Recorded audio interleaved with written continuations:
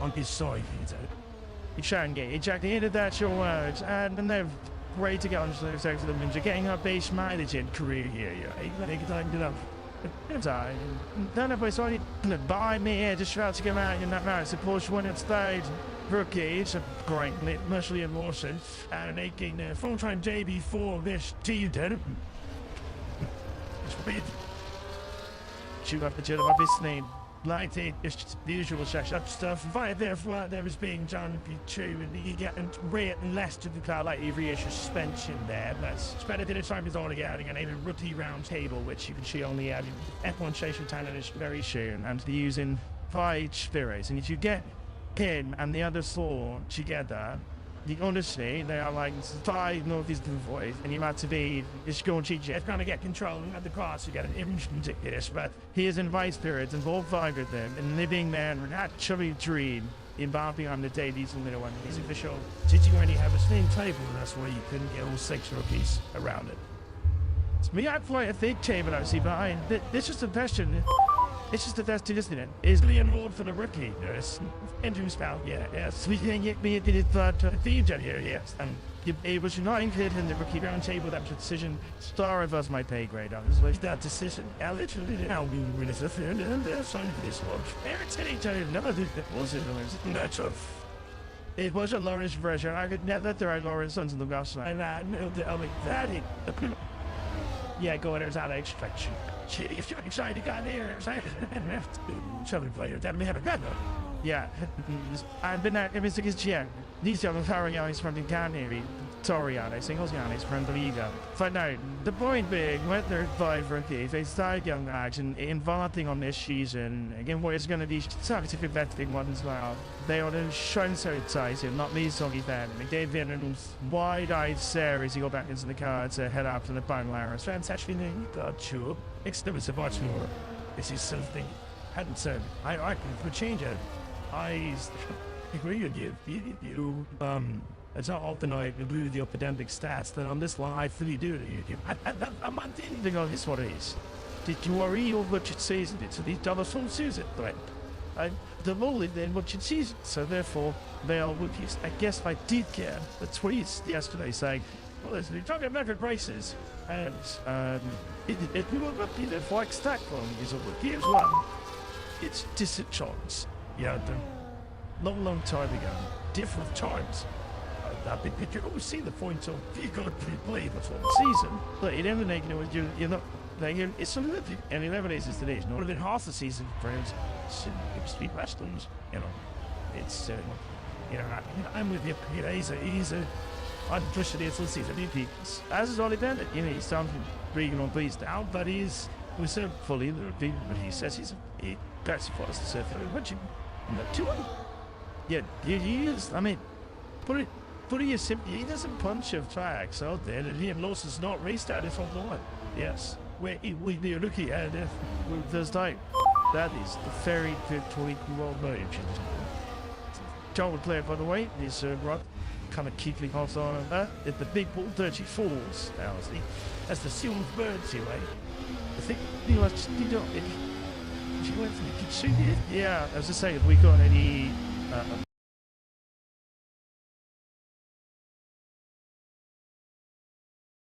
They were difficult one to read, and Sauber and Haas, I don't know what to make of them really, because Haas are doing this very different breakup again for the second successive day, and Sauber.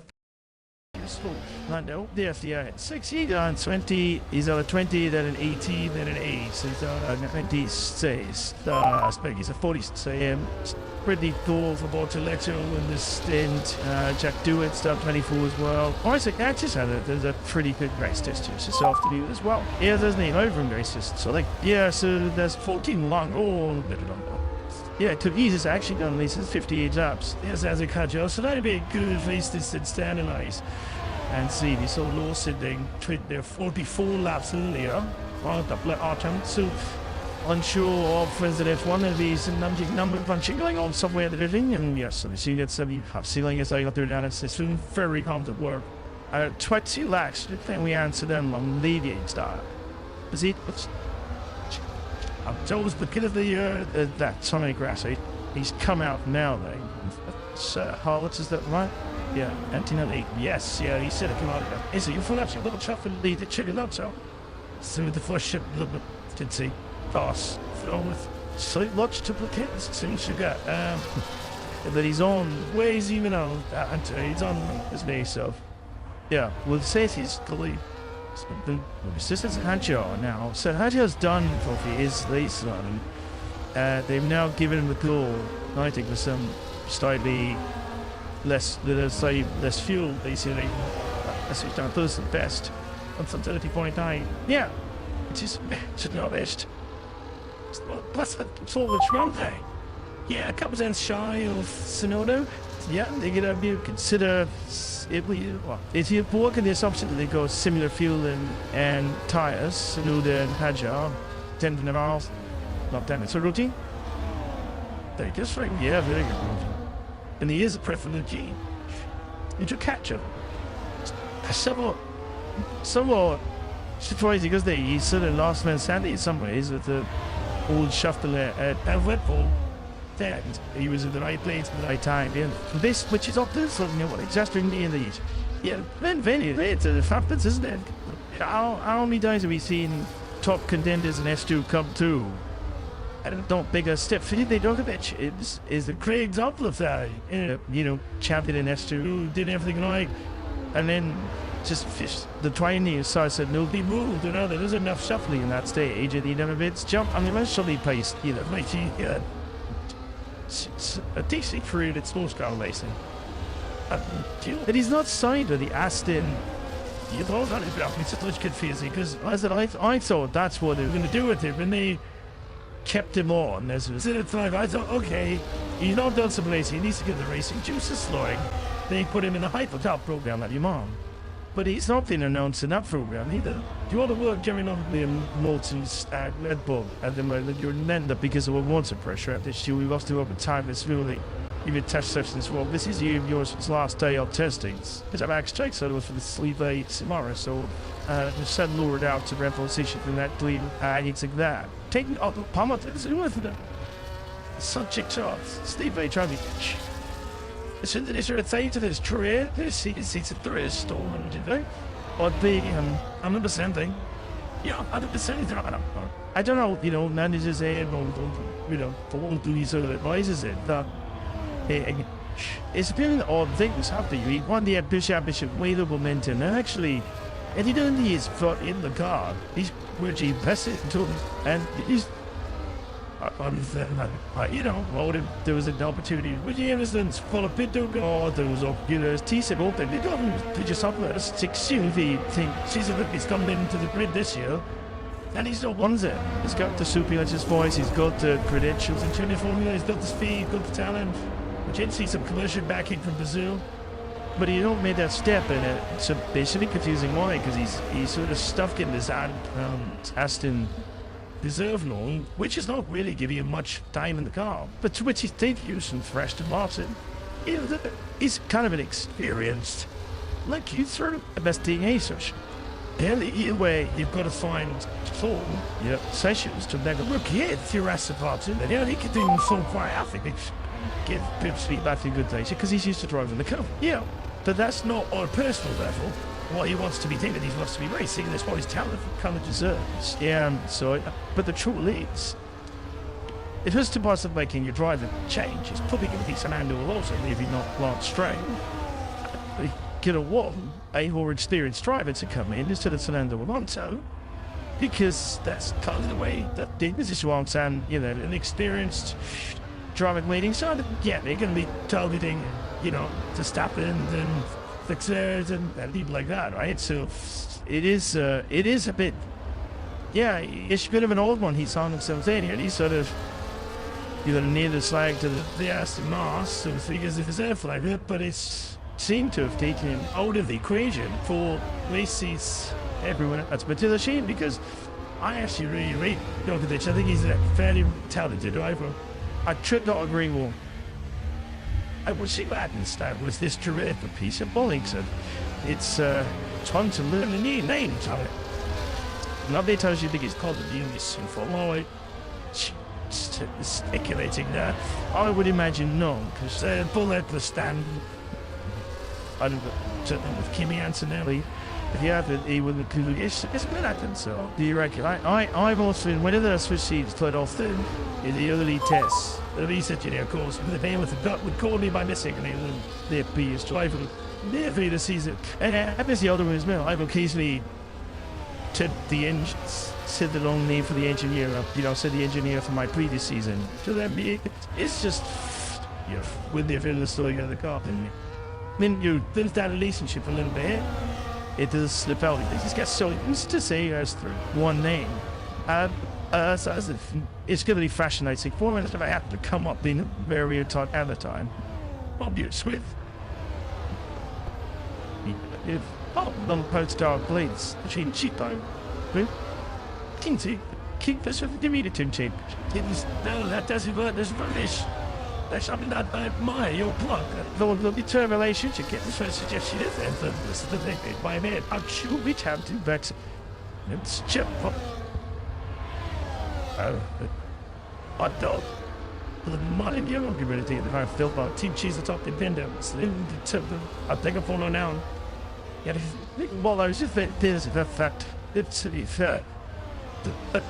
I give you insight, sit down like a killer. It's cheap cheat tonight. This is the influence of it. He's on a stage. There's a bunch of problems of a track stories like that. They're fresh. Right. Come on, Jack, mail it. Even is the apex. What's the opposite? Fresh he was up because we were watching on high there. So yeah, it's just behind him, by the way. 35.5. It's a Norris down 32.2. I mean, that. He's done 13 laps, the under Norris on that set of tyres. He's done 32.2, which is very thing. So actually, again, that's a good baseline. Just playing what number crunching superstars to look at because he's now done 38, 51 laps in this race team. So this is a race distance coming off of Lando Norris. So on that 61 of the Grand Prix, he's done a 32.2 on a set of half tyres, and that's good reference. It could be, let's see, now he's done 33 laps of his Grand Prix, and he's in the 34, so he's got another stint of fuel. He's counting on both. He's got it right. 15, yeah, he's got another 15 laps of fuel, so he's still counting another 30 or 35 fuel in the winner. Do we say? Just a 10 out of the game a little bit on this one. But all the yacht has many laps. That's just so many hours of us. With that, just Harwich did track a little bit. Certainly in the winter yesterday. But it looks like his felt pace. Do we think that the car are very confident in the pace of that car? In a way, either Red Bull would have been very tauntingly loved, this does Paddock. It looks user friendly. Look at this. It just looks like he can hustle it, he can get the nose in. This and that. Good traction and no wheel spin. They picked up where they ended last year. But I think he did better because Bahrain has never been a circuit when they've been good at. But sort of change. And again, I tell you by saying it could be cold temperatures. We'll have to see when we come back in 6 weeks' time. But then we did us Waldon with it's the same case, but it does look like a good car. Even at the Bahrain circuit, there's just this sort of looking to them. Oh, Bolt, where's Lando? On Apex, another Apex. That is fun. 2 falls. So that just do it to the way it helps you. You can obviously as he crosses from line. 33 sets. That was still a big 136 sets. And we're at lap and notice sets. I've got Charles compound tons. He's a catcher. Approaching third one. Still not cupped on. There's some real loading there. I'm just going to look up flat the backs. But that day, they actually what Alex had talked about. It was a brake migration. The first braking phase. The car slowed down, but what happens is you hit the brake pedal at a peak, and then imagine the triangle, right? So it goes straight up, and then imagine the hypotenuse to coming down as you eat off the brake pedal. That's where the brake migration comes in, and there you could just see the rear luffing coming in, so he would need to tweak that. Now these are changes which he has to heard about. You don't have that degree of tuning, fine tuning on the steering wheel in S2. That's the difference of S1, and one of the things the Orbit Sergeant talked about, right? He's not the actual speed of the F1 car, driving S1 car, he's not that much of a step out from S2. It's more the tools that you have to use and the complexity of the tools you have to use to get that performance that is much harder than F1 than in F2. Yeah, it's kind of like your A-levels up to reverse T to 3 in terms of what's expected of you, and rather than just being kind of speed fed and then sort that. I guess so, yeah. The look or you dispose of statistics for yourself and fail outside the box occasionally. Right, to your thinking. Alex Holland Martin, what about atomic time? Stop that. So what does Orbit say to me? Yeah. Kevin Barnes, the Chevy Kibby. This one, then I say this one. This one to Dave Vega. I pronounced that right. It's just a leader so far for plenty of time to change our minds. How about give it to that Tiff Willie? That's good. I love it. At the Tiff Willie, I like a lot. Dave, thank you very much indeed. We're discussing Ted Kravitz. How does porno replace Habitat? Give it to that Tiff Willie. So that's all I like. Corinne had everybody sleeping about yes, busy afternoon back in here. Anson Welly, not bad. I like Shimmy Time, if I'm honest. Yeah, it's not just on me. Chibby Kibby, it's not so bad. On the other side of it, of course, Crofty, I did just ask to the reason I've been out of living for a while this week. Just had the nurse house and CV breast offerings. And had a little group interviews with him. But I did ask him, have you checked?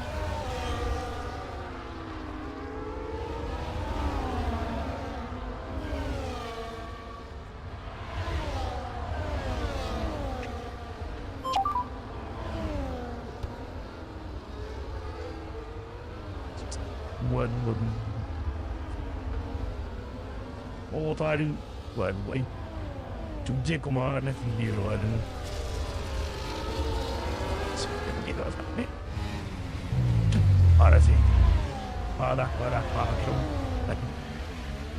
I talk about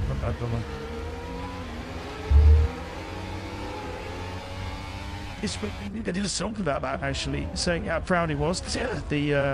He's at the staging for it, the concept for it, if you like, and he's very happy with that. So Trace, Ferrari's Nazi team, found that as well. Said that he's done everything he can to be as far and developed as he can.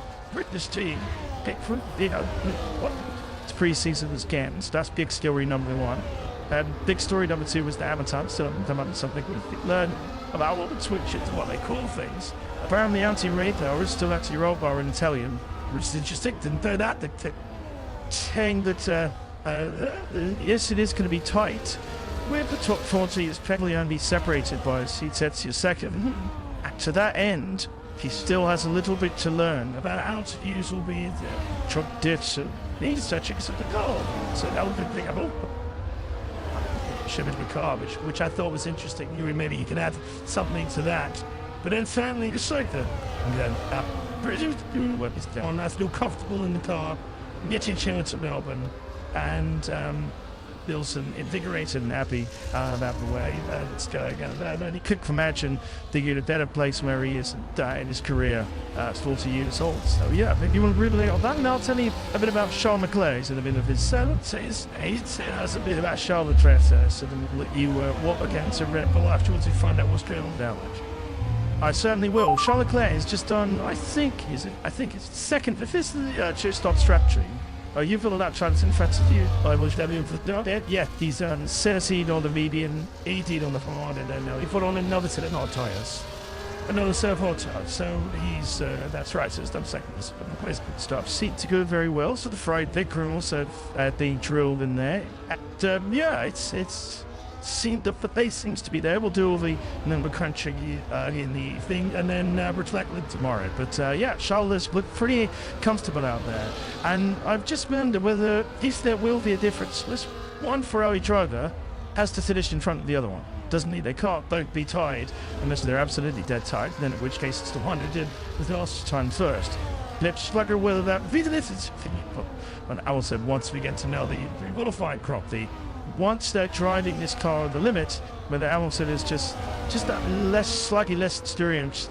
Well, it did actually to brake better to quick changes in between corners. That's indicative like didn't tweet. That's you and breathe well. And they say thanks, Chad. Yeah, we need absolutely to see what's what's is going on. And I didn't hear it was it's the kind of thing you want to hear from Barry Samuelson, True. I could be better to paint. I could be happier. Yeah, I know there's a shit of bits for the Sunday tour now. The most important thing is if it's come to me and pumped to him and Batar suits his style of driving, and he does. You'll take that on TV, and you know that thing, doesn't it? You know, you straight away matching your fit to pace. I didn't think this at all. He's a car and it's not ready to be wide end delivered in terms of riding styles. The argument science arrived there from a town, did on top of it pretty quickly. I think, and that's really good news because a happy Lewis Hamilton is a very, very potent Lewis Hamilton, which is good for Ferrari. I think the Formula 1 was worth. Yeah, absolutely. See, we say all that one. It's John Clare. So just snapped. A touch we can see the off ball is 10-4. Brilliant, Joe. We ought to see this. Better try these. Desperate to stay within the track limits, rather than let the car run out C-wide and tip a wheel into the it's the grab that just slaps on it a little touch. As you can see now, the lemony carries over here his way with goals. Charles Leclerc on the track, Gabriel Bortoleto and Jack Doohan on the track, Lord Stroll on the track, and Kimi Antonelli giving his welly time. Thank you, Alex Lauder. To Knowles and to Helly time. Charlie, thank you very much for these suggestions. Steve Fagioli, it is feed. Oh, it's Fagioli, yeah, look, Fagioli. Big is an Italian. Thank you, Dr. Oaks. Level. But, you know, something like give it support. So Gabby, Josh Darcy says in response to Ferrari and Hamilton, their response is we are checking. Austin decided that Gil Optofi would be really interesting, yeah.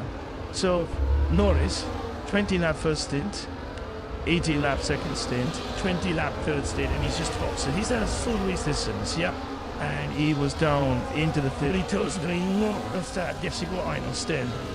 Next year, has done very similar first two stints. Now he's on a third stint, and he's in the mid 33s. And we'll see as the fuel load comes down. So deeper and looks as one. Like, well, the sort of fine, he's got probably another 4 or 5 laps.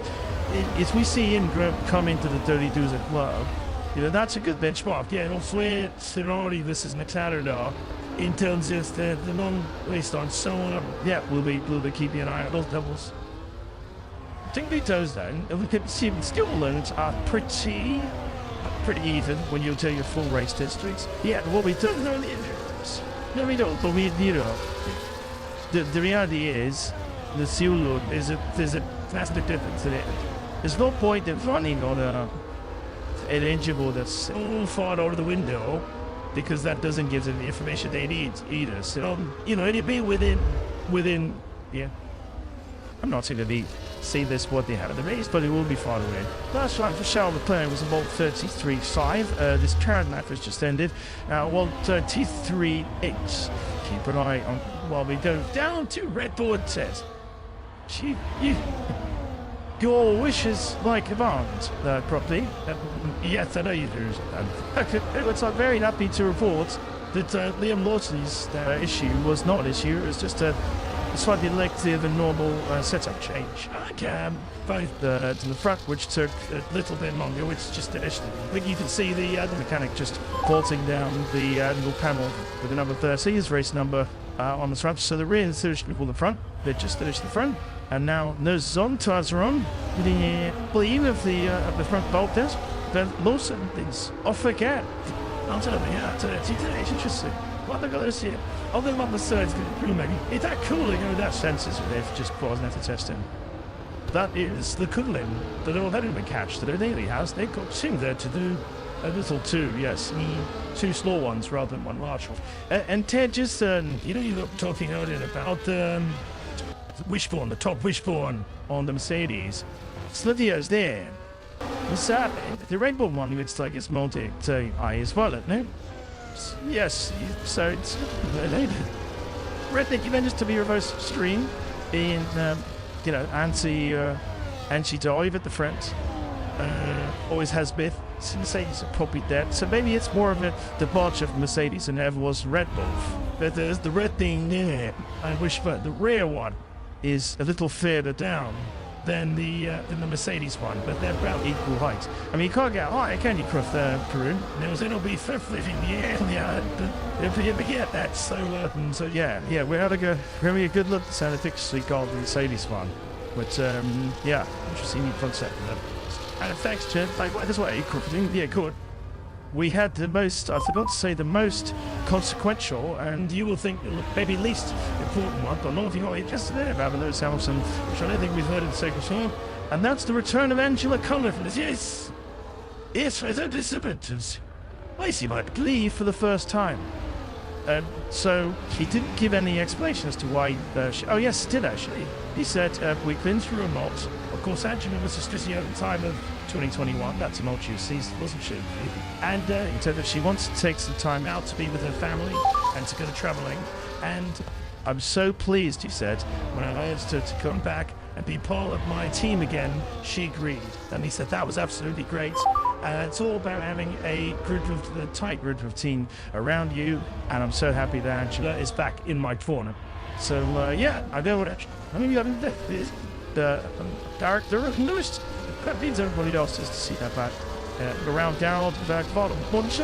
Yeah, it's going to be great. And to be double action again, always a happy, smiley face, always a good person to talk to. But they will, unfortunately, for Lewis Hamilton, a good confidence and external getting you shape and set for each race and this season. So I saw the picture of the crewman. She was brilliant. Lewis's breakfast he had in Swallow. Did you have that? It's like to bring your breakfast in, but you were here. But to me, this talk to you when you're missing, but I was having somebody to do that for you. Yes, the children that Paul. Treated it. If this obviously because we were, you know, they knew a bunch of team, I had to share him with the other driver and stuff. Probably 2 plates, so left it. She was couldn't children's day sharing the breakfast to the father. Illy Buffyst. Very good. That's about these. Shoulder clear, last lap, 1:30.6. He's not getting into the 1:32s. He's studying this very well. With lots of data that's just come through. I think they have a lot of group up what's been as the we're just in the world here. So just okay, this is Lewis Hamilton on the red trees. This is George Russell in his former car. Also the Mercedes. And just you get, you know, one of the things we also don't know Lewis is confidence under braking, right? And to me, this is interesting. Is look at the red trees. He's able to go later than George. It's a bit more stage on his speed, but he handles it with brake pedal. He does a sharper, should we say, vertical drop. Yeah, gets the car stop, rotates it, and then accelerates out. If you look slightly further on to this bit here, he does have a little bit of a wobble on the way out. I think that's the kink of those three, you know, using an attraction. But net, he's gained, you know, nearly 2/4 of a second just in the first full. Now the first stuff is honest. Was just a bit very off on the let's split there for yes, Liam North down at turn 8. We'll come back to that. And then again in the mini powers in lap here, just looking at you know, the IP change of direction. If that it stops the car and then it's like he's deliberately stopping it earlier. George trying to carry it a bit more, but it doesn't quite have to play it. But it's just stop, get the line right. He's able to carry, you know, by victory in the earlier apex. Look at that point there. He's stopped it earlier, then carries more apex speed, and that just allows him to use the line in the way that he wants. The front of the car responding in the way he wants. It's just, it's a sign that he's got confidence in the car. And again, Duke, lots of trend we see everywhere, really. Let's further down the lap here as well. So that is just a highlight. That is at the end of the back straight. So to U11. So you think that stops, you get the car stop a little, I'm just out of it. And again, it's a bit early exit there. So, yeah, to me, this is a sign of a car that Lewis is able to gain to his straight. He's able to brake, it's the tall on the nose, rotate it in the way that he wants. Get that rotation in. We know right back to his over 3 days, if it into that gross parts of it, that was Lewis's biggest strength. And with the brake that he get the car really on his nose and get that rotation on entry. And if he can do that, that makes him a very, very strong candidate outdoor track. So Rory, I think, would be encouraged to see, look, just your lap time, but the trend and the way in which he's succeeded at lap time. I'm not surprised that he's sounding pretty buoyant at the end. It's Hamilton achieving lap times, driving the way he wants to drive, not the way he has to adapt. Exactly.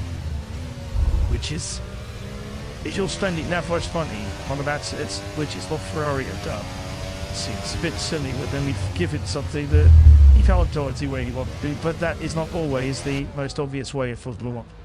Yeah, exactly that. And this year, the tier now, I have to say, his race on, compared to Norris's race on, not only very good, and Charles a golf for the and you see, it's over a second. It's generally been over a second slower than what Norris is thoroughly to the 32s by this age. And if you end up with the Pirate last year, towards the end of a stint, their tinies, you were way better than your drivers around them. So you always translate to victory. But you knew they'd be coming back at you, Max Verstappen, after you looked, Lando would be coming back at him towards the end of a stint. Yeah. And even if you'd say it's a different engine mode, second, Norris is throwing into the mid to low 32s. At this stage, Leclerc, if you sat in the fuel year, he's now done 46 laps of his Grand Prix, so 10 laps to go his Grand Prix. Yeah, it is interesting, isn't it? It's fascinating. It's the next lap's got the smaller, but 133.9. Yeah, and Antonelli's actually helpfully also on the race run. So get a good bit from, and actually he's done the same first stint as Norris, 20 laps. See, a middle stint, 16 for him, 18 for Norris, not that different. And now he's starting his third stint. So keep an eye on Antonelli as well, though. He's in the 33 so far. So how much he's now done? Look at all of love, 37 laps. You're really danger, of without realising you're talking up Lando Norris to be in a very good position to have a crack at the inside. You mean when I said he was the favourite to win the championship? Yeah, that wasn't enough. Yeah, because you're there back in the open science, have I reckon? I'm just saying, science doesn't lie. The odds are plummeting in it all. Up to don't tweet, you never know. Actually, I might check that. Well, I do. Ted Kravitz, don't you? The crusty, yes, down at Sauber, made way down to the end of the pit lane. Wishing Mattia Binotto a return to full health, by the way. He's lost his voice. Oh, good. Yeah, he's lost his voice, which is why he was replaced in the press conference earlier with the technical director, James Key. And so, the chill of Bahrain has not been kind to his direction. I hope he hasn't had Shaston beautifully. I'm sure he hasn't been shouting from default. He might be shouting encouragement about Gabriel Portoletto, or Gabby English. He's there and around the place, Branity. So you hear people talking about Gabby. It's not someone. Well, we've got a production assistant called Gabby Upway. The hand. She does our counting. It's not her. It's Gabby Portoletto. So that's it. So same thing. He's not Gabby, and do his close friends call it Bibby? Yes. Gibby as a Bibby Portoletto. I believe they do. So that's two sessions in a row that he's been quick this whole to catched. They put that misleading line out there. The Portoletto has outpaced Hulkenberg in both days in the preseason test so far. Catch the big bets. Each the evening shifts would have tend to focus more at performance. So that's a bunch of and addition and news.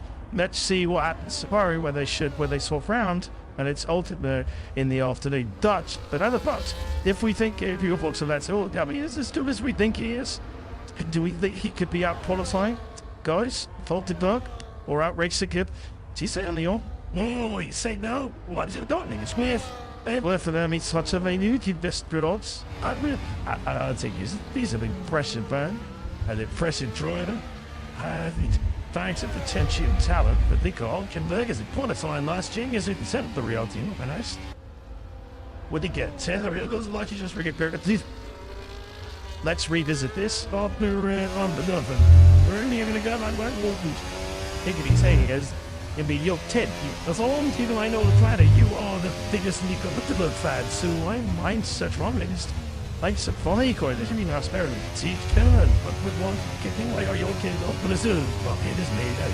And the four, you see, I'm buying some that shite, taking the house down for buddies, yeah. Yeah, I like it, but I think this bus fits. I prefer great gives.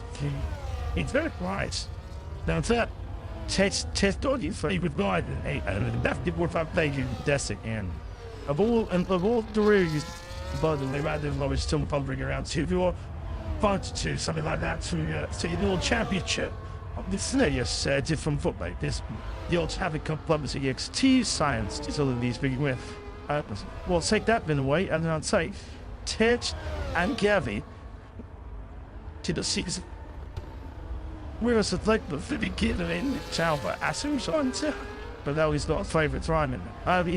And his Ted is right, but sadly, he took practice, yeah, and I mean, by the way, the serve, he's left to go a pistol free, and he's back in the 134s, yeah. Not there to notice the 132s, the similar stint thing. That, the Portoletto, he's in his final stint, this is also, that's what he 35s, and normally, and yeah, not at the Antonelli was 33 is a thing. No, this is the old club. Because the Jan and Antonelli, they were like, first in. Yeah, within 2-3 tenths. Chuck Stewart, and he lay bit behind them into the low 35s, and he's now down. You don't say the mediums, but he's now down 45 laps, so sitting a fuel. There's one on a different tile. Yeah, notice his man is like extraordinarily fast on his final stint. Yeah, but McLaren was struggling to find that place as lap by lap. It's Pete Sheldon's. She's never more impressed. You thought we all get the same bike sheets. You did what you done, It always hard. It's others are doing it similar pace. Do they not? That's to say, large strong just hits the leads on 10 laps from a certain amount of times. He was in 136. But I went that's 6. It's different to the 5 134s. And or it's good to let them your friend live in 30 source after today high 133s and Portoletto it was literally more for 36. What could I say? We can hear you on here. Is there something going on the list? Sorry, Steve. Yeah, I like your the one there, so I thought I'm bringing you in. There's a rhetorical question with to which the answer was pretty other answer to the talking about. Yes, there is something going on in the house. So I don't. Before going on the word house, the answer. The rhetorical question is the answer to you already know. The question that you already know the answer to, but not what else? I was basically just thought they said so what we could hear. You say the same right. Sorry. Is that not here? Always treat everybody friend as a slide. Tournament. They're just changing the brake drums. You see, then they've got the smallest of human walls of to prime turn away any cameras. But it's a 3-man human wall. One to woman. It's that's lovely to see you as if it's fluffy with each other really well. First, but yes. It's the Afric issue on the front. So shortly, I'm sure, only will be left out. Good still even something else that I actually said. today, which I thought was interesting, which I've really been across, but maybe it will ring a bell with you, was that he felt that last year's testing was all about solving the tyre degradation, which they largely did. This year's testing is also about that, but it's also about aspirationally getting this team sharper, because Komatsu felt that the most points they gave away last year wasn't because they had a slow car, but because they threw away some of those points with operational mistakes. And that's been his focus, which I thought was really interesting. I mean, we kind of cropped it in. We knew that's dropped points here and there, but I wasn't aware of it being that bad. That's LV Barrel has probably now talking about silver lunch actually. They've got an entire new engineering office here, two new release engineer, a new chief engineer, a new chief strategist, and I think he is concerned about getting all of them to work and sing there from the same sheet. And I think they started you later to be true from outside in Los Garrigan in March says no longer the and I think they sound as struggling to recruit new experienced people, and they've had to promote relatively inexperienced people from within the team into senior roles, which is I think not ideal, and is both a bit of nervousness. It's what is the cost caps going to do that as well to solve good thing I was running in there it cost cap didn't it, but drinking tablets of other legislatives they are this year. And when I leave it, because he doesn't listen to the first year that also Gene has not had to put any money into it. The extra price money and the tuition money, but also the FSS down. So pre keep this it wasn't much just Steve Sue's reliable experience. Not necessarily pay what he won't take his war time and he won't bound by that question. Yep. Yeah, I think so. I think it's more they were looking to get deeply from all the F1 teams with F1 experience and haven't been able to do that. Mainly because nowadays teams have take David Turner's off and have done make me pain. You can't get anyone with less than 12 to 18 months down than you. Well, look, cool, they was announced as going from Red Bull to the fire in race strategies to coming into the kind of strategy. Why not the strategy is if look step up so the end of this year. There's going to be sitting on the Vic one. Yes, he's on strategy with an exciting selling conflict like yes, office of where the Red Bull make it a word the launch service. Yeah, literally it's exciting. So the extraordinary is going to isn't it? Because normally they sort of send off to tend to go to majority of glitches. Obviously, on God, leave at the moment, yes. So, late for the first to sit, yeah, you don't find a safari in the development. This is daylight, or it's not to fix it. I didn't look at your house, the lights. You got some technical for the new lights. No, I just never what do you recommend, right? Stop that. To put you off. You know, there's a, what do you do with your gardening neighbor? There's a truth and lion. You're going to like this on it. It's it. He spent over 20 years, working every day and night. This is why the Lords use a DRS. The C3 tires did fail. The first C4. That's a start. Well, it's his best first sector.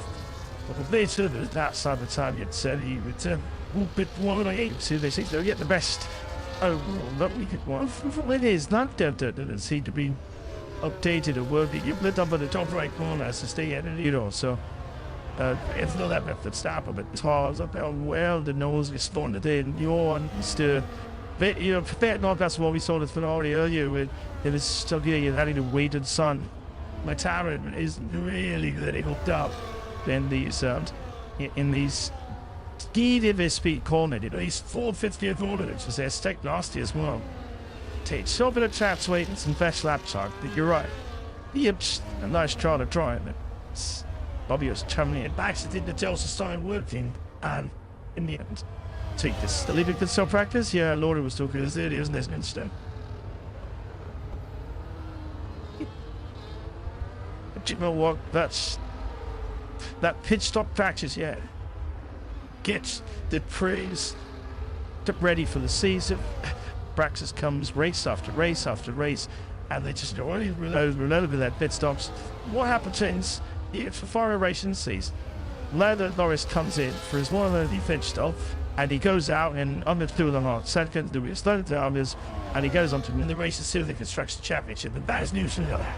So he pulled it off after the tour, and then Antonelli, those dates at 30-1 and do about similar points of the race distance. Italian sure, Brody's going to come in the pits now. He's down to full race distance. Antonelli, thankfully, laps behind him. Samuelson doesn't then enforce it. His Lando's finding stiffens on the seat, saying shows at the seat one. Does that make a difference? Not that much. It shouldn't have. Even though you see second and ladder. Give it something as if you step between the scene one and the seat tricky. Hey lady, but I mean this is a skinned step between them on a long ride, because what you would have had is you go on sauce there. You had a peak performance. Could be 7-8 tenths normal peak compounds. But then you get a drop-off. My point is, at the end of history, on a softer tire, he was still going over the second and that quicker than what the sort of audience sees anyway. Yeah, I don't know. I think everyone has to be hoping that is the tire lead is as guy related to Dalton's. You should see. Look, the thing understeer then is saps, always you get so much off of the apex that eventually it bites and you get that thing in him with the rear that snaps out of line. But Agile again there, understeer, then takes on the power, the rear just not with it. So that's the anti right show. There's myself busy. These were the fresh set of seats that was new. To get the mechanical grip from the tire. Yep. That signature pedal, terrible this was so loud. It's that fast, it's the set of the that was the taste. And then Boris one way did that bit of practice, can it straight back again and out it back to straight back to. We have got about 13 minutes more running today than we get to the SY8 illustratively doing this is watch this. Isaac has just to 10 11 there to lots of students understand their base there. This is not. How do you correct that? How do you set the car up? Well, you need to understand it. So there's seemingly things you could do with speaking the balance of the car, eventually. Let your do big say it. Because their chief strategist is gone to Pass now, I believe, isn't it? Yeah, maybe he's staying off top line edge. On that, I'm gonna absolutely tell you I have Kareem Criblish. Right, there we go. Who was the head of strategy at B, a Sigma, and Knox now at Race Eagles as they are. It's a new day. It's different, maybe 7 seasons. I made that take Kravitz for the team. We all love to call Ronaldo. Listen, I'm with you, Ted. I'm with John Russell. I am by my head to John Russell and you. It's an ain't work. Don't fix it. It's the Italian team that is owned by Red Bull. Correct. The simplest. It's the simplest thing in the world. Unless you want to check the clothes brand, which is AlphaTauri. Okay, fine, but if you're finished doing that, then you might as well call it Turner. So, being a Italian, never by Red Bull. Right, they're coming in for a pit stop. Tony wants to get after them last 15 minutes or so. Is Jack doing? And they're working very hard to do that. They've had quite a timely little technical issue to fix very deep into the engine bay. You've had to have the engine covers off and the mechanics really something in there and having to replace a part and then fix it back together again. They've just done that. They took the opportunity to make a little change to the front suspension as well while the car was being worked on the back. So quite efficient work down here at Alpine. And just wait and see which there is sort of, okay, still the C2.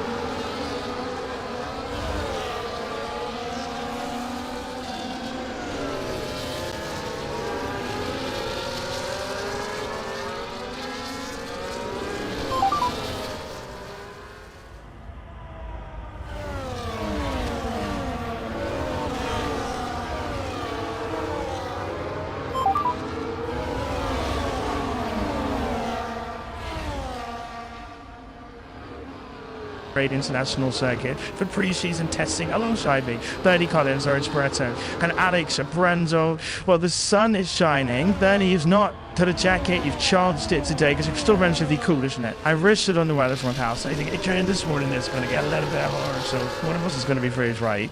Yeah, absolutely. The only other issue there is the fact that they fix the end and in his hometown here. So let's see how that works out for me. Great stuff. Anna, right, we're going to get into it then. We are going to talk about McLaren and their race pace and what we saw. They did grab the headlines with some of that long run stuff we saw yesterday afternoon. We're going to get to that a little bit later. Lawrence, Williams, they were the fastest of the day. Carlos Sainz in the car all day long. That's all best of the track. Fastest lap time. I know we can't read too much into that, but Williams must be buoyed by not just the fastest time, but actually a pre-season testing that's been so consistent and reliable. Yeah, pre-season testing hasn't always been like that for Williams. I think just for they got so many laps 2.3's worth of distances yesterday by Carlos, and I think he just needed a good day to get settled in with the car. Yeah, hey, it's not going to be the top table dropping times. We're not going to see another sharp hand when we come to Australia. But I think we are going to see a team that are in a much better position than they were last year. I'd say that Atkins also that put them on the back track. This year they've got so many spares, they've never come to Testament more spares than they've got here. So from that perspective, in terms of how they're feeling from a production level and operational level, just a general comfort level, Williams in really good shape. And my side's finished with pre-season testing now. I don't know, he was on his way home there, Willie. I'm sure he's still got duties to film today in the garage, engineering and media. Liam Wilson is also judged. Max Verstappen will be in the car for the whole of today. I think we might see a bit more from Red Bull today, therefore. What are you thinking on the 23 and 23 champion? Interesting for us. I feel a bit for Mawson, having had a dry, very windy day. Things like yesterday, with of course a mechanical issue potentially in the middle of it. He now has to hand over to Max Verstappen in what are beautiful testing conditions today.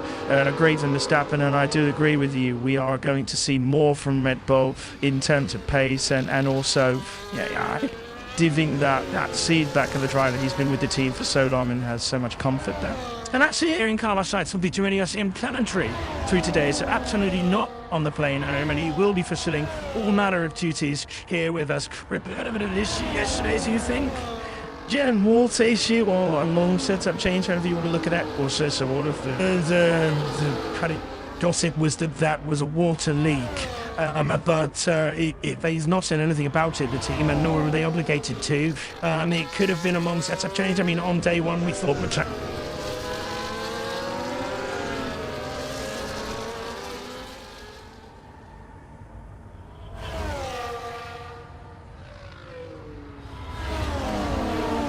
living marks of testing engine function and having a mechanical issue.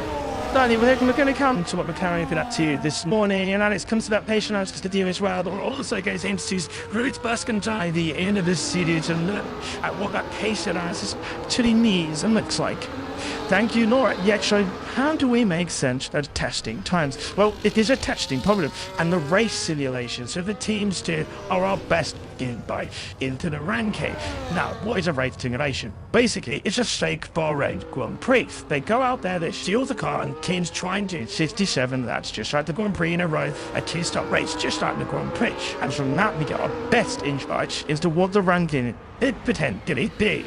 So here we go. What we can see from this, 7 teams did a race in yesterday, and the big 4 teams are actually still quite close. We can see McLaren, this orange line of Lando Norris, out in front.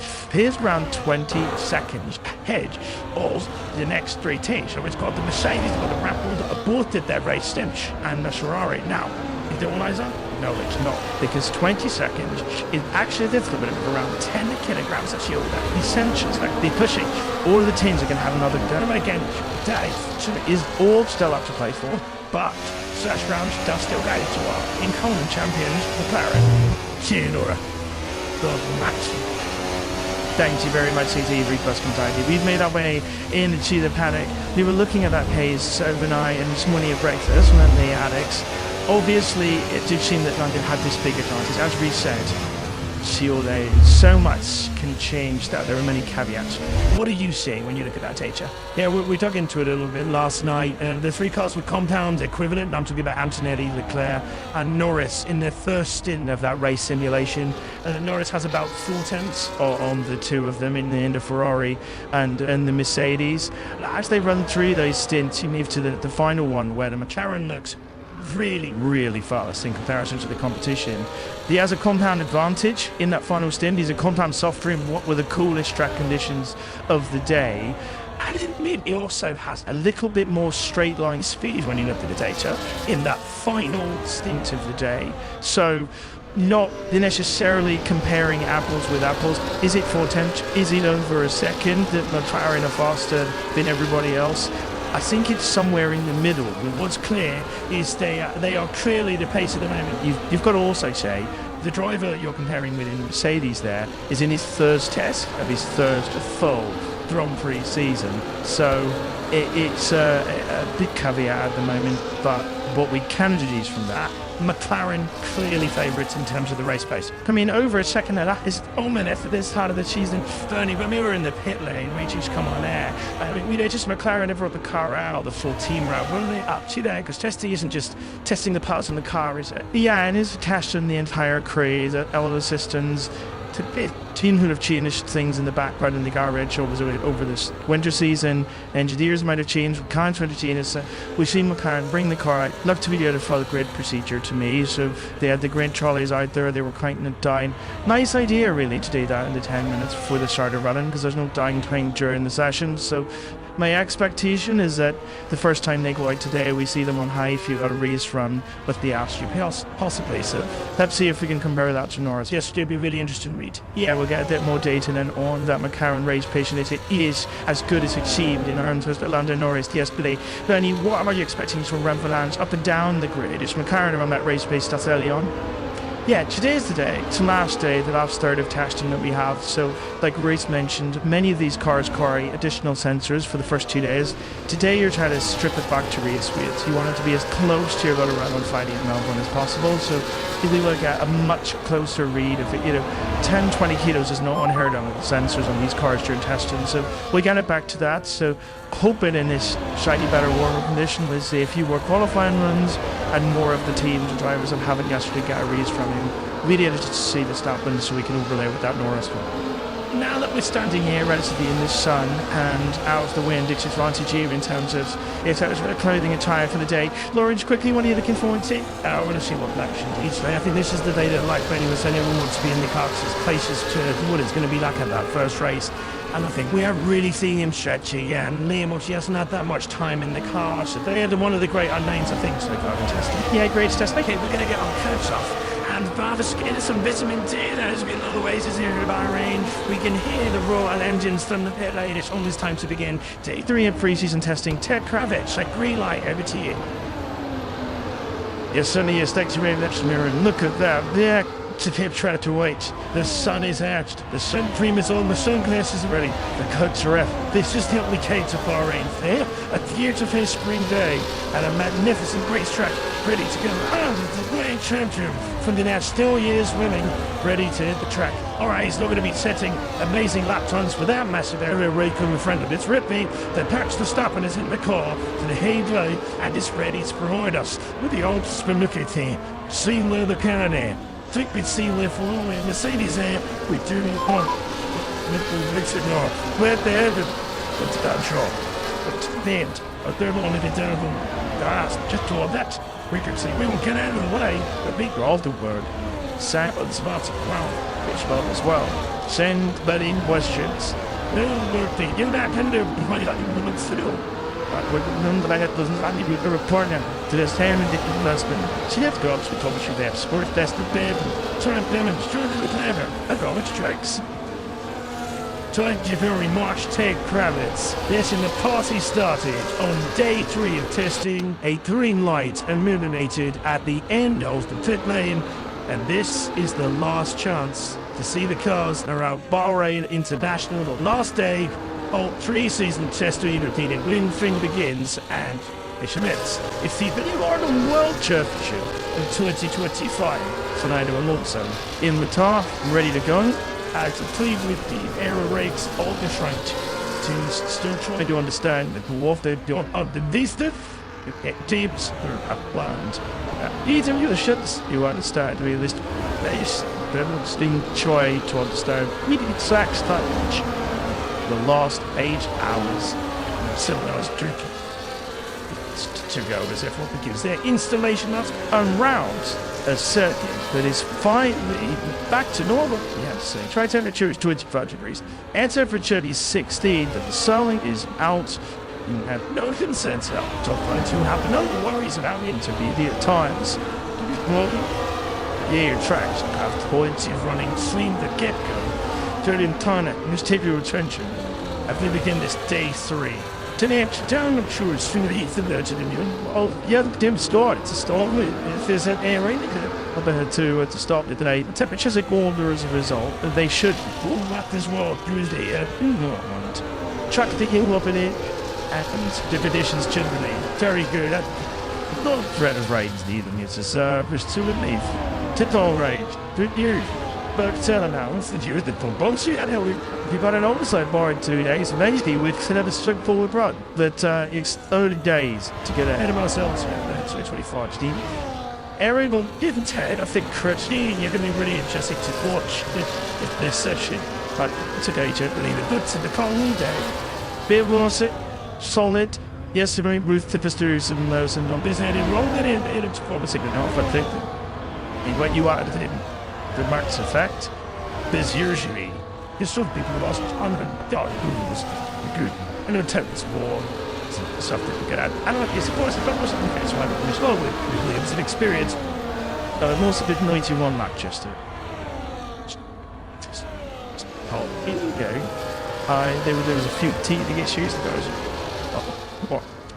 Kept out to any of the Mercedes at 87 just in the afternoon sessions. So let's show you, sir, how much time you would Mercedes at today when Red Bull lost it yesterday.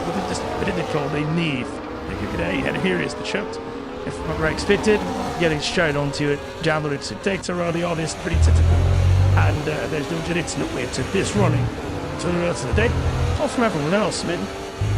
Should sport the same really, isn't it? Everyone else looking fairly good. He said that all the outviews for a clean day. Oh, it's out, people back in the videos. I think they drove it to me yesterday, so they're not the ones to look out for. Hopefully it'll be back to starting. A few begins getting of what is there to be. I thought Jay's journey sits behind the wheel, sending it into turn number 1. Find what joint it is. Oh, you can set it in. Oh, chaps, I'm sure. So we're gonna. This final day, there is so much to discuss. I imagine some predictions coming your way by the end of the day. It'll be 2 hours with us.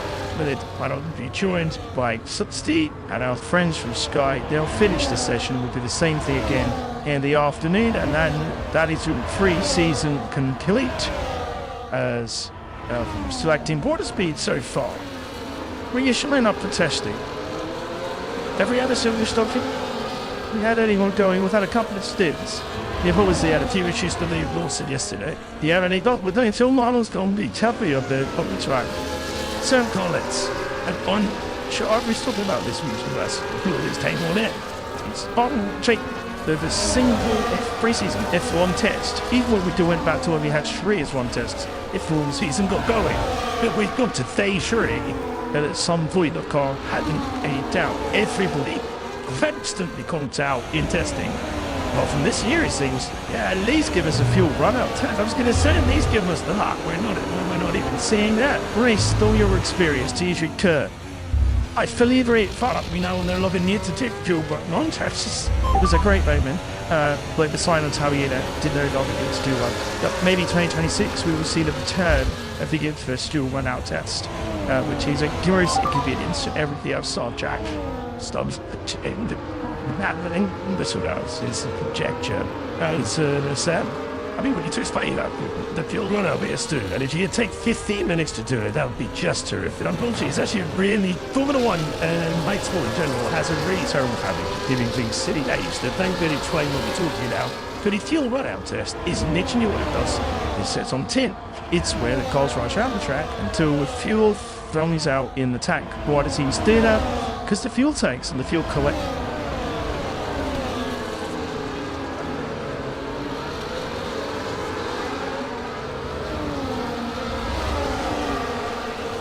To simulate how units work in a slightly different way on low fuel. The teams just need to understand that's how likely they can get that fuel, but still gears continue. Not to get me, there are some regulations about having a little bit of fuel left in the tank at the end of a Grand Prix, so you don't get the smooth fires. Then you might have to mod it out. Jay out there on track to begin the boarding session. Andrew Kvyat and Trokier in for 2 pre-season tests in a row. Speculation about whether he would be there is having such a replacement. But here it done, an intense testing program and to find his way to the seat, and all the chat is going to end. When the race is going to begin. And Fernando alongside getting the assistance of his team.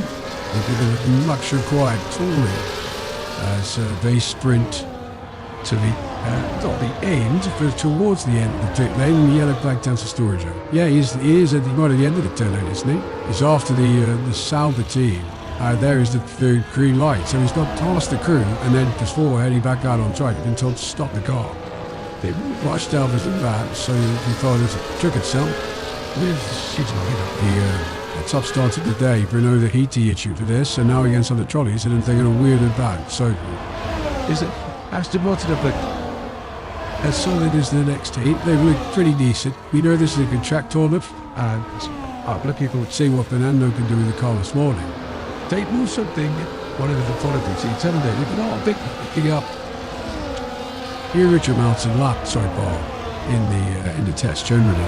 And between Fernando and Lawrence yesterday, just nibbled over 100 laps.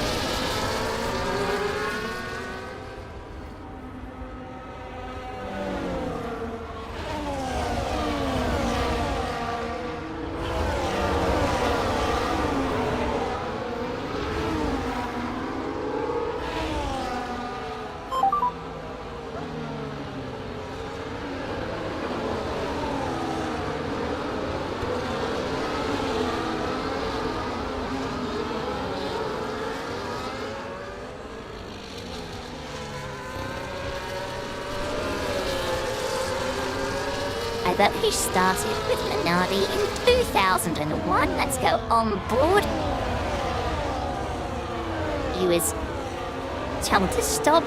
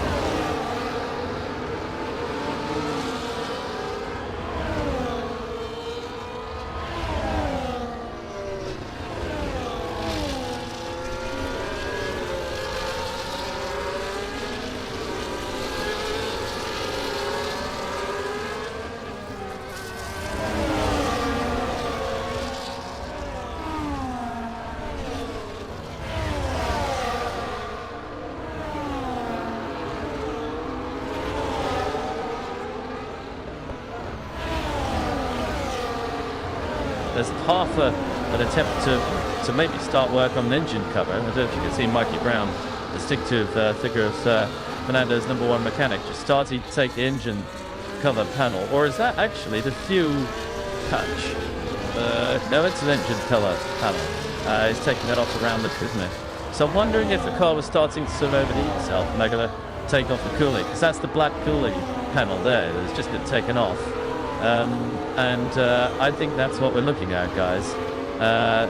Either Mikey Brown there is just taking off the cooling panels because the car was starting to overheat itself and getting a bit hot, and they're taking the blanking plates off and they'll send it straight out again.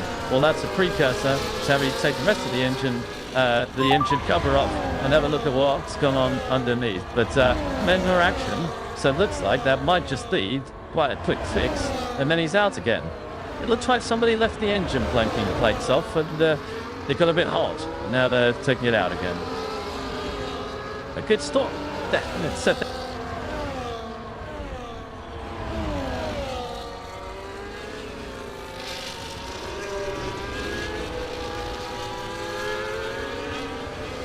Då är det fan. Is that practical out there? Well, there is it. Hopefully it'll get back out soon. We were talking about the lack of mechanical drama in the test so far, and as if by magic, a slight issue for Aston Martin. Appreciate Ted Kravitz reporting down there in the pit lane as Charles Leclerc begins his stint. He's on the C3 tyres. Ferrari completing a long run yesterday as we have a look at turn 11 and 12 as he drives the hill. Just have a look at the back of that Ferrari when we come up with a bit of a closer camera angle. We should see it coming out of this corner. Yesterday we were talking about Ferrari changing their cooling layout, going for smaller exit ducts on the engine cover. They've got even smaller today on the Leclerc's car. You can see now they've got a symmetrical cooling layout with see very thin exit ducts on the, despite the number 60, instead of number 60, you can see them there. And it's the same side to side, which we didn't see yesterday, and one much larger one on the right hand side pod. And I see Ferrari evaluating these engine covers. This is very standard testing there, because you can see a lot of slow visualization across the main plane as the rear wing. So I think they're looking at the impact of changing stuff on the engine cover from the rear wing of the car. Really normal testing stuff, but interesting to see them this. We do a little like the comparison as well with the Ferrari and the Mercedes on track at the same time doing a similar run on the C3 tyre, and Leclerc and Antonelli in the car. And Antonelli now will respond to that lap with Charles Leclerc has just done. He's done a personal best in the first sector. 4 tenths between them at the moment. You don't know the detail and input, same time. And we think they're going to be roughly evenly matched. They think they're going to be roughly evenly matched as well. So there you see at the top of the timing, Leclerc ported through Antonelli, who's trying to respond. We'll see the voice.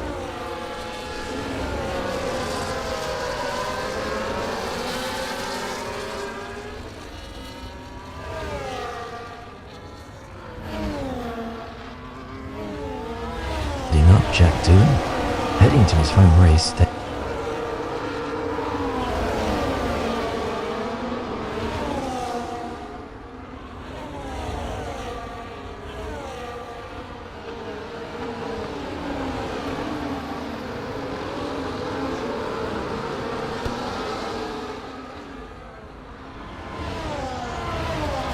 The luck and the timing didn't fall their way. Both worthy drivers in for promotion did work out today.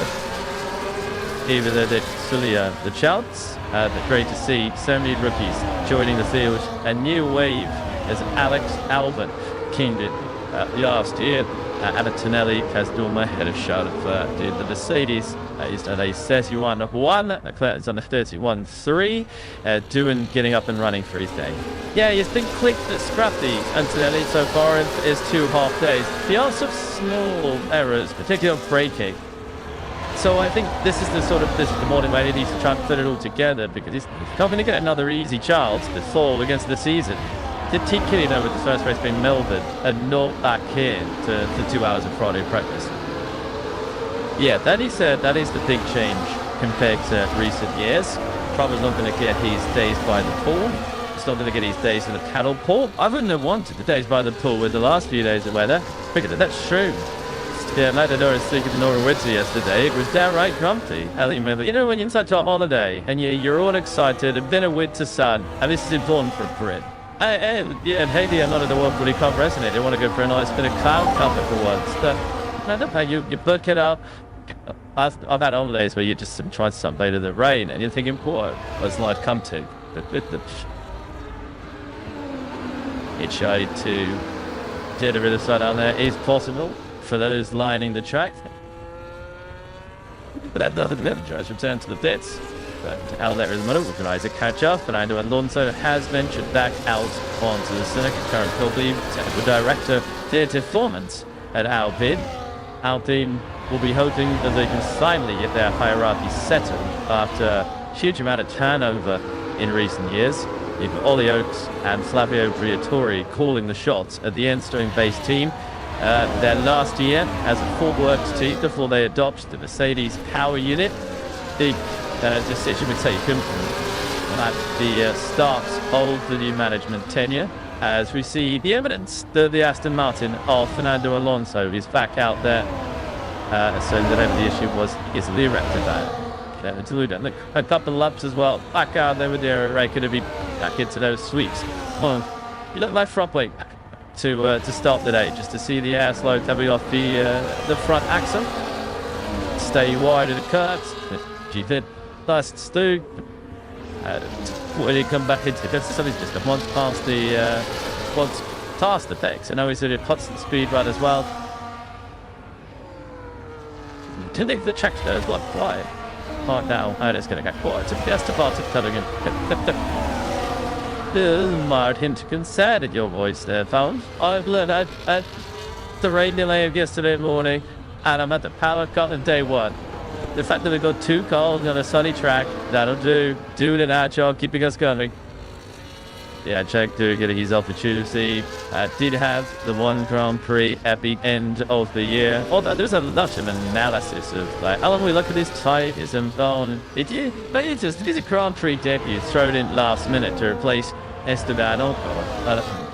While they were starting properly. No, yes, I know. It was kind of the toys of Chavez, wasn't it? That put out to do it. In some ways, Abu Dhabi's is one of the easier tracks. Is one that the drivers will know. He did have some time to ease into it as well. I mean, today's role than ours, which the reserve riders often have, to be honest. So he knew he was going to be doing it from too much the weekend before, the Sunday before. So the difficulty I think to do it is when you look at the other people on the grid here. Behrman came in and really did a great job in Jeddah. The only at the Saturday, they even do this Friday practice, and it's not as good as the Pierre, basically. We talked about Leclerc, and we talked about Jeddah, adding something to a Ferrari as well. And then you've got Mawson jumping in and doing a really solid job as well. You've got Dinto came in. Immediately was looking decent, or I guess Minto was his first race at him as no one has do this the next. But that was the bad trick was topped because so many other rookies did jump in, and actually we were thinking, and it's the current field, everyone's in it, everyone's jumping in there too, doing a great job. And Doohan was more under the radar than the others, but he didn't crash the car. Pete still but they wanted the constructors. They did indeed, thanks to Pierre Gasly scoring points. He continues to lead the team all this year. Lando Norris, between with discussing yesterday's broadcast, the rookie's favourite for the Formula 1 Championship in 2025. Oh, hang on. Rish, eat it up. Just say. Forward. There he's saying to the championship. Giant constructors, drivers. Then still enough to London. I offset Liam Lawson's racing by Max Verstappen's average gap to his teammate, 0.63%. It was down to the wire in Vegas, and once again, Max Verstappen just pitched Lando Norris with the driver's destructive. So, it's Dustin Divey back in the car box. So your test as a strategist, obviously, still leave that team a number to on the end of day 2 testing. I did enjoy a great hit earlier on, and we want to bring you all the data that we have available to go offset teammates. Is having to front data analysis in day 2. It can only print you what we have at the time. But so even if we could discuss it yesterday, he needs to leave this in agreement. Sam's gone for Lewis Hamilton. Oh, it's like issue. It's a thing. What can issue? You said aloud. We want to take issue with it. No, right. The records. Is he going back? Should he run it down? Did you listen to? Should we say social media's face off on this story? And I've seen the comments. What I actually said is, I think it will be a Ferrari choice. I didn't actually specify. I had to have a look at the three operators in the world next door. Savvy. I'll be thinking. Have a listen. I clunked to Hamilton. To the sole reason is that I live in Hertfordshire. That is not a real freak. It says to take one drive or the other. I really can't pick between the player and Hamilton, but I do think Ferrari are going to win the driver's championship. So we've got one analyst here going to look at hard data that we have pouring through the numbers. We are seeing the offsets, giving us a precise countdown of when it's going to be done and who's going to do it. We got another one going on geography. Hertfordshire wins to Sam Collins. Yeah. Okay, so goes lead commentator, lead analyst, shot numbers and data analysis and vibes. Like the 10 of the commentary well. Said how old is it going to be? He's right. That's going to be our report. That is a general, as you well know, Bruce. That is a general rule. The law team, which Sam's right. when he starts raining, when it goes 200 shouts. Oh my word. See, anytime the pub goes quiet, stays into the middle distance. There's probably an inside the race, so Kravitz down at the Red Bull. Thank you very much. Yes, just taking the air rakes off back to Stafford's car. Interesting scene with GP Labiati, who's of course got 3 promotions in his team. It's very explaining what's going on with the car. So very interested looking Alma Barto by the side of the car. I did notice actually Rich Wolverson, who was sitting now for the first time in a seat vacated by Jordan Wheatley. If you've left when there are more people when Max is doing his race run, we get a shot later on the Red Bull pit wall, you'll see on the far left hand side as we look at it, you won't see it back in John Wheatley's head. Of course, this is on Feldening Leaf. It's Rich Wolverson who's stepping up to the role of kind of take race team operations manager. He's the one who's training the mechanics. He was doing that anyway, really, as Sweetfeet's deputy, and he's just on the other side of the garage as we look at him. So then it's actually, in terms of the operation of Red Bull Racing in how they go and relate to the FIA, it's Steve Knowles, who was the kind of senior strategy guy, is taking that job. So they're kind of splitting it in 3 ways, actually, with Gerard O'Reilly, the other part of what Jonathan Wheatley used to do. So some of the lines how important Wheatley's job was, then they can't place him with one class, so they better should face him with 3 people. But yeah, it's so nice, the view of the bulkhead of the Red Bull Racing RB21 with the little air vent when it goes in from the driver cooling hatch, that little air vent that goes through into the tub itself. Just to contribute to what I say about this, to win the Travis Championship. Of course, the issue with saying it's Lando Norris or it's Charles Leclerc or it's George Russell even, is that is then going to say that the team is going to have to manage, let's just put it that way, a very competitive teammate. And with the greatest of respect to Liam Lawson, he is in his rookie season, and Red Bull don't have that problem.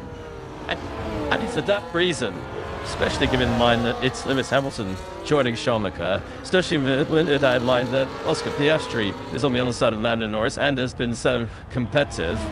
And the fact that if Kimi Antonelli were on it, you might argue that Mercedes will say if George does find his way, it's challenging for the championship. All right, Kimi, it is your your first season. We're going to go with George. If Mercedes find themselves in that fortunate position, but Red Bull don't have that issue, and that's why I think Ruth's observation about the offset to Lawson is particularly. I would add that to their observation. I think that looking at how this Red Bull is, and it doesn't have some of the drawbacks that's good in that way. Max said it couldn't get any worse than last year's car, so there was quite direct yesterday. I'm starting to think that I think a good bet is Max is 5th straight World Championship. You know what was an interesting thing is for years we sort of been saying, oh, it's going to have help from the second driver. You know, the second driver is too far away. Is that going to cost Max? And now the second driver being too far away seems to be helping that. When you look at some of the others, it's very diverse. They enjoy doing use of diverse. Super. So you made 2 hours 35 minutes to go. Tenny's a brilliant point, because if you think of World Championships in 1986, where the Williams drivers split the points, McLaren drivers in 2007 split the points. And let another driver in, Alain Prost in 1986, Kimi Räikkönen in 2007. Sometimes 2 rapid drivers even on team lineup is not what you need to try and claim the Drivers' Championship. Liam Lawson trying to upend all their expectations and finally beat the teammate to track the toes of being closer to Max. There we see some free, he tried to as well. Checo Voltal Grand Prix winning Monaco touring route here on the outer booth. Amazing day of Formula 1, that one. Alex Albon, highly rated by everyone in the paddock here, as he's a Grand Prix winner as well. These are not poor drivers that Max Verstappen has, let's be honest, swept aside. There's not poor drivers in the field. That's the thing, we're talking about rookies who came in with teams out of 10 action, who sort of slipped under the radar to get into Formula 1 and surprised us when they got there. But no one is bad going to Formula 1, to be clear. Everyone's got sad championships or certainly promising junior records on their CV. just on that, take the Red Bull garage we just saw, and you possibly third on your streets just there. With that tri-pitched white, it sounds like a dentist drill because essentially it is the same sort of thing. That's essentially a little fancy that is using because a bit of new bodywork doesn't quite fit the Red Bull the way it was designed to do. Everything always fixed together beautifully in the cash package or when it's been hand-drawn for someone like Adrian Newey and it's very Red Bull Aston Martin, sorry, I saw the announcement where did it qualify mode, sorry, basically when you've had to manufacture the parts and the real bit is made, then maybe the tolerances on the machines aren't right where you think they should be, or you even get to the point where sometimes you're on a hot day or a cold day, you get a bit of thermal expansion. There's body tunnels that fit perfectly in the factory, suddenly don't fit. You have to get out the tool and just trim off some bits of bodywork, and that is one of the classic sounds of testing. Very surprising that Leclerc managed to go top with this. Stunning that's because we're in a different corner now, into turn 4. And that's turn 4 again. Scraped into gravel. He's leading on it this morning, isn't he? It was the final corner one where your breath was taken away, Alex, and here we go again. He just got on the exit curve a little earlier than he would have hoped for. After getting out of this Russell, he was 4 kph down over the line. Then it comes pretty good gig for the exit in the quarter, flat out, and then you're at the timing line. That's just a few seconds, so he didn't lose too much there, but maybe a tenth or so for Leclerc more. The wings are second and a half. Why you remember mess up? It's that just an engine cover missing. So all of them, and he's not spotting it. Going around for another lap, and he needs to back it up. Otherwise, that's in a red off. Yeah, the team have radioed in, and you can see so unusual sight straight into the components there, and the bodywork has made a big for freedom, but it has to try that into zone. And in this shot, you can actually see a really nice illustration. This is the first big mechanical issue a team has had in this official test. Cats have had some bodywork failures in their shakedown running already. They've had some panels blow off. I think at Silverstone they had a whole side of the car blow off going around in the soggy testing at Silverstone. But you can also see here, we get a rear look to see the bodywork underneath the bodywork. I was talking about, I think on day 1, where we say you don't get to see all the air raid tests and all the new bits because underneath the main body that we see all colourful coloured in bits, there's almost another set of bodywork. You can see it there, sticking into the front end of the engine, the tail unit. There's the bit that's slowing off. And there's another set of airflow sharing with the car that the team study and develop just as aggressively as they study the airflow over the car. So through car airflow is a big deal. And you can see some of that bodywork, some of that free car airflow bodywork with that body panel gone missing. That has maybe need to strengthen up some of those body panels. It makes it heavier-ish. Or they just didn't screw it down properly. Because that can actually happen too. So, you know, it's cold, it's rusty, maybe someone just didn't bolt off. That's not true from it.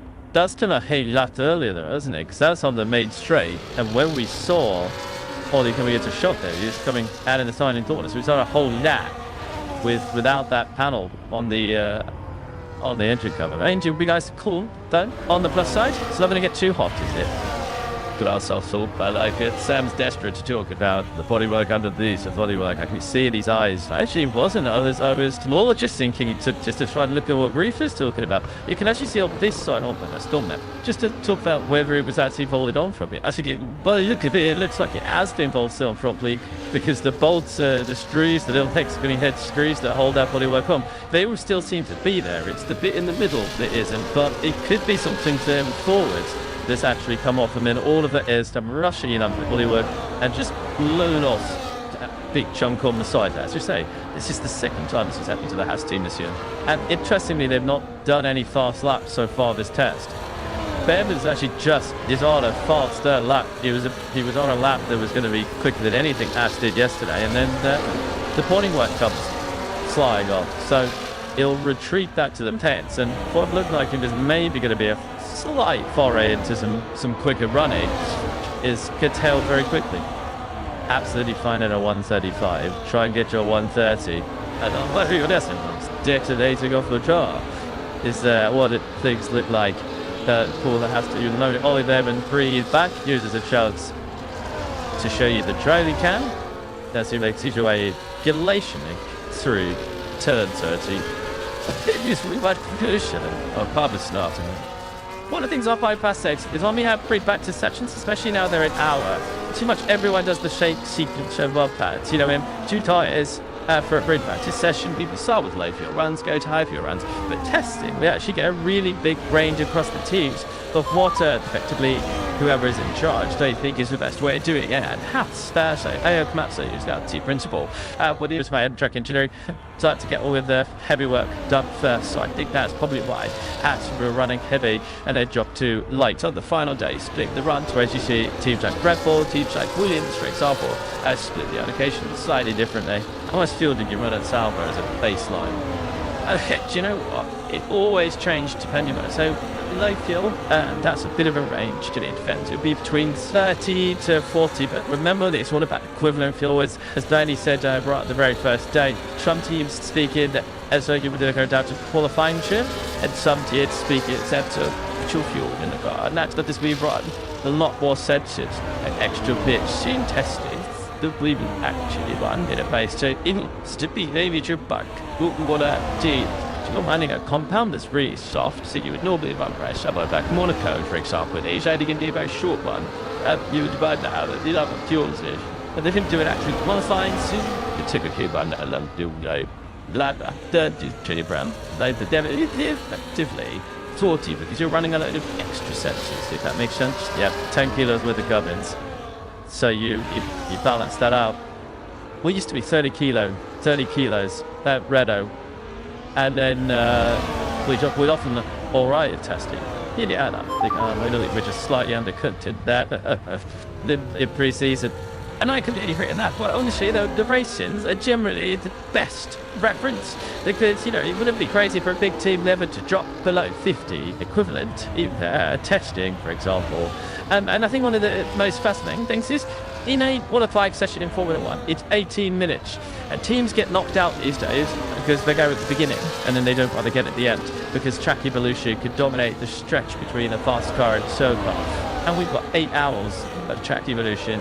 And so trying to compare something that happened 30 minutes before is the equivalent of basically they get knocked out. So the track evolution as well makes a huge difference. And that's not just the level on the track, that's the things changing, that's the temperature of the track changing.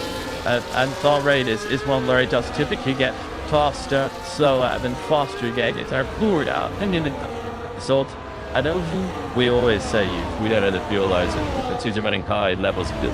Why do the big teams just run the nail 50 gears? Why don't they do this? Couple of reasons. One, there's an element of not showing more hands. It's becoming less and less, I would say, over the years. But there is a kind of a historic trend that teams like Ferrari, for example, not too much, at the end of testing them, their direct competitors, that then, you change team principle and it could all change. But it is not showing your hand. Surely everyone's hand is just shown. By the time we broadcast 3 days of recoveries, if you stop at the pit lane, the cameras are on. If the engine kind of blows over and blows up, the cameras are on. Everyone's here, you get everyone else. So your hand is just open. Is the whole thing open-handed? You have 3/10. If you are 3/10 top pole, you're in for a top season. If you land an arson, actually happened historically. And to actually, even by just putting some sensors on the car, even if you run a equivalent into qualifying, what essentially sandbagging compared to where you would be in Australia. So you don't actually have to do much these days with the field. The last week 1.3 the sec last year. So 3/10 is actually about 4. Week 4/10. You don't have to do much intentionally to clear in your run plans. Kind of sandbag without even sandbagging.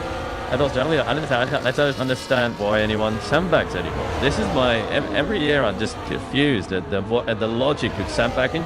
It's Ferrari now. Check goes up and did a 129.2, and they're a second and a half quicker than just happened. What are Red Bull going to do about it? They're going to try harder because they see the Ferrari at the road. What does that actually mean? One of the greatest debates you could in Formula 1 because I've had a variety of team races, a sort of variety of strategies, and I've had people give very impassioned, very logical arguments on both sides of this. As to why, Fred, for example, is always say, we should just focus on ourselves. Make sure we get the most representative data, but other team principles. It will be like, we don't want to show our hand because, actually even this car, for example, isn't the car that we're going to bring to Melbourne. This is our rollout car. So, the next thing is, 50 kilos of fuel is a silly number of fuel. It's a silly weight of fuel. You did run 50 kilos of fuel again attached halfway through a Green 3 for a lap. So you always clarify on 5 kilos of fuel. So all this testing work, why don't they test on the fuel that they're going to quantify, which is what they do all the way through practice? I love the outspeed. Back in the day, 2014 must be it.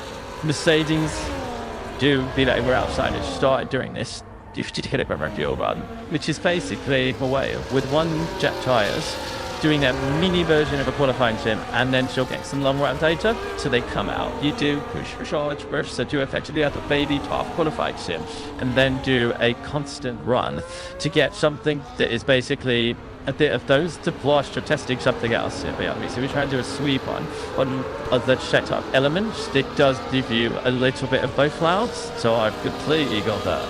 If you need 50 kilos of fuel to do the run, you need to fit in 50 kilos of fuel. If you're going to do a long run, but for the amount we've got Danny in the garage. He's just done a GF 5 lap run with way more than 75 laps worth of fuel and plugged this in. I need to see what's going on then. So now, for example, they're going to be doing a front shrug sweep, and they're trying to do a back-to-back test to try and get some kind of line. Why do it on 50 kilos? Why not do it on 10 kilos? And it will tend to be very short. A big one, but 8 kilos. Giving us all they're doing. He's about, right? He could be about, I would say he's about, and I found him on each side of this side. 60 kilos is actually quite representative because there's not 3T qualifying, it's the point for the Grand Prix distance. And you've got to extrapolate how the car's going to perform, not just on the lightest fuelers, but also on the heaviest fuelers. So if you're mucking about with your suspension settings or something like that, you need to know how the car is going to be doing when it's sitting on 50 kilos of fuel plus a driver weight, not just 10 kilos, where the car will be sitting maybe slightly higher, performing slightly different aerodynamically, and the whole dynamic of the car may be slightly different. There's a difference of 40 or 50 kilos in the 10. Okay, so why then do you get to a Friday of a race weekend and everyone is dropping down to more sensible fuel loads, and then Saturday morning is running out? Then they are just focused on qualifying, because you can't do these kind of tests. So like something like that, so like a front push rod sweep board, it's a Bodywork, big rough stews, and prepare it back. So feel that how why they sit back it's tests like that are just not possible to do in and out of session. So I think that it allows you to basically do a qualifying energy deployment sim and something like the clubs and stuff. I get it. I think that not all team instances are like the same, but I think it's very clear that in Harbour F1 team, no 50 kilogram runs. Where's your waiting rates through the first lap to the last lap? There'll be no substitutes, but I think Jordan here, of course. So much sponsorship at the end of day much. This is actually what teams used to do. They've taken the fuel out, do a sponsorship run, and in fact, we used to not get GPS in testing, and when we used to go testing around Barcelona, if you wanted to look good, you just used to cut the chicane at the back.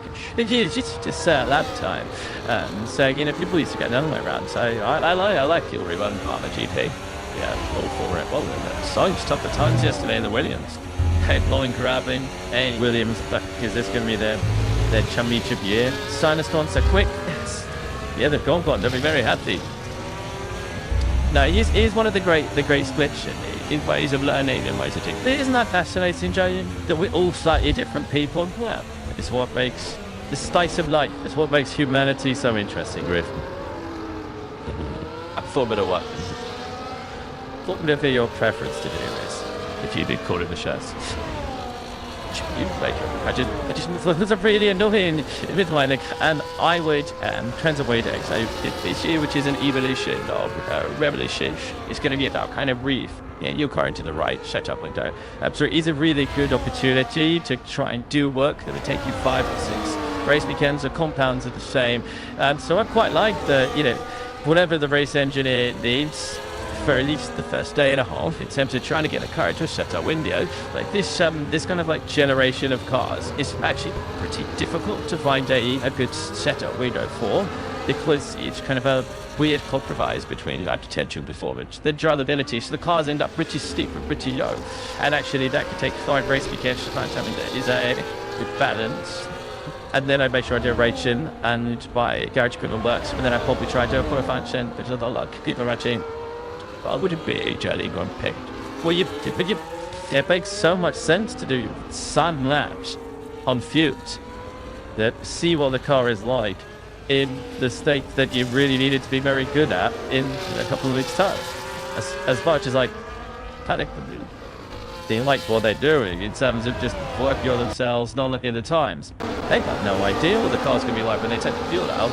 They can assume because it's nicely balanced on the high fuel that it will be the same. The car can handle slightly differently. When you take the fuel out, it starts, you're getting a lot more energy through the brakes, through the tyres as well. And they don't know that yet because they're just methodically going to be on them on the long runs. Spice of luck, Jolene. Spice of luck. Keeps the injuries, he's like it is a fair point, but that's what I really like about the Grand Prix days for testing, is that you are forced to choose between different items. So I think you see at least one day of just setup work.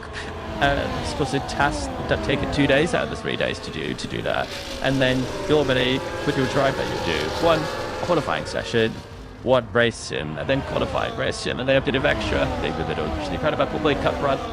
That's when they get to that point. But yep, one day sets up, one day great shot. But we should be thankful that they took the cars close to the chest, because it means that we still don't know what's going to happen. We're on day 3 as Verstappen comes through and gets a C3 time off the board, Alex. 6 tenths down on Leclerc, V Antonelli, in almost a dead Hickston. To be honest, I was loving this to think about how it should run. But I 13 for winning lap takes. What do you do? I'd be running underweight and cutting the chicanes. So I thought about it. I think my organisation's going to be higher in the table to continue the front, to be honest. Then there must be an element of teams not wanting to look too good in pre-season. So you'd end up like Wally's at the first race, where you've just annihilated the field in pre-season. You're off second up the road. It's going to be the next Pro and GP story. And then actually you're suddenly getting points. So it's been about managing expectations. So I think we've got quite a good example of this, managing expectations between Charles and Max's their fastest lap. So you see, Charles is on that 30.8, Max's is 6 cents off. And the majority of that time that is not with Max, for example, is in the high speed. Now, Max is very, very good at high speed corners. So I would infer, which is quite the easy word we use in engineering, we don't really know Gausa, and that the Red Bull is running heavier than the Ferrari. Is Red Bull like to keep their cards closer to their apps, and then Ferrari keep doing it. So to me, but and that's what I think we stop teaching racing drivers to speak engineer, because you'll tell them all of the secrets and they'll know what we're talking about. And then we like have jokes. You'd still have jokes. Yeah, so the difference in those two, they're pretty similar. About 3 tenths on the straight, so the Ferrari's pushing more at the straight, and then the kind of the medium high speed sections. So I think the Red Bulls were clear that now done Ferrari. There's the analysis with the first 45 minutes about to be completed on this final day. He is making use of all the on-track time. Isaac Hadjar found out in Qatar that he was going to be promoted to Formula 1. They runner-up in the Formula 2 Championship, the season finale. A battle where they were so close on points that Hadjar didn't leave the line, and the battle was over the moment that the 5 red lights went out. Gabriel Bortoleto going on to take that title. He had a calmer day yesterday. That car looked a handful out of the depths on day number 1. You see the floaters still on the right hand side. Yes, I related the race engineer that you would have heard with the fans-based team, now known as Racing Dogs. You would have heard plenty of times on the radio. Has another new challenger to try and get to 41 points, which is always the aim for what has been traditionally ripped from his junior team, with many Peter's favourite livery in the field being adored with some flavours. It's a great liver is then, and it's great flavours. Everyone must play structure. And you used to have a kind of a see-through one that you could only see with a black light when it came back into the garage. So you couldn't spy what other people say. People may be running the flavours so you can't even see. Teo did that. So I'm really curious as to why more people aren't doing it, because it used to what teachers do. They from that sort of invisible dot, you could just see if you were really close to the car in the field loads. But then it come in, you see the lights come out, and you can see the patties emerge, and then they take the photos of its end of that space. When you see runs like this, we've had single high-quality cameras. We've just had a great view of the airflow of question technology here right off the side told on the racing door. Well, they've been advertising that, essentially. And I don't really understand why teams have gone to this very public sort of flavors. I mean, I love it, I love the playing code. But how easy is that to replicate for anyone else? Bearing in mind, we can't see the underside of the car, so you don't know where, you can see where the air's going, you don't know what it's then doing underneath. There's also the intricacies of the parts in front as well, the exact angle, the measurements of the front wing, and the your radiators and your side part leading edges and everything. It's one thing seeing it, but to actually replicate that without a model is pretty difficult. So I had asked that exact question 2 years ago. I was told 2 reasons. The first one is it's not quite as good in terms of like the pictures quality that you get, and then the second reason, which is a logistical one, and is that in order to get the kind of pictures, now we're not allowed to close the garage doors and make the garage startling anymore. It's actually quite hard to get a picture, and the part that's just the last right off the time. So that answers the question on the invisible floaters. It's also Julian's question about how much can you clean as a rival team looking at the airflow over the bodywork using somebody else's flavors. All the new think that's true, because you do have your own wind tunnel models. You can replicate some of those shapes. Quite often the teams have got shapes in the wind tunnel and models in the wind tunnel that look incredibly like another team's car. Not that they're trying to copy it, they're just exploring those same concepts. What happens is there'll be an engineer, to be quite a junior one at the team, will then be sitting, studying this footage, or studying photographs that have been taken by the side of the track. It's routine employed by photographers, the individuals, at them to be studying these pictures and then writing up a report and making suggestions of what could be inserted or what can be learned from these photos. And some of the things you can learn isn't just exactly what each individual bit of airflow is doing. The overall concept of what they're trying to do with their flow structure, and could it be learned from, and can they take inspiration from part of the work called Merca? There's some of these guys are talking quite similarly. So in the era of limited wind tunnel testing and CFD time, the teams are mocking up what a racing bull is like and running that as well, to an extent. Yeah, is there something really interesting that they see? So I've got some bits of wind tunnel models up in the loft, and I've got some pictures of other teams' wind tunnel models a few years back. You may remember when Lotus ran that 20 from, you know about the 2014-ish era now. Yeah, 5 other teams saw it and went and ran their own versions, evaluated that concept, and went, nah, didn't really work across it, and nobody else ran it. But that's what you tend to see. A team will see an idea around another team's car, even the McLaren front suspension with its slightly odd positioning in a few situations. They may go to the wood and they get their own suspension just to see, are we getting a gain from this? Can we do something with this? Most of the time, it doesn't work for us, it doesn't work with our concept. But sometimes they do learn from each other. And that's why all of the cars are beginning to sort of coalesce around the same Red Bull-ish design concept. A great example, McLaren is actually a terrible example of this, but when you look at the Red Bull leading edge of the side pod, the stuff for tuning out direction, they slit type skirt of inlet, the racing dealers dot, the Mercedes has now adopted, and Sauber has been playing around with that leading upper edge, but they haven't got the same ducting layout as Red Bull is known for. But they're all being inspired by Red Bull, looking at those photos and copying the overall idea, but not the teaser. Sam comments loft. You imagine again the tech. The tech. Sam comments house. It sounds like a show. But in there, I've seen all of these pictures for the years. Yeah, all connected by. And Flowers-Hing, Toy Detective. Have you ever got ladies on here? It's so it stains. It doesn't get out. See that you can always help with the check area. because they usually, senior engineer, but they're always the ones that are like slightly neon. And obviously, we've reused tin kits. Even when you put your tin kit through the laundry, your truck area will inevitably absolutely startles of neon on them, because you have to pressurize the kind of the paint can really before you spray it. I mean, if you pressurize it too much, it will explode all over you. And then usually the mechanics shout at you because you've sprayed neon chewed all over their lovely floor. But it happens more often than you would think. It's Barretto with our team, isn't it? Too close to the flow of this. That was actually really funny, Charlie. Something like that. The team was included. Producer Joe talking about pressurizing something that are particles. Joe on a Dreamcaster. I didn't pay attention during physics. The ionization of the particles.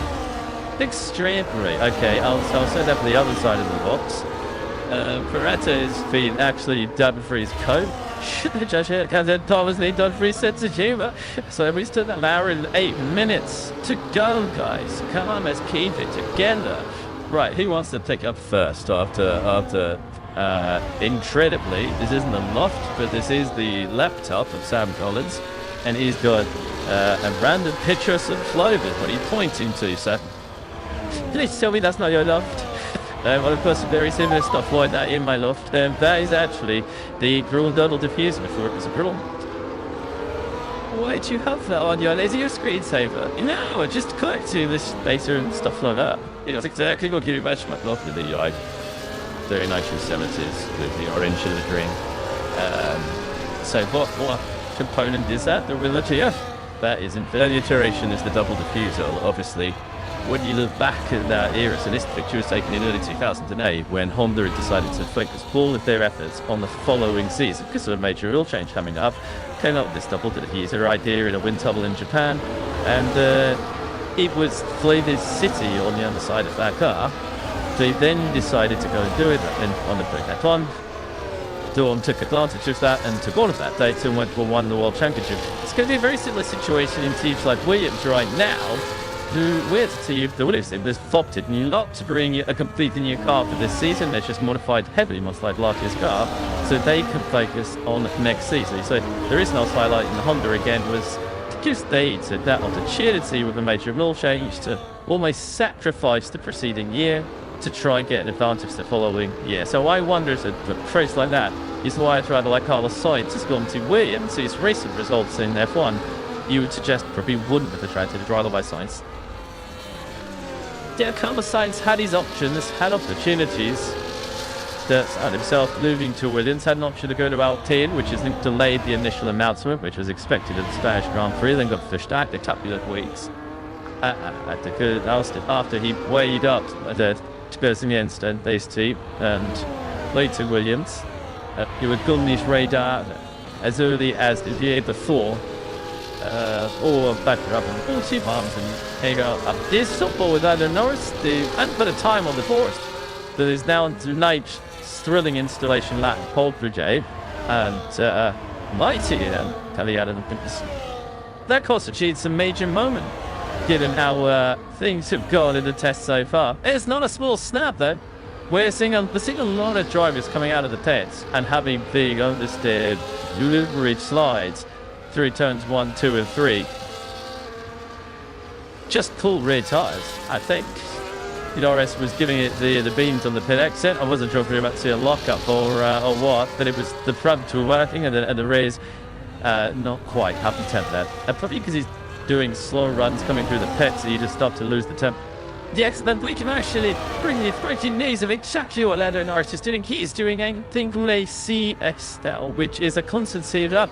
He's basically doing the pathetically control the ECU on the car, and you do a fixed speed, in this case 240 kph for wind tunnel relation. It is not exactly what racing drivers love doing. They complain a lot about them, but it is very, very important data to correlate your wind tunnel at home, and this is pretty much your opportunity to do it. So you probably something like a flat adjust to say you basically do a bunch of different track things, come in.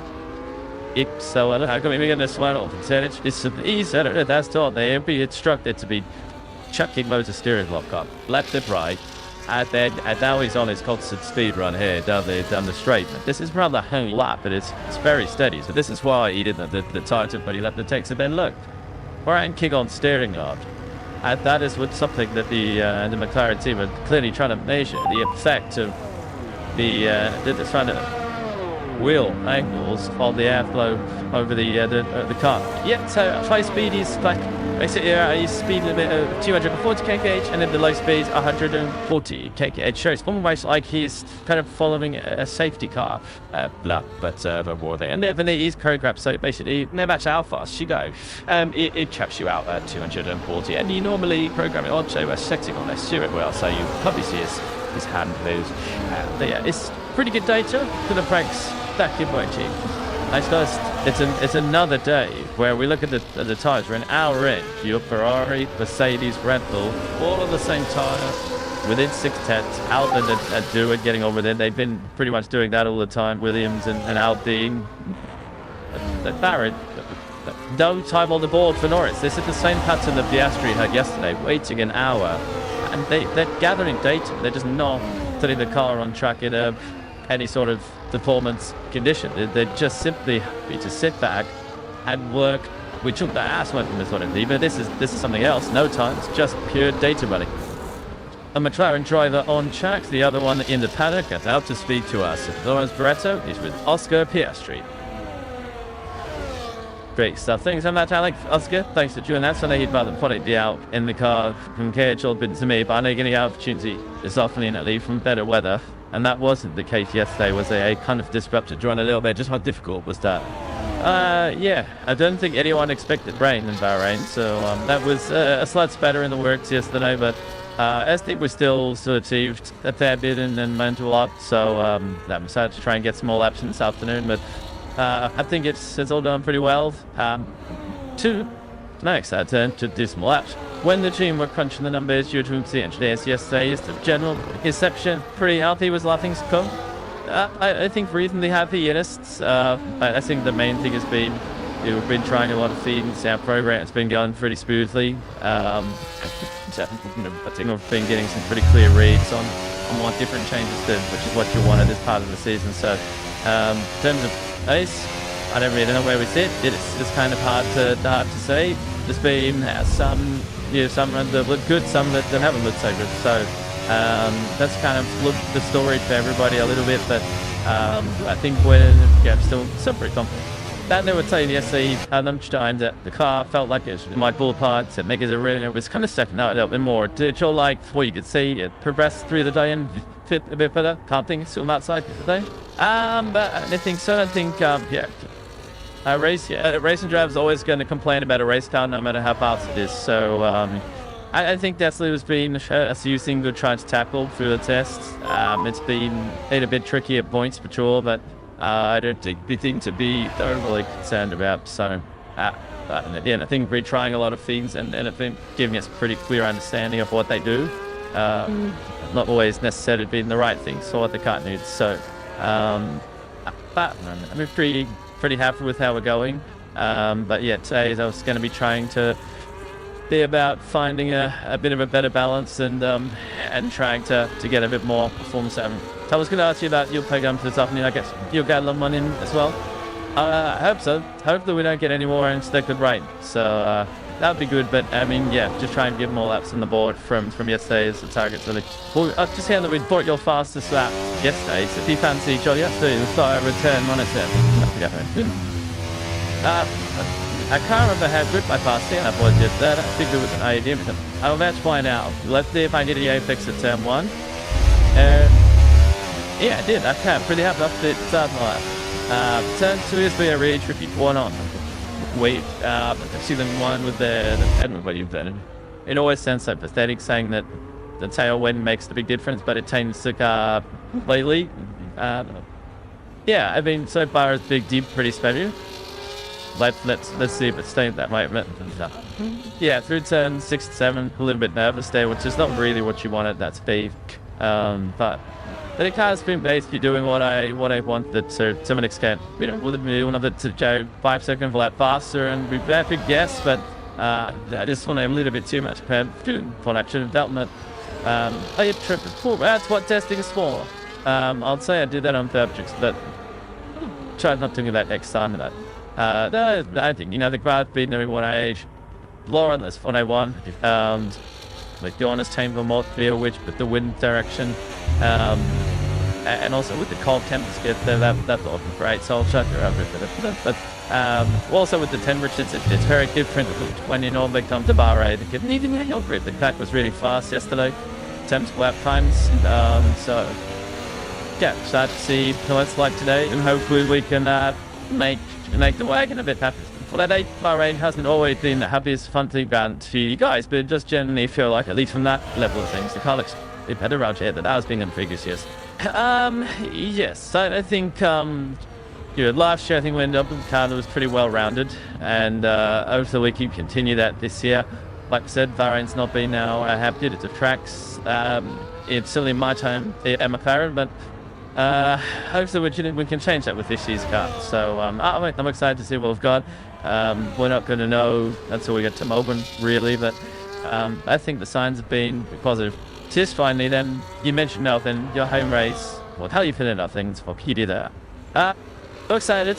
It's always nice to go home and race at home. I think having it as a season opener is how I remember it as a kid, and it adds a nice little bit of anticipation to the start of the season. So I'm sure the crowd will love it. But I'm excited to go back, and I'm excited to go back with hopefully a car that can try and be at the front. So this includes most I always joked that I tried to get to F1, so I got an extra week at home. We said no, get so I really look forward to it. Well, enjoy it. Wish you all the best for that weekend. Don't miss out that to comes. Thank you very much. And Lawrence Doretto, thumbs up to the original football judge tonight. Thumbs up to all releasing the car back onto the circuit. That is Norris going back out there, having been this constant speed test so far. I can tell you that wind is picking up, according to the Tour Racing Board's radio to this man. We're trying to get downstairs to the pit lane, and Laura Winter. That's Alex Jason. It's picking up. I'm going by the Bernie Collins barometer of how much my hair is blowing in the wind. If I stand this way, we're okay. If I sit that way, the audience mistakes. Luckily, we're alright for now. I've come down to the garage though. There's a hatch, and obviously we saw Ollie Behrman out on track earlier on. You can see him in the back of the garage there, next to his father. He's been out of the car now for some time, as we saw Bodywork literally ripped off the car. The Yachi mechanics during what should have relatively be able to looking well to repair what is very much a mechanic failure to this car, and whether that was just pressure underneath the bodywork actually basically just ripping it off. And look what to see. Alia Canacho, interestingly, is actually got down from the pit wall, and he is fully embracing what the mechanics are doing. He's been shifting here. He's been bent down with the mechanic and right in there, getting into the action and seeing what he can do to help. And lots being done to this hatch car. And it's very much a car that they felt, if encouraged in what they've seen over the winter, would be a massive boost from day one. Look at what we saw from last season. But they've had an interesting test, definitely running different plans and different run plans to that entries from other teams so far, not lighting up the timing sheets with any big fast laps. But this invaluable time that Ollie Behrman is currently missing out on track. This the scene in the garage of the mechanics trying to fix it. That's really interesting stuff for down in the Haas garage. The highlight to see though is what it is the mechanics are trying to fix. Our trackside cameras picked up some really lovely footage here of the Haas in a little bit of early on, and this is the problem that they are trying to fix. That's an order to draw your attention to here. It's the big crack in the side pod. Chad Behrman carried on TikTok sleeve. Actually, that damage would have got a lot worse. Having gone back through my pictures as well, I can tell you it was the other side of the Haas, the right-hand side, so I thought the tails during their shakedown running. But as you go through the corner, we can take a little bit, or some of the components that may have failed. You can see further forwards on the car, those dots and those streaks, they're all in place. Some of them look a little bit displaced, but everybody went through top last day. So I don't think it will all sting the trouble. I think it is an inherent problem with the Haas. Now, the next thing I thought to draw your attention to, there's a lot to talk about on this. is the design and the manufacture of the bodywork. Now, every team wants to make the bodywork as light as possible, and you can see here a sort of brown color underneath the white paint and the black outer skin calls that as bodywork. Well, the black outer skin, that's carbon fiber. You can see that pretty clearly higher up here on the car, on the sponsors logo. That's to go very first. Higher up on the car, on the sponsors logo, you can see that carbon fiber weave. But inside that carbon fiber weave, so because that's just an outer skin, on the inside of that weave, there's that brown stuff. That's probably a Kevlar honeycomb. I'm pretty sure it is Kevlar, actually. The distinct stuff that bulletproof vests are made out of, that actually just erase it a different way. And then on the inside of that, you'll have another skin of carbon fiber. How those skins of carbon fiber and how that Kevlar honeycomb is erased has a big impact on the strength and the weight of that bodywork. And that, it makes a real difference to how the car is designed. If you make it too light, then things like this can happen. But as it comes further through the corner, you can see what I was talking about a little bit there. You can see how the air is going through the bodyworks are coming in through, so that's pretty the coolest. And then you can see under those big sort of brick door key rear engine covers, there's absolutely nothing. You can see straight out the back alongside the exhaust. So underneath these cars, these big bodywork, it's all completely empty. It's all to do with the aerodynamics. If we take another angle of the car coming through the corner, this is a little bit earlier on, as the car goes through a right-hand corner here, we can see how that airflow is being managed underneath that bodywork, that big hole. So as we get side on, we'll get a nice little view of the air intake going into the engine's combustion area. So you can see here, this is the main intake for the V6 Ferrari engine in the back of the house. But you can't see the V6 engine because of this big old aerodynamic cover that is channeling the heat and the airflow underneath the bodywork. Now, just the last thing I want to take a look at for you is if you just have a look underneath those cooling louvers at the front of the bodywork, just here, you can see a little air outlet underneath on the inner skin of the bodywork, just showing how detailed this sort of aerodynamic design that we don't normally get to see truly is. Like, it's always sexy to have to showing us that, though I'm pretty sure they didn't really want to, but it's nobody works out probably stated to that. Great to get quite literally under the stint of the Formula 1 cars of the 2025. You're on board with Alex Albon and into his short season with the Williams Formula 1 team. Basically, turn forward as wide as possible. You know, he's some of the left on the C2 tyre. You see the white walls, hard compounded tyre officially reached C2 compounds. It's very cheap, very tasty found through turn 8, where we have a little bit of contact yesterday. Do this about the birds. It's Oscar Piastrin. No major drama, so that points although as the twice power you coming out on turn 10. Heavy's turnaround, but I thoroughly enjoyed that sound step, but unfortunately he's more sharp the teeth. It stepped out for a moment. I loved it. That's why, if you're wondering why we're not going to be the X Grand Prix driver to compensate over the lunch, to why I do it, because that's our only option. Sam, do you want to finish the lap without a tailman? Well, yeah, he turns right and the Finnick goes down the straight. You show you to that's across the line. They might. Oh, hang on, it's flipping on brakes. 75 meters. This is the apex curb. It's slight correction on the exit. Running the curb nicely. The winner was looking flaunted, really. On traction and plus the 1.3 seconds down the ground. Good seeing that then. 4 rounds. We had the 15-inch length annual company. That's all we did. Welcome property. Back into its own. I wish they were actually sitting because as a catch, I'm getting another update from the Willies. Can take the drivers around this circuit and move back to potentially lead stop. More out of temp. Jokes aside, that last coming of Willies, that's kind of exactly. And I've been we see it all the way through with so many of the cars. Tiny corrections at the apex of quarters, whether it's understeer or oversteer, it seems to be wind dependent rather than car dependent at the moment, because most of the teams are finding the same issues in the same corner. And this is a C2 tyre for Albon, so it's the medium tyre for when we come back. It's harder than the tyres that everyone else inside. There's rabbits, the harder end of where anyone's running anyway. And still the car looked pretty good. Anyone just squeezed on the gas on the exit. That was the second lap on that set of tyres as well. Again, all of the cars are in a very decent shape heading into this year. Alex Albon, you've chained back at 2 ticks. They'll turn 13, he's currently out, and we join him now. His way past our camera. We appreciated him joining us in commentary yesterday. In a cheeky British, enjoying live here with the team and seeing the opportunity of having Carlos Sainz as a teammate, proven winner as a teammate. Let's head downstairs. Toss a moment with Valtteri Bottas to Laura Woodson. Thank you very much. We're just waiting. Sunday down the Williams advantage.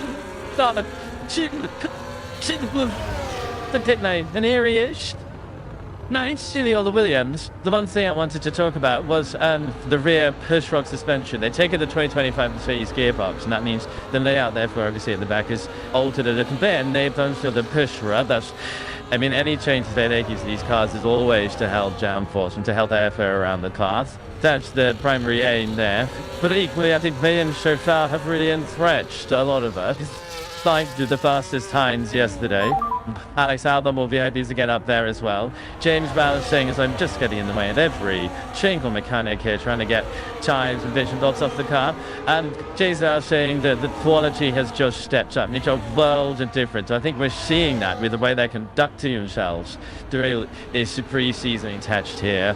You can see some work being done there to the rear of the car actually as well. But the Williams is going to be a fascinating year to see if it can leapfrog from the P9s from last season up to, the chance to me. Look, P6 to go there. The best direction area alongside maybe out there to Norton, who knows?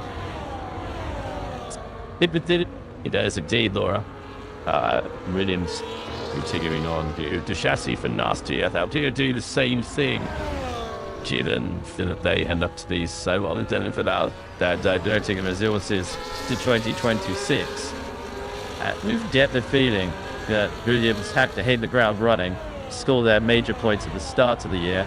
It's all the teams developed the slightly more aggressive cars, slightly more altered cars is essential to with Jack Dirties to be aimed all the pit lane. You made encouraging times for Williams' team trying to return to the board. Where it is this one.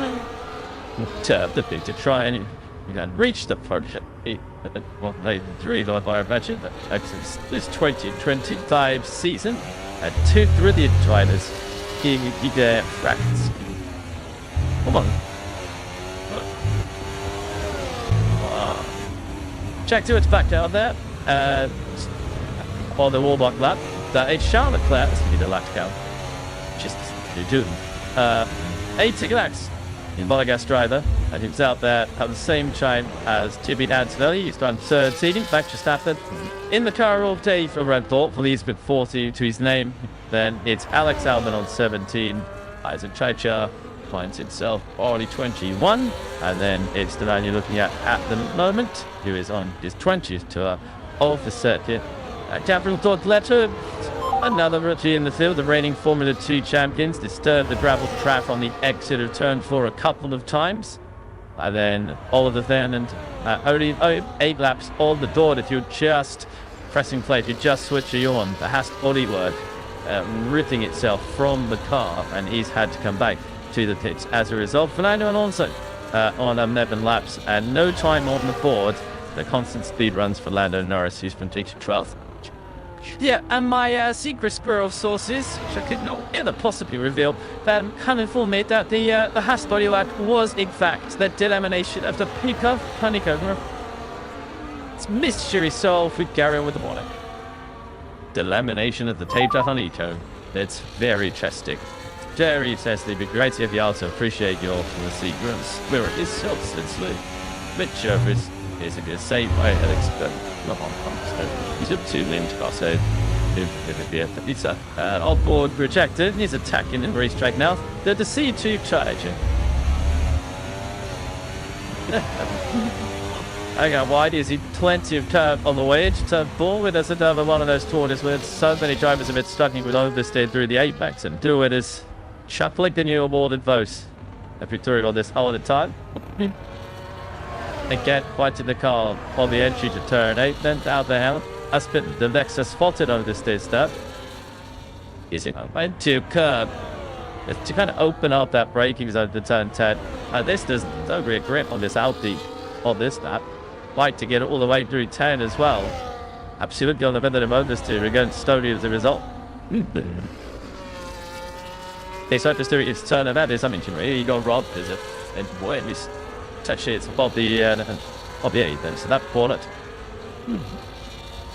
It's in my love it here, yeah, you can just see Jack just tagging all to it through the alternate corner. 1 to go. Circuit joined out, but on the same tire, they had a couple of laps to go. But actually, they need tiny final corner, but definitely boost at the rear. To do with that, or the Tig 2 tire. And it looks like a tire that's past its best, and its best was great anyway. Tennessee, you really feel check here. Well, that C2's that was quick as the C3. So, can you mention what? Join this lap, Christmas morning. I ate out of you're the one who doesn't like Christmas music. It's sad. You might love Christmas. The no Christmas music. Yeah, so Christmas in total silence. Yeah, sad. You love it. Yeah, the active button. Oh. Sometimes the C2 is quicker to the C3 Australia of Harmon. Barcelona 60 laps in 2018. 60 laps into it, but C2 probably will be fast to the extension. I go ask you must give us your look back at history with C2 was quicker than the C3. Well, my gentlemen is sure of you back in time. And yeah, there was a fantastic qualifying session back in 2018. Barcelona Grand Prix had 3 compounds on track, and no team had any idea of which, I mean, we called them soft super soft, soft and medium, which was faster. Everyone was running different compounds, and the great conclusion from that session was at the end, everyone still didn't know. And going into Q2, people basically just used what they had left. It was a funny old time that time, back in the day. When Mr. Charles Leclerc, obviously now running in his red Ferrari, was driving in his rookie year for Sauber, where he was my junior driver. Driver and engineer strategy briefings must have been a riot behind the scenes. If this is the honest line, there were commentary odds. Nice history lesson there. Appreciate that. Ruth Dusty Diving joining us on the final day of the test. Which glamorous F1 HQ? Well, it isn't actually crazy because we come back quite a bit later this year in the season to Bahrain, and actually you do sometimes guess an RVX, like even in qualifying, the softer compound is not significantly faster than the harder compound because you're overloading the chassis, even though it's faster at the start than that. It can kind of jump off in sector 3. The classic historic example of that is somewhere like Suzuka, where actually sometimes they drive the option, the soft and medium, and can be car sport even, it could be dominated. So, yeah, sorry, Johnny, I'm not accepting that. Well, actually, the Spanish Grand Prix in 2018, Cole was set on the C3 tyre stuff. Yeah, by Keith, I was knocked out by then. My time was yeah, exactly. Thank you, what? Loads of bounties, well, we never really argue it. I did, yes. But first, I want to hear from Laura Winter. He's down in the at Mercedes. Thanks, Jake. She's been batting pretty well so far this morning. Kimmy Ann saying, I think the last time I checked, he was P2, and not how many laps he's nice to complete. But as I was walking down the pit lane, Freud William, they're heading up to Red Bull actually, because they've got a new nose, which I'm going to take a closer look at. This is to see in the green shirt and the shadies, These are, I'd like to call them the screens of doom. I don't think it's that dramatic, but they are screens that are pulled across the front.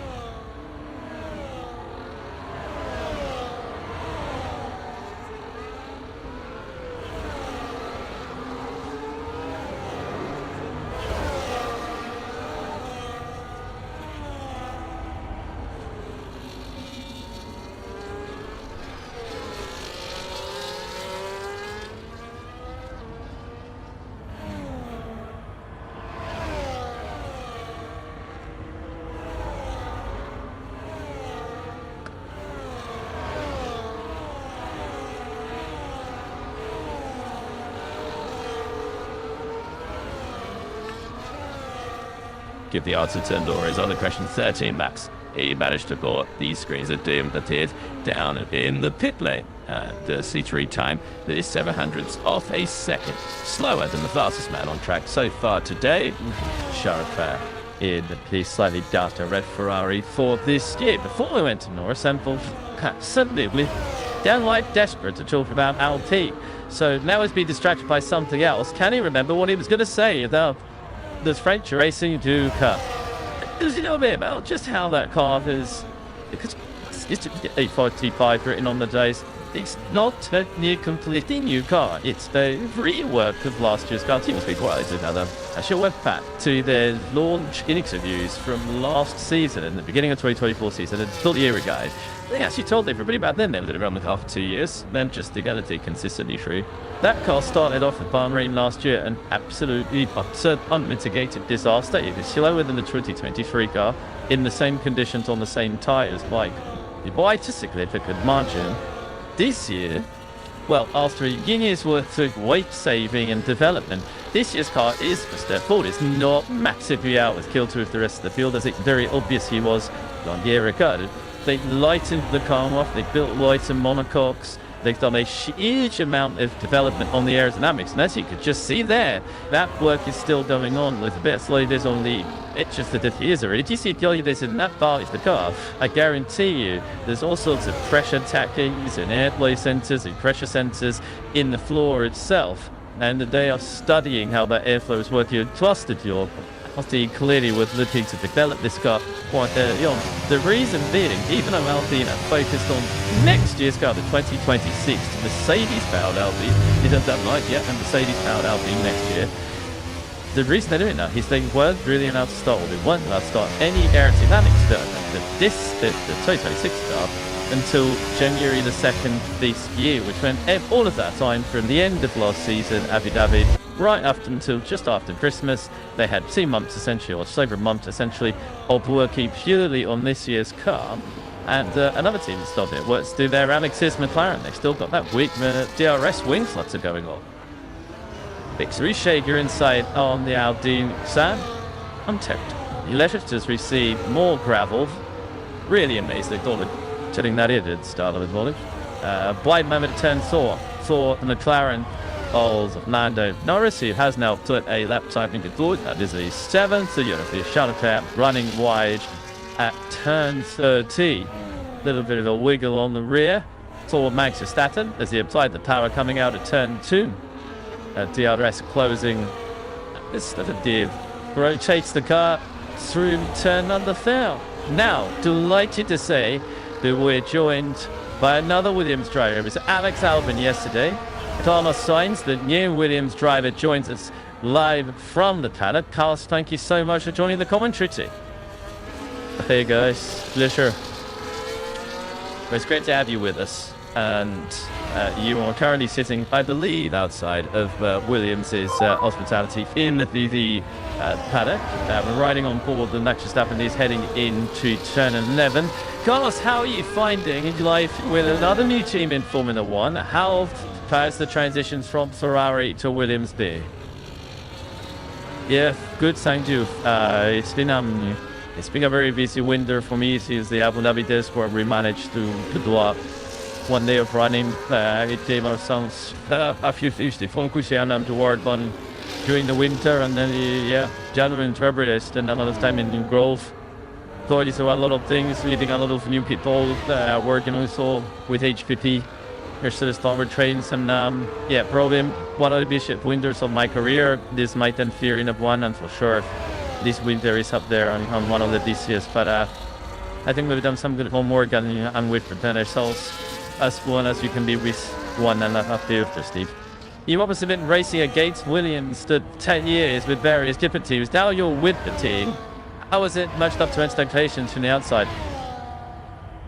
I think the team definitely from the beginning surprised me in Abu Dhabi. First of all, I've done quite good with a car in Abu Dhabi already, and then I saw a team full of motivation, full of driving on doing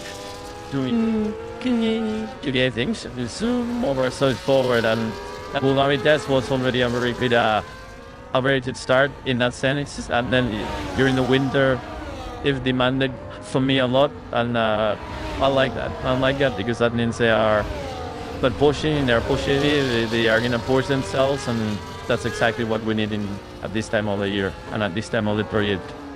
We're looking at your teammate on track at the moment, Solas. How he found working with Alex? He was speaking glowingly of your impact and the fact at the factory yesterday when he was speaking to us.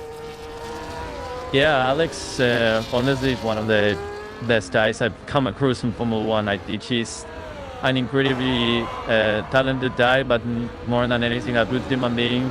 And you can tell she's in this part with Williams, where he's trying to bring this team up to the top. The feedback that he gives, the feedback that he's given me about the team, the car, the way he's helping me also understand it.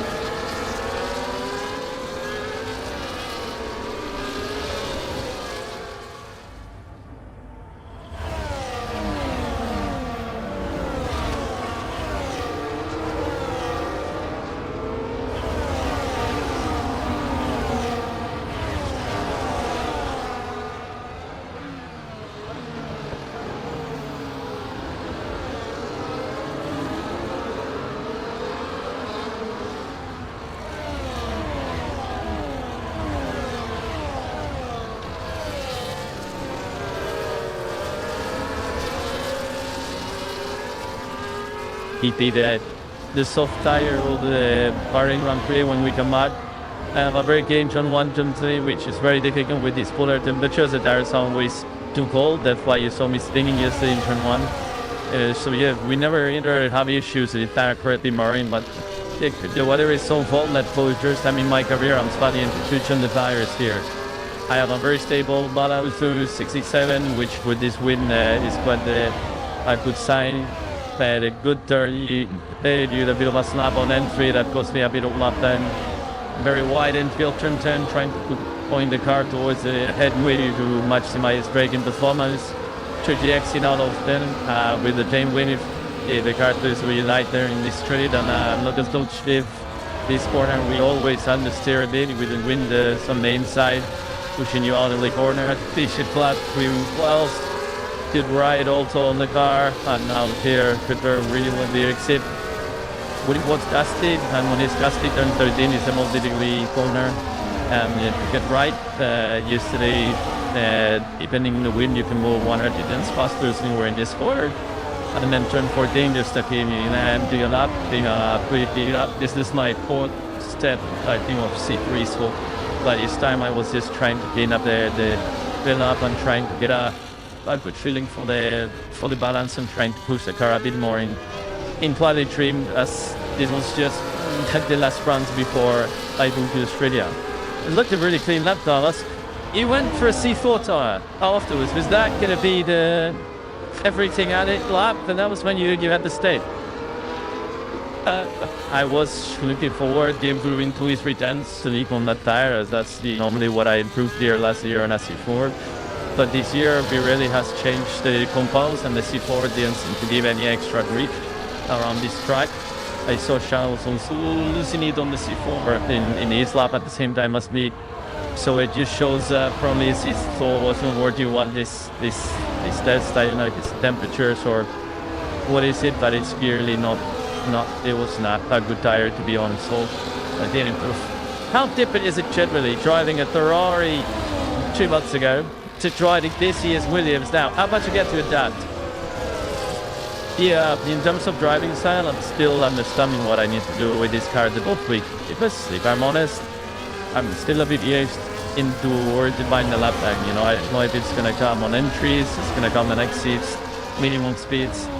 I mean, that's why yesterday's lap was important for me to understand is, you know, where is the lap time coming from, you know, I feel like, yeah, when I push it, I can get to a decent level, but I still don't know where the last 2 tenths of the car are, and this is what I will need to discover during the first 5-6 races, as I put more soft tires in the car to try and understand, yeah, where's the lap time wanna come from in this spot.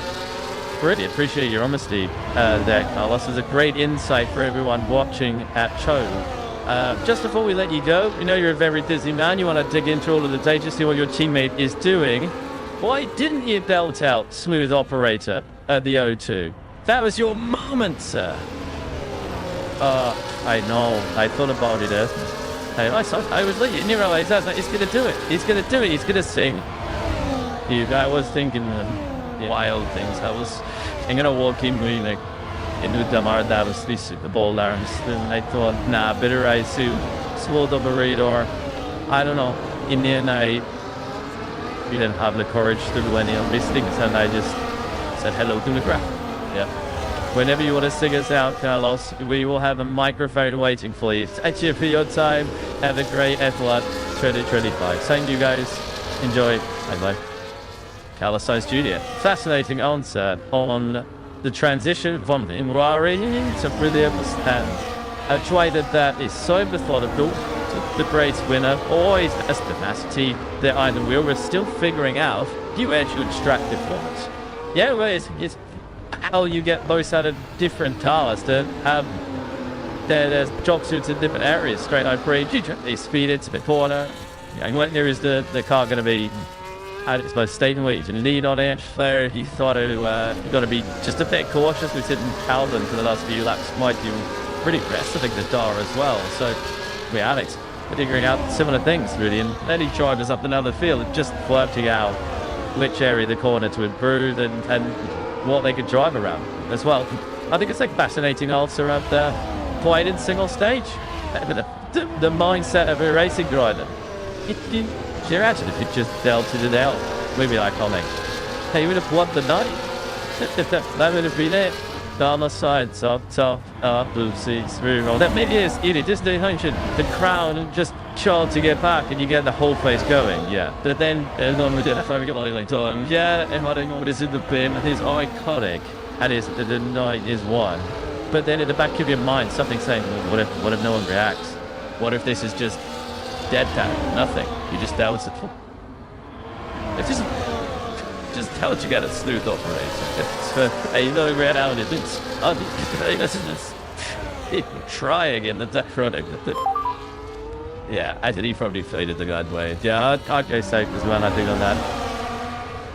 Everyone knows the headline actor that I remember was James Owls anyway.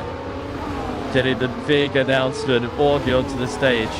There's that 20 seconds to go for the big stage. Still, let's to the point where we started broadcasting that. Right, let's get an update to the pit lane with Ulrich Whitson.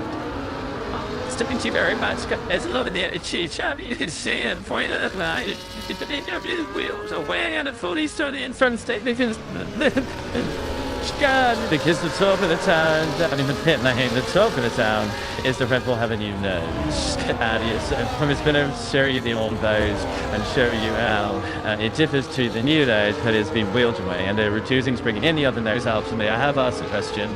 But fundamentally, where the old nose attached to the main vein is not really convenient. There is now judgment at the very bottom, at the very front of it. So there's now a gap underneath the nose. If you can visualize it, I have been told though, the new nose is going to climb the car stripping point to defeat.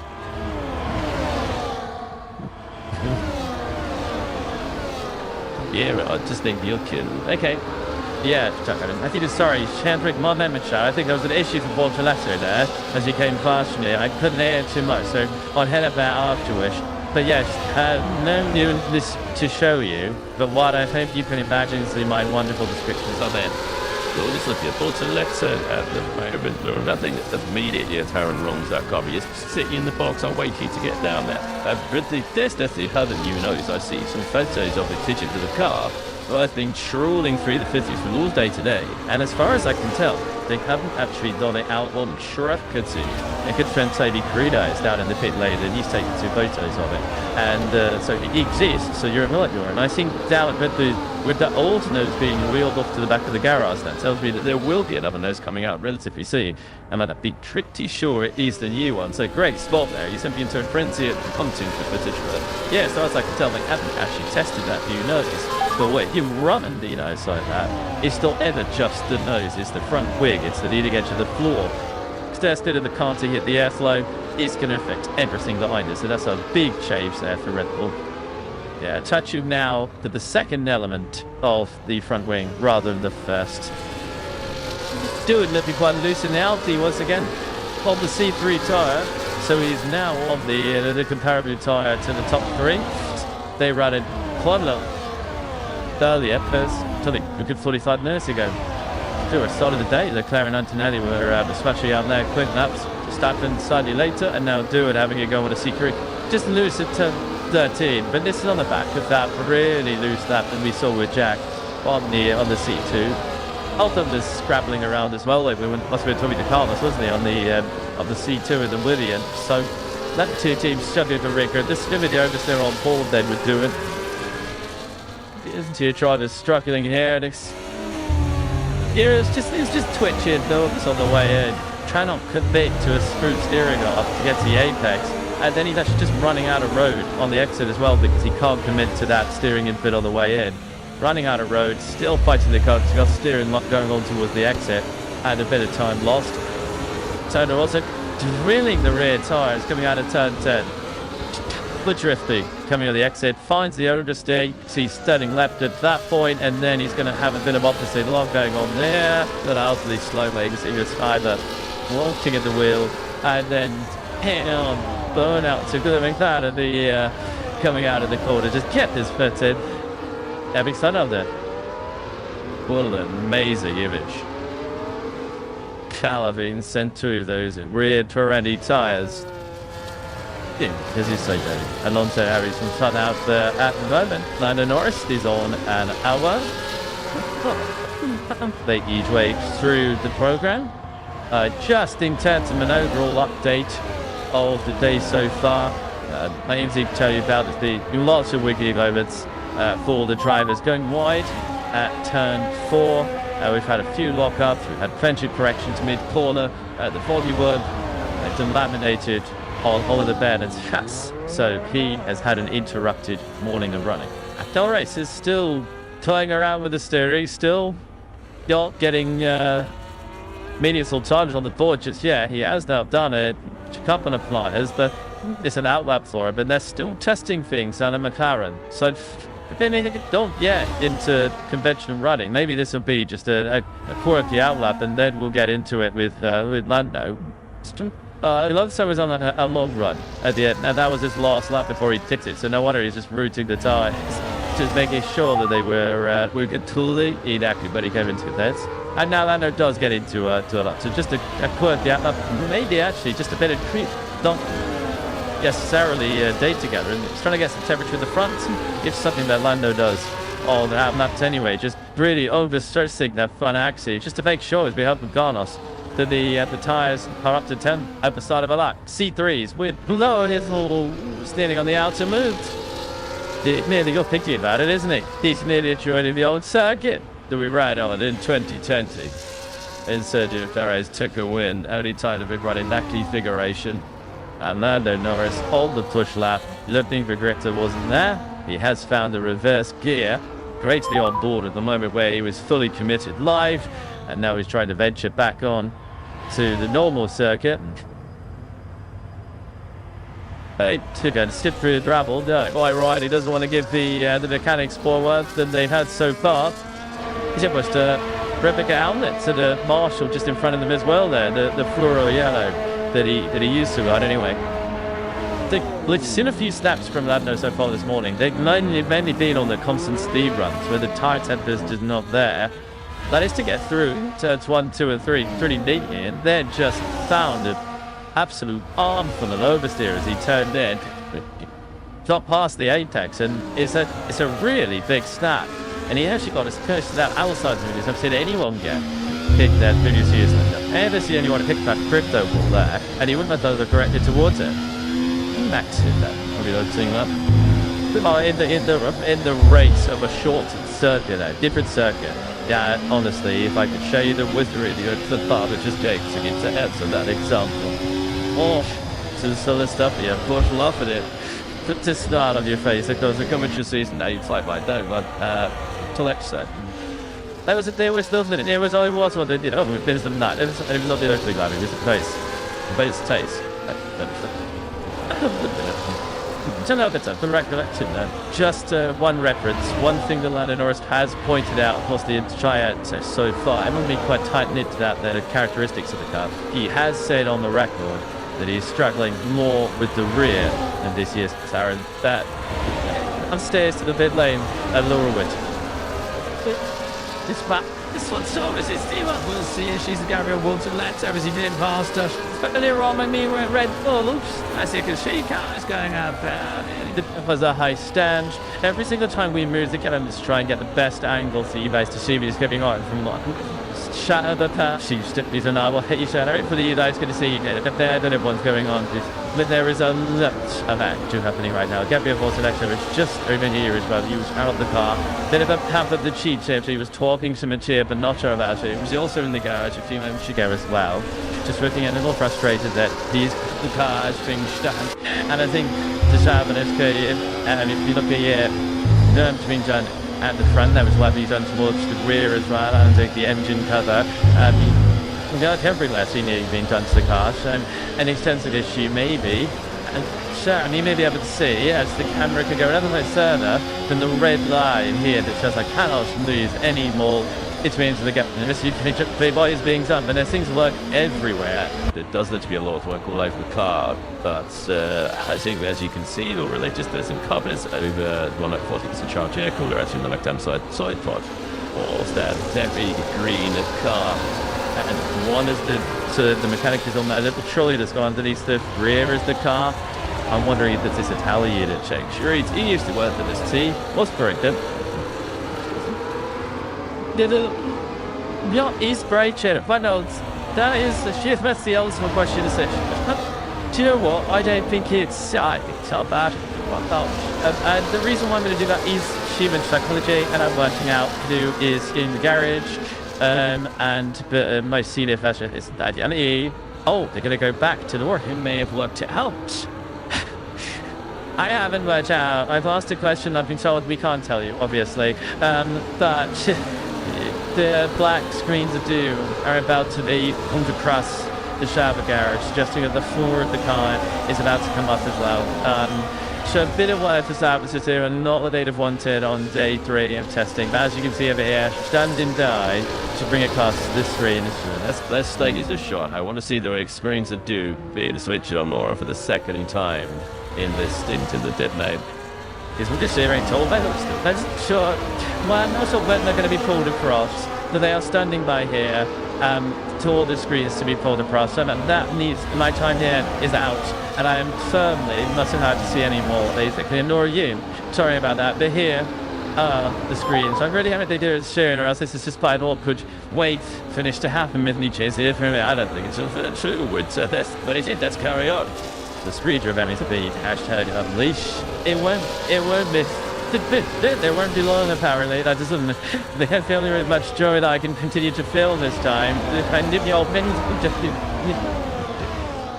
The movement of the screens. It's like they're teasing me now. They're teasing me. Speed up instead of air. Wildly struggling to move away. I was listening a little bit there. You know, quicker take that. Thank you, Laura. Appreciate it. Right. So, Laura there was actually subject to a regulation, which means that the guys there are physically not allowed to pull either until a certain part of the floor has come up. Which is rather weird, but yeah, it's actually like a bit of a military operation you have to do in order before you can close the screens, because you get in a lot of trouble if you close them even if put too soon. I genuinely like that wind update, because we've just seen Norris on a decent lap, and he's also had a Duran-esque slide coming through turn 13 and a board to it. You know, Laura, if you're still there, still waiting for, yes, over to her direction. I've been waiting for this a year. Is the wind update, please? Is it gusty? Okay, wind update. I can only pretty much go by my hair. Otherwise, no one come to me now. Look at this, the little gosh. There you go, the moment. Very it's a very shocking. But this obviously is especially what they want to see. And no one, what Britain, it's ultimate tip for people in this rookie season. But we have analysed knowing that the screens are being pulled across. So we had this hour out soon, and they're probably mid to 2 severe winds. If I can, come back out this way. This way is pretty good. Edge, sorry, I was just scared that way. There we are. And additionally, not good. But it's not too gusty at this end of the pit lane as things struggles. Maybe unpredictable gusts. That's all I have from the weather at the end of the pit lane. Thank you. It's lower, both or down in the airfield, like they're up the lower winter. Just as a little thing about the screens, the technical analysis on those screens, different teams have different design of screens to keep you from looking inside the garage. And some screens are more effective than others. I will say, Sauber screens are not the most effective because you can see through them and still see what they're doing on the car. And the cameramen aren't really able to do that, but sometimes they do. Thank you, Eggs. We appreciate your work down in the pit lane as well. Priest. Would you like to back up our colleague Laura Witter? And I often use my hair, just like Bernie did, as a strategic tool to work out just how dusty it was. And it was a tell. I had to stop here because I used to put my hair up as well, very interesting. It has picked up a little bit from this morning. Sick direction. Same direction, yeah. Maybe I was been watching Laura work. I've watched her, but yeah, when I put my hair into ponytail, it was bad. It meant I was scratching me into, so I stopped doing it. So yeah, which does look like the direction analysis from Laura Winter means Ollie Bennett is going to struggle into turn 13. It's one of the most exposed corners of the track. That's what I do with and Norris and other slides, and let's see, Babin throws. He laughs in their face. Laughs in the face of the day. So people don't do the old, you like the index finger and point to the air thing anymore, do they? Mind you, yeah, I'd like to see that back a bit more. It's bright 30, window excellent. Yeah, that, token up. You have the token out instead of just white trading. It's picking up, loose, swaying in the wind, it's windy and token has got, it's a storm. But, that's a little bit subplots. It's just sample is something about the type of street the teams had. And they've upgraded with the coach, you know. Pipes down there to the commentary lots of factor it right now. Okay, so there was an issue that turn 13, turn 11 didn't get it fine. They're probably bad. Yeah, not laughing in the face of the wind at 11. So that's where it's pushing into 11. And probably had a natural understeer balance that made didn't get round 11 very deeply, and had all out another way, around 10. Sort of full tour of the architecture down there. You got the support raised pit lane, then turn 10. That did 40 back to the William Remy Grosjean hit. This dramatic moment of this facility's history. Can I just do something during the agency and comment on the car's livery? Yes, because like Sharon Collins' livery rundown, and you show that it's just got away. But I absolutely love the roulette wheels on the wheel. So you slip all they are great. Wheel covers being roulette wheels up and south, so you want. Talk about week 2, interesting. Well, there's not going to be our week. Well, we might have, it's to near this because. And why wind does affect drivers. Obviously, you've got a driver here that has been affected by wind in the past. And the headwind makes your car go slower, but it actually helps with braking. Tailwind, so you're pushing you into braking, makes it harder. A crash wind, where the wind changes direction across a corner, is the worst of all kinds of wind. And then a gusty thing is harder for drivers because they can't predict what it will be. So a constant wind that you don't have a doubt where their braking point would change. And when it's gusty, the reason why drivers complain about that is because it's harder for them to guesstimate where the braking point is the wind is helping you, i.e. meaning you can brake later, or hinder you, meaning you have to brake Has wind torque picked up every year in Formula 1? I don't remember when has a point once you Formula 1. I don't remember David Hill getting on the radio with Williams to say, I've got a tailwind into turn 3. Yeah, you're absolutely right. It has picked up quite significantly. Back to the 90s, no one really talked about it. Then, I think then it comes to the period up to sort of tick up 6, 2007, 8, in particular, where the cars had the big sharp fins on. Those gigantic sharp things, which gave the car more stability in corners. It also led to like the giant sail on the back of the car. And forget about this, it was the 2008 Toyota, which had a really exploitative sharp thing. And then with Costco, this Barcelona would be a great example at the lower right-hand corner on the end of the valley. That saw cars really start to strengthen. And then from that point on, I think the regulations and the way the cars have become, just evolving towards what we have now, they just become increasingly sensitive in terms of crosswind sensitivity, head and tailwind sensitivity. But also, I think the development tools and the understanding, technology of understanding how the cars works is also improved.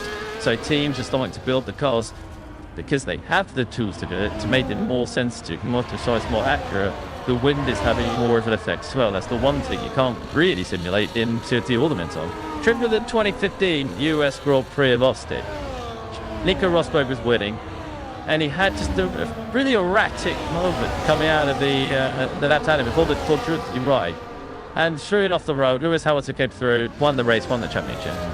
Afterwards, Nico said, "Oh, it was a gust of wind that caused it," and you just, oh, that's a bit of a flimsy excuse, isn't it? But actually, then I drove the year after, and I realised this is actually, I mean, they still have a good excuse. In the end, there's never going to be chucked when they had, okay, the old gust of wind again. So you can see it's got 4 legs. I just can't imagine that it wasn't affected. The intricacies of the cars 10 years before, in the noughties, the Schumacher, Ferraris, the McLaren, like that, the 2008 cars, the detail of that. It seems to be a little bit of a breeze, but they're making a huge difference on them. Yep, I fully agree. I think and convergent design aimed at the spread of our field is now the smallest it's ever been in our 75-year history, so 1.3%. So a gust of wind that takes up 0.2 when you're spread 3% like we were 7 years ago, or 7%. We have 7% rule coming in about 10 years ago, and makes a bigger difference proportionally.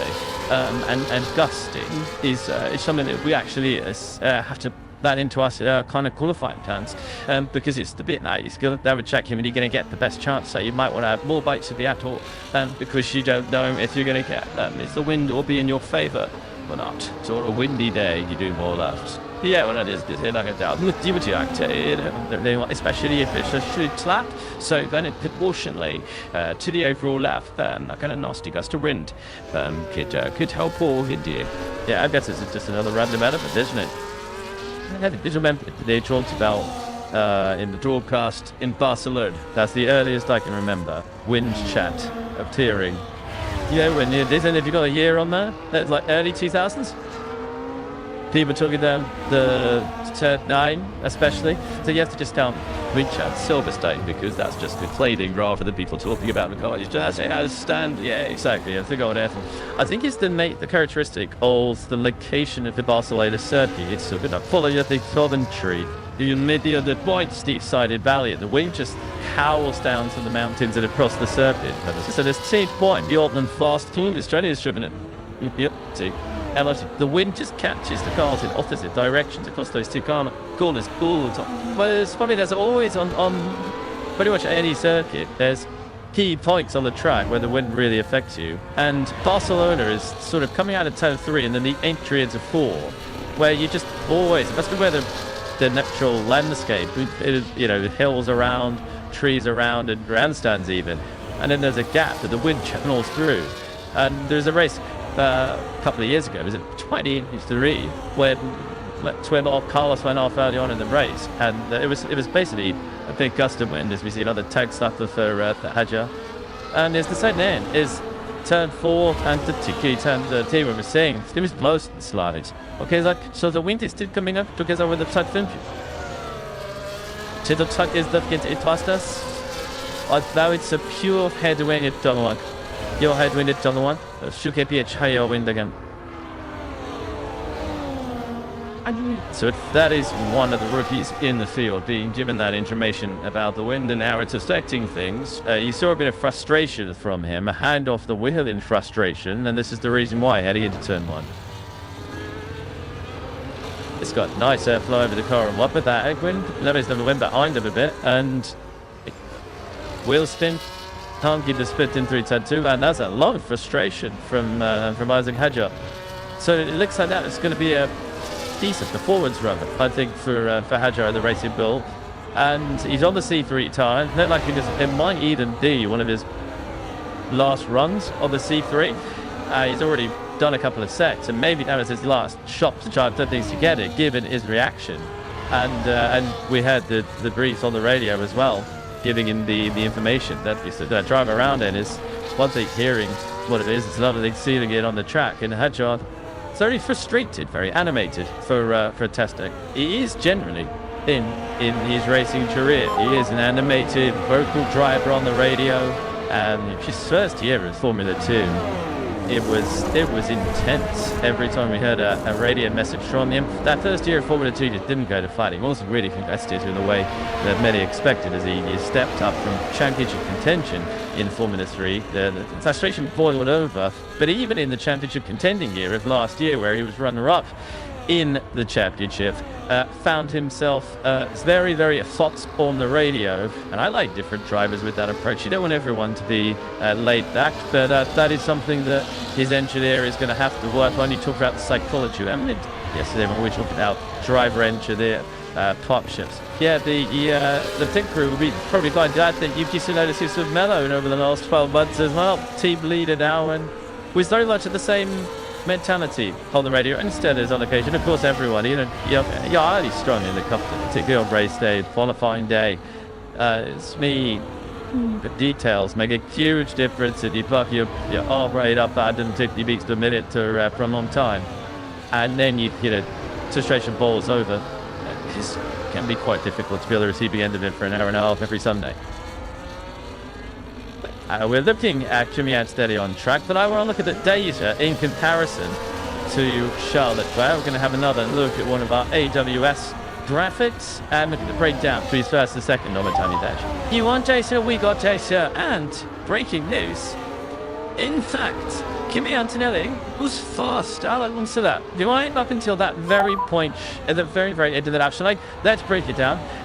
You can see at these two lines, red line of Charles Leclerc, teal line, that Kimi Antonelli are very well matched, with the biggest differences first coming in that high-speed section, turn 6, turn 7, where Kimi Antonelli, a bit like the whispers that came out of the Brackley camp, is very strong in high speed, and is actually across a lap at the bit and able to carry that 5 kick edge faster. Again, medium speed corners, at turn 11, areas like that, he's able to be about 3/10 faster across the lap than Charles Leclerc. And I think it is very much now that Ferrari is much better on the straight, so it's 3.5 faster across the whole lap, and the take a turn 15. The minimum Central and Jimmy lifted. Why does he lift? He get right in the problem, the mute is in the carriage. I think that's just Tier Sandbag this year from Antonelli at the end. If we just hadn't done the whole side of this digging it, they might as well have taken the glory by the time they're 30 to be 4/10 on their own. Interestingly, we had a look at this data yesterday of Russell and Leclerc, and they were also making it losing the time in similar areas. The Pride is really good on corner exits, carries the speed on the straight, the contraction, and George is able to steer into the corners in the same way as Kimi is as well. So it'll be interesting to see as they build up their relationship together if they are indeed driving in a very similar way. I'm so slightly going back to the wind chat. You may have seen a brief yellow flag just a few moments ago that came up on the screen. We didn't see anybody off track, none of us in difficulty, and it went away very quickly. The wind actually caught out of Marshall. His plastic chair blew into the actual worthies, actually shacked onto one of the runoff areas. They had to run out and retrieve that plastic chair and put it back. Wind again, and that's hit out in ways that they don't expect. Think about those big screens and look at them. So out on track, Kimi Antonelli, who had the screens up earlier on, and he is now tying on with his life. He loves a bit of curve, loves a wide turning, just truly Antonelli.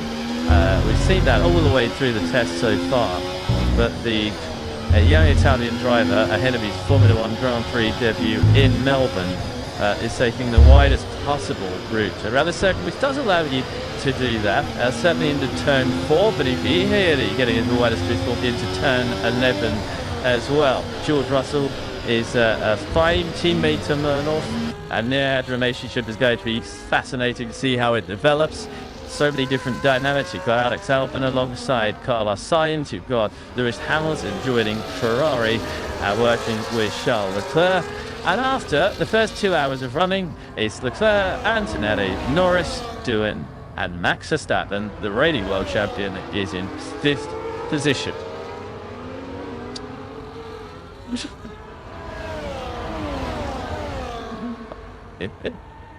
Okay, well, go down to the pit lane now. I teased you so far this morning of a glimpse of Red Bull's new nose. As we came to look at the old one that was wheeled away, I can aerodynamics. The new nose, former nose was attached to the main plane of the front wing. If you can see it, it's pretty tricky because we do have people in the way, and of course, for example, the jack shaft. But if you can see that now is not attached to the main plane, just think of the moves back, which just matches up, is about to be heading out. That creates a gap underneath the nose, and this is, I believe, and we have trawled such as this morning so far, this is the first time this new nose will be heading out on track for Red Bull. Now, it's an interesting day for Red Bull. They've been relatively quieter, it seems, through this test. Do not make you too much noise, so either way, compared to certainly previous years where they have been the talking point just how fast they are. Here is a slight seam the true extent of it. Today, and I like to be the best of the conditions as well, and then a certain day of running, eventually from the pit down, and if you try the United temperatures, but some gusts of wind, it doesn't need discovered. It just happened, because during the full 8 hours, then today, you'll be heading out soon to see exactly the huge numbers for the steady interact on the missing of this new Red Bull Challenger for 2025. The captain the recipients of silver it's not even that. Brandy's partners on the Red Bull. We say brought out on this third and final day. The time very much grabbed headlines, of course, yesterday with that long rampage from the Vendor in Orange. The is not have it. It's different. The only I think that plenty more work to be done. The also team each day on one final day in our race.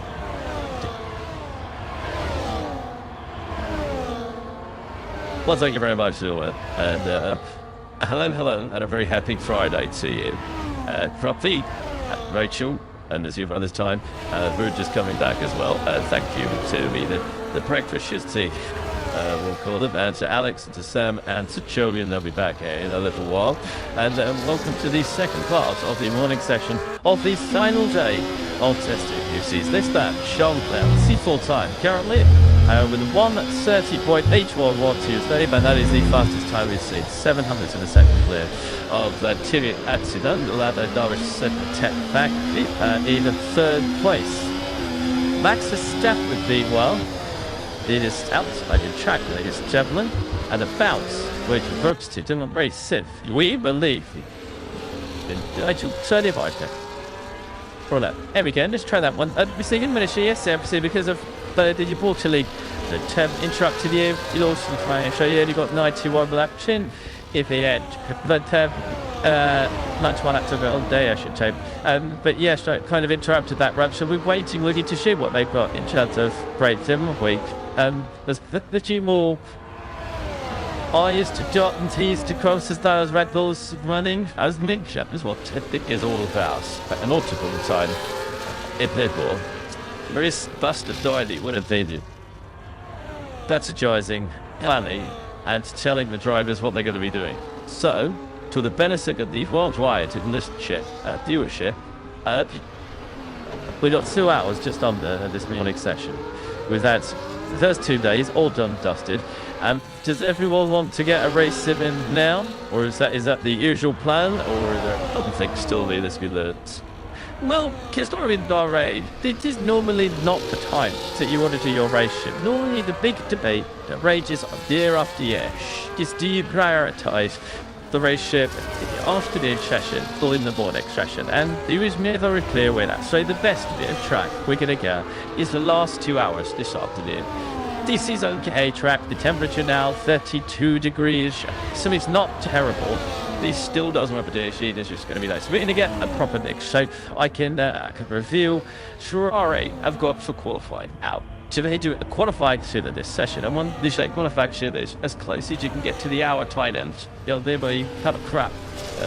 But then others typically great chips usually going to be made to the afternoon, and that because they often like to do the whole procedure so you adjust to feel pretty good. And then you do something could actually choke to make sure that you actually kind of simulate the condition that's possible. And so if you do it now, it's a bit late really. Preparation done each stone optimized, and you've still for a bit after it's been out, you're what the lap still for it, simulating that. Yeah, because it's the one thing that's but the ways of mighty struggling on. Lots of time, it will be excellent. We get to see everything, hear everything in that grid. The one thing we can't convert on the TV, unless you're watching in a sauna, is how hot it gets down on the grid. Yeah.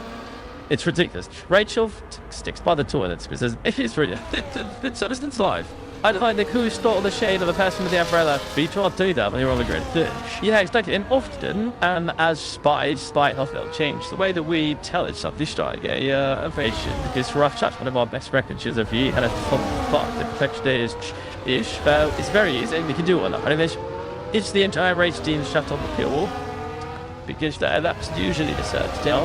And then you see the outing, which is the simulation of the last grid. The car share the garage a bit, and then come out, and then you've done all right when they don't pit stop, instead of the car. Well, next question, and finally we're watching Fernando Alonso's car and mechanic looking on the lease, the moment of feeling quite out the lease. If you are Aston Martin, you have Fernando Alonso running in the morning and Lance Stroll coming back in the afternoon. Ladies and gentlemen, that is the good news. And so there from Bahrain that he had a rough night last night. Did you get an awful lot of sleep? For whatever reason, wasn't feeling particularly 100%, but he's going to be okay. He's had a lion. Died to reach out. Just and he will be back to the afternoon. So if you're Aston Martin, and you've split your drivers for the day, which most teams have. Said Red Bull Racing, running like Verstappen all day, and Alex Albon Williams today. Does both drivers want to get a race sim in on the last day? Is that advisable from a team perspective? Although the benefits are there for the drivers, but is it worth the teams, Jimmy, two separate race sims during the course of a last day testing? Usually, no. And actually, because it's quite hard work for a car to do two race distances within a day. It's not impossible, but it's usually very unlikely that the car itself will do two race distances in one day because that's, 600 kilometers. And so, both in terms of time and in terms of actually tire usage and things like that, typically you see it split. As we only have 3 days that you do a qualifying stint and a race stint in the space of one definitely. Charles Leclerc will have done his race stint yesterday, and now we'll be doing, as you say, 4 stints in this particular session before as Hamilton takes over and does a race in this afternoon. Yeah, and there's another reason why we nowadays typically see the race show with the give interested, and that's because we have one Formula 1 car for half the crew. So half the crew work over night. So unlike Formula 1 race, where we have a curfew, we had 2 cars. We have one crew. They do half the time, half the time, and typically keep have the bit where they overlap around 4 p.m. And then what you do, crew pit stops, if you want to practice those, you need every day, which is also not always, but sometimes teams want to go for that, so to typically have everybody there. Otherwise, you have to do single crew pit stops, which are about 20 seconds still be there. Sorry.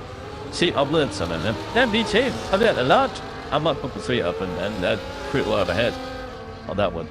I mean, there are a lot of people who might say, yes, let's do that. I don't think it would be right. It meant not me, of course not me. I mean, tinker with the Williams and Alpine's back in the garage as well. I was going to say, you mentioned the Red Bull during the race, but then you knows on this morning, the Steam Photo Division, Sebastian was found on track, and the very end of it is no longer attached to the main plane on the front wing. There's a gap underneath, which is a bit more rounded as well than the one that we used previously. So, still trying new part on the cut. Kitchen. These are beautiful here, so James Chenham in the voice just at the front of the class at all times. This is changed out with a hand on that one. So the light thing and give us above it's not just aesthetics, it's for the theory and forest. So it's more similar to the 2022 aerodynamic philosophy. And so I think they're not the coldest act that they went down last year. It's just spicy with here, isn't it? Yes, we had another kind of such another chill. They're trying these things, check if it works. Obviously, I could have closed the gap today's pesky McLaren shot. What's the I mean, when you look at the other noses, what's the advantage of having that gap? But it's all down to their individual aero packages because they all choose different noses. They choose different designs at the front. This is what they think will work with the rest of the virus here, but I finish here, and it's actually right, and it's initial and then making sure you have a well stare and package. I mean, if you think about if it did be working, if you just actually did it, but doing it last at home, a lot of you shut the car, so it's how you shuttle air. A lot of the bodywork would have shown how you're shuttling air, you need the car to create that all-important downforce across a wide speed range, because that's the kind of the biggest issue, or the biggest engineering challenge is the combo, and how we have a car that's good both at low speed and high speed. Marvellous. Ladies, pretty up to be in the commentary box with you guys. We are trackside, of course. We need to see how these cars are looking trackside. Alex Bremble, I've no idea whereabouts you've got to. Well, there you are. Beautiful. I am turn 11 at top. Tell me. Alright, and I know it's not running at the moment. Every car bar the Sauber looks kind of okay. Is that what we're suggesting from testing so far? Yeah, well, the Sauber definitely doesn't look okay. I can tell you that through the mid-corner of turn 11. Hello, guys, by the way. Hello, Crafty. Hello, Reef. Hello, Rachel. Hello. It's interesting down here. The wind is heading this way, and it has been for most of the test. So, obviously, on the way into turn 11, everybody's struggling a little bit more as we've seen them throughout the test so far. Although when the track covers in a bit, it really helps in that braking zone. Then they kind of turn through the wind, and as long as you don't touch that outside curb too much to see Verstappen come through and racing speed there. As long as you don't touch that outside curb too much, it kind of hooks up through the mid-corner. What I wanted to show you here is just how uphill it is. I don't think you get a feel for it on the trackside cameras. And that's why if you make it through the mid-corner of T11 and then get back to the throttle, it's actually a relatively easy run then up towards turn 12. Lando Norris expand through. He's still out here, guys, doing the thing he was doing earlier on, where they're trying to get a feel for how the car behaves with steering lock in it and out of it. Applying steering lock as he's making his way through the exit at T11 and up towards turn 12, almost sort of pointlessly to get a feel for the car and try and... But they're really interesting up here. Sauber's looking, a little bit ponderous. Haas looking a little bit ponderous.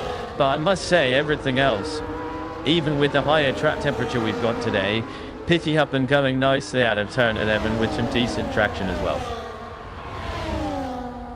Brilliant, thank you very much, Alex.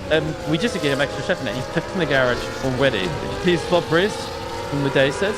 Well, I'm out on a lovely new car. I did one push up, so very reasonable, 31.2, and then when starting his charge lap, decelerated, which is never good. And it looks like the wheeled him back in, so it might be a case of, we just use the term power cycle, which is the fancy word of saying turn it on and turn it back off again. Turn off to lead, control out to lead, Where it might be something a little bit more sinister. Generally speaking, body language is the best way of getting mind. It reach a big problem or a small problem. Car comes in, well, let's check around the body language then. That just seems like a group of people who are very efficiently going about their business. Low prices here. I think he's more than a 5-minute job.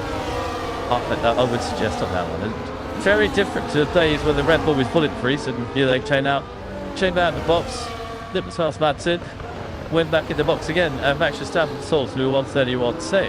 He should have done damn it, yeah, but it's a good thing, mate, my all the while, and that's. I used to build the garage and not, but still, on the final day, the more tried that class spec in the garage, it was part of the run plan, the more anxious you get. As a free taxi of the drive room light. You didn't know you have to blow back on the whole thing. The tricks from us, it's again high. Yeah. But it's just going to track it's got glory, hang on. It's got glory out, if you're missing glory out, it's like it, and it's one out. They did it on the lunch break. You don't tune up for his testing. It's outrageous. Nobody gets lunch rated testing. If we don't get lunch rated testing, hang on, Kimi Antonelli. You don't want to click that. Yeah, everybody gets something so fast. Ooh. It's going to be precious something, let's say so. Just watching Kimi Antonelli. This guy's got pace. Yeah, he's got speed. And understandably, you're probably going to, as Mercedes would want to dial consistency during the course of this season. That you ask any team principal, what do you want? Consistent, false to be concerned. And they say, if they on a task or mission, wait, you get consistent. And should have this stuff on the top. Especially the other way around it. It's going along, yeah, on the you go like this must, then they can make it consistent, not consistent. Just building up speed. It's not always. It is, but it won't see this thing of doing it all. Let's just see if it's going to be your chip and it goes. We're not done that. See, speed is fast. They can do it, but I'm going to flip the part to go to these first Charlotte Claire at the top. But the thing is, what to as a driver, you've got to understand these tyres. They're the top tag pack through the ground, 2 tyres. And they're arguably the most important thing to reach racing. Oscar Piastri found this out in his first season. Yeah, the pace is there, but you need that consistency on the tyres, and that's impartial success last year. You've doubted his greater understanding of the tyres. Initially, Albert and Kimi Absavelli. Now he's lived up to the junior ranks very bridgely, but even if you spent 3 years there too, you've still got a new area to these Pirelli tyres to worry about in Formula 1. Yes, not said about Oscar last year as well, because she beat Jim in the head after every point and after every race. It's a pitched story of I need to get better understanding these tyres, and then when it came, you could see the improvement in his performances. Now, my breakdown for that is actually super interesting, because he, the Whispers, it's that, it's a actually stuff like bigger patch, big corner, simply glass, the Castro. Because the campaign practically, like Kimi, Axelis is the shape that he is able to carry 5 kph more his fast lap. They're not that purple lap by Charles, and actually the lap times were really close. And the biggest difference, other than that high-speed cornering, was that going into turn 1. Thank you to show him the wind, and was the loss of the straight to Charles. So he loses into turn 1, loses turn 11, but then G sort of back through with getting a tailwind. So I think those lap times are actually real nice, very, very close. If anything, in terms of grip limited, potentially Antonelli is just chaired. Interesting. So why is he Sid Leclerc in Sid 7-1? Is that breaking too early, or? It's because Charles said his that an hour ago when it was less windy. So things like that were actually, easy actually, like in Q1, which is 18-minute session. People can get knocked out because the track is so different. 18 minutes after the start of the session, actually tried to compare pairs an hour between the 2 sections. It isn't really possible to get a completely accurate number. And things like, wind sensitivity, an hour apart, it easily be, second, for example, if it's stuff very, very similarly. But the terms of that, beautiful temp, still lap, beam wage fine. Now to the voice speak. If comparing orange and daiquiris, which, the buzzball, they're both Facebook groups, you like to say, they're very different in field. So, they look the same, they do the same thing, they taste the same, but they're different views, aren't they? And that is what we're doing here. It all looks the same tyres, same track, the different times of the day. One is easier to build than the other. This is very true. But do you know what it does say? It does say we are going to have an electric and really test CV. This season looks incredible. And speaking of Andreas done it yesterday, this to the delay there, and he was considering that we could have a top 5 or 6 teams. It could be that close. 6. Sometimes it's bringing in Alpine and Williams up into a top group, potentially. Could be a fascinating. Well, it is going to be a fascinating season anyway, but it is as close as it. What looking show looks at the moment. Yeah, hot McCarran level. Sorry, I'll just draw the bit. Then taxi ups really set video that. Adam Williams, I think, for that. That's a car that it was last year because it's producing way back to times that it did to qualify last year, let alone the test. I'm not seeing in that. Well, also, Bruce, you've got the data at your fingertips. I'm not seeing a Williams. Then I'm thinking it's going to be on pole. There is going to be challenging for podiums. The picture is over. I don't think that was the suggestion that it was Pado's victory. And then the fright could be not just the top 4 breaking away from the rest. There could be some others in amongst it. So we're not going to have as big a divide happening in the middle as we have seen previously. Yeah, I think I really would fight about it. I think that's quite right. Last year was the tightest field with the not too sure the history was at 1.2% on average, and that I agree the ranking is fixed for, and then everybody else in the fact that what we're talking about, basically a second between the transition and the service. A driver can make a big difference, the strategy can make a big difference, and potentially that kind of what Andrea was alluding to was that we're not at the era of the big three teams lapping the midfielders. The opportunities will be there, that is what he's saying. Exactly, yeah. And I think, the winter out here is a really good example. So that northerly wind that we got today, and all the gratitude, which is that is the Shamal.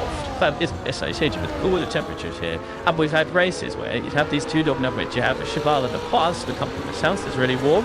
And we've had races where even they've been really competitive on the Friday when it's been cold, but you've had this northerly headwind that's associated with cooler track temperatures and different sports as vision easier. Not right today.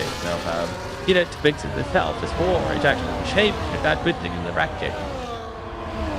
It's just been even if it wasn't actually on the previous job, this strategist where the wind just be like breaks it. They want to turn around, but then he can turn around for 4 weeks until after the Max Verstappen.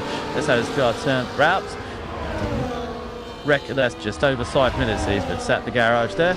And is ready to jump back out again for what I think we as well hopes it's a full reset so we can get some data on it. By the way, we were comparing yesterday with Lil Norris and Charles Leclerc. So you said love that oranges and tangerines by your things. It is that 30 seconds. Is a race distance, but to McLaren out. And then we're over the track, the Rufford say the shop. Look like the McLaren had a super advanced service Ferrari that's not quite kind of list ties towards the end of listed. And the info that I've been getting from the track is that seat lock of Charles is going to be this is the big orange tangerines by this. And then was on the seat C and the seat one for Charles. I could see the big compound ready. To be honest, people weren't like it didn't budge. The C2, meanwhile, was a much more preferable plug about tyre. And don't forget this year the C2 has moved closer to the C3. Apologies, this is tyre chat. I should have done a little warning for you on that one. Those first to a tyre chat, please now don't let drifting. But this is top of tyre chat. For be approved the C2 closer to the C3, so there's a bigger gap. It's the much bigger gap to C4 to C2. The C2 is a more driving. Let me show the same on that. That's the more flexibility with it extends the track feed, and at that point have been one of the reasons we saw such a big difference. Yesterday, big ski, landed there as a shot. Is it the final step? Landed splashed up a C3 and it was phenomenal. It was a flash of fuel. Yeah, it was very strong. Again, track temperature. It was 19 degrees track. They're going to come back. So they've gone pretty route here. One pouch that chips will help bottom of their windows. The C1 is the lowest operating range that is too old for a 19 degree track, which is painted all the this time. If it's an absolute major, that is warm up, it will come into play. Alex Brodel is listening intently. He loves to have a chat on a Friday afternoon in Bahrain. Come in, sir. It was really interesting, guys, when we had followed showing some of the broadcast a bit earlier on. He was mentioning that they're changing a tyre quality out of stall this year, and it's exactly to your point, Cross. The apples with apples point on evaluating these big rate riders. Yeah, he basically said that the spin out yesterday, Igor Williams, was mostly good trade. He put down to the fact that he jumped out on the C4 tyre expecting the great differential that he would have expected last year on the C4 tyre, but the C4 this year is different to the C4 last year, therefore spun the car because he didn't have the grip. Now, the racing driver excuse for this big, give me that. But and at the same time, it speaks to a point which is that you don't expect to see the usual differentials here, can we? We're learning about everything, from the cars to the tyres to the track conditions as they be in these 380s, I think. forced out. This is what eventually just Lando Norris, who is about 10 kilometers an hour faster at the end of this stint than he was in his previous stint. So for his final stint, it looked like he turned the PD up just a little bit. So that could also help. Yeah, he was. Yeah, Alex. It was, and it's always difficult here because for jumping down to turn 4, the terminal speed is still being determined by your exit from turn 2. So how much of that is power unit mode, fitting to exactly the circuit? How much of that is the exit, is getting out of turn 2, with the extra grip, of course, from having a better tyre on the car? We just don't know. And the one that really tells, though, is the one down towards turn 1, because you're approaching much closer to terminal speed there. So, as you say, Crofty, all indications that Norwich had a bit more grunt in that final stint. Thank you very much, Alex Prongle, who is getting an awful amount of praise, as he deserves to be on X this morning, along with Ryan Johnson. It says, here's a new female athlete. I can never say this word this only. But here's a new female analyst on Informed Instinct with Crofty. She's brilliant. Keep her out in the season, please. Rachel Brooks and Bruce Basket today, and I've seen that talking about you, but Rachel was in last year. Sit no spark, not now. Well, the great analyst sat with us is now just pointed at the screen. That don't work too well, I'm telling you. Well, on the track, we look at the nose of Charles Leclerc's Ferrari. You can see there is those tiny little notches in that red paint. And that is very typical of direct testing at Bahrain, where we have a northerly Shamal race. Because that is the rising sand that not only increases the tyre degradation, which we are that Ferrari talking with this that shows you that the track on is really dusty and dirty. And if we were going to great see the race and figure in flight tracking condition throughout the race, because it shows me that there was a lot of the public that on the should not do anything about just kids that a bit of trees that get rid of the bar. Team 4 we ain't it, therefore this what they go to Melbourne or not use those parts. But yeah, testing in Bahrain is one of the worst things for you. You like the bracket in Bahrain is chocolate I might get like what she does. And to teach to ladies see issue that they could just like wipe over the car to get rid of those sorts of deads. Would it look on my analysts? It is as well. Because it's skeptical about it. And no, it is by so I cannot help them. He had it jumped out of me, and if you hear the sound, then you think, oh, that's been expensive to me. Used to hear the sound, did you see it? I wasn't spit from experience, I was getting a white slowly with that. Did it change the subject a little bit from my dad driving somebody can drive? Jackie Foster has treated it from the airport. So much of here were retiring drivers' novice who they believe that this is 44 should be retired.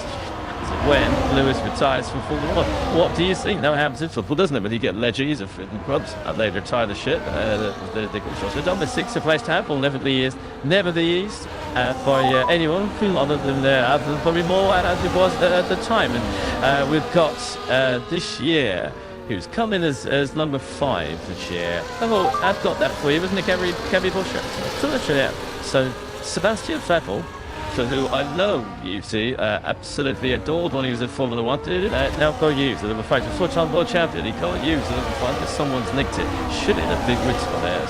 That's every year, don't they, between the last 2 years is a 2 years. Team White Tribute, but this thing is a mark in respect. Is it been a sailing all world championships? Is it worth your number being retired? Austerity for we only got up to 99, don't we? Yeah, and we'd have retired one number, obviously, Bishop, yes, and I think that's really crap thing, lovely that we did. And yeah, it's a difficult one, isn't it? We'd have like Jersey retirement charities, things like that, actually, the other sports. But yeah, I don't hate the idea. You got to think about teacher pretty. Yes, and I didn't see driver. This is dry to any next day. No, it's not. You're not mean you're pit fast. Yeah, but that's why I said you with 4 or more shadows. Let's have a cut up there. With the number, so if you run 1, they don't count. That would be the level. So the tap, you'd always guess the one. Yeah, they don't run it necessarily. You don't run it. 33, Max only ran only one champion. Running set. So why then under the castle state? They go turn number 1. It's something. But that's your argument, isn't it? I mean, who wants us to stay number one? This respect. I mean, Nick, it never shakes here, but they can respect because the team is we took the other day. Snout by the catcher number. Well, I think it's fine. I mean, you don't love about championships. I mean, we count on the prophecies theory of this with very dangerous. So the tied world champion to have your love retired, and then you get out the other in ceremony. Simple one wants the number. When you retired from the sport. But then what about in the days when the number was according to where your team was in the championship as opposed to stays in which you had but they retired his name to what two championships. So if the number stays up on the president right enough finding homes at the old because that's so if we want to live in the past, I'd be happy to have a Dralic Rumble, side, and you'd see it in glorious black and white. But no, there he is in some colour. And you could even see the vacancies of a sunshine appearing on his face. It's really needed in UHG, no less. All okay. Trackside down towards third eight. This is a military vision, I suppose, from where I was talking to you from a few moments ago.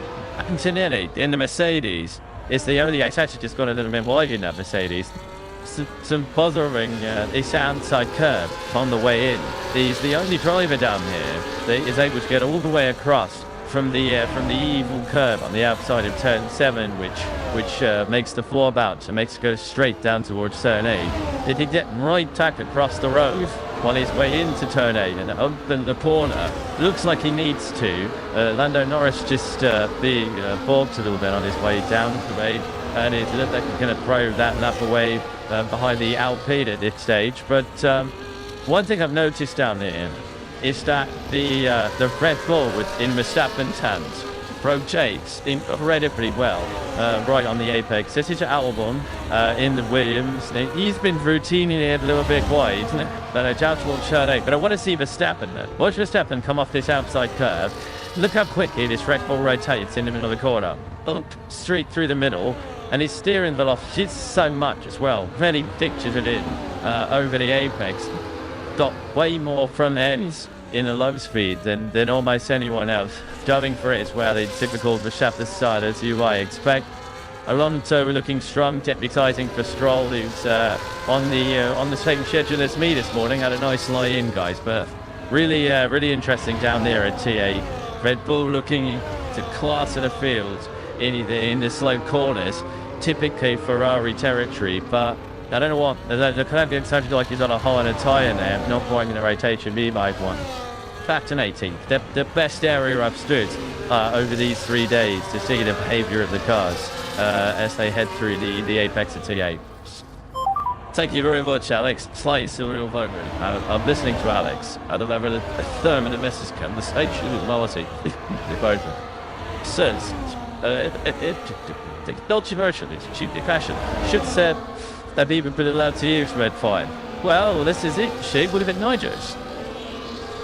But then you tipped it from Niger. I asked you. So I can if you tipped it as her llama. She was supposed to be red fire. She was one. Yes, you're doing this. I hope don't like that. Not like Nico Hulkenberg. He was asked why you using 27. Isn't about your bill, it's your number. I like no idea. He had no idea about 7. So you're going to use a famous number? Yeah. Set off shot track, tell him on the shot, but it's a fact that is. They sweet do that every time you want to speak to your child. You better the two teams to think that when you there is still people in that line equate your watch. I don't do it that come on or it is. I was getting close to be able to use this fact. Such a point last you should have done number 4 is the other one could jar the championship saturation. The other one. Oh, bloody lord. Hey, the last roasted yeah, and which is historically it is the second of the second struck in which it faded like the dark shadowing base in mind. Yo, we got this.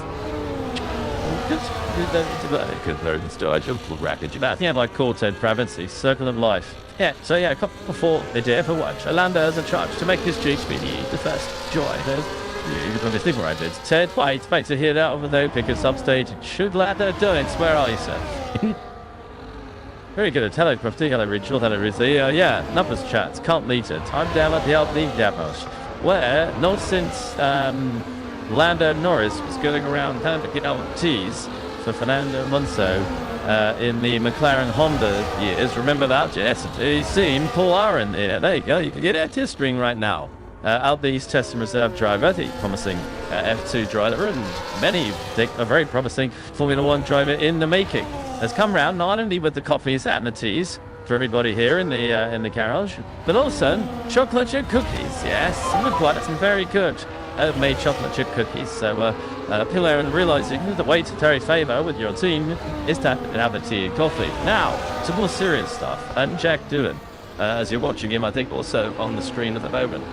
What lap time has he just done? Because it's this fight, two stories in it, Crofty, really. It's this fight in the, we have a look in the garage, this fight in the midfield between Alpine, between Williams, potentially between Aston Martin, how that's going to go. And then how is Jack doing, sorry, no pun intended, getting used to the car. So that was an C3s that he's just gone out on. So I don't know if we're going to move him up the order. Anyway, at least please. Please follow this with 131.2. His last lap at 131.6. Okay, so a few steps away. It's not so bad. Yeah, I wanted to see as he works through new tyre around his race runs how his progression goes really. And look, there's no need to underline the importance of the first few races to Jack Doohan. Everybody knows the score. Jack knows it. Everybody knows it. But it haven't been the smoothest. The test has been good, solid.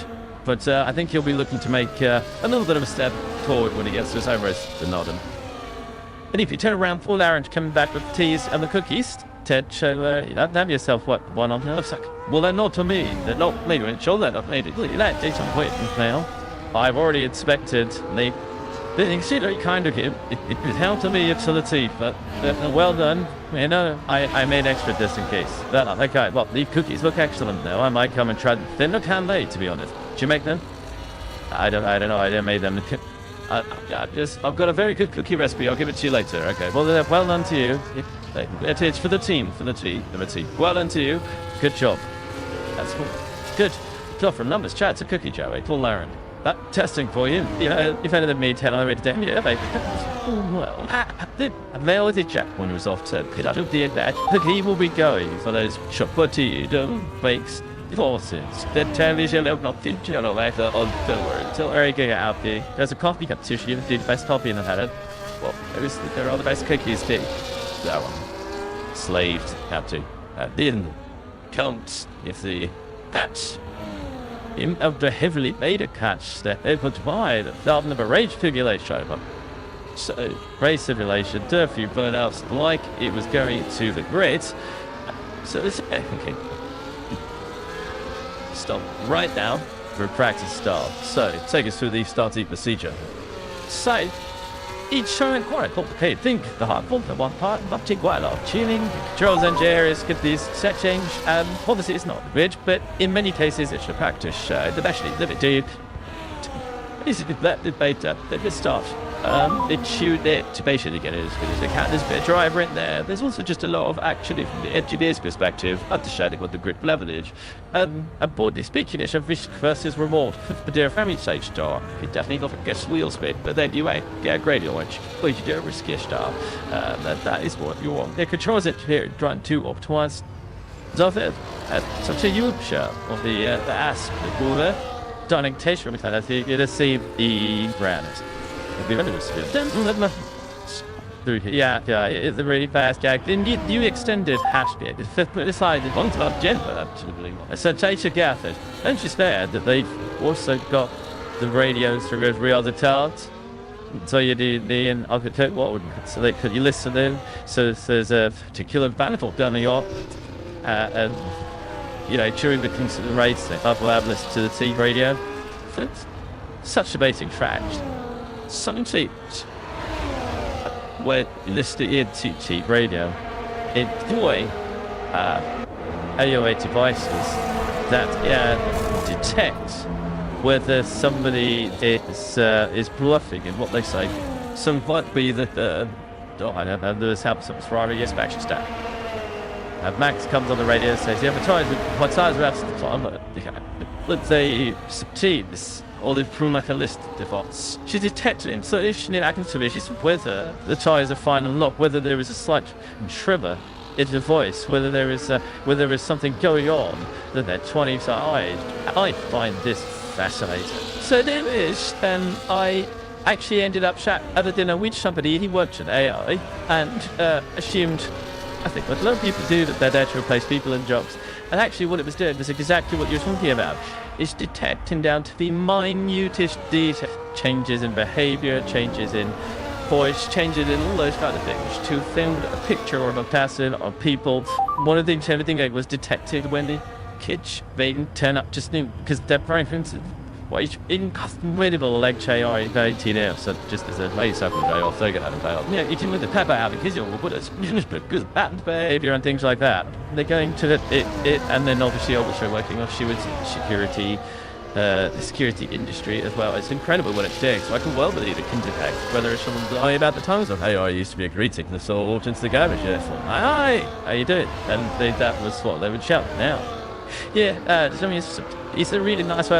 As Max is coming in to box watch again, there go a little bit. Good stuff practice. There is no cool way to run with a tyre strapped to your chest. So here, as you can see, there's A1. One tires and a package. So, you're just going to box the car, just going to come in, this going to do practice, more and all, and it's wheel that car. Because once again, it decelerate. It might be deliberate, might not. What? So when you say it decelerated, so it lost power somewhere?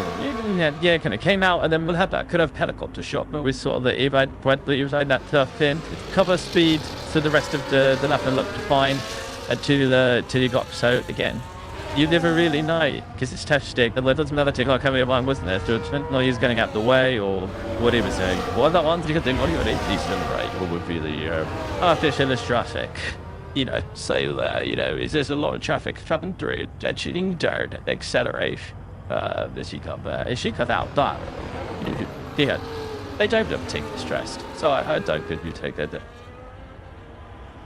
That with Bob Turner, he's like, he hasn't lost, but from yesterday, must be very. Actually, I mean, I thought he has been, because yesterday he was on the other side of the garage. Yeah.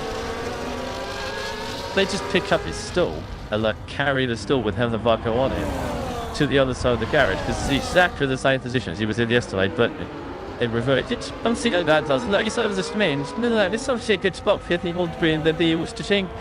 Yeah, there's that red trailer as well. There was some Jerry Jet, a quick question, and it's retired to jobs.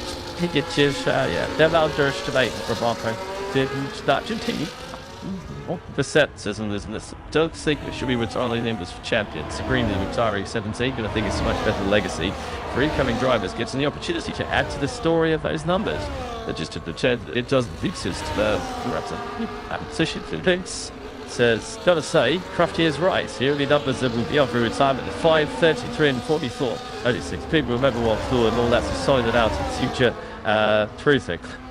But Lewis is $2. With you on retirement, I believe they have Adventure GP as well.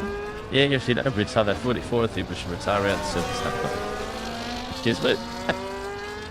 Jack Dude, the 7, very she, see, yields history. Yeah, well, let me see, better to that. That was, that's, you know, not looking at basic yet, but given Jack's daddy is it given, the affinity that make act with Barry Sheen as well. Yeah, it doesn't surprise me that Jack went for the 7, although I think that was his cartoon thing as well. Ruth, I think, is leading us now. Technically, the break. I couldn't see what I was going to. She's just a little message at you, Robin, putting her hand up, so that Landon Norris, that only used to hand out the tees, in the McLaren garage, but the sprint race for 6 weeks as well. I remember when he went to, I was going to say, well, that alone I would have given it a charge to Formula 1. By the way, I must mention some amazing technical team that we're working with this week, and it would have got the biggest son of Swedes. And how have I not found that? Yeah, you see, I'll get this car. I'd have added to it as well. I've added the bullish and have added to the big double threes by bringing in Cumber Cubes and paired ones. walking through the light and Richigamme. I was just having it up the scratchy roof of mouth, but they were worth it. Keep on. And it's something of childish behaviour. The latest gentleman, the school run is over. He is with us. Karun Channel. Hello. Morning. Where was we waiting at that? Yes, then. Karun. Hello. How are you? Fairly good. Fairly good. If I looked at the only I thought about stopping at McDonald's to renew a takeaway breakfast, and I thought like that, even more upset. Yeah, my mother's 4 minutes later. The Edith that he would very happy. He knows what I can think of his double egg, double sausage, McMuffin, hash down, and Mother Mauritius. I read the shooting through it. Forever. Too showing. Should be. I know if it would be nice. It must know I was something else. It's a unpleasant spot, yeah. Because he did a lovely example. It's that I'm on Silver Richard. So, only is the sun out, but there are Charles out as well. Just with an itchy covered trouble with only the with the tires, 8 tires, 8 seats, a bits of travel. Charles Leclerc as going fastest. Kimi Antonelli's look pretty impressive. See, Max was definitely got out, covered, got out. I'm in. He's come to the village, choked out this fence.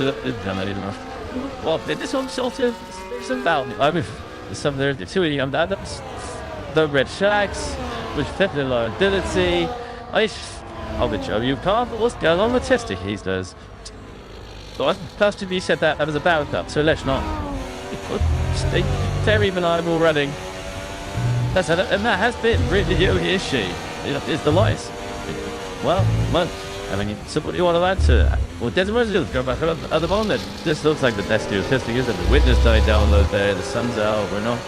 The attack temperature is finally representative. 30 degrees, this is what it's supposed to be. It's 18th gone out to Bahrain after 16 degrees that we had yesterday. It's a nice team to if you like the cool temperature, thin and cheap, that color's better. But we all know really like did Jackie that they were able to speed out whether it was just the cooler temperature, but then they have they put exactly that. And I think more yesterday we saw people doing their recently afternoon that maybe saw that doing their sort of shoulder balance shake runs in the morning. I sort of seen that now 7-8 laps, some of that Albon done a 12-lap run there, but really the bulk of the work is done in the afternoon. And then I was doing Q4 though, I love a bit of number crunching, I like an Excel sheet. Yep, Landon Norris's race run yesterday, if we look at, I think she did a run, Leclerc did a run, Antonelli had one, Hadjar had one. I had Norris winning the Bahrain Grand Prix by some margin. He was like, oh, Philippines, was it? And you just did an article on the internet. You cried, trying to crunch to them bits, you like, oh, really sorry, you correct. But I also, I see what we were this day back. But it wasn't. No, wait, shut them first with the numbers trailer. I went to fix shit, stand new yeah. I can show you, but my laptop's still here because you're on I'm afraid. So I don't know if you know what episode it was, but I had a really go like beat and slap basically. So, yeah. No, this meeting today is very diverse. It was a bit, if you compare. It's the one, this gone. Did not just the word bomb, then on. During the truth, this is absent green and what you think of terrains. Javet this morning. Desperate. So wake up and back to the arch. Biggest kiss this morning is going to be a little bit late. And he is produced overnight. And a pleasing, decent work. It is like the best show and tell ever. He hasn't tried an next step is come in. There's that show and tell to find out there's a kid got to school earlier with his you're just so sick. Put it on the internet. But yeah. Honestly, right, digital prep. Yeah, you read all my name, I told you, you're not anytime for this, I don't know the shade, it's called blindly believe the internet. I did trip down and worked another day, very good.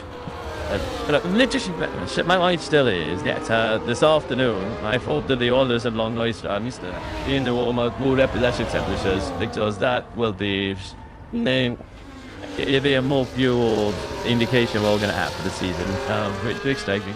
If your race is to be down at 60 degrees factor, you're working it out and your Excel spreadsheet ideas for the adventure. Yes, the body language. I take it. The body language. Go on, look at the body language. The teams, the prayers, and it's a bridge was with the drivers.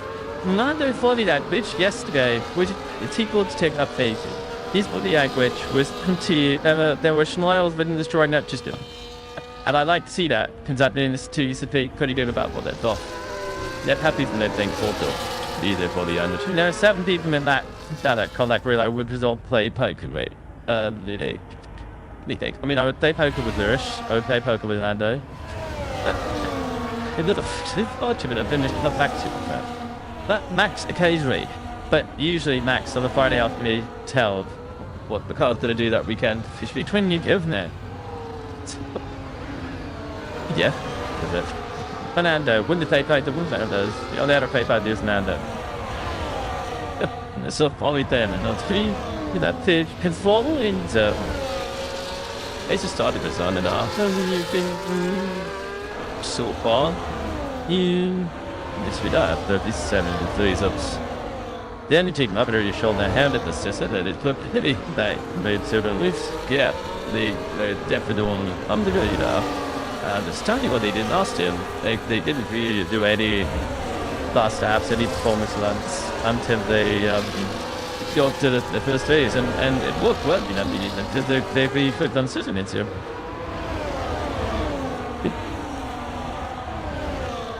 Let's do part again. Now pinch back, trying to find in the garage. Oh no, it's in the garage. Oh, the distillery day. This is the thing. They've been working on the garage all that twice. Then it's all crap. If you go with it, it doesn't really solve their frustrated success does. No, they stand out. It puts your idea, obviously, so that they can get the packing to their flow. They can visualize. You don't have to visualize. They can actually see it. It's all we'll take it. So far today, was 5 laps.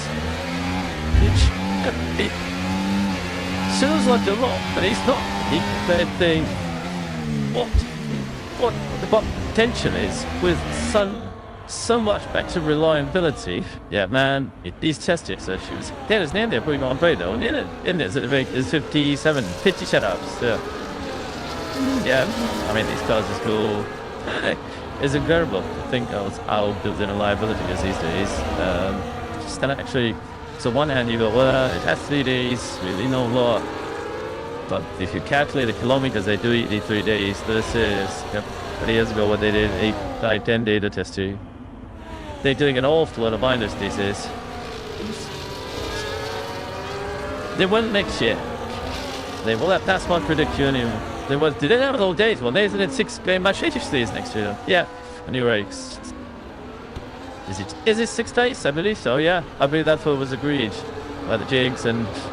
Yeah, so there's 3 days far right. I think it's 3 days in Europe, and that they did. Yeah, 3 days of Europe spread over 5 days, but you go into these 3 days, and I'm like, oh, I'd rather do that. But yeah, I can imagine 2 years of Barcelona or something, and then you get to Bahrain. I think that's good. Yeah, but the early days, it's just about as good as you get Bahrain in Europe at that time of the year. Or it represents the track. Yeah, you go down to the rep. I mean, stop. Different. I think it might be 3-day tests. Come on, just 3. And both try and find them. The originally formed to year. So I think about that 23. So on the way to World Race still capturing it well. I think it's the first test to tell you about. Thank you. Yeah, so truth be, it's a mule car. Just okay at the engine. It ups. I believe we were the fuel as well. Yeah, I mean, I think they've sort of 3M particular cars to be broken down a lot. Maybe I take back to him. One of those really tested many 4V, but anything big on the Mercedes thing, around and out and about. Everyone else was studying great. That was nothing about that. And it's his straight shirt. The wheel thing of today. When we went to really on the test, but they came back with out on the and every guy we saw Fernando Alonso is coming, but actually it was Ted who done it. They was coming back, we put them back on the truck. Maybe with another Fernando struggle. I would never get you to Barcelona. So success. You know, I don't think Ted she is a Barcelona, but it was a surprise. And it was this fun. Fractures don't quite cover the relationship between the Columbus side, Barrett and Chelsea area, and the Clarence side. okay, brief, Davis, gentlemen. We pointed out yesterday, I should give Dave Green with his official. You track the team racing to work. How's there, you? He's a cheap net. Sounds like a bad watch. We've matched this. Well, yes, guys, sorry. As far as I can tell, it was planned for 3 up to 3. I feel like 9 days of pre-season. That's a really good game. Feels fun. Sure, you'll be thoroughly excited live view. Sure, you'll love it at history. I remember the days in Jerez and Barcelona, and these whimsical days when my boys should never survive before stick to tested. I remember the day where I couldn't really get up slowly snapping times. Did the yeah. Sorry, no, I was just kind of very about his eyes. This wasn't the sort of few roads on that one. It's simple, as the road says, so that everyone on the down the back side, let's go west. This contacts Bahrain, shall we? Bernie Collins. Hello, good morning, welcome. How you doing? Good morning, Crofton. Over back in London in the Congress box. We're just in front of the Red Bull garage here. A lot of work has been going on at the rear of the car, which hopefully you can see on your screens now. That's a bit like a standard set of things that they've not quite been able to get. The components are trying to get in and out of the rear of that car there. To stop and we can see in the back corner of the garage just getting seated up, getting his helmet on. But it is suddenly the car just gone back on high stands, I think just to allow the mechanics a bit afraid of him. You can see them now clambering underneath the car to try and get the rear suspension components changed. There's a pretty frantic in that there's a lot of mechanics right in the back of the car, and then they were trying to get the change on as quickly as they can, and then you could just see this new front nose that he talked a little bit in sat on front of the car, just think taken off in order to allow that car on the high stands. But a bit of setup, aero work, tweaking going on that as well before it goes back on. But hopefully, if they can get the components that they're working out at the back cheated at time, and like I say, the guy starting by with the engine cover, so it doesn't let come like a drone. The stopping should be accurate or straight and short. Like it's super much Bernie. Of watching C screens there, of watching Bernie and we listened to Bernie talking about Max Verstappen and Red Bulls. There's someone revived at Aston Martin with a rucksack. We stuff like the hell of it. The beauty goes in the franchise is the F1 game and rised. There's to Volta Yarrow, or his large soul about a blade full of juicy before he goes out. Whatever they call it these days, SC, F1, you do especially. I have no idea. Wii Golf, which is Mario Golf, which is safe for us. You ever played Mario Golf? No, I played Wii Golf. No, it just bloody. You do like a proper swing. Yeah, it is. It's just a home room game. Maybe you guys have played all the. But then they have like stupid courses in the middle of cities and that's through. They get like they golf. There's that. Let them Norris straight down. But they don't stop playing golf. And I've got a confession to make. My maths revolved, the room to maths, the better the work. It was much more than Trout. It's come on, wait, can't live out this part. So early on, you know. So I said, let's just do what you read all the good to that, but also why. And I when there was called here tonight, I listened to a podcast and I also looked actually. Roughs, feeling as you said, yeah. I did my prep for today. And there were 31 seconds, do we believe? If it was a full race distance, comparison, and it was to just TI, you're going to consider that as, yeah, there's a delta and the tires and there's some assumptions there, yeah, so you have to make, but the way he sort of shoot out and applying offsets that I tried to do, he did quite a lot about 3 tenths a lap, which would be something when you do this, different fuel load, different. Sorry, you have the same fuel load. You assume that because they've both done to 8 laps. There's a tire delta. There's once in the last this match, I think there's a tire delta there. And it's G2. So much. Yeah, and C14 and Nelly is the other. And that's it. It's somebody. Yeah, I think it was not a good tire. But that particular standard was almost second. His average was bigger, 1.2 seconds, which. So, I still don't think all of that can be higher. So I think the bottom line is, I kind of concluded out of yesterday, in those temperatures, that the McLaren had the best package, and there was some good 310s. So a lot of the Mercedes very close. What we didn't see was a release from Red Bull, so we don't know where Red Bull are. But point 3, out of the 57 laps, they're about 17 seconds, so somewhere. Yeah, and again, as I say, it all depends on when you apply which tile, So now you stop just throwing numbers up in the air, isn't it? That's corrected. Taking into account everything, what to be saying the difference is 31 seconds or less. And I think 3 days to lap yesterday, right? Yesterday's race on, and I caveat that by saying it was in yesterday, in those temperatures, in those conditions, on those tires. Let's see what today brings. And that's the more important thing, is this is a much better in terms of being represented for intent system. Well, yes, a lot later 57 laps. That's about 3 guys on the team minutes, but I'm going to take your word for that. And it's still the game. I think on the card, yeah. He's up as I cared about each time, the numbers 2. And they'll chat to live you what you want. But it wasn't the bad dish to pull over troll. Think no, the bad dick that it your team might notice of all this. So, yeah, swap the lucky shop chin to get in the same. You're lucky salt smart for the day. Well, I've took you released with that from a tire at the back. You won it, and I steers and out. So, the 2 pairs were in it. I've been lucky such full the day, and I'd love dogs for the alpha live, but I'd like to one. And ticket celebrate rather than what? Just not very often. Very good. Damn. Right there, shape. Well, you've been itchy. I think they're not going to do a race without us then. Can they get the DB's shot to it? I would say no on 10. Well, just wait, happy to tough day. He who's out there looks like they might have had it all, really. Did head chat too? Then she's got out there. It's got the arrow painted the canvas, the short guns. So if you look at what in ourselves, only Pam, sorry, Canvas or the people still doing practice starts. Look, he's of age abs of this particular stint. You wouldn't, I say only Pam, there these days, just more like that. See if I do fix, yeah. I say that 3, why thanks 2, I thanks just do the cave, really aren't.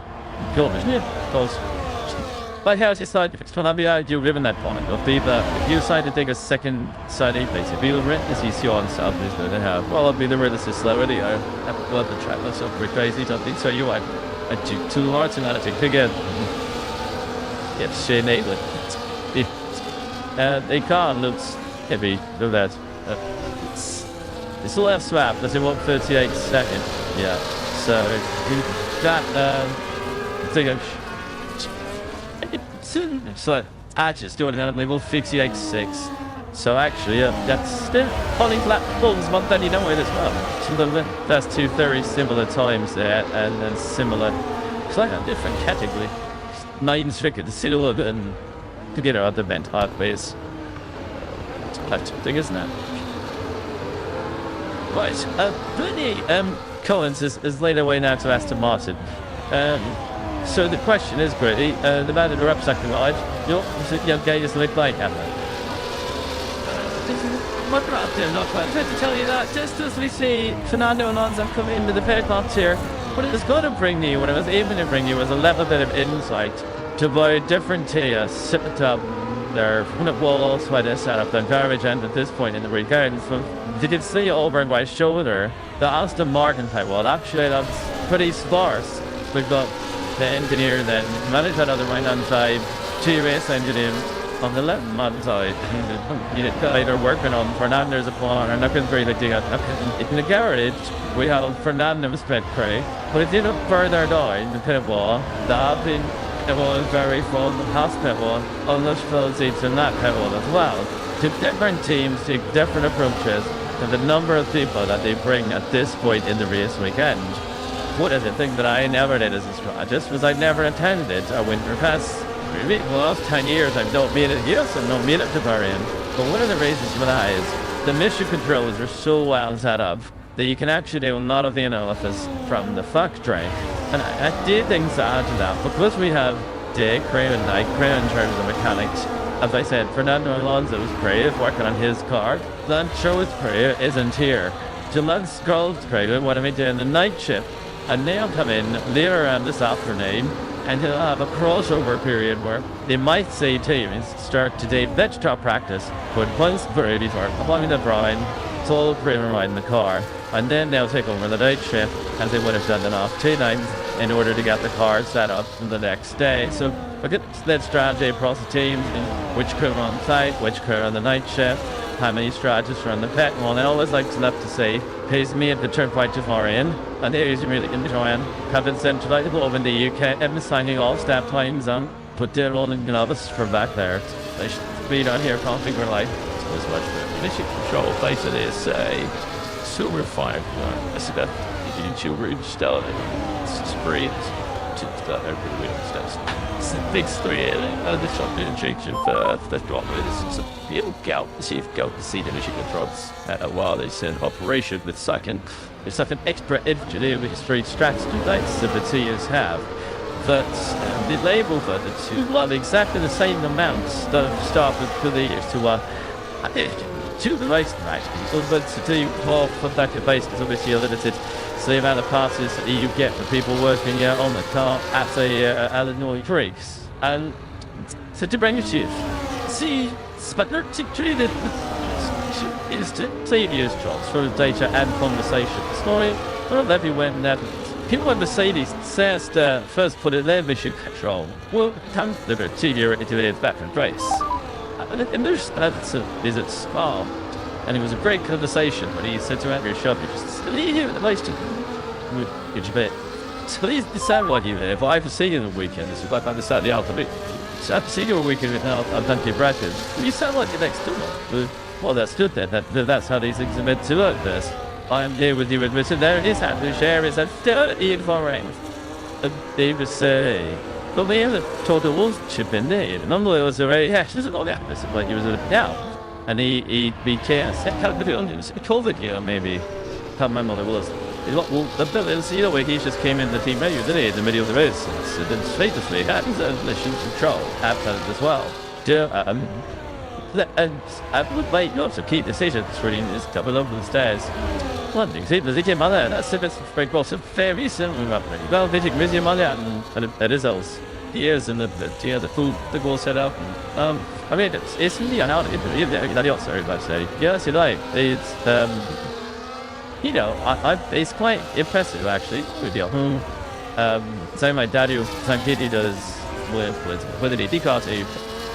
It is same thing is, you know, the setup at home these days, you really do feel like that. Till like just 3 words I need to what 3 words? Great and needs a good stability. Yeah.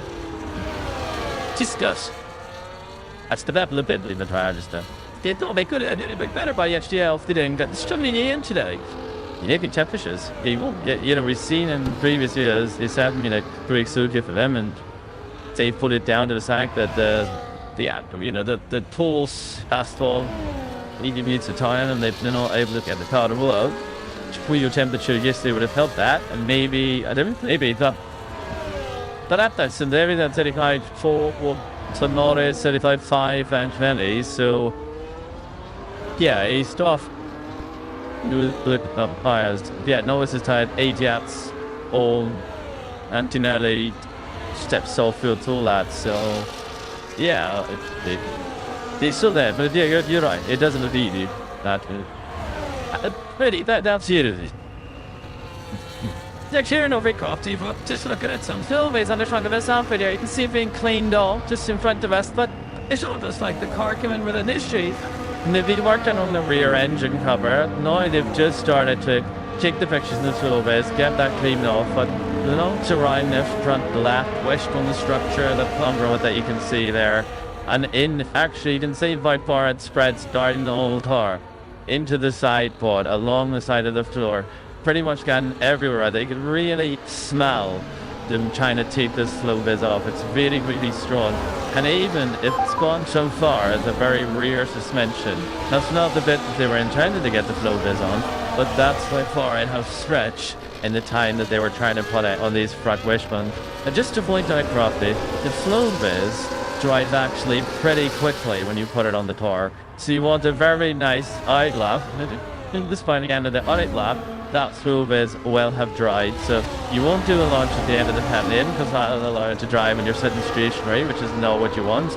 And you try and get lots of clear air, you know, traffic on that eye lap to get the most perfect Richigamme of how the airflow fistro and undisrupted over your car. Thanks, buddy. I remember at leaderboard here, I thought the other did fight it. Nature did love his helmet, but the right when he was big, and he could smell it the whole way around the lap. And it didn't above. Yeah, to the 7 to behind Paddock. I'm going really strict to Paddock. So I'm Scotty. Well, like over the country, carry 3 there. Look, did he John so long? He and also long. Shit, down that shit. These now we're going to come back at him into the. And no, he's not. That was Antonelli Welly. So you're sticking with that on you, I see. I've got my boy here. So we were talking about hammer time. What they're going to use now for Lewis at Ferrari. And we were with Richigamme, Kimi Antonelli. I heard that. So you'd come in anything. It's how it's a subject to carry on. Well, it's just similar vein, no, isn't it? Because you were talking about what they're going to stress anyway. In Italian, let's go is andiamo. But they different. Oh, get on. No, I tried. Julie, tell you what I know, you see. This is it, you get it, and what I never. Let's be lucky at right? I know that place do love you, but that's not what they got to use. To play the right hand on. Ciao. That's two. Love me, no, I did with this. Yeah, they weren't shouting at me by Julie agreeably. I knew about it. To Willie. And when he does get that view done. Gentlemen, it's not to know. I still don't know. I'm not. Timothy Willie answered Helen. I'm bringing McKinney time. This is just well. This. I'm pretty sure that Alex Half will leave this job and yet left the door open. But it's a good little bit of practice. And if he does that in the race, thank you very much indeed. That will be Morsey and Polders. I thought the aerodynamics out, but Eddie driver. Yeah, not so much overthinking. I actually think it's UC from Antonelli. So you don't know the guy that I did. Yeah, you know the week coming off of Formula 1 car, the effect is much different to a Formula 2 car. And I actually think for rookies, it would be useless for 6 of them to spend a bit of time just driving it out of the dirt here and experiencing that. Someone said your tweet last night saying if car number 6, if Isaac came so low to take, doesn't quite like it, and he come up with the line nearly had you. Which I think was good because that's it's the you can have that just through the she won't even down anymore. The hand tag, see what they report. Yeah, it has a notebook, something they fell with them. Don't you ready for the season? Danny Fraser says, I went up the faction. Say this. No, the mission control, they said that they fixed something up there and Wolfman's crowd. They got a few calls, you change the engine look. Just say it's the Lewis Hamilton had in Malaysia. Well, find it on the CD on the wall. These mission controls say that it is just like they at the racetrack and everything is very much held sides. Alex Crumble, I have no idea where Alex Crumble's trackside at the moment. And if I say this, Alex, I'm a secret here and live the commentary box. You preferably try left the door ajar. Start better. That's better. Test round that that's time. Just a get, I think it should make it a red flag. It actually should be an actual red flag, so I haven't seen it stopped up and returned to the pits. Maybe there's a big puddle of water from the tears that Alex Brunt is crying. It happened tears, though he bring his I read his gag out on air. Or maybe it's something else. Actually, what it is the lights this time around. It sends on the floodlights. Who don't think then to the bright sunshine in Bahrain. And all I've got on our 20 in page 3 is just to say it's a red flag. And then 2 and 6, it wasn't 2 and 6 or 18, there's many sectors that are on the track. That is why we had a red flag. And what is this? Then all of them pitch straight. They solid jump trees that come from the start, finish boxes. All the down from above. Something might have fallen. And shattered it. Yeah, and shattered it. Say that there, the start fish box. Now I've looked at the glass, the glass panels exploded. What? Because it's the same color, isn't it? Yeah, it's like glass. What's that happened? What's happened in H? What's she did with this? There it is. It's just the windows missing. But well, no, I heard of just cracking when it's called. I don't know that. Are you sure the managers didn't dump the jar out the window or a dizzy of latitude? It's impossible. Billy Collins, he actually outside the Star Philly side. He was being discussing it then. Crossy, can you rely on me to be where you want when they need me? What else? It's not me. I didn't hit the gas.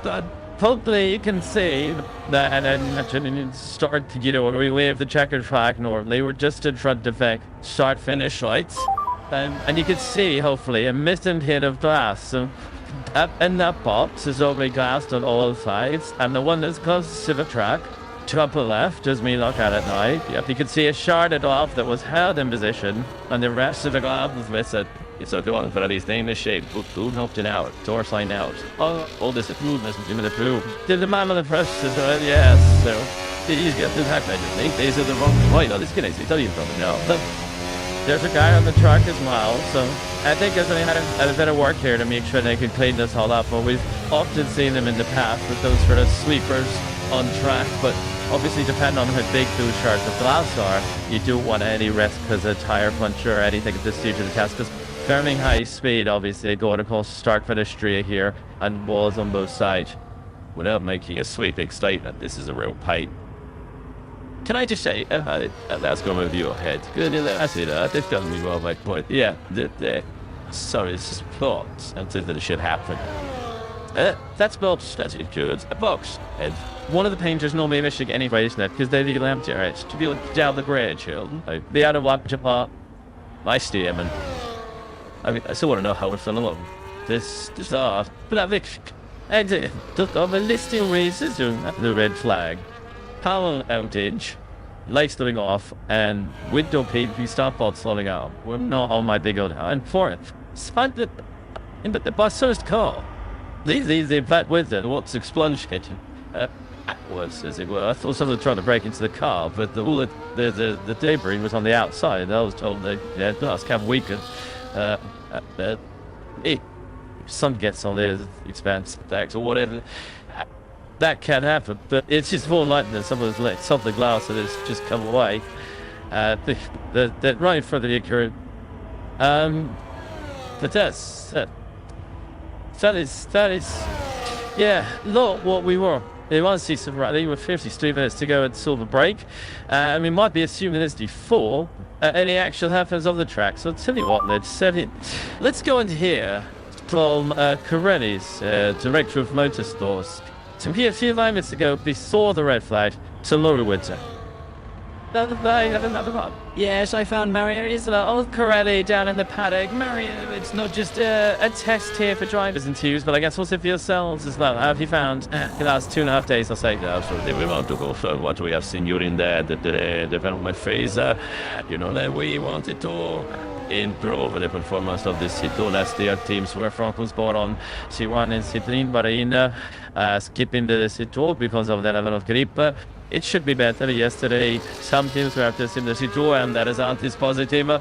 Clearly, we are waiting for hot conditions that are more representative. Because the C1, for example, was not working properly in this cold condition. Yeah, it's been unusually cold. It hasn't lived in Bahrain, and I'm here in a full winter gear. You had to get a jacket from somewhere at the start of the week as well. We do have sun today, so that should warm the track somewhat. But how is that old set of shades what you expected to see in testing the track temperatures and for the T-ish? This changing there is quite a lot because you pull down the tire much easily. So if you look at the long run from yesterday, the level of degradation was much lower than what we have usually in Bahrain, especially on the C3. That is the soft compound during the race. I mean, the other element that is unknown also for us is how much teams are hiding their real potential. The real performance, so we know that it's all about the strategy. But at least we shall have an indication of our values. But this track is not very hard for graining, so we wanted to improve our compounds in terms of graining resistance, but I believe we need to wait for Melbourne, where we use softer compounds. For Bahrain, if you test the C5 or the C6 is useless because the track is too high severity for this kind of compound, even if some teams decided to select one set of both. Say some teams have selected to bring a C5 or C6, and there's been a fair bit of chatter about what tyres teams have brought to this test because we did have rain yesterday. As a Haas very happily chugging around on our intermediates. Aston Martin also pointed into the way. It was a polite question that was it. So the intermediate performance. Look, how do teams select those tyres? How long in advance is that selection? And what do you deduce from what we are selecting?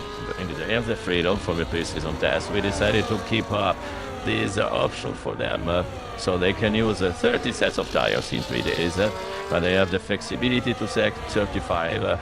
That's why probably somebody decided to pick one set of C5 and one set of C6, because in any case they have the flexibility. They have plenty of tires, honestly, for the test.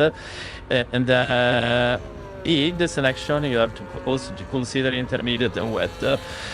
Just that in the last, I remember the last 15 years, we never had rain in Bahrain, so most of the teams decided not to select any intermediate on any wet tire. In the past, we had the possibility, because Bahrain was the first race of the season, to use some tires that were allocated for the race. Not this year, because the first race is Melbourne. So we have just the tires that have been selected for the test. That's why yesterday it was difficult for some teams without any rain tire to run, but I believe that also running in wet conditions was not really representative for the tires. Maybe for them, for the cars, to test components was useful, but not for us. It's a nice tire that they haven't usually will be given back to you, weren't they? I mean, looking ahead for the C6 tire for this season, that's being used at certain street tracks, isn't it? I know back in Sydney then that you weren't sure you'd had enough data on it. Keen to get more in Abu Dhabi. Do you feel you're out of enough data on that C6? More data for sure, not yet enough to when we get the C6. We are planning to use the C6, not only Monaco. Let's talking about the C6 that has come down from Monaco. I believe that C6 could be a good option also for Monaco, maybe Las Vegas, maybe Singapore. So we are now in the process of defining the selection for those races, and I believe that we could see the C6 in 4 or 5 races this year. Great stuff. Thanks so much for the rest of the test. Thanks, Ian. I'm all up. And you, softer copped out. Soft copped out. For this year, if you did see the C6 in 3 or 5 races, that would be well worth it. I want to go with a bit of 2 pit stops, add the tyre significantly softer than we've had before. It splashed things up peacefully. Bullish.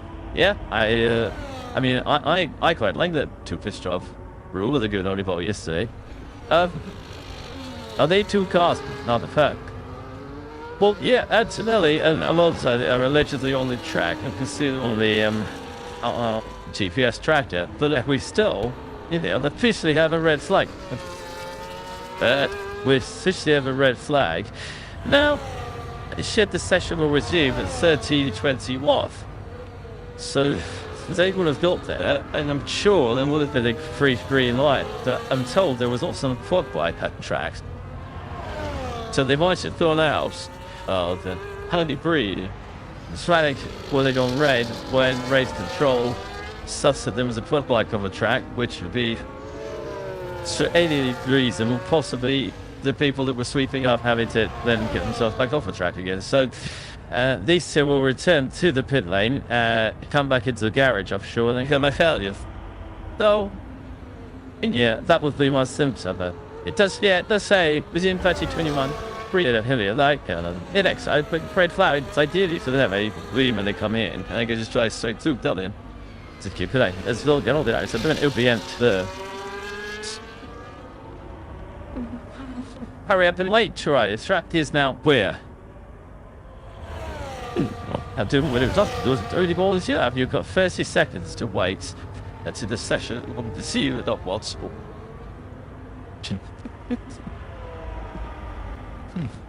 Yeah, that's actually.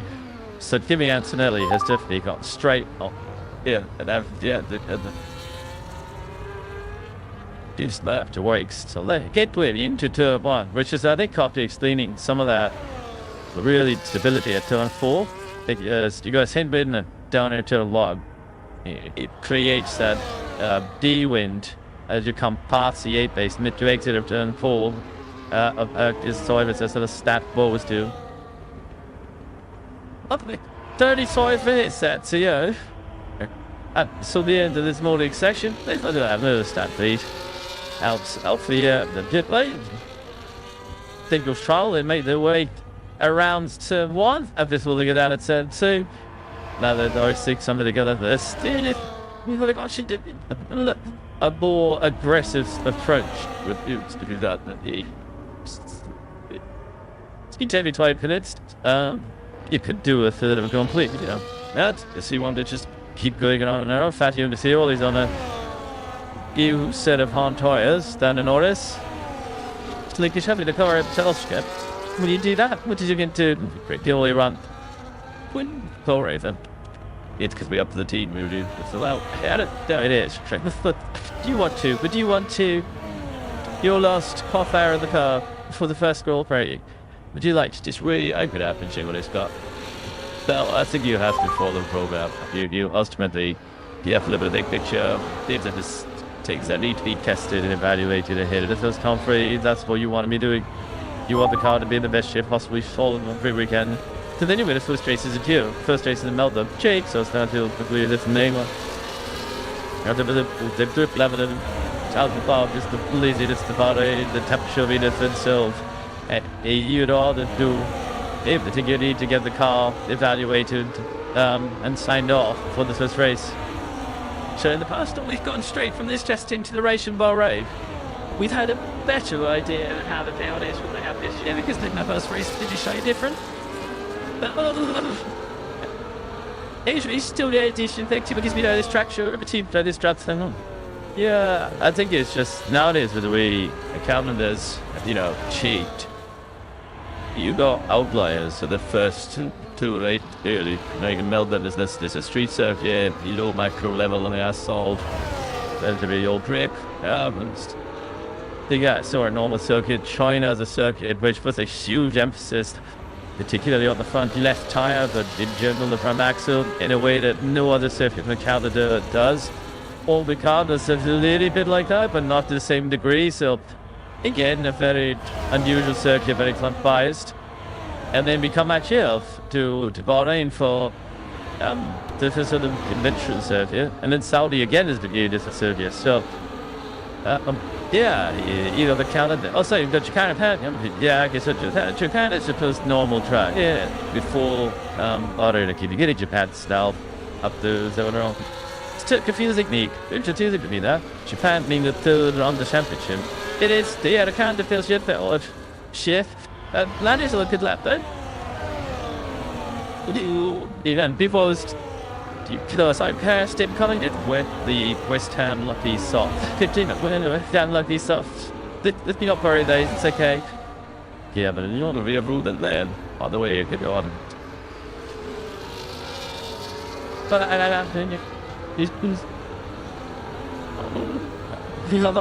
Winching, that's good being in his and next as a book. Just see that calm and relaxed. Just see that calm and relaxed. Yeah. They haven't chased steering rugs. No, they've gone about their business. That every time the cars in the garage really length of time, it sits to the same fault parcel of the blood. Like no major mishaps on track. It has them to this unstable rear end. Yeah, from time to time. But are they calm and relaxed under these little? Man, this doesn't take you away. Yeah, it was just.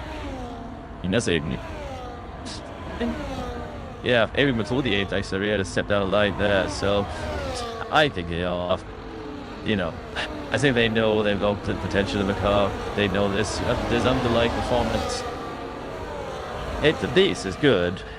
Which is what they had last year, right? If you had a bit of a challenging SD1 or something, you could dial it up with setup and just get the car suited for the conditions. But the baseline needs to be good, and that's where Red Bull was a problem. Was the baseline that got away from being as good as McLaren. Whatever they did in terms of setup, they couldn't recover there. Yet, again, did you agree? Aston looked like a bit cool then. justification. I think I'm flick for flick. It's big.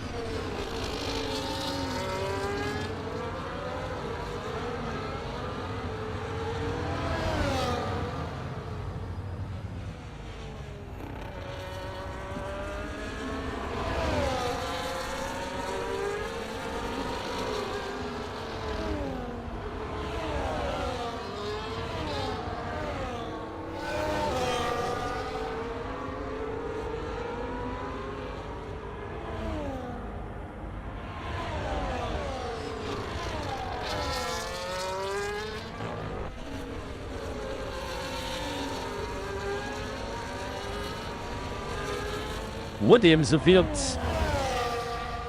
to be the better position than Aston Martin. We got its test. Pew.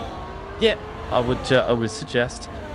Yeah, you know what? It really takes to Williams having two drivers offering two steady back and good experienced drivers that would make a massive difference. I think ironically, the last time I could think of a top line race winning, like current race winning driver got a good midfield G is ironically when Wizzy and sack David Hill. I think like you say, it doesn't happen, does it? You don't get a driver who's went to the Mexican Grand Prix or 3 from the end. Moving into the team who's finished, what were they last year, 9th to the constructions? Yeah, it's something that doesn't happen. So, so Wiggins is a massive coup. Yeah, and I think they used Definitive. They were a mobile Pompey at the end with more Williams. It's from bad points. Yeah, they were disrespected, technical Kiddo or Yogurt Sergeant, but having Carlos Sainz today is just going to be huge benefit to them. This is really best lineups. It's Felipe Massa and Valtteri Bottas. Yeah, it's part of that. I say that particular confirmation. With all due respect to that, Felipe, who was at the end of his career, twice, retired was disappointed with that. Yeah, colossal send off the old. Was hiding into pit lane when he came walking by, and the whole pit came out to cheer and into Lagos. Well, isn't that? Oh, wait, it's that. We're not thinking again. Is there the next time? To know what's no big send off the next day. These ups and live with that's the one thing you can't say about Williams through the season. Their driver lineup. Look, that'd be better. Yeah. Giving themselves up, they said to you, it's what it's tried this actually buy into Fonset beyond the end of this season as well. Yeah, which I think simple. But Max Stewart and they've stuck here behind Ollie Behrman in the Hess. Is he to go for a gap at the top of the hill? Yeah, they sit after you with a pull up really race again. You get off of your what you're thinking of Max Charlie makes his way past him and Paddock, so that come on, I mean, 28 minutes or so the door. What do we think of this? Should we rank the driver favorites? What do you think? There's I started to get in trouble. I mean, Riku's got 2 folks aside of 5 sitter, so I'm sure she's with down somewhere. But I'm I'm gonna say Sonori Sunlist on papers. Gotta be, hasn't it? You'd be hard for us to beat that. Yeah, I'm thinking. No, I'm gonna go with you on that one. Always disagree. If you could go in it with the car, I would say McLaren. You're not nervous, but ultimately they're not going to cut here. Well then, yes, right there. Try the 10 right now. You would agree. Come on, I think. Next, what do you think? 7 World Championships. They treat the 2 drivers all in their self-satisfied. Yeah, Ferrari. Yeah, no one was coming close on that one. So yeah, Ferrari. Yeah, but you're going to cut it form and all this, right? It's got to be the strongest. Can't see. I still think so. Well, go on.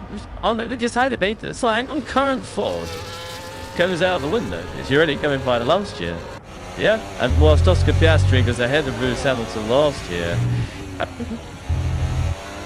Championship, Piastri finishing 4th and Lewis finishing outside the top 5, sub 6 for the first time in his career. To be honest, Oscar's had a better season than Lewis, so therefore you could argue that with those drivers of McLaren finishing ahead of both Ferrari drivers on current form, but McLaren other better drivers you could pair it, well, the historical form, yeah. Okay, let me pose a question.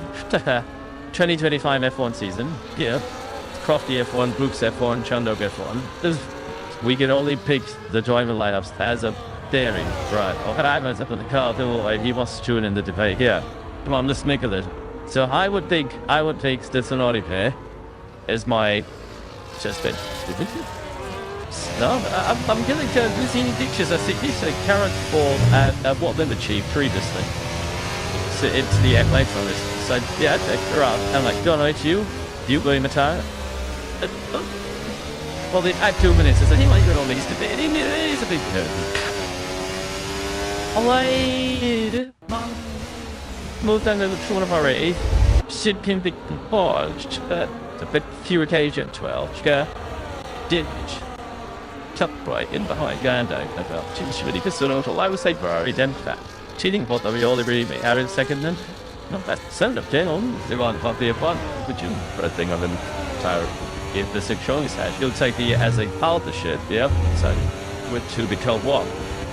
If that's just happened, do they have the time to take meters to the sheet? Yeah, get ahead of the two McLaren guys and then lost some of the potential to get it. So I would pick Red Bull as my second. Okay, and my pick. So you go McLaren, except one. Coffee, no, Red Bull. Dealing Red Bull, okay. And a third, I should try Red Bull. But then hard door by 2 hours. And then old set falls. On the shade, Williams. Ping that, I don't think that's Romish. Take that, so we have to bye. I'm going to say Mercedes, which is George Russell is capable of, like just some man that we need of chase or flip it. I like the thing I'll leave on track to have all continue. I think George Russell, I feel like he's done this. Yeah, he's done a down to the step after last year. I know he's done very well last year. And I think he's stepping up into the role of, I'm the big team leader, this is my time to shine. And I think Antonelli, there's a sparkle there. There's something. It's great, but I've got nothing to go in F1. Did I tell you? So I have Ian. Okay, so you got you going William Toffee for P4. No, there's not. Okay, I'm doing. Yes, I'm Williams P4. You say you're speed fighting. Okay, and I'm with you on Kimmy Antonelli. I know exactly what you say. No, but I put the right analogy in there. It is the young horse that someone has paid a lot of money to buy at the sales, and is starting out on his 2-year-old career on the fat with the potential of winning the Derby one day. We don't know how it's gonna go. Great, well, he's gonna go the neatest attraction. So I'll do the opposite you guys. I know if Mercedes Ford is Williams, and okay, to live if that leases. They just set up a has basically bullshit as to Martin and outfit. It's really let's see what it's to isn't it? Okay, up the video. I'm gonna go number 6, Selva. Oh, and okay, the guys for the same reason the thing about Kimi Antonelli being here and what a spark this issue. I think Gabriel Bortoleto, we'll see what's there is another one. And a real great left in the future. And Nico Hulkenberg, I think, showed us that he is in, to me, he's in the colour science Alex Southworth game. He has lost nothing. He is consistent, dependable. And if she ever had the right cut, he would have been a multiple podium sitter in full. I don't think she's still one of the best drivers out. So it takes Nicky out of the having huge no patch and he bridge just happened out of pitch okay. Well the finish like anyway, it's enough of the Soros to try to hit. Do you know how long this season is? And I'm going for patched, I think. So Ocon and they have like the chicks. You don't like on top there, but yeah, I'm very rich. Just I think they're only underdogs of them as well. Because I think it'd be a tricky one to manage, because I think there could be some starts there. I think the goal Yeah, Ocon has a similar level to Huckberg. And I think I'd put Behrman in, just, he's had a bit of more F1 experience. So, I think what they've just got a lot of potential. But at this moment, I think Ocon, Behrman, ahead of Salvador for me. I can't study the 7 better. Shabba Ashton. I disagree with here. So there. Start sticking with the Salvador, okay? And then who's 7? I think it has to be Aston Martin. And then you bring Aston Martin, maybe I just have Aston actor. And also, Jack, Wilson has a teammate that made his debut in 2017. It's not exactly a rookie. Yeah, has been on the podium, has raced an awful lot. He's the most experienced Canadian poultry driver ever. Just good delivering it off. And that's a team. Yeah, so I think, you have them in 7. Right. I put the challenge at 10. I said, yes. You stopped there, though. No, I think that I would so take Salvo ahead of the Aston going up. I like both. Just there's all this talk about intellectual. I would pick that line up ahead of the Aston Martin instead of right. So I've got Aston's. That's the name. I got Aston at 8. I got a Sabra 8. It's dividing it. I want to stop these. Or maybe there's two dividends. So outright. We just try to think about the whole thing. I'm doing this thing. It's like point of debate. What the brown thing? I'll go out there and my dog Jadley. It was a lot to last season without Samuel. So based on I'd like to be like the fuck it died of it all still. I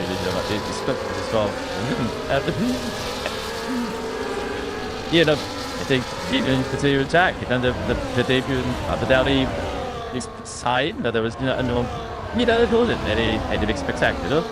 But within a weird set of circumstances, it sort of dropped in and let's see what he could do. With the way down and found it's in testing, but with the fact that small bit of what it is showing that will have to listen, the greatest bit of motivation by the genetic stories is this out to even sort of share the number with death. I was playing racing balls, yeah, and I think so. I think, for me, is again,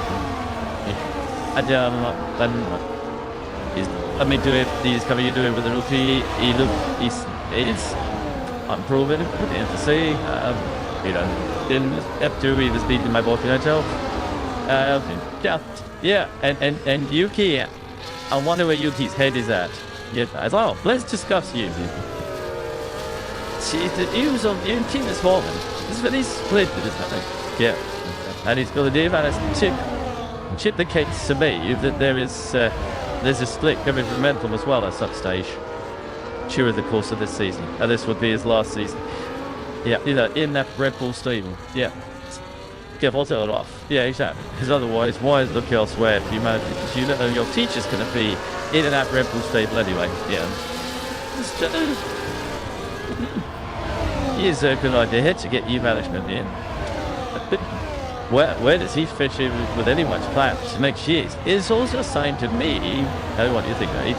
It's saying to me that he's annoyed that he didn't get the Red Bull thing. I've mentioned that sort of feels like his management, the realization of that whole thing. To me, that's what I mean. That's a sign of maybe where his head's at, right? He's still not you get that. We'll see. You could sort of see the end of the Ottoman relationship. With the Red Bull tablet, that's going to have an implications for him. So, what that going to do for it? It might serve as a motivator, as it did for Paddock back at the Racing Point days in the league. Raised his game and ended up in the Red Bull. So, he can go one of two ways for the drivers. They say that if you keep doing the same thing and expecting a different result, it's about ridiculous. To get challenged recently. You're staying with the same energies. You want the manager doing the job of getting the work you want, that you stay with them. If they're not, then you have to change. Don't sound like that. Where could he go for next year? But they might as well stay at Racing Bulls because if Isaac Hadger doesn't work out, the Red Bull driver development program is not one for second chances just for the sake of the second chance.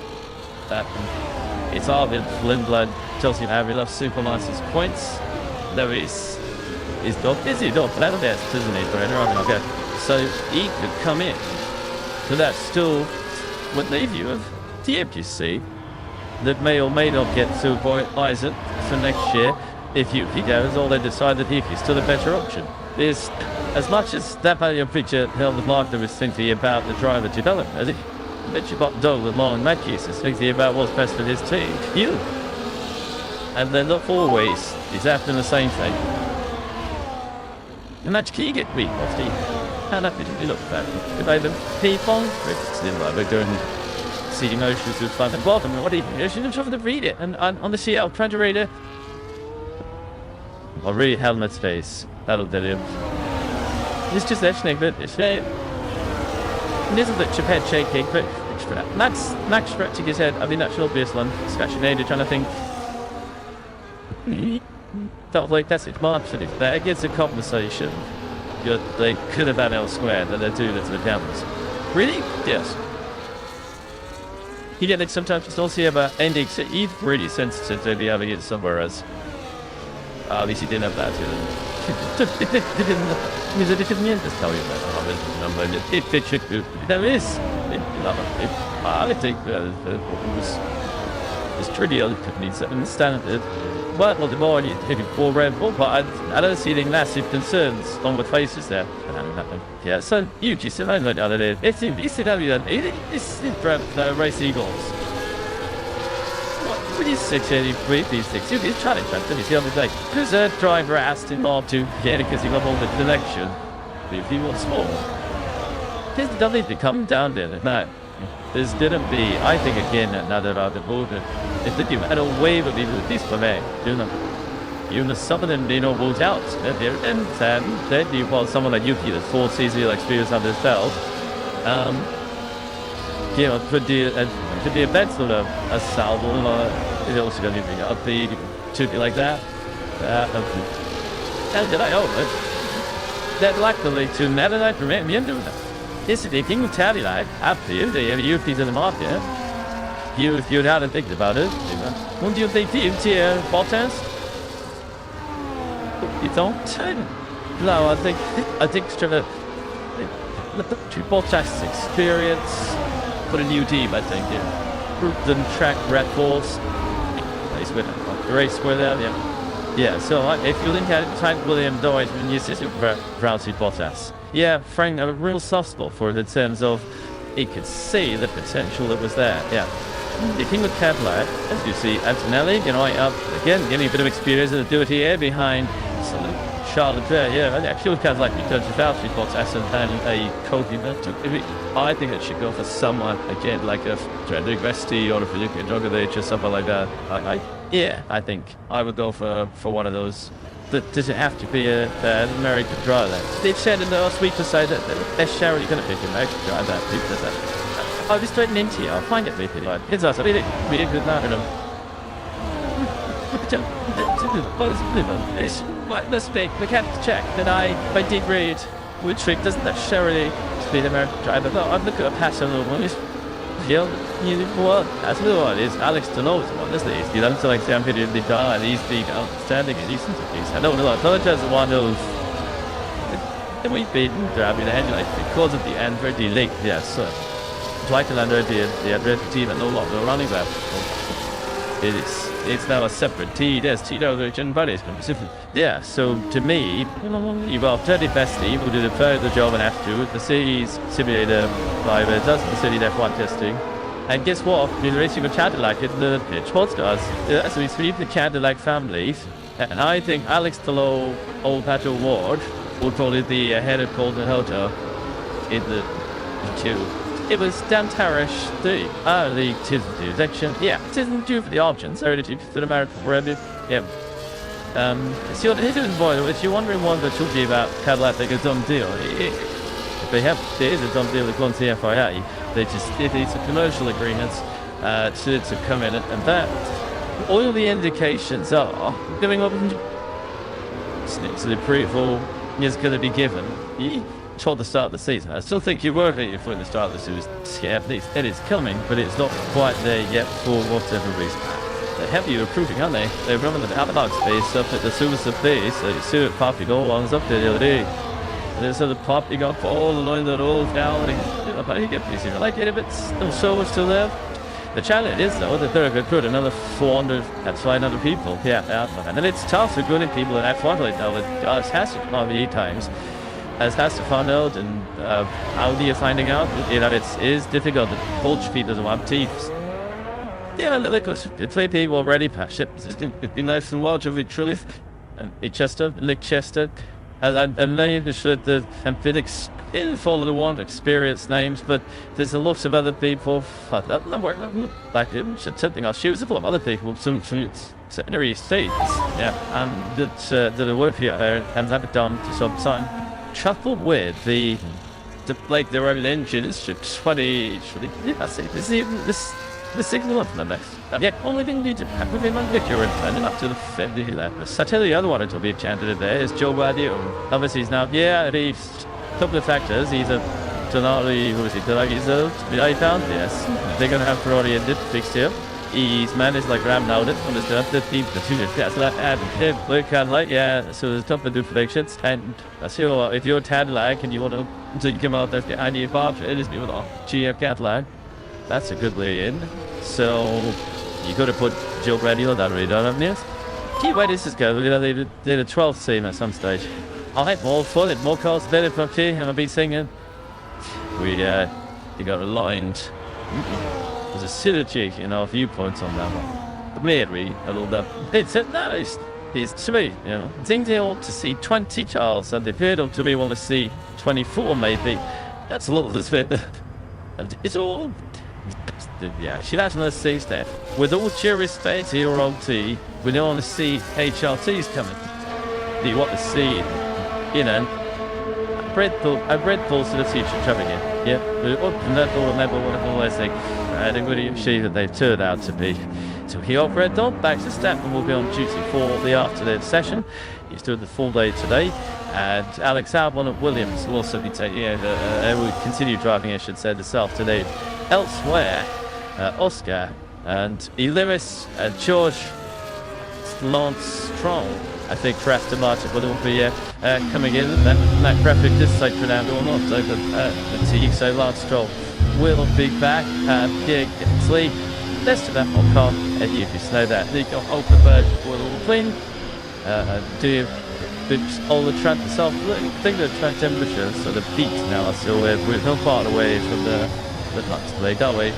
I think that'd be the point where the temperature was a little plateau and then start with roll. So I think this afternoon we should see some decent long race runs. They talked about those in text. It just gets to the golden hour and the golden simulation is and it's brought all Thursday. That I think is when the time starts to become even before relevant. They were, yes, so needs to be race runs as well. If you're going to be sessions in less than a bit by the times you know some referred one to be unhappy, get in this advantage side. Do you read anything in chat? Continue definitely. But that don't really how I feel really fit temper. No, but I something I just bored to the honest opposition indignant. You would still assume that they are then chasing the balanced collection, so you find to understand their car. Did not yet split up and just go out there do a full race simulation car. You know, and when you think that you can't just cut, you see tires if not made, but you can't just tell. Easily not yet happy that they're changing things.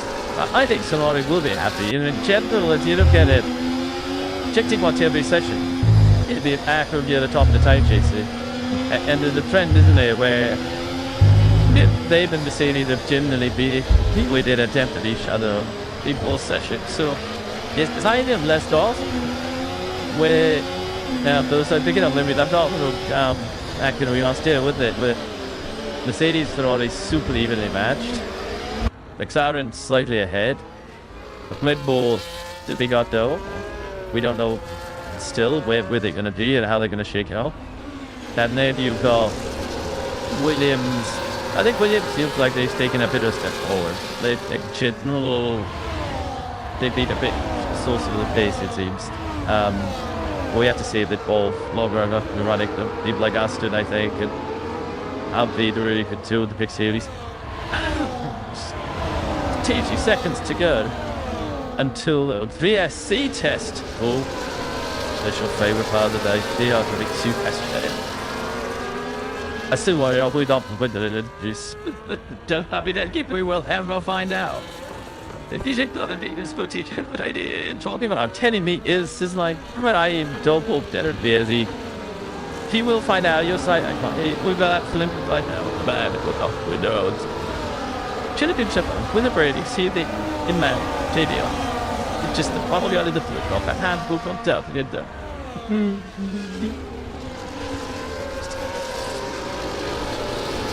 Sorry. It's just a drag to be sure of these resistant ups. And well, that's good. If the and I don't. This seat out. I just look at the top 6 now. We mentioned at the start, roughly with Alpine and Williams jumping into our top 6. They're the top 6 today. Safe and I would suggest that these times aren't quite as relentlessly as, we just have to take that to do the bingo. No, the site's just tested. You just did that necessarily in this session. In this just morning car as relevant as that's what they really works in the That's what they miss about Barcelona, I say. When the cars were they were still learning more about the cars. We know this point now where they've got this good diligence and everyone knows their cars much more. I used to get that final morning, the final morning of testing. Remember a static turn, 4 turn 7 and Lewis Hamilton and Sebastian Vettel on a settled as soft tires leave. Yeah, 3 sets of soft tire qualities in back to back and chasing the performance lines. Doesn't get there if you don't see these sort of bands like quality runs anymore. It's maybe this year we've had too much testing. Lately you just needed one day. You Lewis Hamilton with the street. 20 cars, more like waves the cars, that's true. And I think the fact that 80% of the jury that reviewed him, there any different ball than there were last year. This year had C-Charles. Yeah, a little worrying to try. Give a chief, that's possible chance. So yeah, then he plays out then. You want your music as a driver. Part of that here. Yep. Yep. Button. They did extend it. New attitude day test, I guess, but so 3. But the team is they're trying out. 2025 followed. Having just one to focus on and get it right. I think 3 bucks of this no work the teams. She was the thing I have to it. Top of the week side. No, but at least they got the beige here with the one. Well, yeah, like he got a night crew to come in. No, I get all that. I get it. I find that, but I think, I do think just for the reliability we've got now, just think it the level of the switch side now getting up to this. This is a unique sport, isn't it? Where we're watching people practicing. You don't spend 8 hours a day watching a next session at Azor or people running around it. I don't know, did they broadcast West Ham's training? No, but you to get invited to go and see a training session. Yeah, the other one, there's really hard to the big world. I've played them to give you a hello to Debbie. Yeah. I'm so stupid football. I've played about 12 years. So it used to store the next day. And no, but I think it was like a no substitute. I ended up in goal for last year. You got it 12 for it. And that's a video as well. I'll show you later. What was this? It's actually I'm going down and have a chat with English, but was it that due to the voice? Let me super. I did the other and then all more Monday, so you can tap I'll give you one more game to play.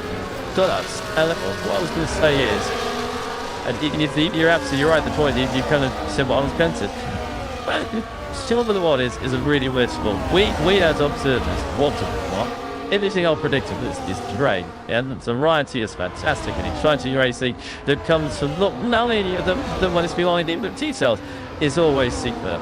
and our hotel wishes are offset by the desire to use and the snow within it to plan everything out into the smallest minutiae and get everything worked out strategically and engineeringly and decides about scientifically to stop the unpredictability. And it's an age-old battle between, how you run the sports, there's a how you feel the sport, and there's a fan.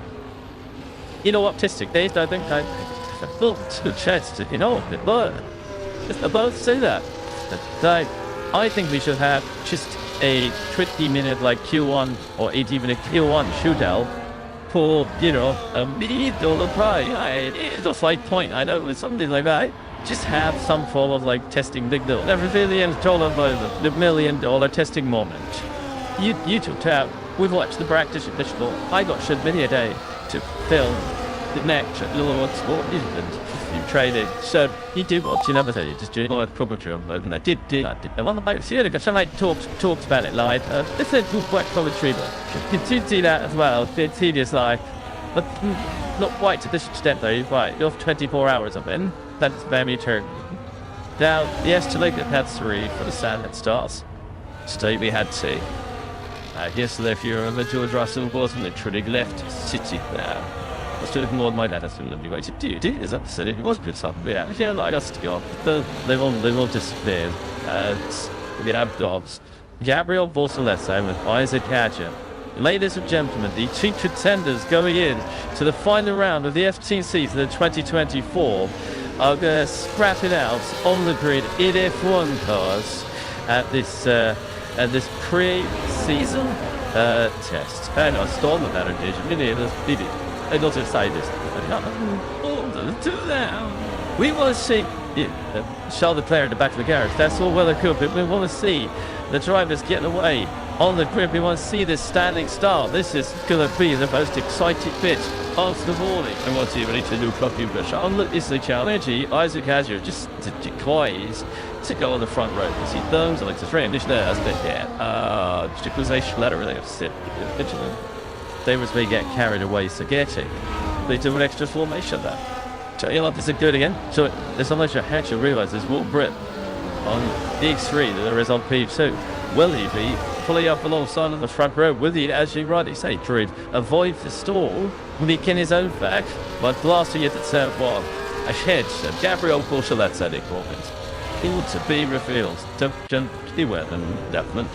To get your 11s in the UK, to get whatever important trick and take you are going to get on. We saw Alex and the crew come back in an hour's time. Because this is the exciting line. Hell, I've built it up anymore. They've got half a love. Yeah, done. That's $100.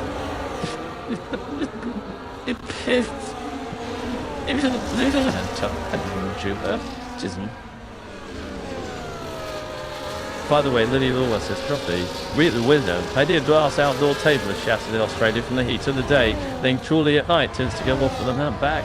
Huh? It's not very there. The team does that hot day, does it? Testing about us 80 hours.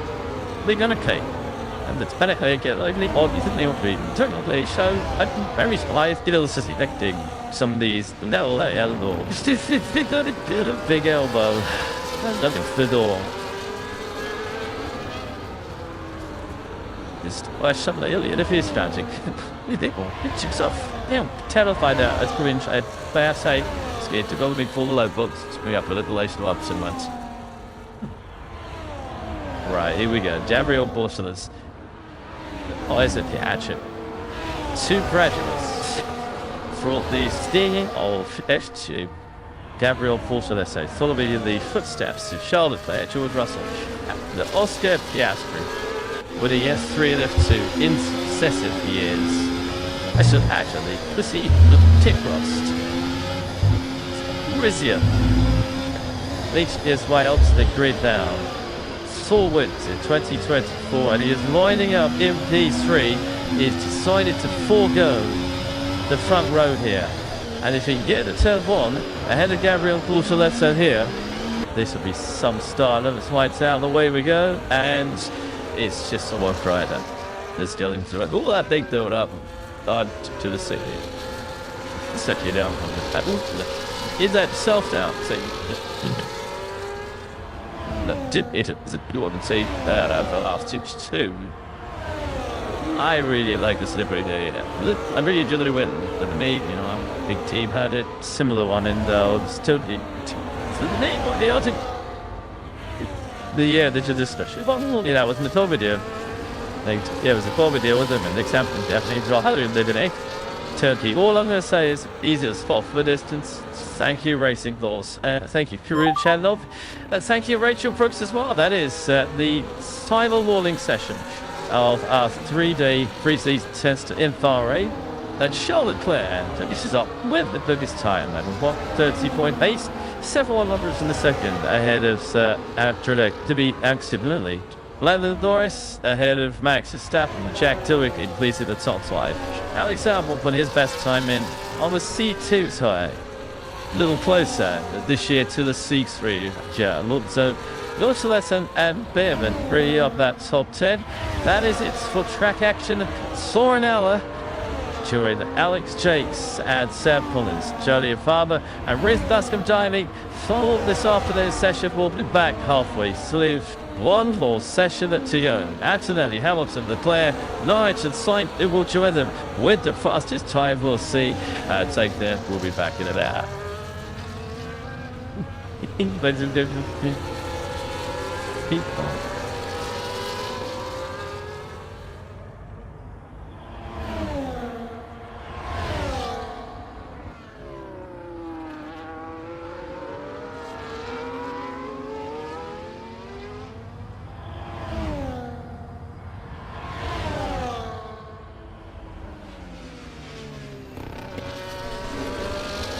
Down to the corner of already.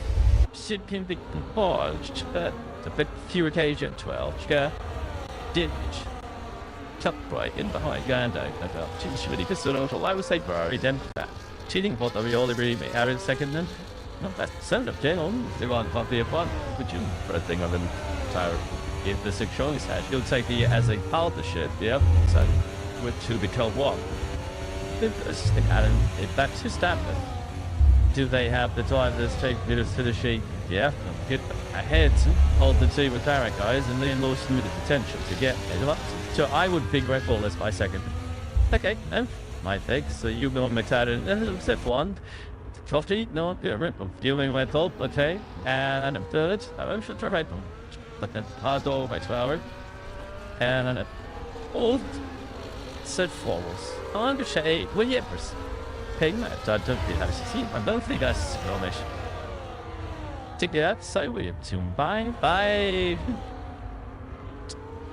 I'm going to say Mercedes, which is George Russell is capable of, like just some man that we need of chase or flip it. I like the thing I'll leave on side to have all continue. I think George Russell, I feel like he's done this. Yeah, he's done it down to the step after last year. I know he's done very well last year, and I think he's stepping up into a role of I'm the big team leader. This is my time to shine. And I think Antonelli, there's a sparkle there. There's something. It's great, but I've got nothing to go on, and I wanted. I'm telling you. So I have Ian. Okay, so you got you going William Toffee for P4. No, there's not. Okay, I'm doing. Yes, I'm with Williams P4. You say you're speed fighting. Okay, and I'm with you on Kimi Antonelli. I know exactly what you say. Look, gotta put the right analogy in there. It is the young horse that someone has paid a lot of money to buy at the sales, and is starting out on his 2-year-old career on the fat with the potential of winning the Derby one day. We don't know how it's gonna go. Great, well, he's gonna go the latest attraction. Reads the list. So I'll do the opposite of you guys. I'll do if Mercedes Ford, Williams, sick, and okay. To live if that pleases. They just set but has Racing Horse here, Aston Martin, and outfit. It's really let's see what it is to isn't it? Okay, I'm the video. I'm gonna go number 6, himself. Oh, and look at me. The guys, to the same reason, the thing about Kimi Antonelli being here and what a spark this issue. I think Gabriel Bortoleto, we'll see what's there is another one. And a real great one for the future. And Nico Hulkenberg, I think, showed us that he is in. To me, he's in the colour science Alex Southworth game. He has lost nothing. He is consistent, dependable, and if he ever had the right car, he would have been a multiple podium sitter in full.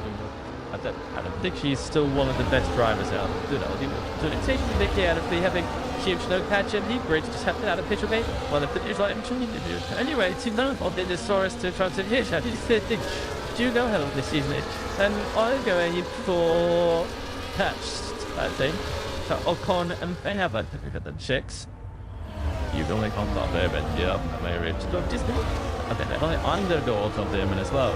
Because I think it'd be a tricky one to manage. Because I think there could be some starts there.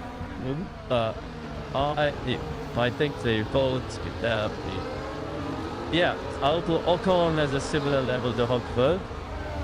And I think Behrman's I'd put Behrman in, you know, just, he's had a bit of a more F1 experience. So, I think what they has got a lot of potential. But at this moment, I think Ocon, although Behrman, ahead of Salvador for me. I can't study with September, Shabba Ashton. I disagree with here. Take that. Stop sticking with the sound, okay? And then who's 7? I think it has to be Aston Martin. And then you bring Aston Martin, maybe I just have Aston actor. And also, yep, Jack, those he has a teammate that made his debut in 2017. It's not exactly a rookie. Yeah, has been on the podium, has raced an awful lot. It's the most experienced lady of Grand Prix driver ever. Yeah, it's too good delivering it all. And that's a team. Yeah, so I think good on paper. Yeah, you have them in 7. Right. I put the chairman at I said, yes. You stopped there. No, last time you didn't. I will think that I will so take Salvo ahead of the Aston going up. I like both. Just, you know, there's a lot of talk about Bortoleto I quite like. I would pick that line up ahead of the Aston Martin instead of right. So I've got Aston's. You asked me, I got Aston today, so I'm going to Saturday. It's dividing it. I want to stop these. Or maybe there's do done. So outright, we just try to the whole thing. Haven't you? This thing is like quite a big. What the brown thing? I'll go out there and Jack, my dog Jack Lee. It was a lot last season without Samuel. So based on like the fuck that died of it all still.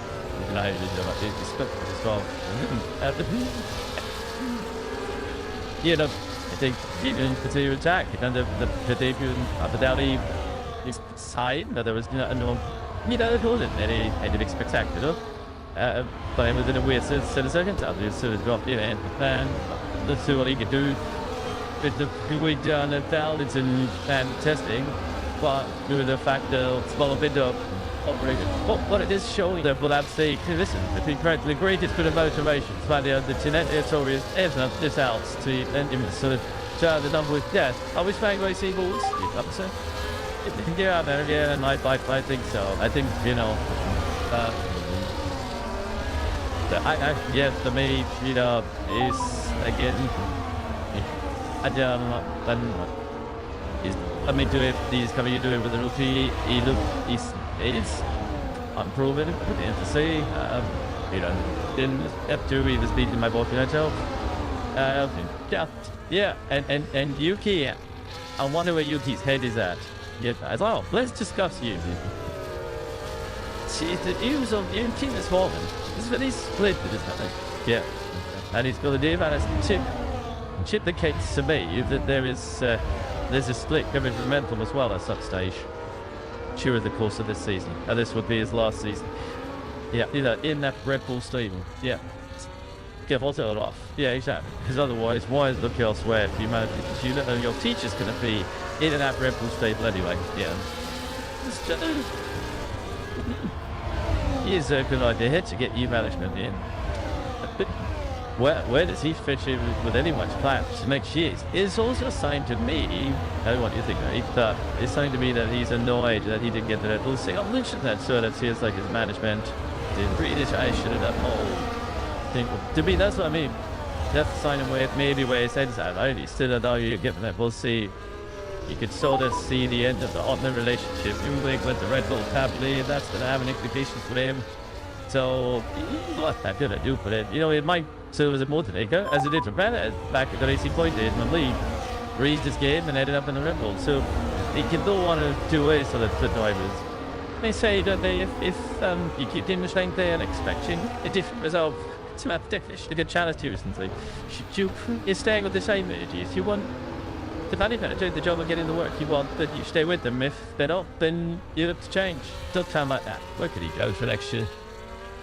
But they may as well stay at Racing Bulls, because if Isaac Hadger doesn't work out, the Red Bull driver development program is not one for second chances just for the sake of the second chance. It's Arvid Lindblad tells you how he loves super license points. No, he's not busy, not that best, isn't he? Okay. So he could come in to that still what they view of the MQC that may or may not get to Isaac for next year if he goes, or they decide that he's still a better option. There's as much as that value picture Helmut Markner was thinking about the driver development, as it bet you got Doug with Marlon Matthews is thinking about what's best for his team. You. And they're not always exactly the same thing. And that's key get weak off the and that didn't look bad. If I don't people we're doing seeing emotions with fun and welcome what even you should have tried to read it and on the CL trying to read it. I'll read Helmut's face. That'll tell you. It's just actually good. It's it isn't the Japan shaking, but extra. Max scratching his head. I mean that's the obvious one. Scratching head, trying to think. Felt like that's it. March and if that gets a conversation they could have had elsewhere that they do that to the cameras. Really? Yes. You get it sometimes just also about ending. He's really sensitive to be able to get somewhere else. At least he didn't have that to them. Just tell you that number. There is. I think it's trivial to understand it. Well, the more you hit for Red Bull, but I don't see any massive concerns on the faces there. Yeah, so you just said I learned the other day. It's Race Eagles. What is 683 P6? He's trying to finish the other day. Because a driver asked him not to get it because he got all the selection. If he wants more, there's nothing to come down there. No. There's didn't be, I think again, another other border. If you had a wave of people with this for me, you know, some of them, vote out. And then you want someone like Yuki, the 4 season experience under his belt. Could be a bad sort of a salvo, or it's also going to be upbeat, to be like that. And did I hope it? That luckily to never like remain me into that. Yes, if you can tell you like, after you, they have UFTs in the market. You'd have to think about it. Wouldn't you think UFT Bottas? You don't? No, I think to Bottas experience, put a new team, I think, yeah. Group them track Red Bulls. Race with them, yeah. Yeah, so if you look at it, Frank William Doyle, when you see Brownsie Bottas. Yeah, Frank had a real soft spot for it in terms of he could see the potential that was there. Yeah. The King with Cadillac, as you see, Antonelli, up again, getting a bit of experience and do it here behind Charles Leclerc. Yeah, I feel kind of like because without Bottas and a co-event, I think it should go for someone again like a Frederick Vesti or a Felipe Drogovic or something like that. I think I would go for one of those. Does it have to be an American driver? They've said in the last week to say that they're surely going to pick an American driver. I'll be straight into you. I'll find it with you. It's also really good now. Let's make mechanics check that I did read which trick doesn't necessarily speed American driver. No, I'm looking at pass on the one. Well, that's the one is Alex Delo's one, isn't it? He's done like Sam Peter the guy, and he's the outstanding and decent. I don't know, I thought that's the one of the we've beaten driving the headlight because of the end very late, yes. Like to land the red team and no longer running that. It's now a separate team. There's Tito and buddies. Yeah, so to me, well, Teddy Bestie will do the further job and have to. The Mercedes simulator driver does the city F1 testing. And guess what? The racing of Cadillac in the pitch pod does. So we sweep the Cadillac families. And I think Alex Telo, old Pato Ward, will probably be head of Colton Hotel in the two. It was Dan Tarish, the early Tisn't section. Yeah, it isn't due for the options. Sorry to the American revenue. Yeah. So it isn't boy, if you're wondering what that should be about Cadillac, like a dumb deal. There is a dumb deal with the FIA. It's a commercial agreement to come in, and that all the indications are giving up. So the approval is going to be given. Toward the start of the season. I still think you were ready for the start of the season. Yeah, it is coming, but it's not quite there yet for whatever reason. They're heavy recruiting, aren't they? They're running the Paddock space up at the Suicide base. So you see it popping all ones up there the other day. There's sort of popping up all the line that all down. How do you get busy? Like it a bit, still so much to live. The challenge is though that they're going to put another 400 and 500 people. Yeah, and it's tough for good people in F1 right now. It has to come 8 times. As has to find out, and how do you finding out? That it is difficult. The poultry feed doesn't have teeth. Yeah, look, it's 3 people already past it. It's been nice and large of it, truly. And Chester, Nick Chester, and they should the amphibics in follow the one experienced names, but there's a lot of other people. Like something else. She was full of other people, some secondary states. Yeah, and that are work here and have it done to some time. Coupled with the their own engines to 20, the signal of the next. Yeah, only thing need to happen with my liquor and up to the 50 levels. I tell you the other one to be a candidate there is Joe Badio. Obviously he's now, he's a couple of factors. He's a Tonali, who is he? He's a pound, yes. They're gonna have Ferrari in it fixed here. He's managed like Ram now it on the stuff the team the two that's not added work on like so there's a couple of new predictions and I see if you're Cadillac and you want to come out that's the idea of option it is with all GF Cadillac. That's a good way in. So you could have put Joe Brady on that already done haven't you? Gee, why this is good, they did a 12th team at some stage. I'll have more fun and more cars better from T and I'll be singing. We you got aligned. There's a synergy in our viewpoints on that one. But maybe a little bit. It's nice. It's to me, I think they ought to see 20 Charles, and if they don't to me want to see 24 maybe. That's a little bit. And it's all. Yeah, she doesn't want to see stuff. With all due respect to your old T, we don't want to see HRTs coming. Do you want to see, Red Bull to the future coming in. Yeah, and that all remember what I always think. And a good achievement they turned out to be. So he got Red Dog back to step and will be on duty for the afternoon session. He's doing the full day today. And Alex Albon at Williams will also be taking, will continue driving, I should say, this afternoon. Elsewhere, Oscar and Lewis and George Lance Stroll. I think for Aston Martin will be coming in. That graphic this side for now or not over the so Lance Stroll will be back. Pierre Gasly, rest of that on car, and you can know that Nico Hulkenberg will win. Do all the track itself. I think the track temperature, so the beat now are still we're not far away from the next play, don't we? I think that would be the point where the temperature was a little plateau and then start with roll. So I think this afternoon we should see some decent long race bumps. They talked about those at the end text. It just gets to the golden hour and then the golden simulation is and it's brought all Thursday. that I think is when the time starts to become a little bit more relevant. They were, yes, so it's the race runs as well. If you want to say she's in less than a bit by the times, you know, so if one's be unhappy, you could be a disadvantage side. Do you read anything in chat? Continue definitely. If I put that something how the lady fit temper? No, but I something.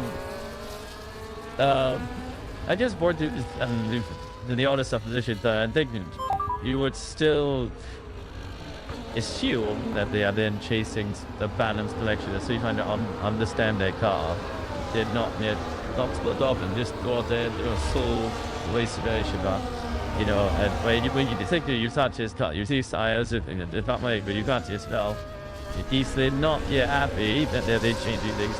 I think somebody will be happy. And in general, if you look at it, checking what every session, it'll be an accurate at the top of the time chasing. And there's a trend, isn't there, where they've and Mercedes have generally been people did attempt at each other in both sessions. So yes, there's I am less off where now those are picking up limit. I'm not accurate we are still with it, but Mercedes Ferrari super evenly matched. McLaren slightly ahead. Red Bull the big out though. We don't know still where they're gonna be and how they're gonna shake out. And then you've got Williams. I think Williams feels like they've taken a bit of a step forward. They've been a bit source of the pace, it seems. We have to see that both longer enough to running them. People like Aston, I think, and Alpine really could do the big series. 2 seconds to go until the VSC test. Oh, that's your favourite part of the day. They are the big super straight. I still worry I'll put up with it. Don't have it again. We will ever find out. If you take the this footage, what I did talking about telling me is like when I am double better busy. He will find out your side. We've got film right now. The man with off windows. Should have been shut with a Brady. See the in my video. It's just the probably out of the flip off a handbook on top. Get there.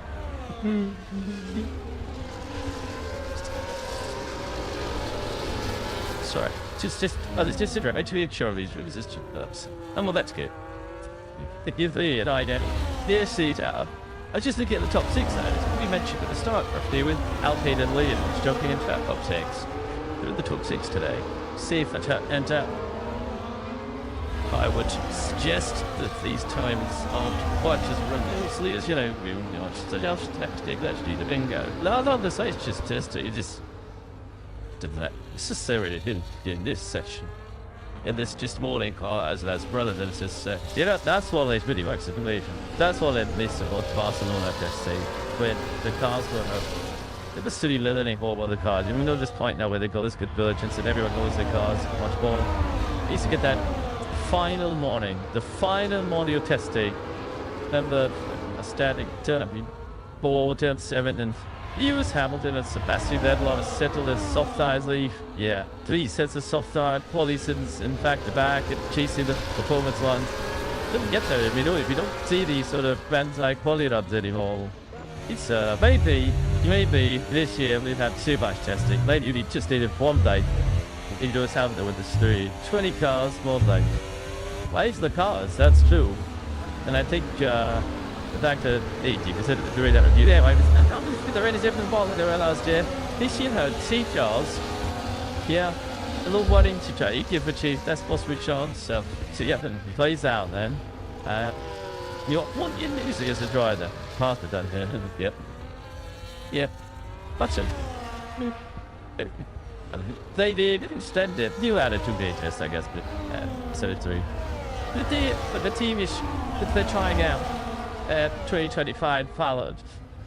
Having just 1 to focus on and get it right. Having 3 focus on this all work the teams. She was the thing I have to it. Something exciting. No, but at least they got the beige here with the one. Well, yeah, like he got a night crew to come in. No, in fact, I get all that. I get it. I find that, but I think, you know, I do think just with the reliability we've got now, just take it the name on the switch side now. Getting up to this. You know, this is a unique sport, isn't it? Where we're watching people practicing. You don't spend 8 hours a day watching a next session that is all people running around it. I don't know, did they broadcast West Ham's training marketing? But you get invited to go and see a training session. The other one, there's usually part of the big world. I've played them to give you a hello to Debbie. Yeah. I've had so stupid football. I played about 12 years. So it used to all store the next day. And no, but I think it was like a no substitute. I ended up in goal for last year because you got it proper time. And that's in the video as well. I'll show you later. What was this? Actually, I'm going down and have a chat with English about what's it that do to the voice. Let me super. I had to deal with more Monday, so you can tap I'll give you one more game to play. So that's what I was going to say is, and you're absolutely right. The point you kind of said what I was going to. Silver the Watt is a really weird sport. We as observers want to what. Everything I'll predict is terrain, and the variety is fantastic, and exciting racing that comes from not only the one that's behind it, but details is always superb. And our hotel wishes are offset by the desire to use and the snow within it to plan everything out into the smallest minutiae and get everything you worked out strategically and engineeringly and decides both scientifically to stop the unpredictability. And it's an age-old battle between, how you run the sport as a how you feel the sport and there's a fan. Optimistic days, I think I built a chance to, but I both say that. I think we should have just a 20-minute Q1 or even a Q1 shootout for, a $1 prize. It's a slight point, I know, with something like that. Just have some form of testing big deal. Never really $1 the $1 million testing moment. You took out, we've watched the practice at Digital. I got shit many a day to film the next little sport and you training. So you do what you never tell you, just doing more proper job. And I did. I want to see it. Some talks about it live. This is good work commentary, but you did see that as well. It's tedious live, but not quite to this extent though. You're 24 hours of it. That's very true. Now, yes, Jamaica had 3 for the Sand that starts. Today we had 2. Yesterday, if you remember, George Russell wasn't literally left City now. I still ignored my dad. I still lovely way to do it. Is that silly? It was good stuff. Yeah, like us to go. They won't disappear. We have dogs. Gabriel Borsalessa with Isaac Hadger. Ladies and gentlemen, the 2 contenders going in to the final round of the FTC for the 2024 are going to scrap it out on the grid in F1 cars at this pre-season test. And I stole the matter, I don't say this. We want to see Charles Leclerc in the back of the garage. That's all well and good, but we want to see the drivers getting away on the grid. We want to see this standing start. This is going to be the most exciting bit of the morning. I want to ready to do copy push. It's the challenge. Isaac Azure just decoys to go on the front row. You see those, I like to frame. This there has been here. Sticulation letter really upset. They was may get carried away, so get it. They do an extra formation there. So you know, this is good again. So there's unless you hatch, you realise there's more grip on the X3 than there is on P2. Will he be fully up alongside on the front row? Will he, as you rightly say, Druid, avoid the stall when he can his own back by blasting it at turn 1? Ahead, Gabriel Borsaletta at it, move down to the corner of our A. Should can be paused, but a bit few occasion 12. Ditch. Tuck right in behind Gando. About really good sort of I would say very damn fat. Cheating what we all agree may have in second then. Not that son of down. They want copy of one. Would you for a thing of an entire if the 6 choice has you'll take the as a partnership, yeah. So with 2 become 1. If that's his happen. Do they have the time to take finishing? Yeah, get ahead of the 2 McLaren guys and then lose through the potential to get it up. So I would pick Red Bull as my second. Okay, my pick. So you go McLaren and F1. Coffee, no, Red Bull. Dealing Red Bull, okay. And a third, I should try Red Bull. But then hard door by 2 hours. And an old set forwards. I'm just saying, will you ever ping that? I don't think I don't think that's Romish. Take that, so we're tuned by. I'm going to say Mercedes, which is George Russell is capable of, like just some man that we of chase or flip. I like the thing I'll leave on side to I think George Russell, I think like he's got this, yeah. He's done it down to the step after last year. I know he's done very well last year. And I think he's stepping up into the role of, I'm the big team leader, this is my time to shine. And I think Antonelli, there's a sparkle there. There's something, it's great, but I've got nothing to go in F1, I'm just telling you. So I have to some kind. So you going William Toffee for P4? No, there's not. Okay, I'm going, yes, I'm Williams P4, so you speed fighting. Okay, and I'm with you on Kimi Antonelli. I know exactly what you say. Look, gotta put the right analogy in there. It is the young horse that someone has paid a lot of money to buy at the sales, and is starting out on his 2-year-old career on the fat with the potential of winning the Derby one day. We don't know how it's gonna go. Great, well, he's gonna go the maintenance track. So I'll do the opposite of you guys. I'll do if Mercedes Ford, Williams, and okay. To that leaves us. They should settle, but has basically both here has to Martin and outfit. It's really let's see what it's to isn't it? Okay, up the video. I want to go number 6, Selva. Oh, and okay, the guys for the same reason, the thing about Kimi Antonelli being here and what respond this issue. I think Gabriel Bortoleto, we'll see what's there is another one, and a real great one for the future. And Nico Hulkenberg, I think, showed us that he is in. To me, he's in the Carlos Sainz Alex Southworth category. He is lost nothing. He is consistent, dependable, and if he ever had the right car, he would have been a multiple podium sitter in Fulham. I don't think she's still one of the best drivers out. So it takes Nicky out of having huge no patch and he bridge just happened out of pitch okay. Well, the pitch like anyway, it's enough of the Saurus to try to hit. Do you know how long this season is? And I'm going for patch. I think. So Ocon and Ben have look at the chicks. You've only gone top there, but yeah, I'm very rich. So just I think they're only underdogs of them as well. Because I think it'd be a tricky one to manage. Because I think there could be some starts there. I think they both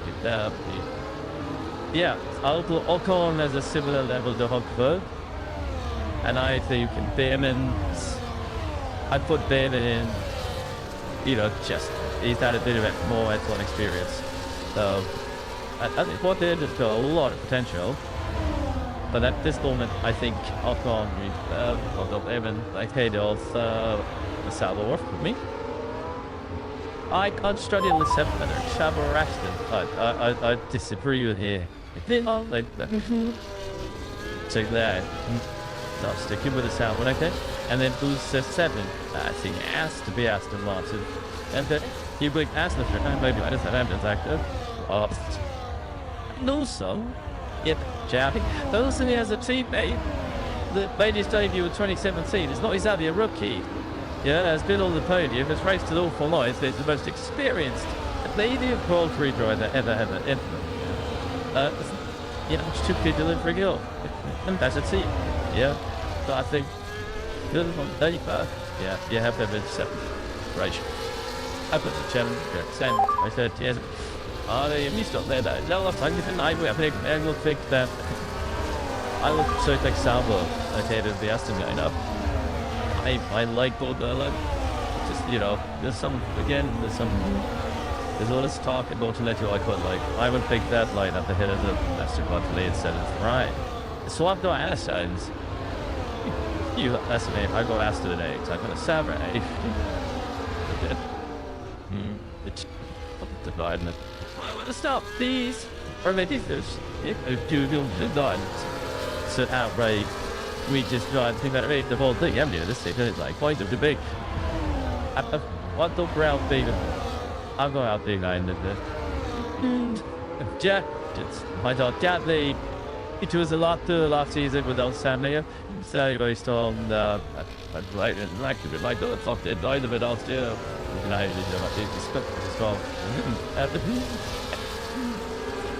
you know, I think even continue attack and the debut of the Dowdy side, there was no, it wasn't anything spectacular. But it was in a weird set of circumstances, sort of dropped in and let's see what he could do with the we'd done and thousands and testing, but with the fact that small bit of operation. What it is showing that will have to say, listen, the greatest bit of motivations by the genetic stories is not this out to even sort of try the number with death. I was trying to see balls, yeah, and I think so. I think, yes, for me, is again, let me do it. These coming you do it with the rookie. It's unproven. To see, didn't have to. He was beating my ball, yeah, and Yuki. I wonder where Yuki's head is at. Yeah, as well. Let's discuss Yuki. See, the views of Yuki is falling. This is really split with this thing. Yeah, and he's got to do about it. Chip the case to me that there's a split coming from Mental as well at some stage during the course of this season, and this would be his last season. Yeah, in that Red Bull stable. Yeah, get it off. Yeah, exactly. Because otherwise, why look elsewhere if you manage and your teacher's going to be in and out Red Bull stable anyway. Yeah. Here's a good idea to get you management in. Where does he fit in with anyone's plans next year? It's also a sign to me, what do you think, right? It's saying to me that he's annoyed that he didn't get to that little thing. I'm mentioning that so that feels like his management did realization of that whole thing. To me, that's what I mean. That's a sign of where his head's at, right? He's still not you're getting that. We'll see. You could sort of see the end of the Ottoman relationship. You with the Red Bull tablet, that's going to have an implication for him. So, what that going to do for it? It might serve as a motivator, as it did for Paddock back at the AC Point in the league. Raised his game and ended up in the Red Bull. So, it can go one of two ways for the drivers. They say that if you keep doing the same thing and expecting a different result, it's about ridiculous. You get challenged recently. You're staying with the same energies. You want the manager doing the job of getting the work you want, but you stay with them. If they're not, then you have to change. Doesn't sound like that. Where could he go for next year? But they may as well stay at Racing Bulls, because if Isaac Hatcher doesn't work out, the Red Bull driver development program is not one for second chances just for the sake of the second chance. It's Arvid Lindblad tells you how he loves super license points. No, he's not busy, not that best, isn't he, Brenner? I mean, okay. So he could come in to that still what they view of the MGC that may or may not get to Isaac for next year if he goes, or they decide that he's still a better option. There's as much as that value picture Helmut Markner was thinking about the driver development. I bet you got Doug with Lauren Matthews is thinking about what's best for his team. You. And they're not always exactly the same thing. And that's key get weak off the. How that did look back? If I have people, we're going see emotions with fun and welcome. What do you should have tried to read it and on the CL trying to read it. I'll read Helmut's face. That'll do him. It's just listening, but it's it isn't that Chip head shaking, but Max stretching his head. I mean, that's the obvious one. Scratching head, trying to think.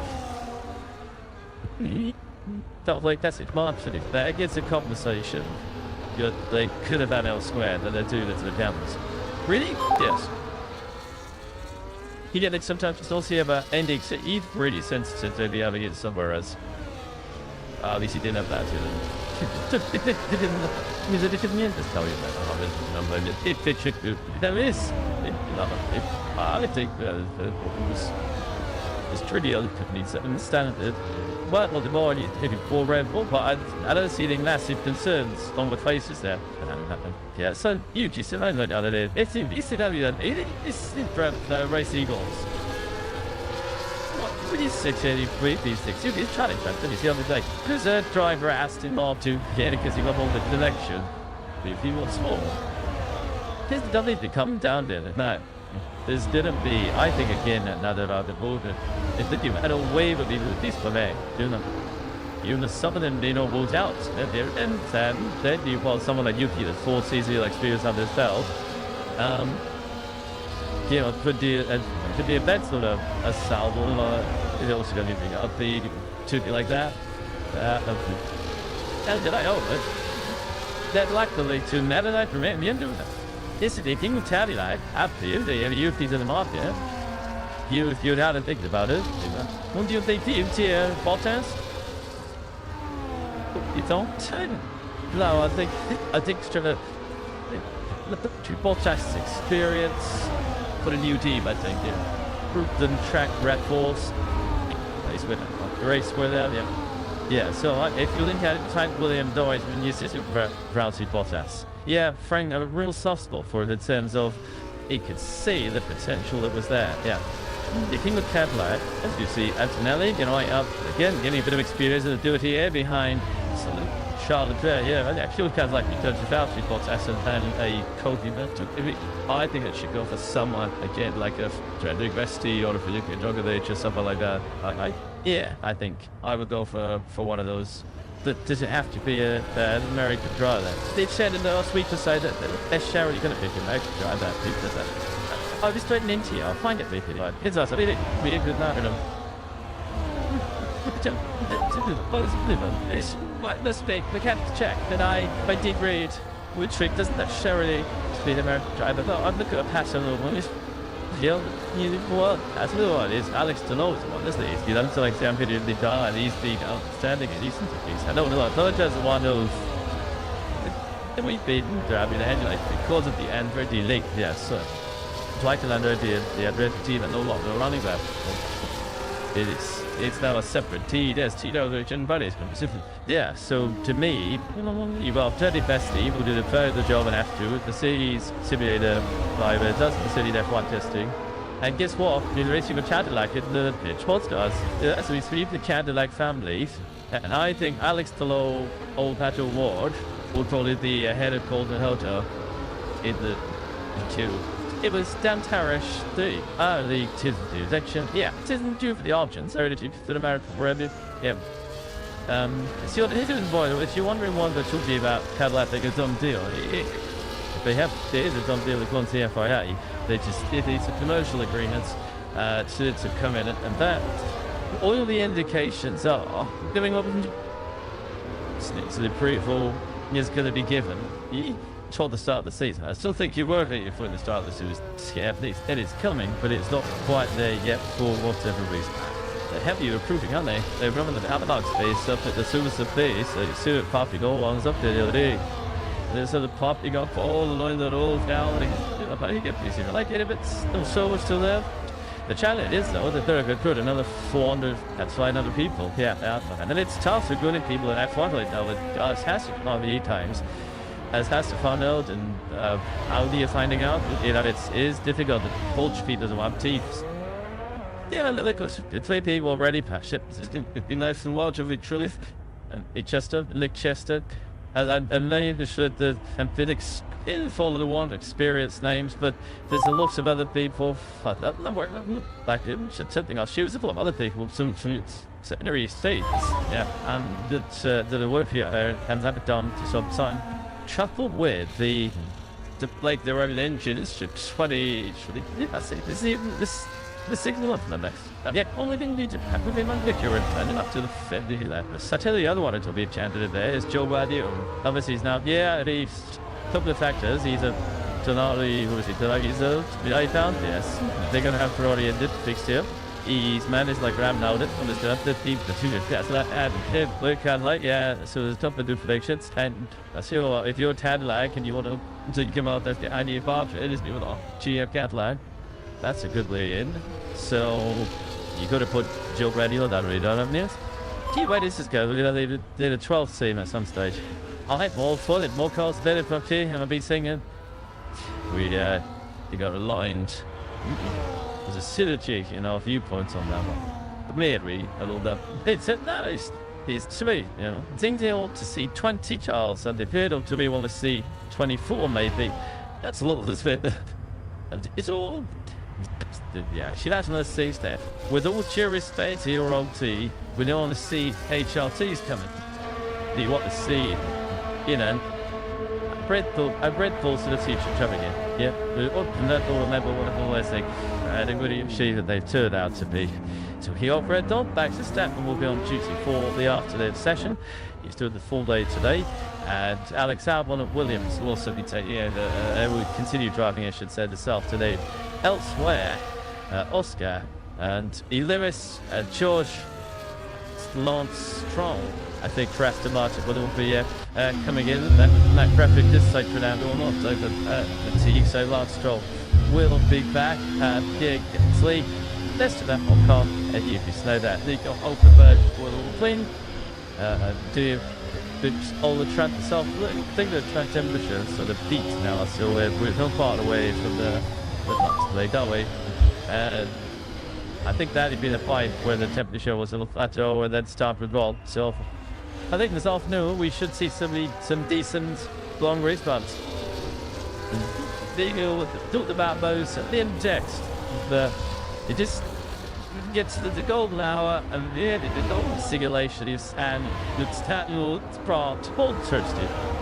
That I think is when the time starts to become a little bit more relevant. They were, yes, so needs to be race runs as well. If you want to say she's in less than a bit by the times, you know, Sonnenberg wants to be unhappy, could be a disadvantage side. Do you read anything in chat? Team definitely. But I don't think how I'd be really fit temper. No, but I something. I just bored to the honest supposition that indignant. You would still assume that they are then chasing the balanced collection, so you kind of understand their car. Did not yet not split up and just go out there and do a full race situation, but you know, and when you think that you start to cut, you see tires if not way, but you can't just well. If they're not yet happy that they're changing things. I think somebody will be happy. You know, in general, if you look at it, checking what's every session, it'd be an accurate at the top of the time chasing. And there's a trend, isn't there, where they've been Mercedes have generally been within a attempt at each other in both sessions. So it's kind of less off where those are big enough limit. I'm not accurate on still with it, but Mercedes Ferrari super evenly matched. McLaren slightly ahead. Red Bull the big out though. We don't know still where they're gonna be and how they're gonna shake out. And then you've got Williams. I think Williams feels like they've taken a bit of a step forward. They beat a bit source of the pace, it seems. We have to see if they fall longer enough in running. People like Aston, I think, and Alpine really could do the big series. 20 seconds to go until the VSC test. Oh, that's your favourite part of the day. They are going to be super passionate. I still worry I'll put up with it. Don't have it again. We will ever find out. If you take the other this footage, what I did talking about 10 meters is like when I am double better busy. He will find out your side. We've got absolute right now. Bad with up windows. Should have been Shepard with a Brady. See the in man JDR. It's just the probably only the flip off that handbook on top. Get there.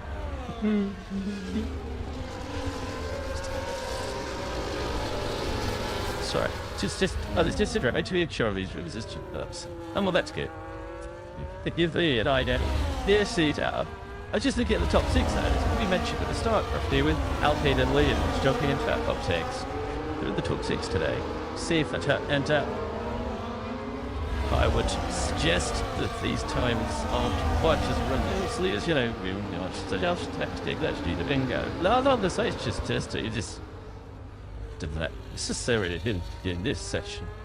In this just morning car as relevant as that's what they really works at the legion. That's what they miss about Barcelona FC when the cars were they were still learning more about the cars. You know this point now where they got this good diligence and everyone knows their cars much more. You used to get that final morning, the final morning of testing.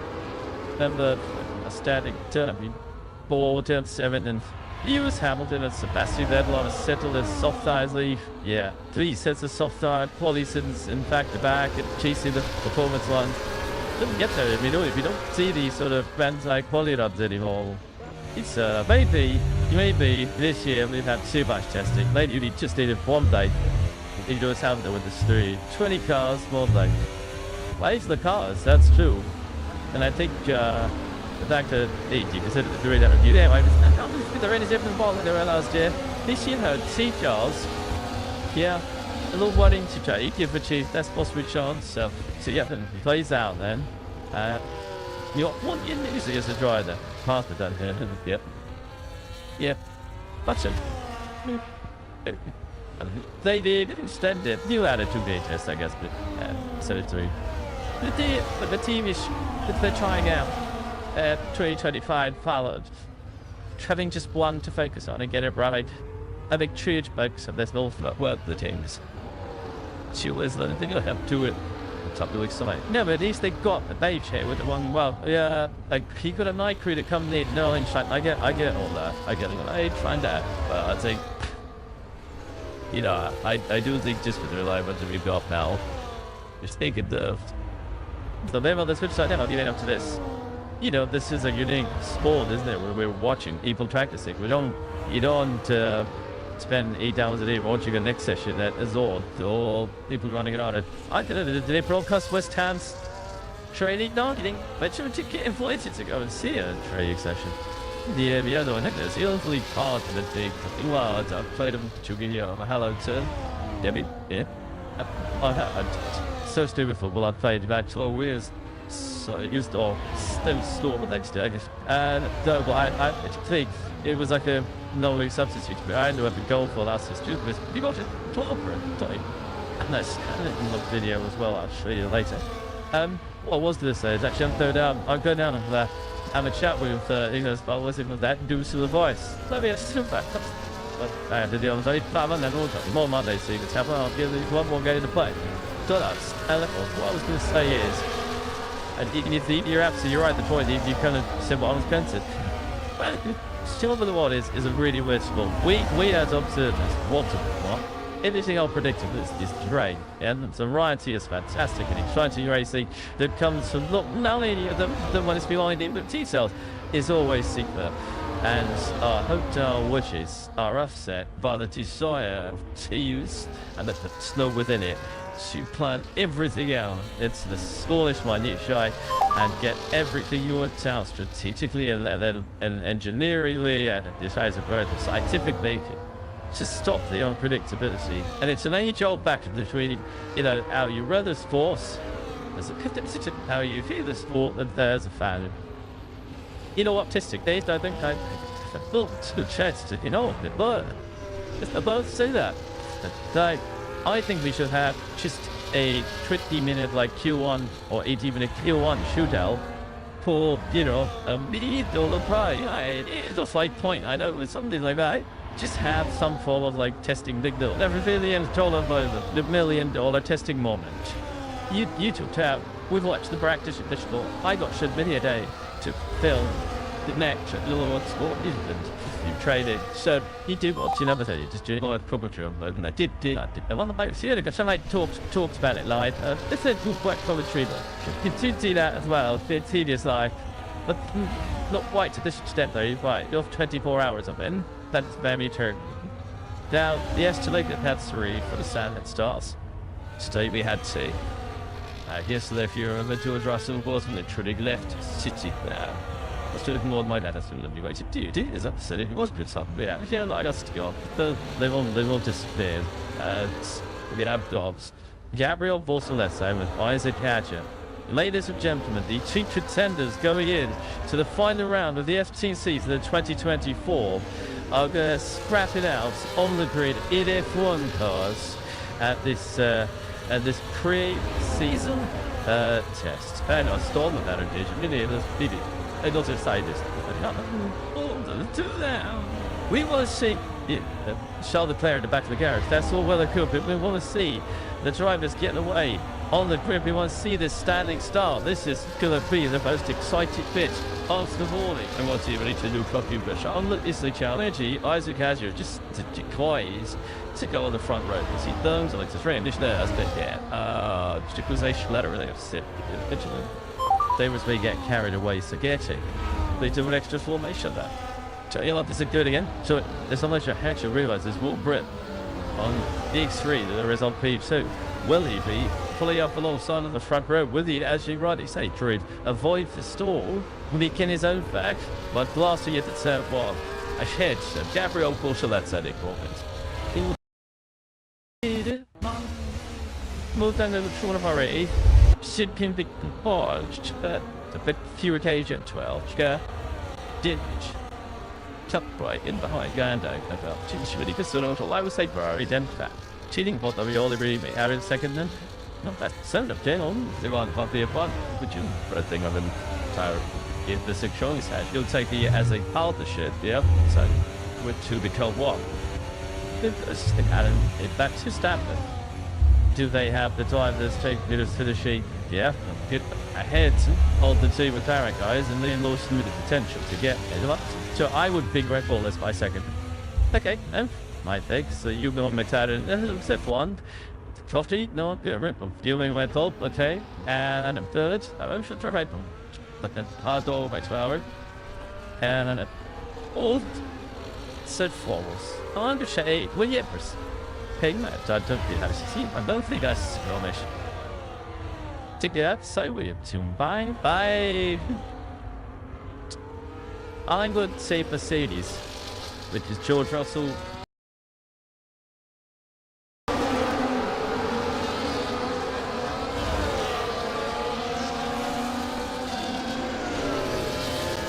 Progresses all the drivers being updated with the condition of the wind, which been affecting them across the circuit as well. I promised you more names. Here's another one. Alex Brundle's been trackside. He's been in the pit lane.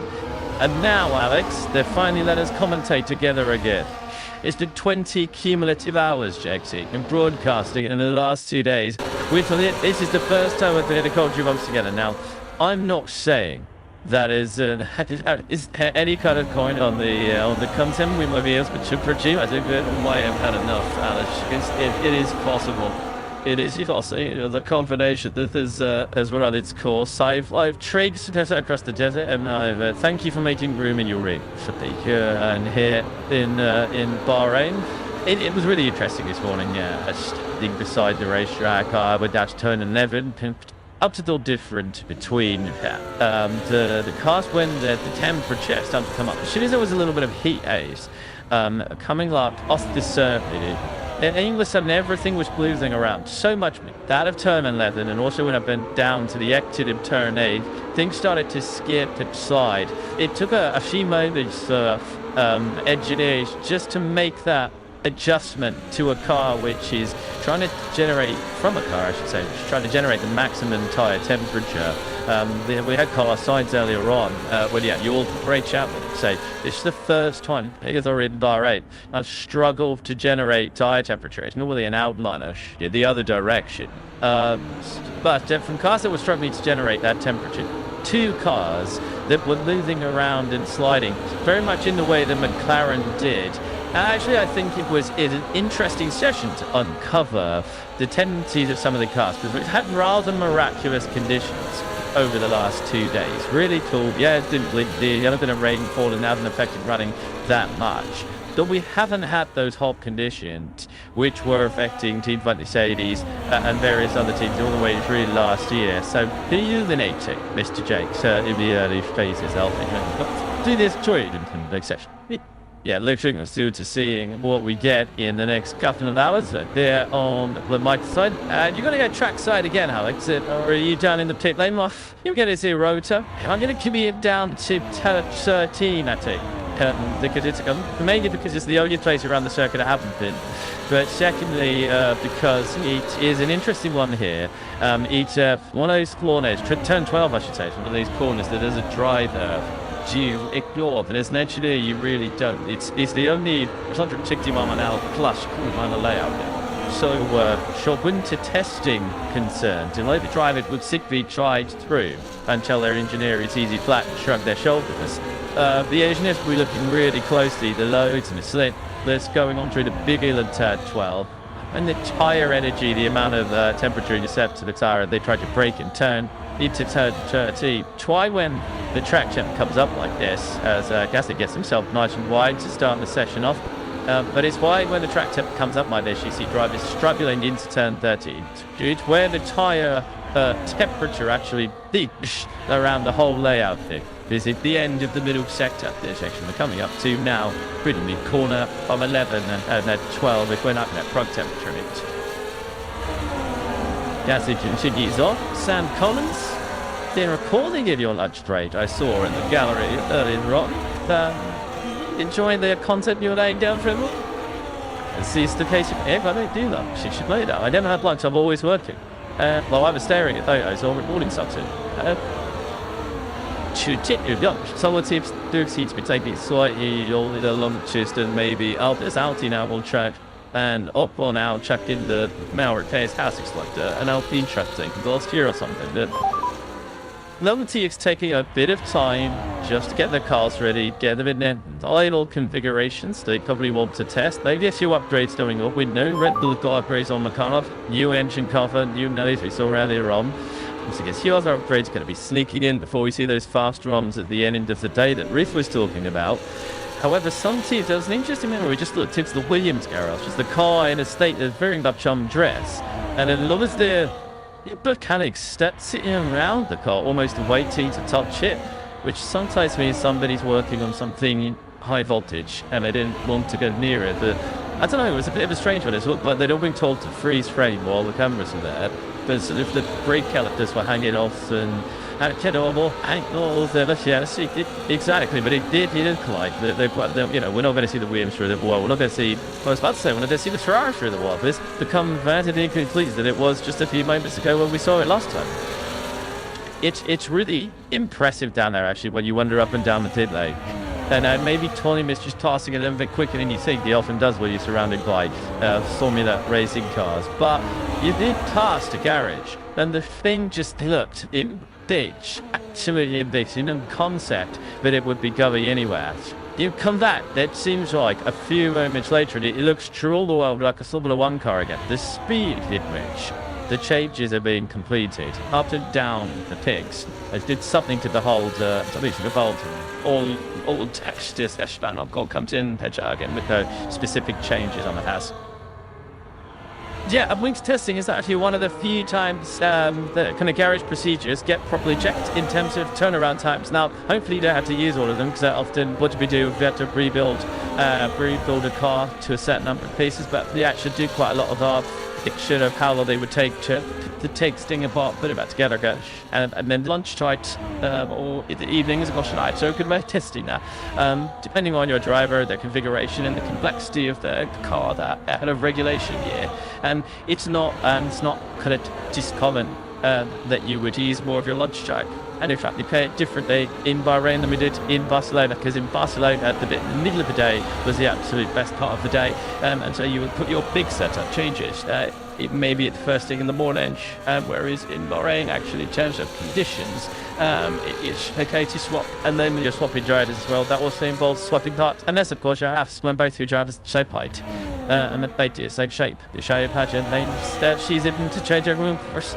Well, it is a quick change for them, isn't it? And similar for Alfie. Red flag. One we had a red flag. Last the top and taser. Look at these tiny pages. The cars are recirculating. So Gasly, we're meant to join Pierre Gasly for an attacking lap for your front. we've got Analytical on Pierre Gaston. Yetcha Sonoda has just left the pit lane. And we have a very trucking session. All cars are required to come back to the pit lane. Check the windows, check the lights.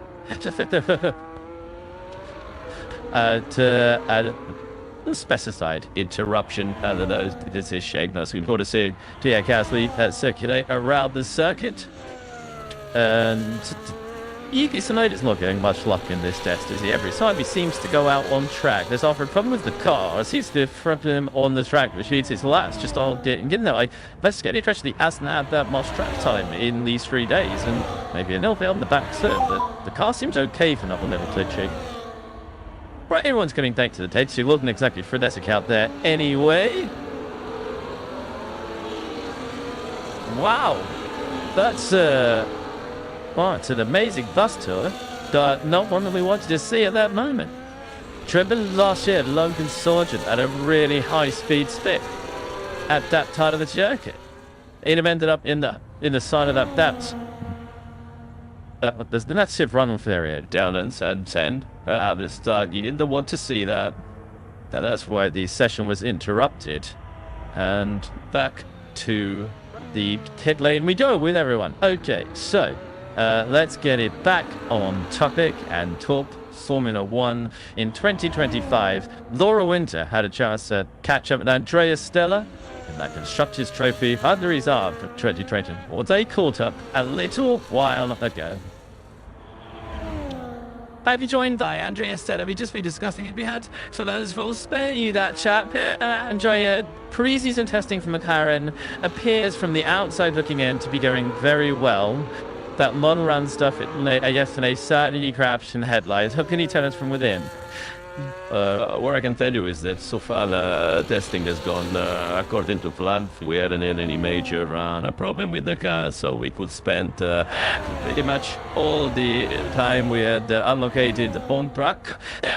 Even if some work we did on track was some very fundamental aerodynamic characterization, so not necessarily performance running, we had to ask our drivers to be patient and do some work for the team, which they did very diligently. And then once we went into performance running, we saw above all that the car behaves as we expected, which is not to be given for granted because we applied some changes to car layout over the winter, and we definitely came to the testing here with some question marks that we wanted to resolve. So for me, the main takeaway so far is that the car behaves as expected, and I really want to take the opportunity to trace the work that has happened from an engineering point of view, in this case specifically, because innovating a car that was already quite competitive, taking some risks, it wasn't an easy decision, but we did it based on the confidence we had in our engineering department, and they look like have been able to do a really good job. That must be a huge relief coming into preseason testing, because you don't know until you get that car on track exactly the work that's been done over the winter. We were seeing Lando Norris's lap times in that long run, people were saying up to a second quicker a lap, but with all the usual caveats of testing. He is talking about some instability at the rear of the car though, and we are seeing a lot of gusty wind of CM. Is that track specific and condition specific, or is it something you're looking to try enough further? In terms of the long-run pace, yes, there I would really be very careful. Very also conditions where conditions that our car enjoys, cold conditions, and not much challenge coming from the wind. So I think we were in a sweet spot for our camera. In terms of the balance issues, you're right. We would like to have more EMV in general, but being in Bahrain, that's pretty normal, I would say, because it's such a demanding car track in terms of braking stability and traction. Today, day 3, at the time of this interview, I think we have seen the normal Bahrain. Yeah, the temperatures are higher, there's a lot of wind, and definitely driving the car is much more challenging. And those comments that Lando, Surely Oscar as well in the debrief made about Carbanas today are quite a lot undefined compared to what they experienced in the previous 2 days. But in reality, this is more about shorter Bahrain. Oscar Piastri and this afternoon, I'm figuring they're pretty aligned in the feedback here this evening. And what is the pattern for Oscar in the final 4 hours? So very aligned in terms of guidance on the car, which is always very useful and reassuring for the engineering department because it gives us clear objectives. Focus.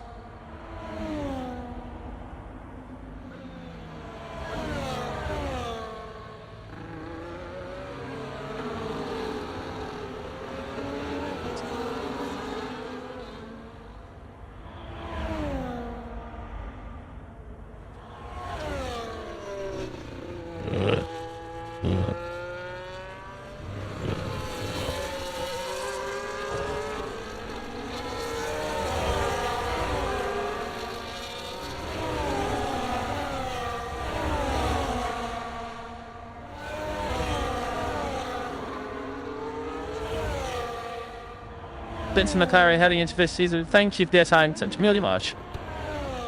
Your Winter in conversation with Andrea Stella.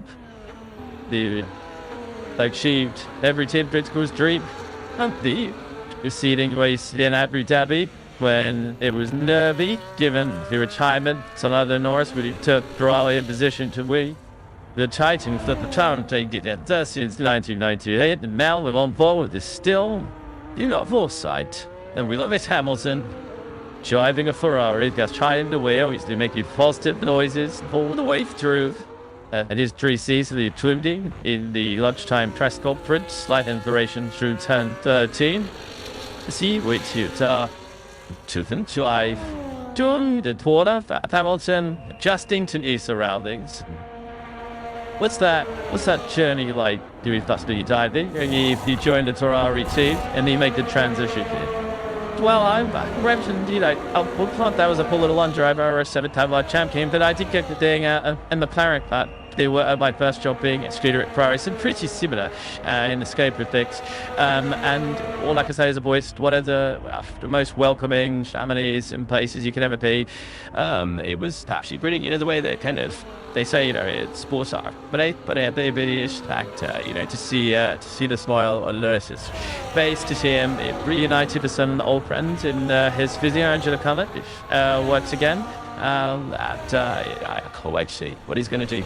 A change is as good as a rest, as they say. Seb Collins. Really did get a bit of the question for you, because you say it means Steve's don't like about Ferrari, Italian, they love the good family. Well, she said, I would be worth some fancy word to sound, but all the Ferrari engines, how close is the linkage between those Ferrari powered teeth? That's buys a lot of it through Ferraris, but in terms of teeth, it's on the year, works your way through all this then. Kicks are them.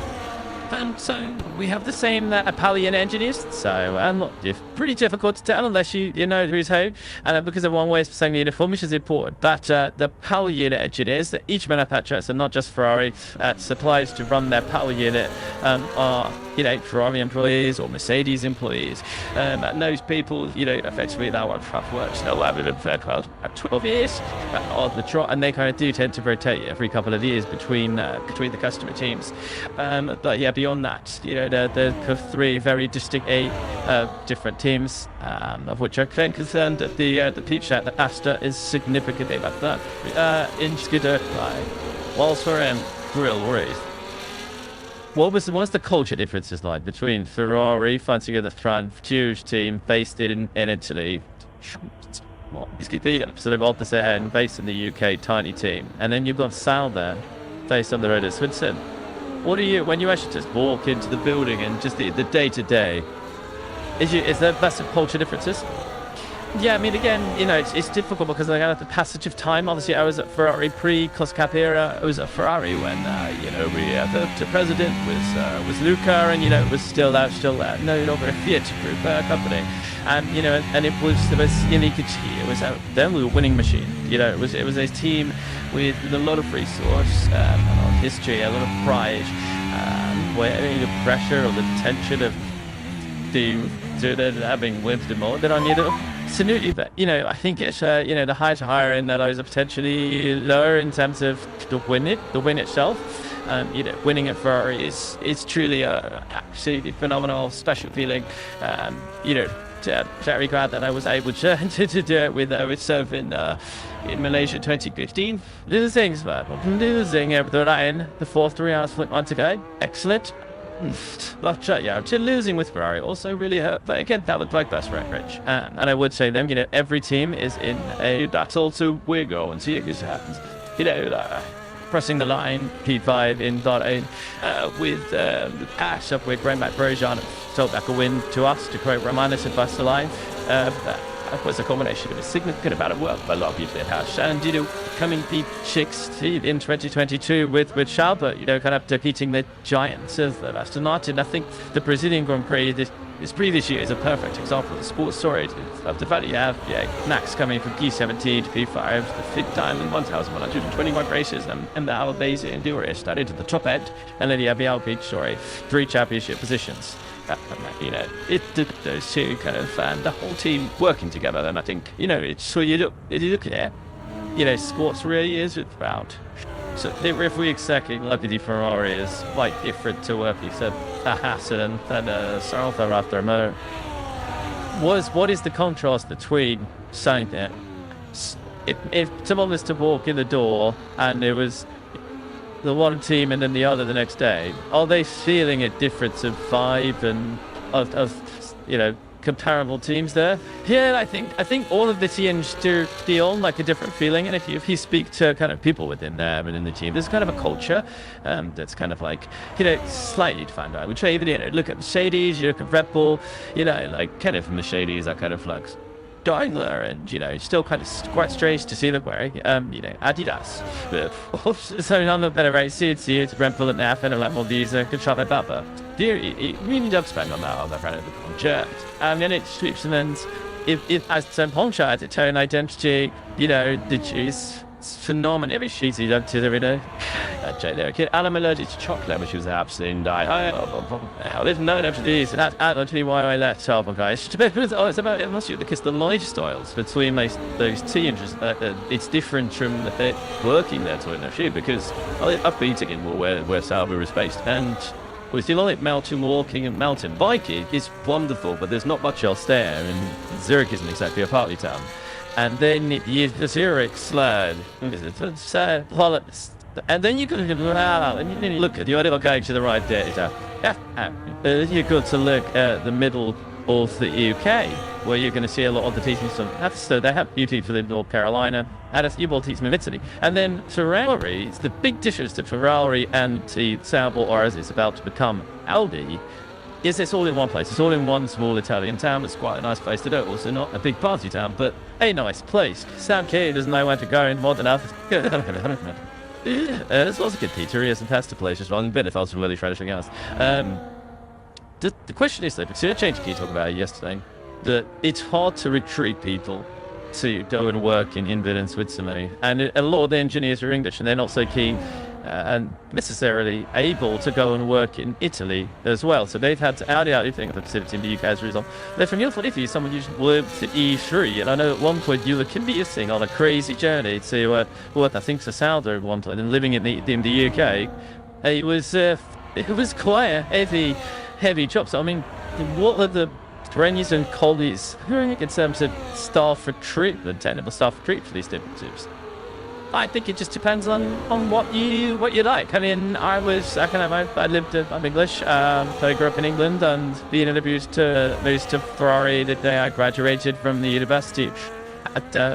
Probably wouldn't have gone as my wonderful boss, Jack, my daughter, had told me the truth, which is I did meet to that Italian, which is when I got there. I said, why didn't you tell me? And he said, because then you wouldn't have come. Which we thought you were going to say you replied in Italian. No, I had apologize so much. I will always be ever grateful for that kind of experience. I wouldn't be in Formula One, but that's not opening a door for me. That was Scudder. I would have a skill without that. And I've learned so much and great so much because of that team, and probably, as it's who was part of it. And then to Schauber, ultimately, I was a head of race engineering for 8 years, and I learned how to be a manager, and I learned how to take care of people and, balance your own personal, gain versus being a leader of men and women. And I'm very great to flex straight. So I think everything's just a chapter that you get to the end of my chapter, and now I get to hang out with you as your Sunday. So this is latest chapter. I'm focused on the racing cultures. I could watch the channels for the ultra rift. Principal racing cultures. Goodness me, that's a moment of judgment. That doesn't look at every single race driver or engineer or even mechanic could ride. But you get different flavors of the same kind of person that you always end up working with. Very intense, very driven, very data driven, very factual. But then it's great that those are kind of colored by the different nations, the different teams in which you're installed as a driver. Of course, we move around even more readily, definitely, than the sort of engineering stuff. You've sort of Russian having a bit of a spicy moment with the out team, on exit of the deep engine. I also started, by the way, while we're just to drop off the racing cultures topic momentarily, while we were chatting away on one grill roost momentarily there. With the travel expansion, George Russell giving Lewis Hamilton a bit of a wave. Do you spot that? On the way down towards turn 11, old teammate. Is that your sort of thing? Wave it to your old teammate? You got shot at a little drink. Did you know one? Yeah, I would do. Of course. Well, we spent quite a lot of time with each other, and we're all friends, of course, in beach racing, because we all have to share the same car. So you've got to kind of like them. Otherwise it gets very, very difficult indeed. When you think about it, Sauber is such an outlier in Formula One.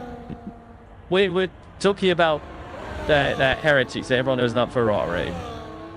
Yeah, in the UK, and then a lot of the team is based nearish Silverstone and broken into their original sites. And then you've got Sauber on their own in Switzerland. The twins that have at least haven't had a Formula One Grand Prix since 1964, so Bernd Remda. Now in this glorious city, but in 1954, I think in 1954, there was meant to be one in 1955. It was on the calendar. The Switzerland then banned motor racing as a result of the disaster in the morning in 1955. So that race emphasized that. So I guess even more dramatic. They've not had a Formula One for 7 to 1 years, and then they banned racing. And yet there's this Swiss team that Peter Sauber founded in 1991 onto the grid, and they've been another present since. But we're so used to the history of Formula One and it been running in the blood, particularly in the likes of Ferrari, and the passion that Lewis Hamilton and so many drivers have to go and race for these historical teams. And then you've got Sauber, who do it in their own history, but kind of out of nothing on their own in a country that and a motor race. Sauber are an interesting one because they've been a privateered enterprise. I mean, obviously badged to various manufacturers, but they've been a privateer enterprise for so long. Of course, now going to become an OEMT.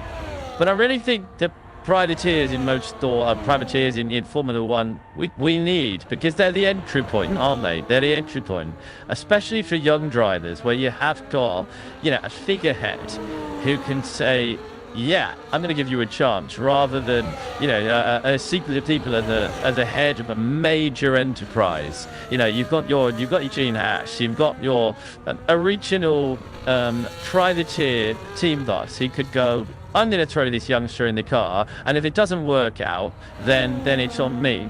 I think if we lose that entry point into Formula One, we lose, and had a sequence of OEMs that were effectively always locked in to running the established drivers on the basis that, granted, what Mercedes have done for Antonelli this year is pretty much in contrary to that. But I think they'd be wrong. We did Formula One be a rather different landscape without him. Well, but it's your Eddie Jordans from days gone by, isn't it? Giving Schumacher a chance on the grid, the Ken Terrells giving Martin Brundle a chance on the grid. We'd be so much worse off without them. Some of us would be I think the broadcast system has had to work slightly harder through the last couple of decades. As a result, that's how I'd like to. Alpino are going to be very happy with us because Gasly just got to the top of the tyres whilst we've been blabbering on about Switzerland and Swiss cheese. We can read through it. It's fine. It's the joy of testing. Gasly's got top. What a great lap time from Pierre Gasly. That's a 1:36.57 on the C3 tyre. The man taking the leader. That outset. Instone-based team. And last year's a full nut entry before they take home Mercedes Power Units in 2026, and Gasly has rocketed to the top of the times. The not only has Gasly rocketed to the top of the times, but friends over at Alpine, we definitely did not forget from Albert on doing a qualifying simulation. I'm saying that action we've gone in and the times as though they were in an hour qualifying session or as close as they can get to it, which is useful both kind of operationally, sometimes people don't either stable together, and also they typically do a cabal soup. So the images of that yellow cease tire, and sometimes because they want to actually understand the back-to-back command without the pack changing too much, you'll then see them go up when you call that step. So you might use this or an equivalent to that to change, and then sometimes either C5, but it just looks like they're too long pretty off that shot. Expect more big things from the Frenchman in now. But he's on track again in the background, so we'll see if he can improve on that. I was interested yesterday in the race running that was done with the full simulation conferences that were being driven by various truck running teams. That actually, in the colder conditions, the team was shifted a compound amount from what we normally see here on a race weekend. And if I was standing here as Pirelli, watching to Saltenberg gets an arm to understand in the final corner of the lap, but if I was sitting here at Tirreni watching that, I'd think, well, how can we actually get away with this year in Bahrain in terms of the tyres that we're going to bring to the Grand Prix? Because these race teams appear to be able to simulate these Grand Prix distances, albeit in much lower conditions. But why don't we give them a bit of a softer compound to do with it when we hit track? Dealing with something as well. Red Bull still with the covers up, aren't they? And not out on track yet. They're 40 up in the tyres, and for the earlier hours of the day, they're not 10. I'm going to go wild disagree. I think the C1, T3 are really quite well positioned for the Bahrain for freaks. Bearing in mind it's going to be slightly later this year, and also bearing in mind that we've got this new C2, which may not make my setup harness people very excited, but it makes me and Bernie Collins very excited that we've been talking about. He's now close to the C3, and it blows the strategy options wide open, boys. But the other thing is, we heard from Carlos saying put a C4 on, which is the softer tire, would be sort of super soft. If we were running, he said it was actually no better than the C3, and he drew his spot at the first corner. I just like to watch the tyre manufacturer trend as soft as possible. I think it gives us better Grand Prix. They get at strategic options, and I think that it adds jet to the HR, because there'll always be a couple of drivers that don't get the tyre quite right. You see this now. To me, it's a key deciding click when I first entered Pirelli's document to the V10. And look at it. If there is a tyre which is very hard in the compound range, I think they're going to lean on that tyre for the whole thing. Get a one stop and it's getting to track from the weekend. Beautiful lap from Pierre Gasly. What a time, Pierre Gasly. Over the line, and it's even faster still. We got to practice as well. They're back in the groove. Should done there, Pierre Gasly. This was down to go to reading out of me. Repeat all video when to tune in at very specific times. If people are watching with it on in the background, so they're just getting on with the task, so they're just hearing us shout about Gasly. Let's have a look at George Russell making his way down the hill. It's still earlier on. He sideswiped up top because that's it. Took stiff at the front, that Mercedes, all weekend. Saw Antonelli as well, making loads of sort of similar errors, didn't we? Putting down to inexperience. The front axle of that is just a bit tricky in the braking change. Yeah, that's in Russell. so many lockups or scrappy moments, then that will definitely chalk up as one. The tyre, the softer head tactile is a big difficult question, isn't it, about racing? Because this is when Pirelli were brought in back in 2011. That was kind of the mandate, was the Bridgestones. Vince Patrick did the whole race in Abu Dhabi on a set of Bridgestones, and it was how we need degradation, so better race. We need softer tyres. And then you get to a point where you have loads of management, you have thermal degradation, which is the antithesis to good racing, which requires management and then shit pit stops. Or you have the hard tyres, and then the drivers are kind of happier in many ways because they can lead on it and lead on it and lead on it, but there's no deg, and you get the tyre options to promote the most. So finding a balance is the hard bit. Yeah, I agree with you. I mean, on driver sort of enjoyment of the races, yes, important. But what she's agreed they didn't take to be a Formula 1 driver, at that time, you do was what you give him. Yeah, like,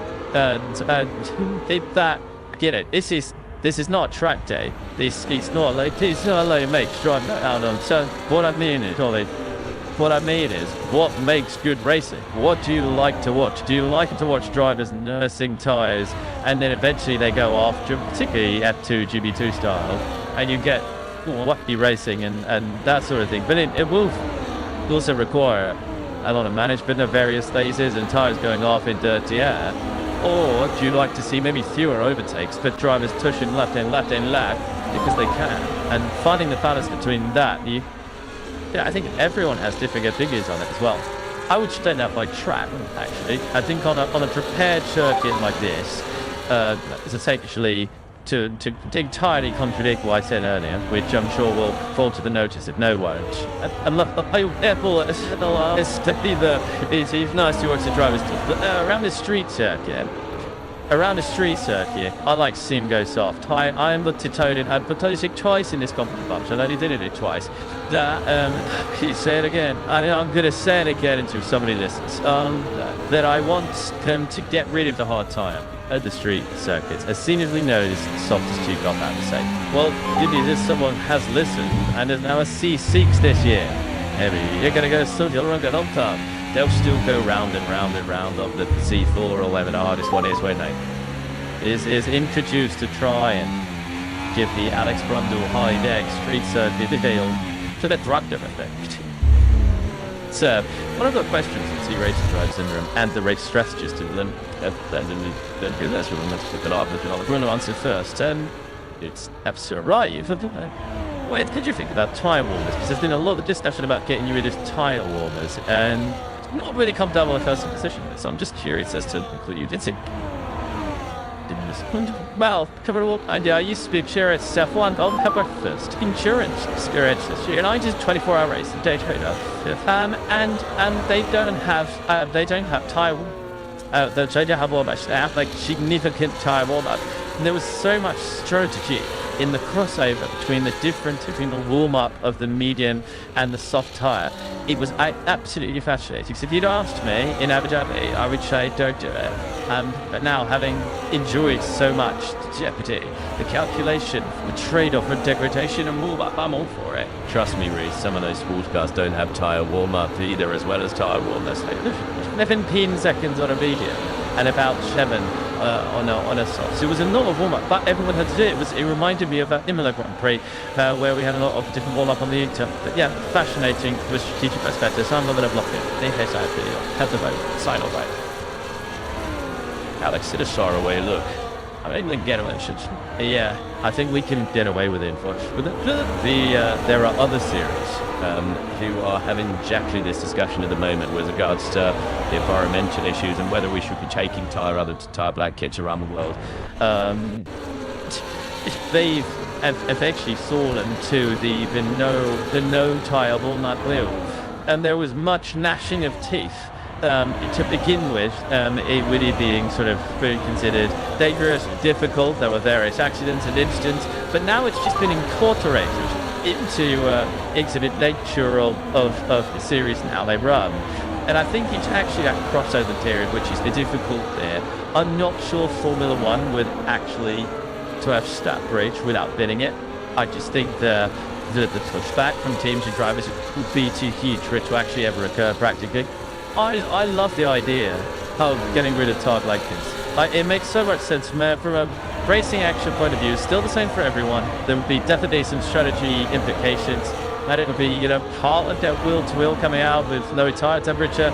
And I every head I hold the rear until I get to Formula 1. F2, GP2. No, but you're in the cut thrust of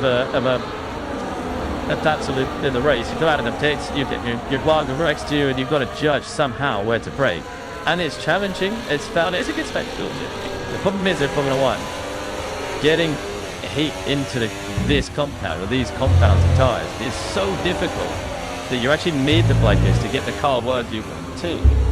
If it's scorching temperatures, maybe you generate it eventually. But going out on stone cold tires that are designed for a Formula 1 car, the weight of the car, the stresses that they've got to deal with, the compound is built differently.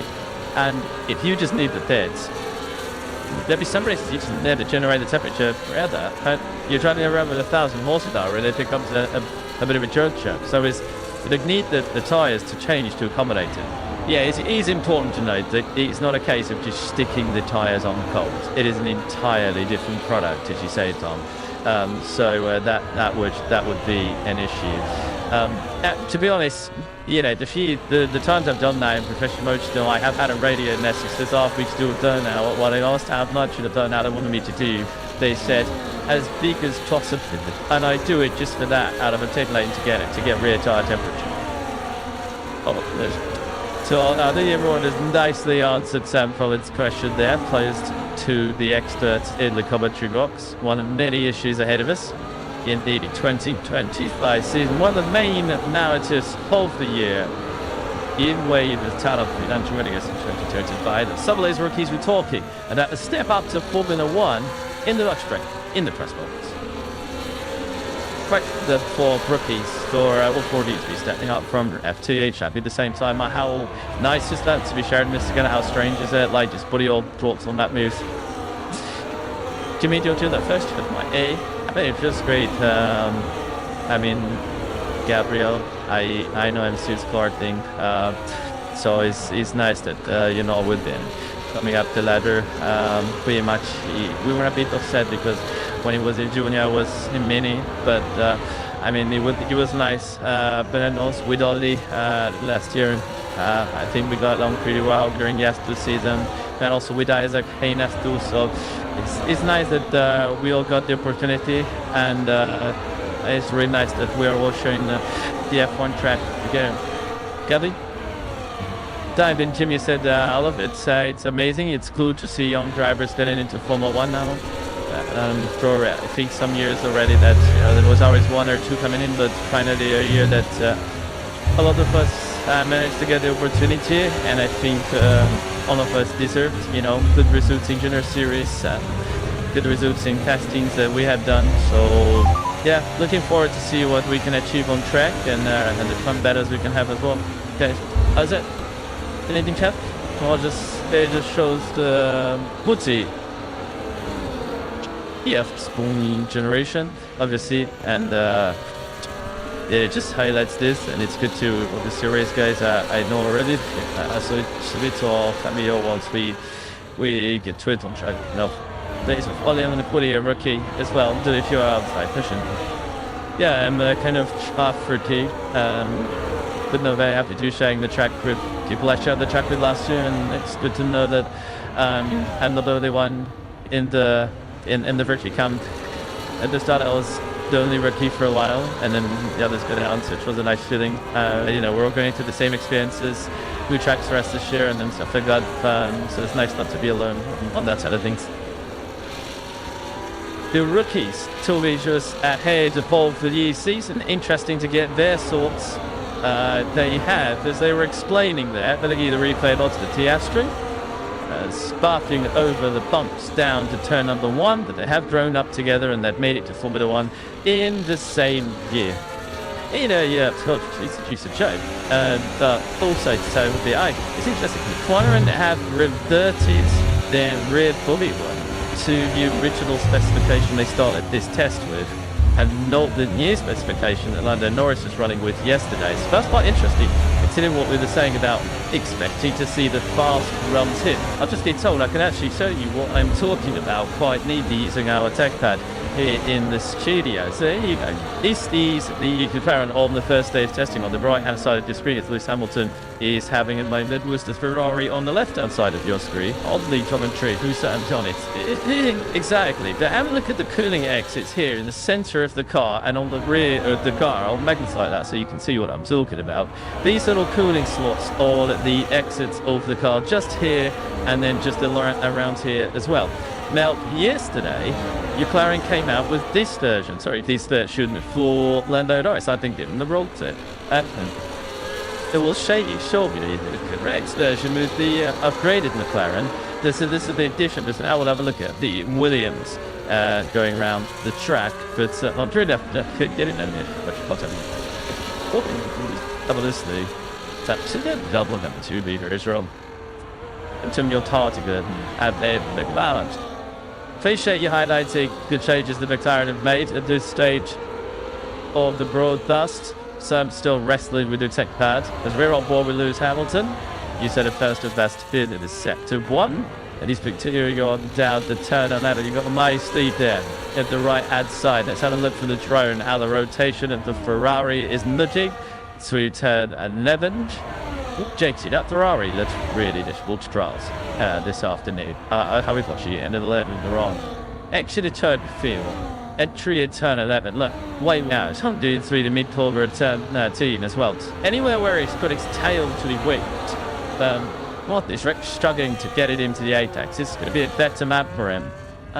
If it doesn't look happy, big understand that he need corners. Probably one of the better corners in the map. Let's see what he does across the line game. But he looks really, really nasty behind the end there. Whatever they've done to that Ferrari, so Hamilton, whatever they're testing. Of course, you take avenues, they don't always work, but that is new practice.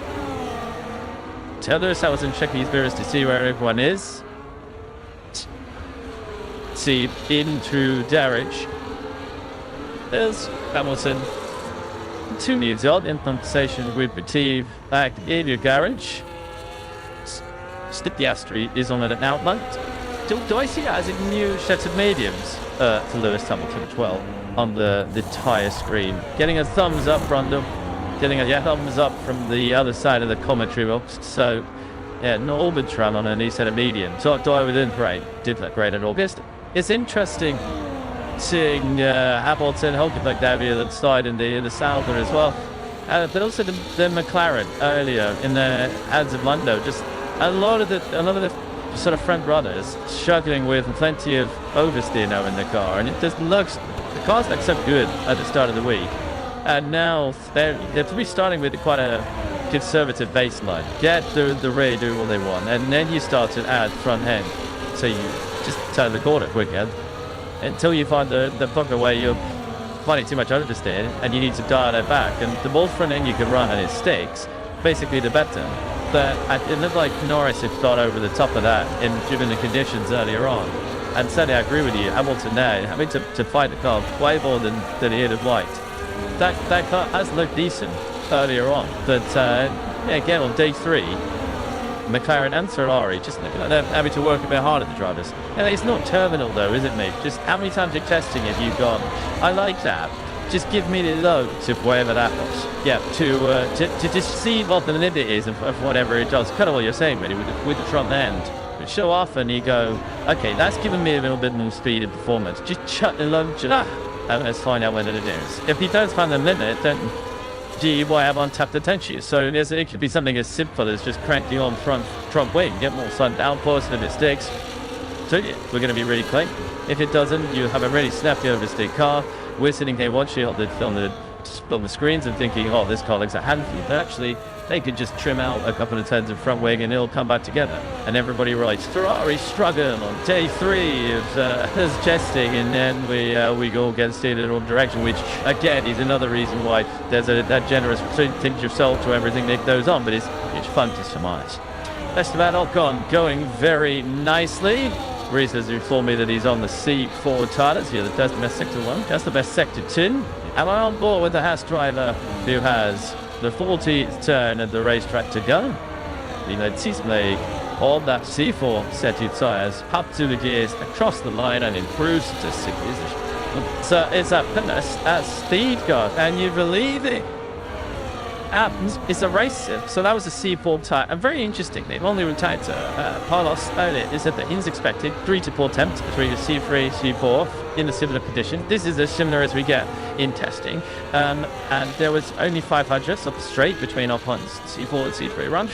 And he got 0.455 seconds between those two quad Actually, the Alpine able to extract the theoretical delta between the C4 and the C3 tyre. In a way that yesterday, Carlos obviously did the conditions that the track wasn't able to do. Carlos looped the first quarter as well, didn't he? So it might have just come into time grab, or it might be then. Also Esteban underdrove the C3, and he's found it now. So interesting that he's found something anyway on the C4 tyre. It's one of the first uses we've seen of it. Actually, they give it again. Carlos referenced Leclerc yesterday, ran the C4. It didn't find much either. Lewis Hamilton wide just a moment ago, coming through turn 10 and recovering to the circuit. A lot of Loffats down that turn 10. I like Canada. Since you would do a DRS sense. Hamilton returning to the racetrack. It's really interesting earlier. We got a slide note in the middle of Andreas Senna's interview. Fab interview with Laura Winter. He gave us later information. I don't know if you spotted it. The amount of undulation in the sidewall of the McLaren as he went in, it was really bouncing over that front tyre. And when you watch it as well go through turns 12 and 13, you look at the frequency of the way the Ferrari's bouncing, and it looked kind of quite soft. Before this run with Hamilton, where I think it's the torrent there, it is kind of quite soft. The McLaren has a much more aggressive kind of undulation frequency to the bout. Really gives you a feel for the difference in stiffness. You kind of see it when you compare sort of, I guess, the front of the car as it digs to the right. Now it's a Piastri's on a set of hard tyres now, on its way down towards turn 11. But so interesting to see those opposing kind of viewpoints of how to set up a Formula 1 car. Something they used to tune out, of course, with the inertia dampers. You tune out that damps in the tyre, which of course they can no longer do because they were banned in this most recent regulation set. Slapped so Piastri coming out at 13. He looked like he was going to be through there easier than some, but still having to correct the sliding that's happening at the rear of the car. A little bit more at the final quarter as well, and that's probably why he didn't improve his final sector as he comes across the line. I'm thinking, and I don't know what I thought, that Pierre Gasly's had a great lap, hasn't he? When you see Ocon on a C4 be 3/4 of a second down, I don't think the track is in a great winter. The track temp is still high-ish, depends what we're seeing. The air temp 17 degrees. And Gasly's time actually stands still as a pretty solid lap. I'll give you a little secret that goes on in commentary box during a race weekend sometimes, particularly free practice 2, where you start seeing some qualifying simulation laps come in. However, on Jolien and Alex, they start talking through the qualifying simulations and what's going on. They're talking about the actual track, and about what I tend to go off, sit and look at the pictures and try and find out more bits about cars, because I'm not going to jump in and show. So it could be like qualifying simulation lab with a bit of a new engine cover on a car here or there. So I was just looking at streets at EVS and V2 with a good side people and up wide laps and going. And the sign, the Mopland, after the bar was a good bit like qualifying simulation time. I like that. Do you bit of the really wanted it popping up on fire. It's lost content for you a bit later in the day. No, let's okay, I guess it's still there. On top, that's fancy point forward. Always click for today, but as Jenny's here, just France. Here we go, that's all you get told always. We got it's you in the seats. First time Collins, I was enjoying it. Pierre Gasly's enjoying his time on circuit at the moment. Having gone fastest than here on these quali sim. He's got a better than mark. Fastest of all, sector 1, sector 2, add it all together, and that is the best lap of the day so far. 1:32.82. Time to find in Seidel's sector. He didn't put his personal best in at that point, as the graphic shows you with the yellow fonts. Usually does fly the odd new and obtuse goal. He does also have less sector 3. He said it earlier. That sector 3 was a tenth of what he'd previously achieved. And he's this wide. No, that's the exit to turn 4 where he's off track limits. But, that's relatively equal because I've seen them all off there, more or less. Even last night, they were very generous with the amount of track they were using. I was worried that they were going to charge Antonelli a double track rental fee at one point. It was using so much curve on the way in, so they made so much curve on the way out. He is really a good turn in, especially. That is very distinct so far across this test. Can we get a little bit excited for LT? Because you've got to bear in mind, I normally talk about it. This is fun, and I want constantly getting excited for them. You've got to bear in mind that, we talk about the disaster of lost his car and, the things kept over so many of the big crucial thoughts from last year. Ooh, you guys seem close between Russell and Hulkenberg, nearly tripping over each other. Like we saw yesterday, did the turn at the Salva. So, and let me remind us all that Gasly qualified third in Vegas in an alloy session in the third last race. Hulkenberg had a little clash with someone on day one. Someone, that was nearly a carbon topic. His chosen violence to sit. So the other way around, wasn't it? Piastri went in and then actually pulled the rear of Hulkenberg. Actually, it was Hulkenberg goes slowly, doing the similar trait, the different way. Anyway, can't please talk about Audi because Gasly qualified third in Vegas, and the car's got pace basically. He was running third in Abu Dhabi, and through all the chat, they actually developed the car so well. And the Brazil was obviously a date of he called it nation. I think it was a typical point after Brazil and there was a lot going into it, but the pace of the car in dry conditions was genuinely very solid. And this is an evolution from where they left off. I don't know this testing, and I'm sure they're not going to be held the second year of the field, but I'm wondering if they might be able to trouble some of those front runners on occasion. Full dealer ho to the team. This is also very much a Pierre Gasly track as well. He's a risk it well. Very good sort. I'm just saying, I'm telling the people the full picture. He loves the ground here. That's all the banter is they aren't you? So sorry, Bruce. The other thing I found out, I'm on a roll now with fight, that McLaren haven't finished a race here in the top 6. So when we're thinking McLaren and Kurt, and yesterday we were looking at Lando Uzi, Liam Lawson in the race runs, and we're thinking, being the extrapolation of Lawson to Verstappen is maybe 2 or 3 tenths. Let's say the extrapolation of a McLaren in Bahrain, where they've never gone well, to a McLaren in Melbourne or other circuits might also be a couple of tenths. And all these things are added to the multi-pot, are they not, Ruth? Well, it is testing. But, they hadn't won a championship from what? And can I sound an accent? Actually, sort of my fault for Max Verstappen. And we haven't seen from absolutely ages. Sitting now sort of away from the pace in P7. This surely is a heavily interrupted test day. Bit of a disaster, like. I'm just wondering, Alex's, they're putting a whole load of new bids on that Red Bull, getting ready this late to fall the trolling. Yeah, it's the indignant. Could easily be a very, very big setup change, and they're incredibly confident about the car as well. But what we have seen have been a very off top. Exactly. I mean, because the cars, we have a look on the right hand side. Yeah, as he come past the car, suddenly look the streets were up. And I'd say they friendly still moving it. As we heard repeating it, at least the floors off the couple of. It could be a new fuel.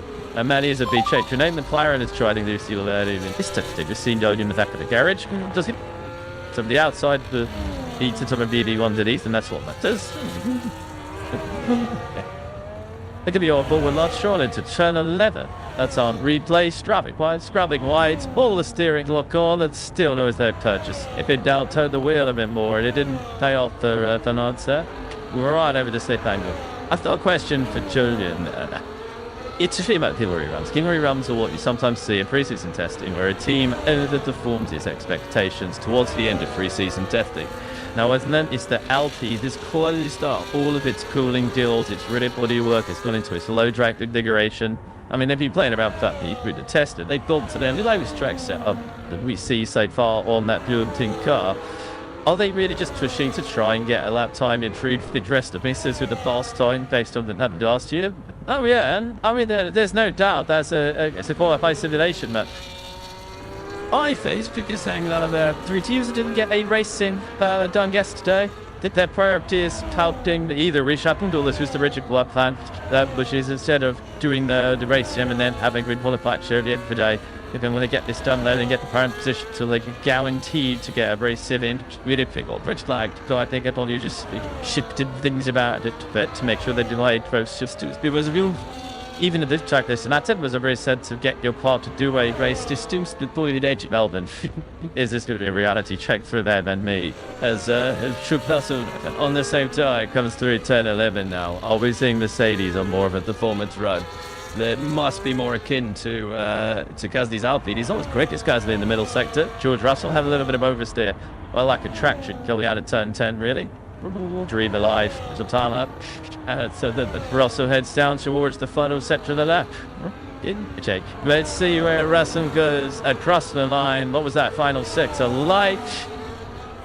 That he moves fastest. Active here, Gasly. Palmer slumps down in his chair. I finish Russell with a 1:30.05 forward. With the time so far with 3 hours and 1 minute to go, and we can go downstairs to the pit lane and check in a Red Bull with any comments. Thank you very much.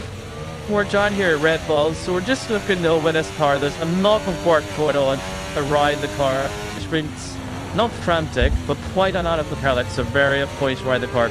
You can see the rear of the car, particularly, looked very stripped back. Engine covers, side pods, and a lot of equipment off the car. As you can see, GP just leaning in there for somebody to note that that's not quite right. No sign of Max Verstappen anywhere near the car at the moment. There's repellents underneath that are starting to put some setup equipment on the car, and those are little targets that a scanner decided to right hand side in front of the car.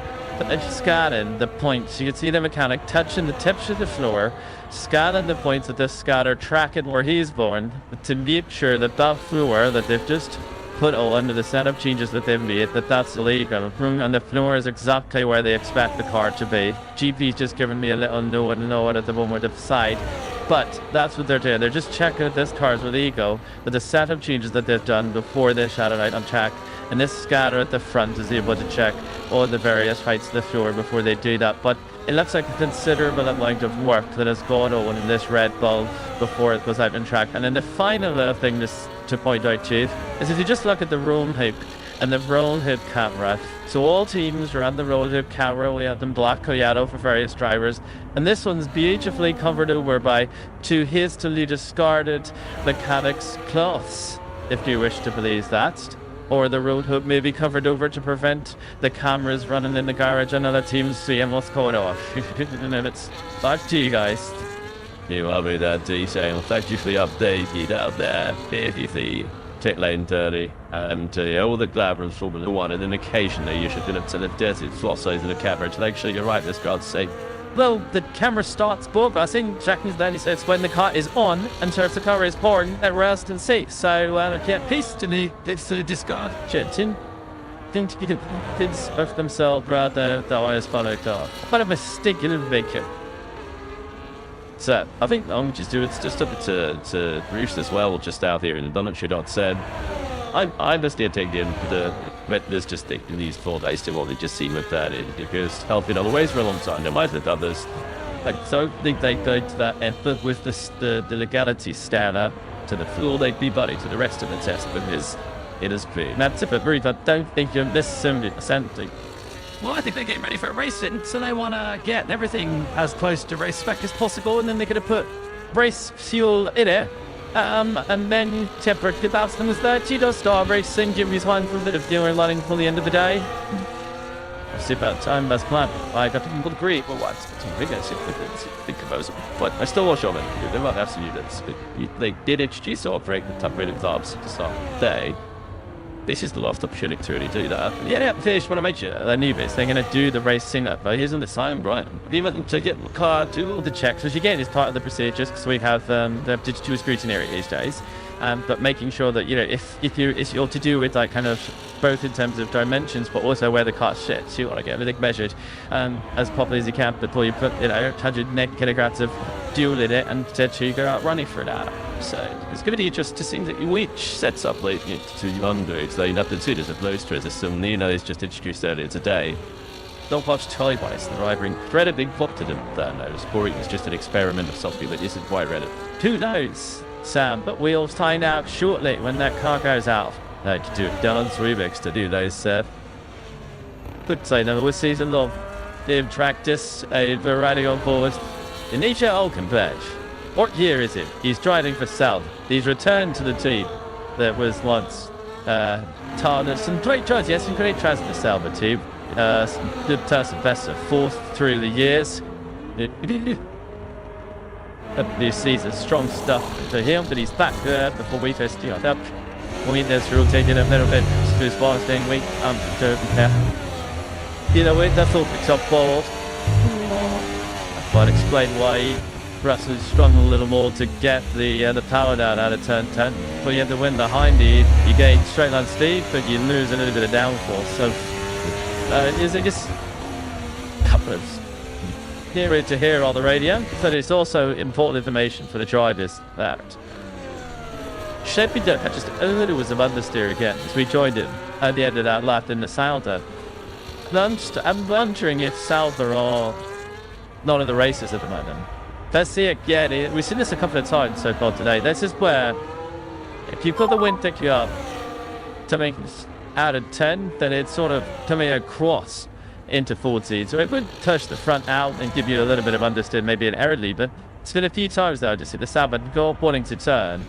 And that's not really progress any other teams are having. They're struggling more with the rear end, but that Sauber not having enough strength in some of the medium low speed corners is it's just a time sucker. Yeah, I agree. And then Sakic kind of living a race sim, so qualifying simulation as well. Kind of short runs on that sheet 3 times. I think it's it's as good a kind of practice you're going to get. Obviously, get a lot of dates, and as we say, there's still 2 weeks between now and Melbourne. Every update to them potentially is something that's more setup based, more condition based, and characteristic based. And by that would digital characteristics of Bahrain. It's only like lubricants and high speed and low speed corners, temperatures. How windy is this? Is actually it's the third windiest track come to logically this season. And Patrick, sometimes seasons people actually. Yeah, you Saku and then Zandvoort because it's on the beach. Climatologically, so in terms of average for the duration, Zandvoort is sort of protected by the dunes.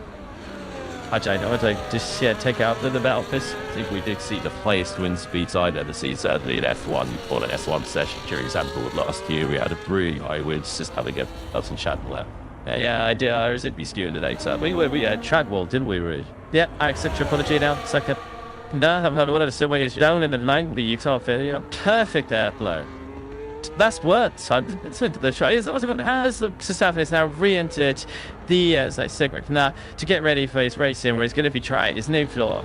I kind of was straight to the Yeah, I enjoyed that track guide. I thought that was an actually excellent guide between driver and strategy. Oh, they've got rid of that. Oh, they've got rid of the rag. They got rid of the rag. Excellent. Good job, boys. There's lots that's I genuinely sort of against your chance. It's just into the gallery later. Now the Durban at the final railboard of this said Thorne said it for Dodge draw off the road and rejoin. We heard from Andreas Steller earlier on saying that Oscar's going to be going on to the forwards running this afternoon. I think we're just at the start of it on a C2 tyre. Did a fuel out of the car, a better lap from him, a keener lap from him, and I think this should be now theatrical to some shorter runs. And then he'll chuck in a load of fuel to do a race sim as well towards the end of the day. Yeah, totally agree. Which is kind of the similar program to what his teammate did Yes, Fitch would have been either doing kind of a baby half qualifying run, a race and then a kind of bit of the all-round running, or doing it all at one parks. It sounds such we get something like a red flag, interrupt your racing, which is strategists and reliability engineers is kind of really, really annoying because it kind of you have to way to freeze the race. It's just not like a red flag in people race by this weird rules of what you could do to the car and you want to optimize performance. Actually, if you get a red flag that if you're racing, you want to kind of pretend like it hasn't happened. You don't really much change tires, you want to get under the cut to exactly right, stupid, so you can carry up. This how it's will test the best. See to sorrow. Didn't stop you on you want. If I didn't song is that didn't happen just fun to the niche. From a cheap contribution. This I was good at doing the lane. But I'd give that I reckon it has 13 to 12-13 and we'll get a gauge on the wind and the cars. Hamilton C3. Lead 10 away from Gasly. And help the second away from Russell. Hamilton, Gasly, and George Russell. The benchmark time, personal best in all three sectors of the lap for Lewis Hamilton. Big gain in the middle task. It's their launch. That's the sector. Ramping up to the position and jumping out of the way of the Williams going through them. So this is a performance run for Hamilton. There's no two ways about it. Going out to the fast up on a new C3 and then the car running low, that's when we're going to send Rappel to in a minute so he can tell us all about it. And they look better and the time was clearly better as well. What we don't know is the fuel level. So that's the big caveat, and the engine modes as well. That so like track conditions, tyres, car characteristics, that is now the same as Russell and Gasly earlier on. But it's not particularly impressive at the moment. Yeah, states of these that mystics are all day. Going into the back is enough of leaping running 60 kilogram rather about how much is his favourite ever run patch. Then there is that. It's only Mercedes that are doing this kind of slightly different qualifying simulations, so not pure qualifying simulations. They go out, they do one time that on the front tyre. I can really get she is just. And then do some substitute Friday, and they've done that ever since time of 2015 because they have to. Clearly tells you that potentially that kind of that Mercedes is not running super light. Obviously doesn't tell us anything about the price. They can still completely carry fuel, but I would say the data agrees with you there, Jerry. That the power still looks back in these conditions I think all the handle. How many laps did Russell do when he went top of the section before he came back in? He's still out there. He's still coming. He's not come back into the day. It's not because he's got 50 kilograms of fuel in the car at least. You're attacked. But he did Gasly did. That's gonna make you sad. He did push charge pushing and lost. I think Gasly's probably running 6/10 of fuel is the difference between like 30 and 50. Maximum really you're ever going to get is 9/10, which is 20 kilograms of fuel plus maybe 10 kilograms of sex. So your maximum air bound is probably about 9/10, which is huge. In objectively, we think that our season is up in 1.2 seconds. So it's a lot more about, kind of promise is not like how run the way you get to see the characteristic of the car and probably but I'm more that type of where they're getting in these again. I think you're right, the kind of the high speed of that Ferrari in 7-8 doesn't it just be Hamilton has come back in after his one lap as well. It's the kind of not if you're going to sort of in vertical with performance running, there's no point in running on a tire there's not a new tire. If you go for race running, then there's two very different things. Either you go for a qualifying run on a Saturday or you go for a race run on a Sunday. How you drive it is very different. Absolutely. Your engine is obviously for you feel that was everything else are very different. And the setup as well. Parts that they rules that you can't change very much. But it's just sort of strange to define the two. Yeah, that's right. The Lewis run plan is more of a kind of pure qualifying. She did one time lap, came in, and then I probably did a shuff adjust, so it changed the kind of the angle of the wing, which would be a translation then, because they speak in the sticks, not in the stress just to another. Let's go downstairs to Bernie Collins. Yeah, so just wanted to quickly show you this. Aston Martin is a bike stay of head sample. One of the things we mentioned earlier that this time of day is a time that they can have full car crews in their garage So the night shift and the day shift will have combined so they can get a practice pit stop. Otherwise, they only have a single crew here. So that's much time that I've been independently and that I'd seen both crews together be able to do that practice pit stop.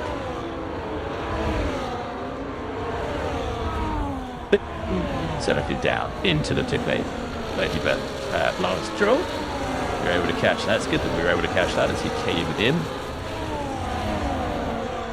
Now looking at the racing boards and back to the tarmac fight trend that is Tia Gasly out on track.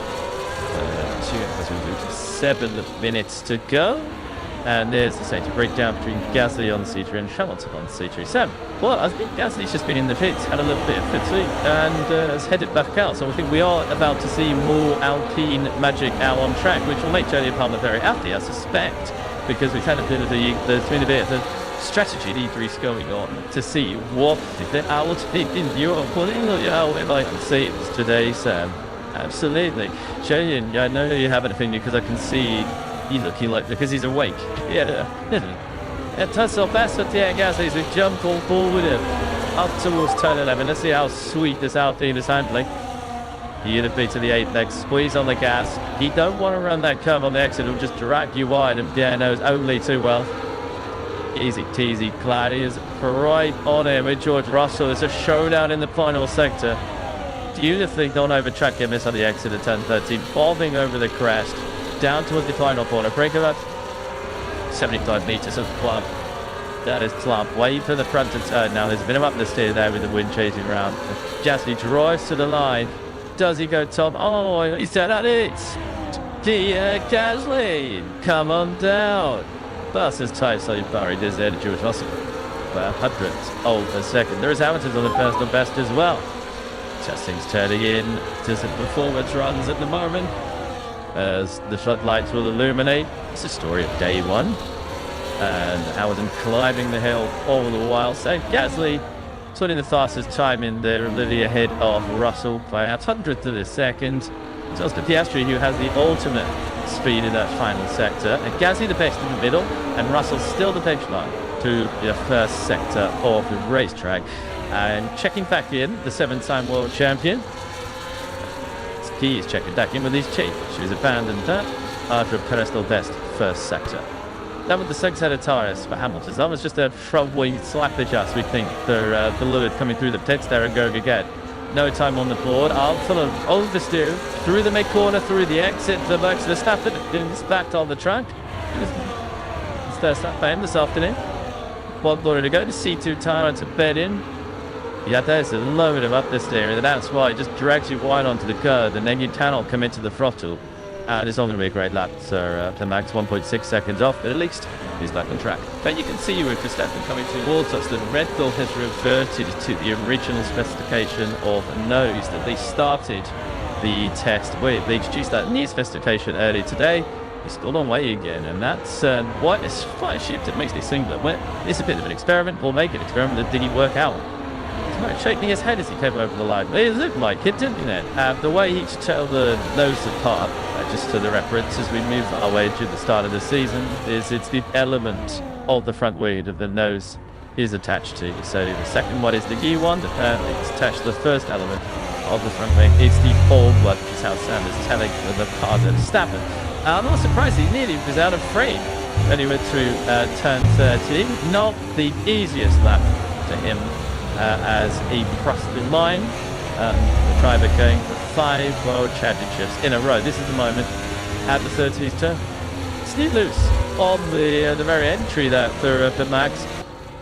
He can handle the cover of the nose, but it is just slower when you're having to make so many corrections. And you can just see them really just sewing around for him as soon as he released the brakes and got the car turned in.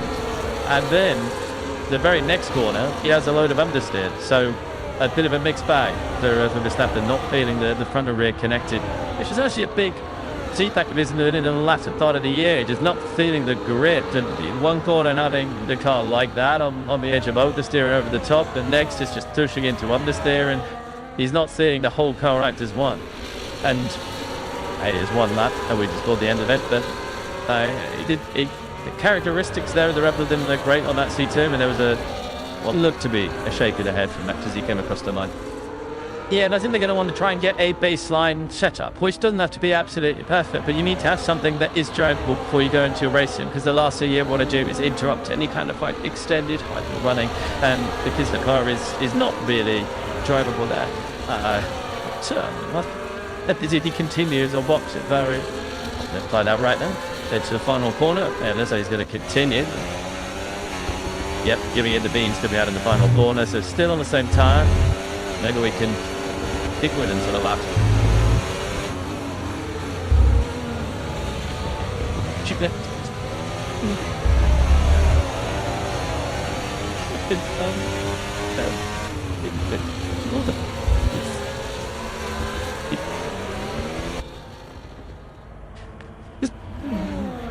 We're going to do to the first sector of the racetrack. We're going to let you listen into the whole lap if we'd stayed on board. That we've gone to trackside. So probably might have to start talking aloud for it. Verstappen looking for slightly more compliance as he rotates the car through turn 8. Then you climb the hill. It's lock-up central ahead of us. So many lock-ups across the test down to the dramatic corner. And there's another one into turn 10, and off the road he goes. Seen a few of them so far this week. Not many from the Red Bull, but that is one. So for Max, he was slightly down on his first sector. It looked tidy enough through the first sector, really. It was turns 1, 2, 3. Turn 4, maybe losing a fraction. The deceleration of the car was good. Got to an apex and had decent traction out of the first part. This is where it eventually goes right for it. Tricky section. You got 9 into 10, brake again, turning, never easy, and it's a lot of entry speed. He just cannot commit to the brake pedal with that amount of entry speed and steering locked up. Another look at the lockup at turn 10, and that's 2 clutch drops in a row. Verstappen has not been able to manipulate the car to his liking. The driver who were in the press conference yesterday said this year's car couldn't be any worse than last year's. Maybe smart because he won 9 Grand Prix. So it wasn't exactly a shocker, just it wasn't as lighty as the one that had preceded it. It's you're only as good as your last race, isn't it? And even though he had such a good run at the start of the year, all of those top positions as well, it's how he ended the year and how Red Bull ended the year. There was the big head scratcher. That was the kind of feeling at the end of the year, wasn't it? The McLaren and the Book team, and they won the constructors. Just a bunch won in Qatari. They found it for performance again when it mattered with an upgrade package in Austin. It looked like they were getting back on top of their struggles at the tangle with Piastri in the final race, of course, and couldn't plant around to the front spots there. But it wasn't it was by no means as disastrous as the narrative would have you, I think. But the goal was the Red Bull. McLaren charged up. Ferrari were good. Mercedes had their moments. The Max was absolutely there or thereabouts. There were a few races where he was just nowhere. And I think those races where he was nowhere was really down to a engineering misstep around the Hungarian Grand Prix time. They did a very big upgrade package. It didn't really work particularly well, and Verstappen didn't like it. They took his back off the car, and then they were trying different things. And the car seemed to go away from Verstappen. Now that they didn't have to get the issues, he was still driving well. And as we heard in press bookers, they liked the cars towards the end of last year. But it felt to me, as Charlie said, it felt to me like they sold folks. Well, these to me, it's the end of the year, got the car down back in the right direction. And then this star, as we've heard more with the engineers, it is all focused on sharing all of those kills with lots of the rock. It's a fun start. Paddock Albon, as what makes exactly to possess a point, the same average finish as Vika Holtberg. That is deep into the static. All this time, hold the test. And now it's Albon is deep into a race. It is actually on the second stint of this race simulation. Haven't done a first stint on that seat retire, and is now on to the sumo. Which was a little bit out of the window. Yeah, yesterday. Potentially looking a little bit stronger today. 83 laps on the board for him. We haven't seen him too much, but he, as he said, has been flying around, gathering the data during the race run, setting the car on various different tyres. Everyone trying to assess who has come up with the best package for Formula 1 in 2025. We've been getting our way through, crunching the numbers, looking at the data. You never know entirely the fuel modes, you never know the run time, but that's speculation. That's continued all the way to the drivers. Let's get a few of their thoughts earlier on about who is looking good. Hey, look at the UCs. there's some Liam again. Yesterday, a few people in the Paddock were quite impressed by the long run that Lando did him in a third in the afternoon at London. Had you seen it? What did you make of it? And do you think that what we get this afternoon will be a little bit more relevant data-wise? What I'm seeing is a lot hotter today, but Dan and McCammon did a great run yesterday. And I think also Max did a decent one today, given that even with temperatures. So, again, I feel what fuel loads everyone is running, as we're all doing of different our programs. So, you have to take everything with a pinch of salt. But, yeah, I mean, they want to be practiced last year. We expect them to be one of the pregnancy advantage biggest, as with Brisbane Bowl, who dominated for many years. So for us, we just trying to brew on. I haven't even done the salon run yet, so I'll have to do it this afternoon, and I'll get a bit of a better understanding of how this car behaves in a race state. It's going to be the first race to Libertine, so I've only done short, but under the black 10 laps. So will be interesting with that being somewhere to do to improve. Thanks, Slim. Yeah, I mean, yeah, similar comments. I think obviously not a huge amount. Everyone's got new cars, but not a huge amount has changed. So we can probably expect, the performance, especially McLaren last year. We'll probably start like that this year. So of course we see it. We're looking at everything. Obviously, just as focused on ourselves. For me, I'm obviously really focused on adapting. It's the different things in the way that you actually drive this car. To be honest, that I'm learning. So, for obviously, if you're looking at everybody else, but at the same time, I've never been here when it's been this cold. I don't think anybody's been here when it's been this cold. So, we can't be at a race. I think it'll be also probably very different conditions.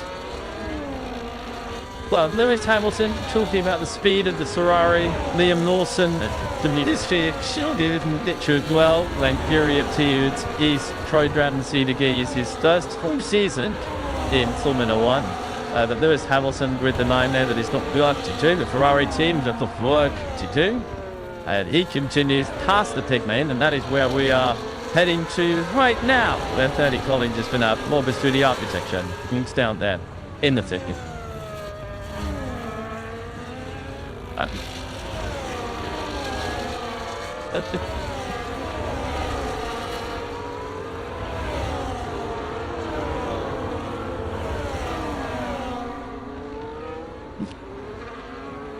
I'm sure we'll hear some dirty at some point. I thought I'd put this now. With 2 hours and 35 minutes to go, it has turned out not to be now. That's the thing, is you're off at the tech patch. The commentary box camera is going to get you. Fingers crossed, everyone. We're going to try again. 30. Can you hear me? Can you hear me? I can indeed. It's very much typically over the end. 2, 3 rolls, Aston will another number, some hands and some drive. I joined the Fed box, and one of the things that you could ask a lot is what is the advantage of being P1 in the pit lane? We know McLaren are experiencing P1 in the pit lane for the first time there. So you can see on this concrete apron some breeze running along the length of it. Those breeze are straight line through the pit lane, if you like. You can see that the McLaren pit box, the first pit box, very angled out. That's because the car has lovely clean running, and they can be positioned back out into the pit lane.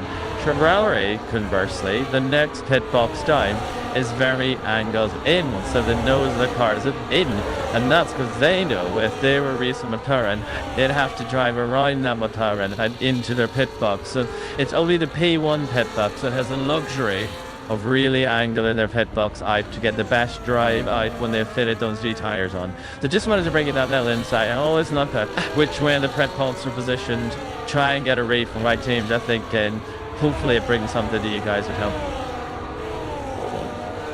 Thank you, Benny. I appreciate you pointing out something that we might brush over. But normally, the Cresticles with Grand Prix weekend get to go into all the detail we can in pre-season testing. And position of the pit lane. It's not the only thing that matters down the pit lane as well. As also, you were saying, other advantages. Yeah, great hit by Benny. Absolutely love it. Stretches. That is what I'm a strategist. It's just when I hang out and talk about it. It is, I think, what it is, isn't it? Yeah, there's another advantage other than from the other beautiful for one step, and it just is that if you are first step, you get stuck with pack up. And yes, I will everybody's the pack up, but at the same time, the pajama rig space, boys and girls, they do pack up. First in the pit, have a bit of an advantage. The Australians had it for a long time. Then they went to Red Bull, which means that this year, the McLaren boys and girls are unlikely to finish packing up on Sunday. Trust the race does not end at the checkered flag, ladies and gentlemen. It goes all the way. Fancy them, stir them. There is one down the deck, mate. Some days are standing in daily commentary box. He has to actually go in his stat. He's sitting seeing Sunday at the end of the race. So when I was the toast day shirt was going off, I had a wander down the day. They saw that hacking up trace system in Austin, and have also saw Franco Colapinto's fans delirious climbing the pit wall because it's finished in the points. They've won a Franco Colapinto podium with good like he's winning one. But the unbelievable, they've been chanting his name in Brazil. Oh, they've got a 50 statement. In fact, you got a chance in that outing. Did the other dog? It's great. It just chipped us today with him. I said, give me the hot. Is certainly the time and rug tool.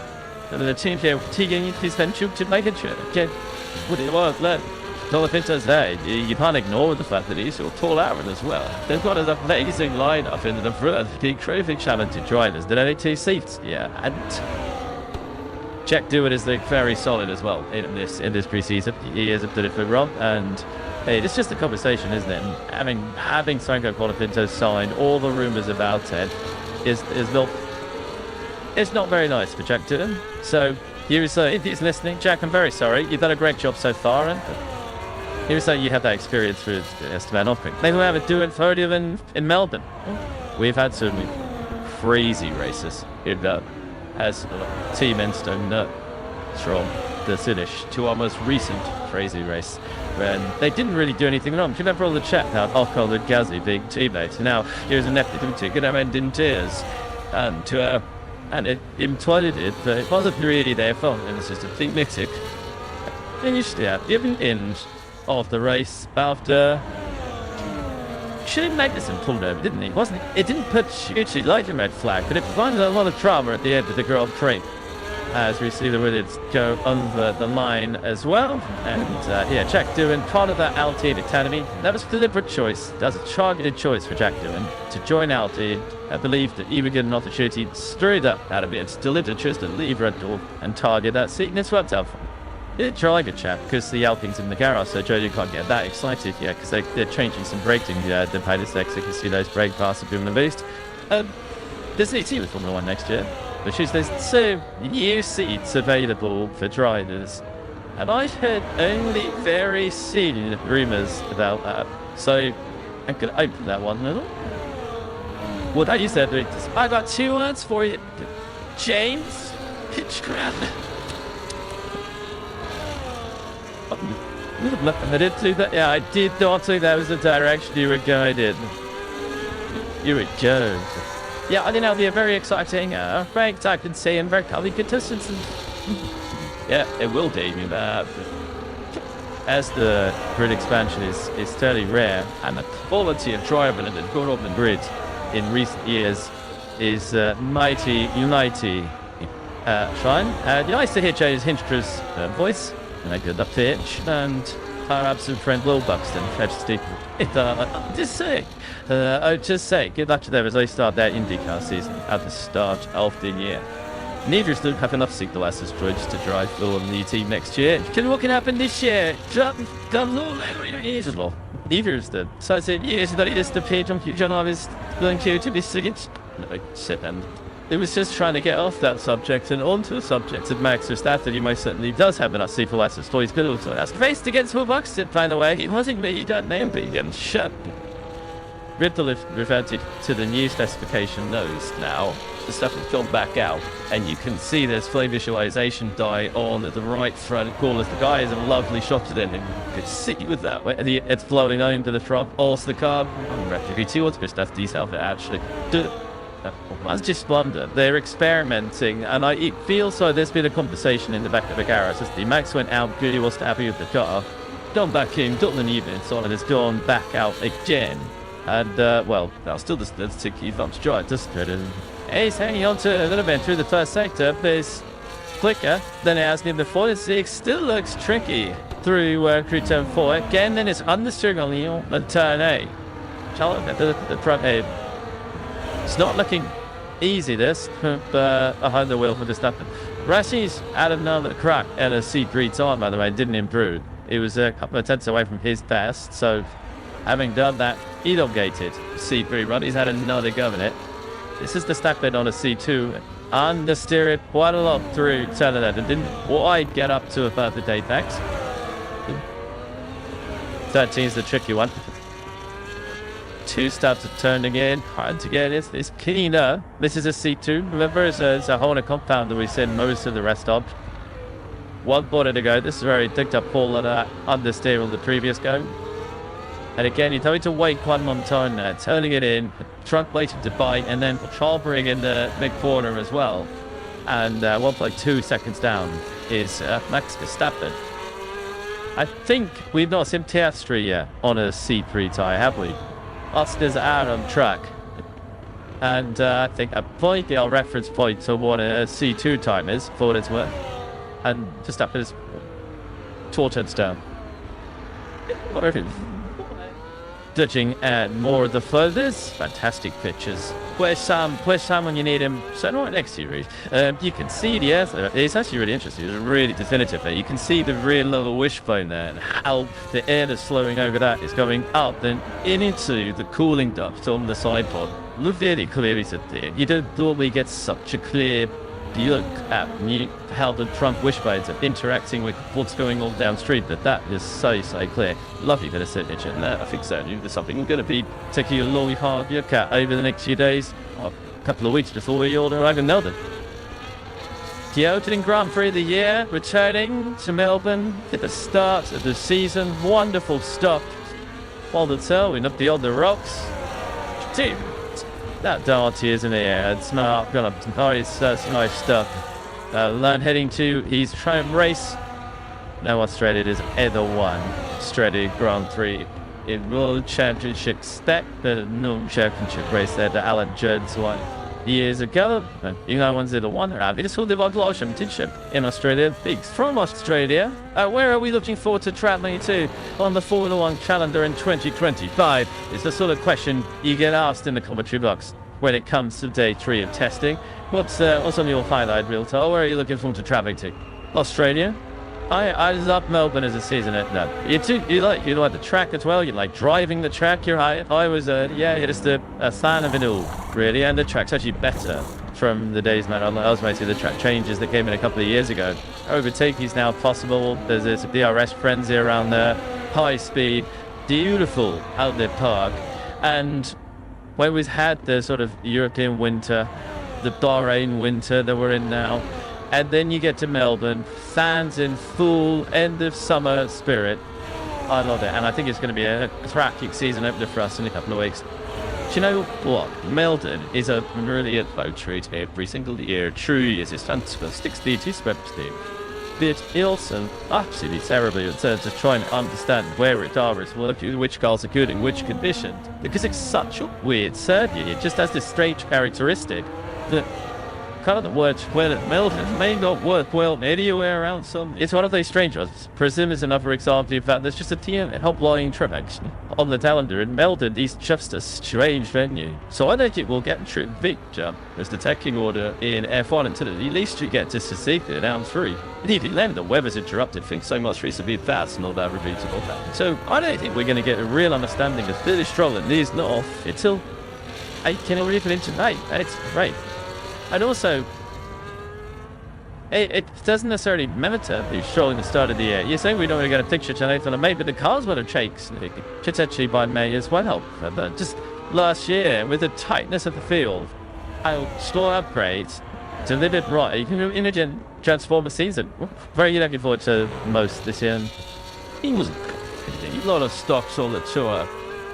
Yeah, them were exciting. I like doing so that take a You said it's the fastest race of the year in Shanghai. That's going to be pretty exciting. And I've always enjoyed a trip to Austin. I have to say, that is one of the highlights of the season. That's turned into a real modern classic. Great track, great atmosphere. Which fans are so enthusiastic over there. And living in the city itself is just a treat. Reese, what about you? Yeah, I think the host is definitely up there. Yeah, you're taking the SGs from possible. I mean, of differential basic family got their fam, which is great. But there's only one option for the this Diva. That's enjoy how much. It's the 80 odd days, and to go to how much to all last day is. Yes, I you know, it's just like the land of statistics, of bright lights, of stunning racing. That's not the first thing I associate with it. It's synonymous with stats. It's synonymous with statistics. And yeah, you know, typical strikes through the endpoints. You know, I decided if I was a Formula driver, I'd probably get the chase something like to see to drive around it, but I don't. You know, Vegas it is for me. I'm pretty sure I'm not going there this year. At least it's all been a one. But I'll do you fifth. Is there or yeah, but yeah, shit. Yeah, it's like often you just mentioned it. It's super. It's a wonderful venue. It's you're a Formula One fan, and it's taken one race to go to all year, regardless of what you do. Like it's for me, Japanese Grand Prix. It's so special. So as the fifth stage, it's magnificent. It's such a. I to wait a long time so I gone out to the even over the race there, and temptation you have to leave come all behind. On the basis of it the night. Watching you on Tom Bot's damn it, interrupted. It's happening. No, it's happening. But it's 10 minutes. It's a brilliant event. I can get it upset. If you ever get a chance to see, you could take it. Both chance. It's 2 year Gasly. On the floor, it's the hype train along with Tarmac. Currently, to be done some fully simulations earlier on George Russell. In second place is Lewis. So starting in the order don't look too bad, but lovely seeing characteristics of Ferrari. That's in two from the top three as we take it to our final 21 minutes behind Mike's first. It's been the real thing started now. As anyone said, that's too mounted this afternoon. Lord Stroll's done 18 laps. They've gone from being sort of quietly looking all right on day one to just being quietly not looking anything. There was a bit of an update from the team earlier that Fernando Alonso wasn't feeling the best. So we had that early season Fernando for the WC a few times. So he wasn't in the car scheduled this morning. And as you're right, though, we have seen very much pulse that green machine this afternoon. Is it as like, or has it just been popped in the box? Not anything. At least really seen it, haven't we? Yeah, I'm thinking, assuming the top four are going to be the top four in various order in something pretty close order. Hopefully, Mercedes, Ferrari, McLaren, and Red Bulls. We've obviously seen Alpine show something today with Gasly. We've seen the mentioned it earlier. I don't know if you've noticed that Gasly's done something in the times. It should have said easily, but his sides did the same yesterday in the Williams, and I'm expecting Albon to have a bit of a crack at some fast ups in the Williams later on today. So the shot for any of these teams to potentially be fit, I think it was the top four sneaking an outside podium. It seems very, very open. I'm starting to wonder if Aston Martin say the progress that we thought they might have done on day one. Big year for them. Transitional year. Adrian Newey joining the team. And it's going to be having any impact on this year's car, but it might be later on in the year, but really worthy for next year in the rule change.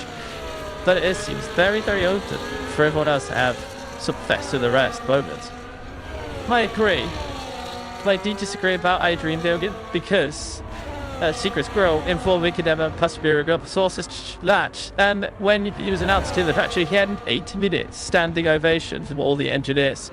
And I said that level of inspiration, I've never loved for the in bad guy, but a lovely man, a name to Rory Byrne, and having a legendary designer. Does make you, stay a little bit later on a Friday night. Should push your blood for I think by the sounds, 8 minutes. Hey, 1 minute in age. See, she does see less of a reaction. That's trouble wonders into your gun. You can see it. To the times. My reaction is to that is that all new he said that he had the lesson lot beyond. To be fair, I would take a bullet for that, man. When he actually became my friend, I was so nervous the next day. I was like, this is a good impression, and there's probably one of the best moments of all I know. He's a truly lovely individual, actually, Julie. I know him a little bit as well. However, you did just mention the name of his arch nemesis, his arch rival. we did. Now, as it made the engineers well known at the stage you knew, you're a South African engineer. He's worked for a huge number of seater successful designs, Michael Schumacher's championship winning cars. I think every single one of them was a fully done and originated design. He's also still working as a consultant on the current generation of Ferrari cars. You should how hands-on he is on the design these days, but he is still involved. So we haven't seen the end of this decades-long rivalry between Adrian Newey and Norridge. Basically, I think the US Max 2021 with the captain. 8 minutes of sudden innovation is just staggering, really. It's like using a fleet Fury at the 11-minute space up in the optic. Anything, someone's going to stop this now. We've been doing this for 10 minutes. Someone's going to look away. After sort of the 5 minutes of a steady animation, that's an amazing reception. I mean, what they've got twice as long to give. 8 minutes started. Use timing now. That's it. Done. Yes, isn't it? That's it. It's probably a minute. See how I think that's news it is. Yeah, give it a. Yeah, I can't fact check that. I'm putting no idea about it. They'll give it a static animation. It's going to go beyond 5 at the very least. I'll have you just an idea. You like the language? I think he will, yeah, it is fine. I think it's really cool, the engineers out there. Just feel like a guy you get on the places, the rock stars. He's on rockstar. It is a rockstar though, isn't he, Adrian Newey? He's more than just the engineer's rockstar now. If he was rockstar, yeah, he's a big name in the store.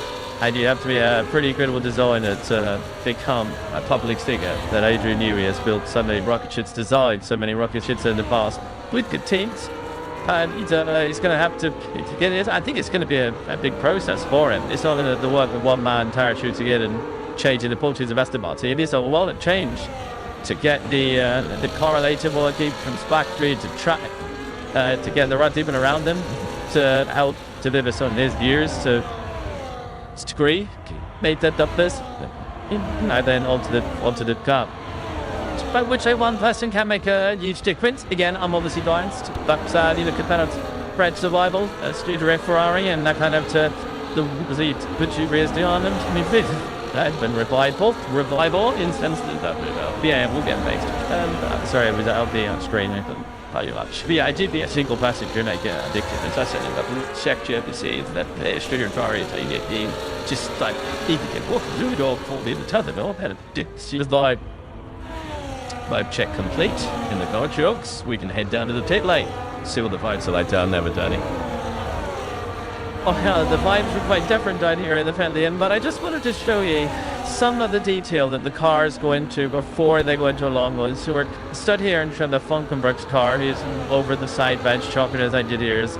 And you can hopefully see the mechanics throwing and taping up the bodywork. And you can see it just looks like going those out if it had a helmet. No, it's very high quality aero tape. And what they're doing is they're taping up all of the little caps around all of the bodywork, such that I guess before he goes into his long run, he has a very perfect aero surface. This happens every long run over the weekend before the cars go into a race simulation.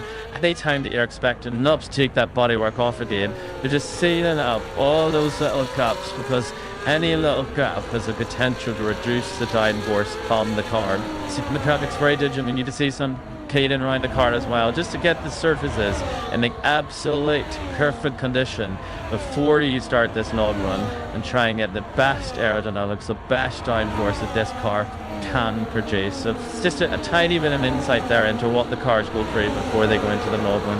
Hopefully you see how it converts back right in the car seat. Over to you. Snake stuff there, Birdie. It's one of the things people say, does that tape make a big difference to the car? Putting a bit of tape out of the cracks in the bodywork, how much aerodynamic difference does it make? Well, it's actually something I've been to the wind tunnel and played around with. We took this to the wind tunnel, both the scale lobbies, the size, and on full scale cars. Partling the cars unfortunately exhibited a previous United line car. Now, to work.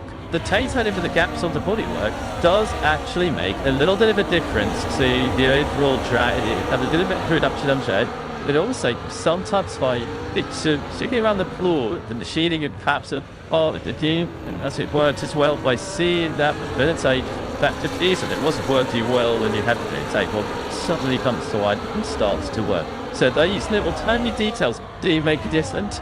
And the first time I've seen the take-on jacks being used in history, well before my time, there's a little tiny underpowered bit like hundreds in the millimeter road race in the 1950s and make it get sticky plaster. So my rules as long as the gaps on the car, getting this rider and navigator's door and go off to try to make up as much straight line speed as they could on those long straights towards the end of that very long road race. History there is the was presumed to be quite a sad dance. The 2025 number story. Thank you, sir. I'd like to go ready for the update down the big uptick later, isn't it? Third Tennessee 3, so Hamilton's turn on. Is unimproved. It is a religious sequel, but he isn't so not great. Similarly, or it's they're kind of seduced today. But yeah, just seeing like that C4 tire, which is these tires have characters, right? So if you ask, I'm sure Bernie would say the same thing. C4 is a bit of the diva, you know. He or she, well, it's you know, sometimes is amazing and it gives you such great grip, and then every now and again, just when you start to trust it, it betrays you. It betrays you either by kind of having some serious non-linear turbo problem, like you know, it degrades more than you're expecting, but when you get it right, you know, it makes you believe in love again. Might either fail. If it's going to be worth it, it was. The tricky tire. Carlos says to enjoy this today too. It's pretty negative about what he found out today. Said that to study fire to technically Yuki Tsunoda. I mean, no two ways of proving it. Danced over promotion. Tsunoda trying to show the senior management that they got that decision wrong. And he started the season last year so motivated, carried it all the way through, and kept his drive in Formula 1, which was under threat at the very start of the year. Then took the entire season, and got a new one-year deal as a result as he climbs down. Triple last year, there's a lot of chapter about this team. What were they going to be, the big surprise?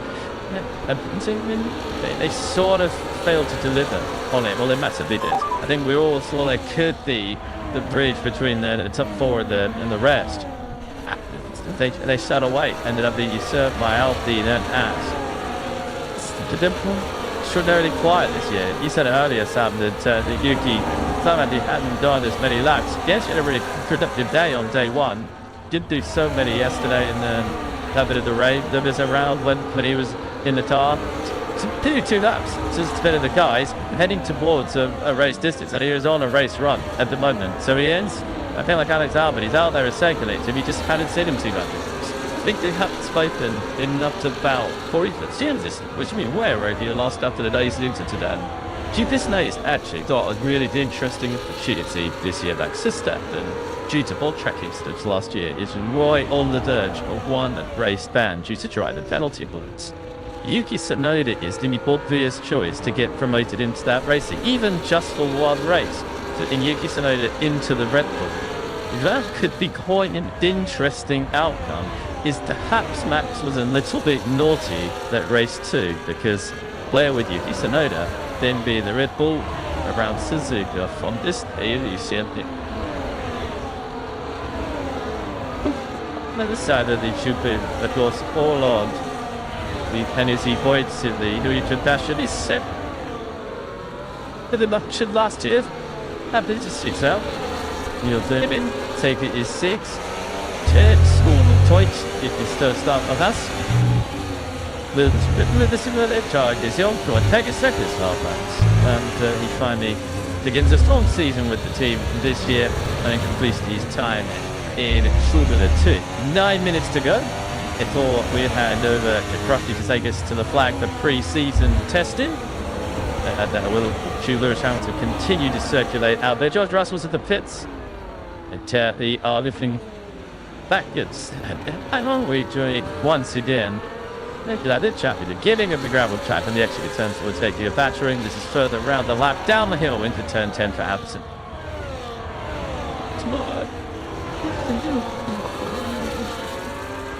So that's sent to Lewis Hamilton's old team. Bernie has made her way to Mercedes. Yeah, just pick it up on what you said there about George Russell on the pits and can see him here to ride the engineer, behind the engineer's bench, debrief, and what's happened there is what we think for qualifying runs. You could see him in the cars and they can achieve just mechanics to the front of the car, chip into to some of the suspension setup. It looks like, or could you have 3D with something that they're not that happy with because one of the chief engineers from a design and reliability point of view stood to one finding a car and overlooking changes there as well. And in the back of the garage, hopefully he's still there and you can still see him. Factory Quotas, keeping an eye on the seat, it is mission into what's going on, maybe giving a little bit of encouragement, not sure, but quite a bit going on at the front of this Mercedes at the moment in terms of shell. Maybe a sensor that they're trying to get right in order to get this car back out again, but yeah, simply George Russell out of the car, stood to one side, not really going anywhere at any time soon, but hopefully they can fix it pretty quickly. It's like you really Perfect timing. Max Verstappen has just done the fastest sector. This circuit where he's had so much success, absolutely dominated. Won the Richigamme. Verstappen on the C3 tyre. Let's do the different time rotating the car earlier on. That's that fastest sector, and it's heading DRS wide open to turn it up. That's all on the C3s tonight. The Max is had a couple of scrappy runs on the C2, but the Ripple looking much more poised on the softer tyre. Swats out over the crest. It out on Gasly in the middle sector. But the middle sector is where the bolt of the corners are. There's longer straight line stretches in sector 1 and 3. This is sector 3 now for Verstappen. No DRS since the final corner. He had loads of up the steer of the C2 earlier through there the whole time. Better front end on this one. And here he comes to the line. And he jumps up to third. Better. Much better effort on the C3. Yeah, more encouraging stuff for the world champion and Ripple. As he tried to down himself here to the racetrack where he has multiple victories. Job done with the max on the view, which I see the boy 4-3 out there at the moment as well. We've got Pierre and Gasly going across the line. The Sonona Sven Oppont out there, so Stroll and Piastri as well, and this Lord Champion who we just saw on the second. Yeah, and Piastri is basically doing a copy-paste of what his teammate Lando Norris did this time. He's doing a race simulation, also on that C3 tyre. We're going to assume who's got a full tank of fuel, 110 kilograms and whatever sensors they ran on yesterday's car. We're just going to assume it's about the same amount of weight. But is lap age Perk into where Lando Norris fell? 0.8 seconds a lap. So in the first seat now, is that because the car is 0.8 seconds a lap? No, it's the track. It's so much slower today because of the wind, because of the temperatures, than it was yesterday. Now, some of it might be other elements, but it's that makes it just quite out jittery. It is, and just how much the wind is around here always shocks me every even though I do that. It's actually pretty good data this for the teams because they've got a lower deck Bahrain in cooler temperatures. Now the temperatures are back up, and you can see there Oscar in the final sector just struggling with the rear coming round, and this is back to classic Bahrain deck. The abrasive track, just certainly well scorchy out there, 16.8 degrees air temperature. The track temperature is higher than it was. There's plenty more energy through the rear axle, so it's going to be back towards your closer Bahrain deck characteristics, and that is in part why everyone's slower as you mentioned briefly, just the conditions more than any car changes. Yeah, you're actually yesterday basically Lando had your zero deck on that C3 shot, so as a straight, we would probably just say it was dominated by Will Buffington. The charge to window so 0.01 seconds a lap. Whereas Gasly is doing about 0.06 seconds a lap, which, as you say, much closer to what we have in a normal rate. And that was one of Andreas Steller's caveats earlier on. He said, yeah, well, London did a great run, but they were good conditions. We've known we go well in cool conditions. It was also much less windy, so they were optimal conditions for the car. So now they're going to test Elskirsi bike in conditions that are up to, or still not pointing out there, but it's breezy and it's hotter. Citation, McLaren in the bodywork department as well. They've gone for the tight, very tight tail section where the KT1 Piastri's number is just around the exhaust, which is the newer specification. But they've gone for the older, slightly more militant bodywork, setting it forward, not the newer specification. So bit mix and match going on at the tower as the bodywork packages, and that's what the clearly feeling is probably the best solution to now. And then not really working on the conditions to the circuit as it is now, because they're all thinking about what's the car going to do, not just at this track, but at Melbourne, in the first few races of the year, instantly building up through the rest of the year. That's all the focus is here. If you're not on the fastest time now, there is nothing to happen. Yeah, and Tuesday taking approaches on that cooling side. It's one of the things a bit like downforce level. You can tell a downforce level because the rear wing is bigger. You don't need a decrease to that cooling level. As well as just how big the kind of the extra is in the back of the car. And actually, even from up here for you to look and see how open or closed the cars are. And yeah, different teams run different approaches to that. So some will run the cooling that is required. Some will run more cooling than is required to get a reference, because there's lots of tuning by it seems, and a lot of your ethos as a team, good power unit or tower unit provider, and they should have every kind of every unit can make a difference, and of course if you taped it up properly with a good tape, that also helps. Anyone tape check, sir? Does it come to the end of our run? Just at the air race tape that's off for air race section, really expensive, and some teams don't use it in different series just because it's too expensive, because the amount you get through is huge. Try later the test certain tonnets that we see so far, obviously 2 hours to go, do you still watch?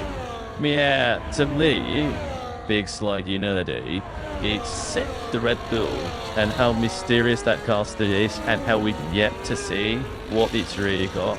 I think there's a lot more to come, and I'm quite excited about the print of this year. If after you don't, you joined us at day 3. Tonight 90, you wouldn't have missed a minute at day 1 and day 2. What's your highlight of the test? Well, my highlight of the test has got to be Laura Winter's hair, because one, she looked phenomenal.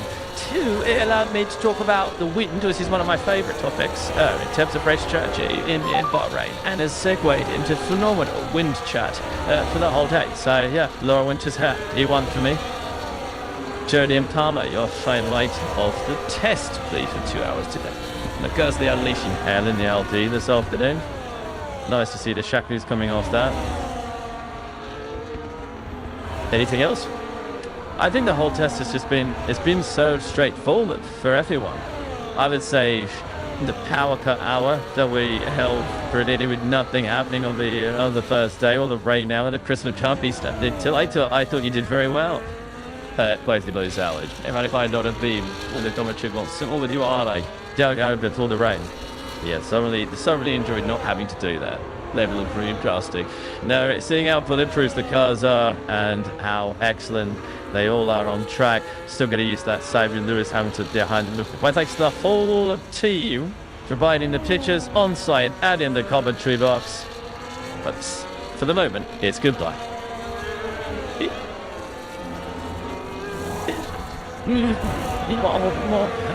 Thanks to the whole gallery and to everyone in commentary, the tape chat, Troll, Sam Collins, Reese, Julian, and this is the last from me, Paddock Shakes. Let's hear now from Lewis Hamilton moving to Ferrari and his thoughts of that.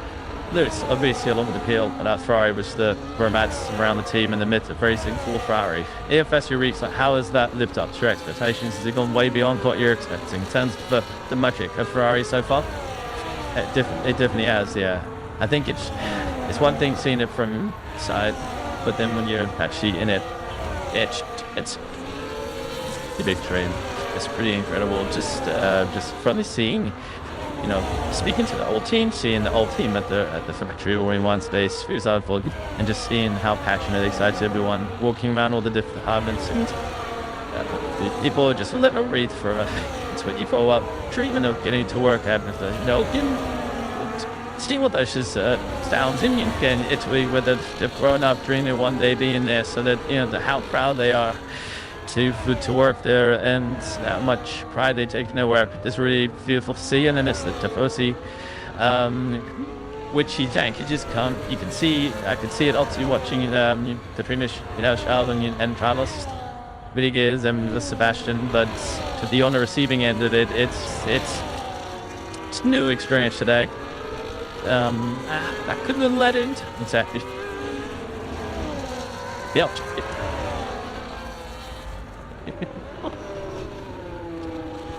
Oh, this.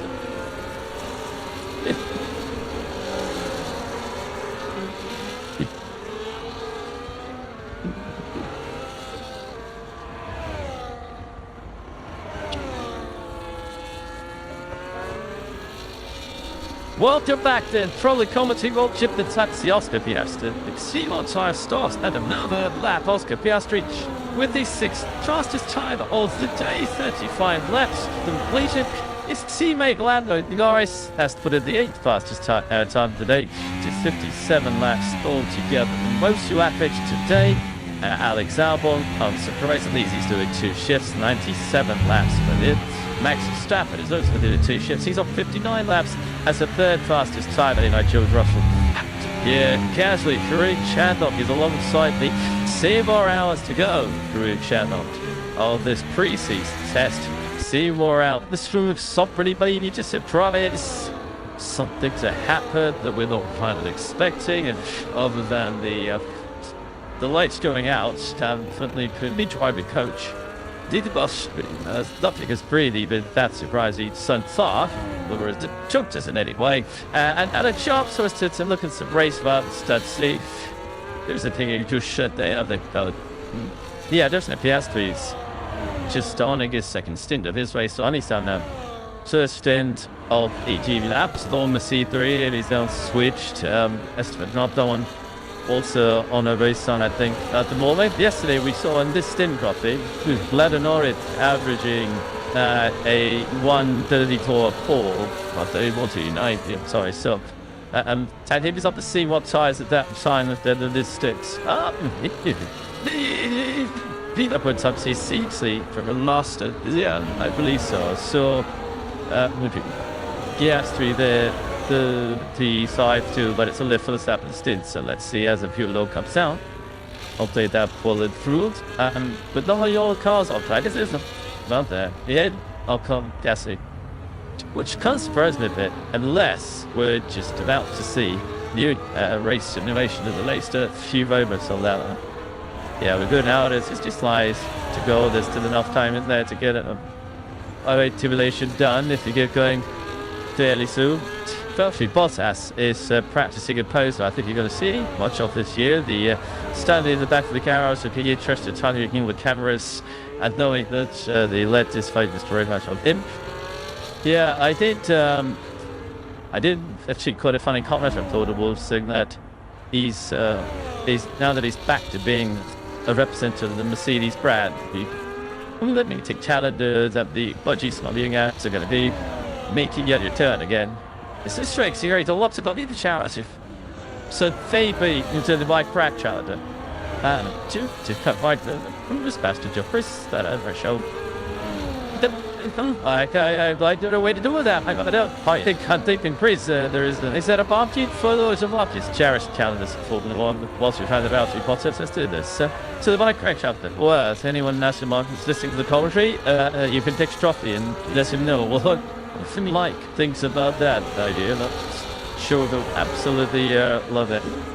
Just go ahead, like, I still noticed. Oh, stop, go. Just Hamilton, I use negativity as fuel. He talked about 2026. Is that about the sustainability fuel for next year? New brand. Yeah, negativity. But nice, it's not that. Negative comments drive me forward. I don't know, really. You know what? Should we pick up where, yeah, Alex Cheeks and cool, I'll give up with what I live with theirs. And I'm going to say, actually, he's been watching yours Hound and get very comfortable in the Solari very quickly. It does seem like one of the car is sort of, it is like he's been tracking your turn, does a pace, you look at their tires and stint legs. Yeah, he already looks very comfortable in that car. He absolutely does. There's Florida. It's interesting doing the car. The demeanor out of the car, I think, is also telling me, and his integration with the team and the way the team integrated with Yogic as well seems like a beautiful shame. They were just signing of respect, was that Ted was highlighting before that John now came off to Bahrain to see the Ted, and you've got something that happens every year. I think that's a sign of respect from the wider Ferrari dude, all Lotus, and he's embraced that. There's David Sanchez, executive technical director of Alpine, not just technical director. Sabi, yes, the part plans, just the face. Just about the to yes, to the must be. Max Verstappen, DNS open on the C3D tire, so they don't seem to be doing long runs here, do they? Which I haven't seen a full race distance from Red Bull. No, you didn't see much. It really was special. We did see the backs. That's slowly, didn't be whips and no, he's doing short runs. He's quicker than Gallagher this house. So this is not race field. So he's we saw Lawson do 2 stints yesterday. So 2,000 distance, 44 laps, and this is Max coming up the line. So is this what Red Bull will have put in? Is it normal? Then try and grab a hole. There's a lot of flow of this paint on the right outside of that reference car. Are they still just trying to understand it a bit? And thinking the more time we spend understanding or working and tinkering away, the better off will become Australia, and maybe we'll do that to sacrifice a race stint itself to live. I think that's it. We were talking about this earlier today. To me, if you are happy with your baseline car, you don't need to be experimenting with things. You don't need to be doing short runs at steady time in the pits, changing things. You just go out there, pound down and down. I waste the things to the brake, and things will fall off. You're doing reliability testing at a race distance, so you're doing your runs. The fact that they're doing short runs and changing things in between, presumably, indicates that they still need to learn a lot. And their flow is down the side. Not only will their photographers be all over it, but every rival team will be taking pictures of that flow display. This is kind of back up the noises we've been hearing from Red Bull and two other foul. Pro blacks. Car's nice, it's a drive. It's destroyed. Every driver wants a car that's nice, it's a drive. Doesn't necessarily mean it's going to be fastest and first. He should have put it a bit more annoying suspension that makes it easier for the drivers to take the ultimate pace out of the car in doing so. The trick is finding butts. Absolutely right. And the third element of that is finding a car that works at all circuits, because the beauty of the Formula 1 World Championship is that we have such a wide range of circuits. You're going from street circuits to ones peppered full of your 90-degree corners like Miami or Baku, something like that, to then the more fast-flowing circuits of a Silverstone or Spa. And you're going to have a car that works in every type of condition. And I think that's where McLaren were great last year. From Miami onwards, they didn't really add a weak circuit. Maybe Vegas. So I think that might be symptomatic of the tires. Yeah, they're not even decide up the tires in the same way. But yeah, apart from that weekend, really, I think they didn't really have a big circuit itself.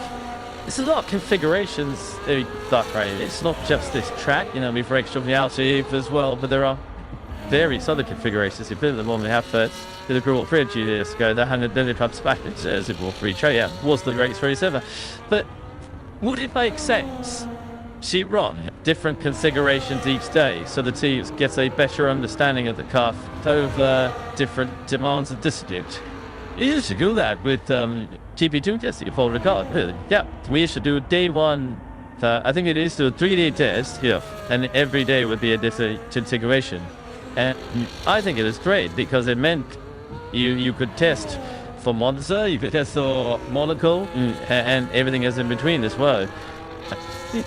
Probably it is unique. It's the only track on the planet, I believe, which has 4 grade 1 license layouts. Yeah, so it could absolutely do that, and I think it's a good shot actually. You could do I even waited a GP Tim test. I didn't believe it. We said lunchtime one day. Really?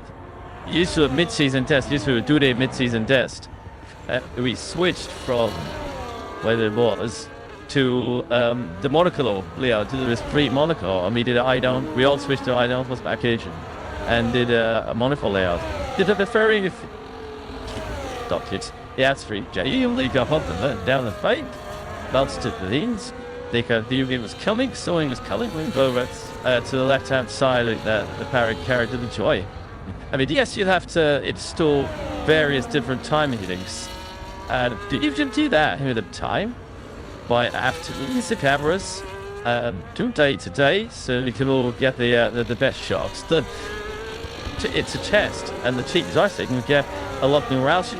Even if you just were, you come on for each track, and the absolute, because yeah, could double up as a very nice, Austria or a Monza, high speed track. Yeah, I think the slight problem is that the bit you're cutting out, i.e. the midi sector, is actually the one that's most relevant for the boy calendar. So that's the slight challenge actually.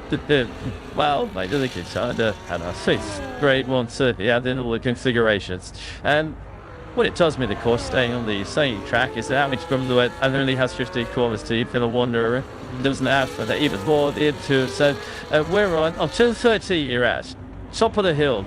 I definitely. I'm at the only corner I've not yet visited. I've had 3 days over the 3 days of testing. Lights are on, guys, out here, but it's always deceptive, isn't it? When you get the TV cameras, because it's darker out here on the racetrack than it looks.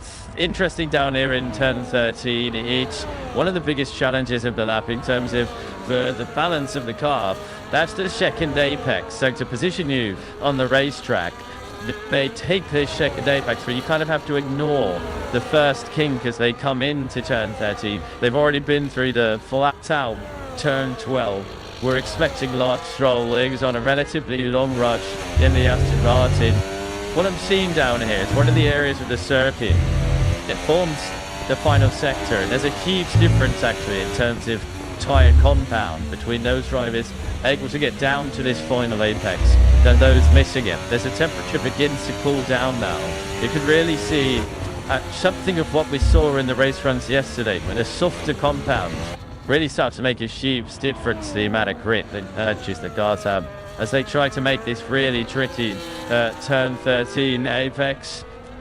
Some drivers able to be a bit more accurate than others. Albon, it has been pounding that in on that medium compound tyre. It's relatively accurate. Piastri looking really dialed in here. In McLaren, George Rutten on the Lotus, but trickier and trickier track conditions he sent to lay drivers on sort of any of the Whitehall compounds, D2 or the T1 down here in turn 13. It's something I asked the guy to the combox last night dropped the I'm interested to hear your view of it, having watched 3 days of testing there. Which car would you guys want to be in? Because I think I'd more or less click the McLaren. I'm interested in your viewpoint, Corrupted, your viewpoint, Karina, on which car you'd actually won at this stage. It had to pick one for this season. Do you see then, Alex, that the McLaren is the best car? And then so that is what I do it.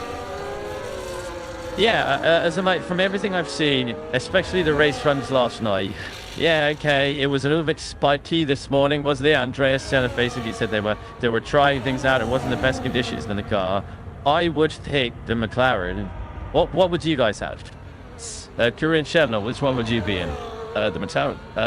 Absolutely, because he's been at 15 different corners and more said pushed of doesn't think that it's no obvious. Why did you want a bit of a time want to calm? It challenges you, what call, and you can make the difference for this. Maybe not the best calm up there, surely. No. I didn't want to be the Mercedes. Because just a little Bowser lost that standing by Nora Winter and a base a couple of evenings to be in as well. And if Bowser wants to be in the car, that's good enough for me. Nora Winter, down to you. Thank you, Crafty. That was quite a segue into the That's very great, Chief. Thanks so much for throwing out the garage, having a chat. I know it must be a little bit of a weird feeling to you being in the test. How have you found it? Yeah, for sure. Like, especially on day one, watching everyone doing the testing, doing their programs, it's strange to be on the side. But on the other hand, yeah, there's been enjoyable days With the team, and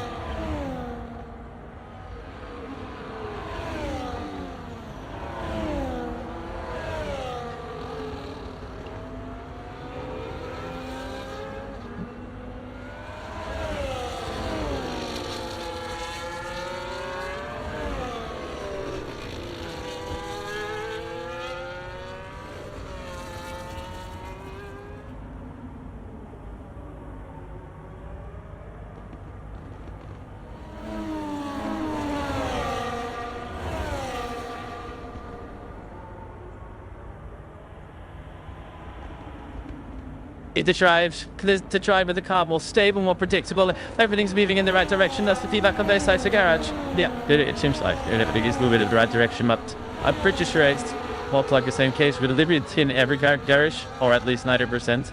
But yeah, it's as always, it's still hard to predict where you're exactly and what people are going to bring for race one.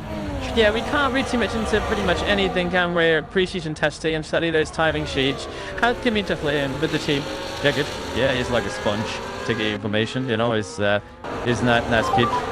We asked her to deep learning curve and help him, which he's already started at 12. And yeah, when you're approaching your first race, there's so many new things and information that yeah, it's just going to be a very exciting claim the next weeks. But so far, I think he's done a solid job, and yeah, I think he's going to learn a lot from these 3 days.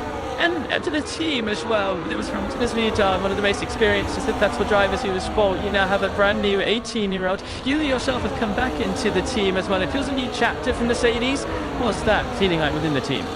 It does feel different. Of course, if it has been 3 years, that was fact. But yeah, when a driver like Nidus changes, for sure, it changes the feeling, I think. But yeah, I didn't honestly yet to see me in action in the race weekend to February. But one thing is good to see that winning mentality and that drive hasn't disappeared at all. So your body is going to be happy in finishing second. Whoops, it's good to see. Is you enjoying getting to Melbourne? I'm enjoying it already, of course. And yeah, race of champions next weekend already. So yeah, it's looking forward to getting back to us soon. Right, so Brian Cheat has been thanks for me insight. Cheers. Well, she's got City for race champions. Shows it, yeah, down how it does. Well, yeah. It's racing. That's just that shit for the next few months. I really hope that this is not the end of Valtteri Bottas as a good fan racing. If you see it back in China, racing it right free. Not necessarily because I want you to rush the others. Give the absolute that's it. I want to see that the cars to next year. I've done what this must have. Yes, we see them in the car. That is even Valtteri to show just how good he is. Because it is my different. It's not here, but it is tricky, isn't it? Because there's quite a bit of teams today. It's really high quality trio. You've got the driver specialist at second and F2, gradually go F1. You've got just a very good lineup of all 50 diamonds on the grid. Telling me top number 4 are they the obvious then? That concept to about the way there's Cadillac for ticketing you didn't see them. Swiss what's the space, I guess? Absolutely. Did you see the blood? Yeah, it's 53. I did from to I said go up to be great if he's still made better. I watched. She was the piece it is the thumb right. You do that slightness bit. Is it all big as one? Just to get out one. Sick of your brother either. No, every truck's tip. Still might be upset. Still actually both the case but tax does own it. I'd say that you haven't discussed the Tamil file. Actually discuss the Tamil file. Well this first because not only your chosen foreign specialist subject that you've reserved for that team only one next. No of this fast girl success at what did we take at this last You crossing Bottas at now exploring the trackside. See as if extra Stafford back in the garage now, but has stopped his fastest time of the day. And he's dipped into the 1:29 for the first time as well, 1:29.844. Talk Stafford, so lucky Pierre Gasly off the top spot there. And then Rick, last he saw him, he was in something of a committee news here. Yeah, with Helmut Marko and Richigamme, Jeff Pierre Lapiasi. Yeah, I mean, it's not as big as we saw yesterday. The left banks.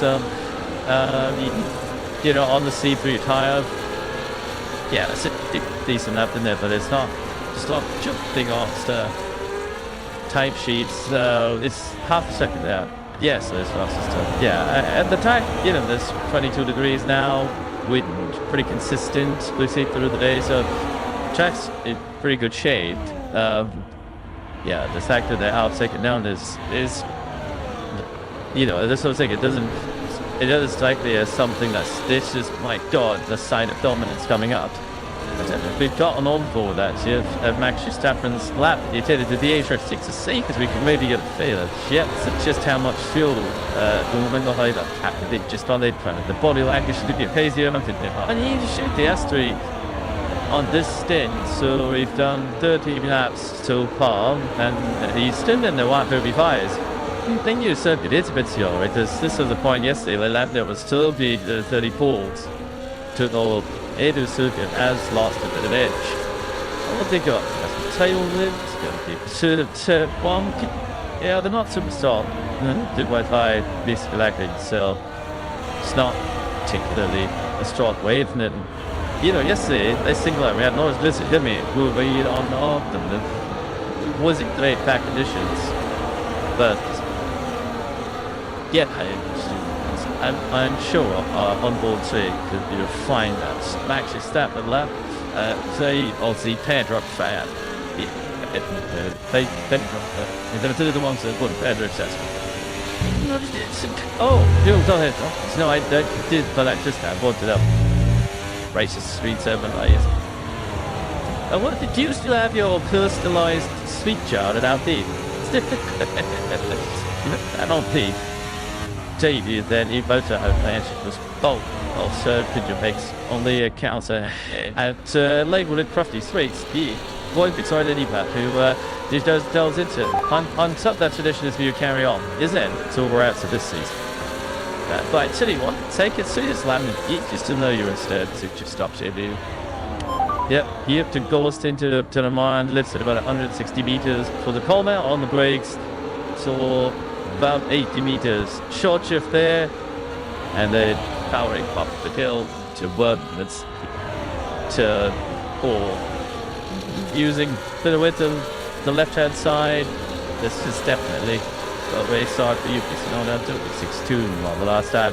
And I had a couple of these people say, how do you know that it's a Lisa? What did you say? The car looks steady. Look at the rate of input. Yeah, it's not impressive with the way that equally the car's not darting around.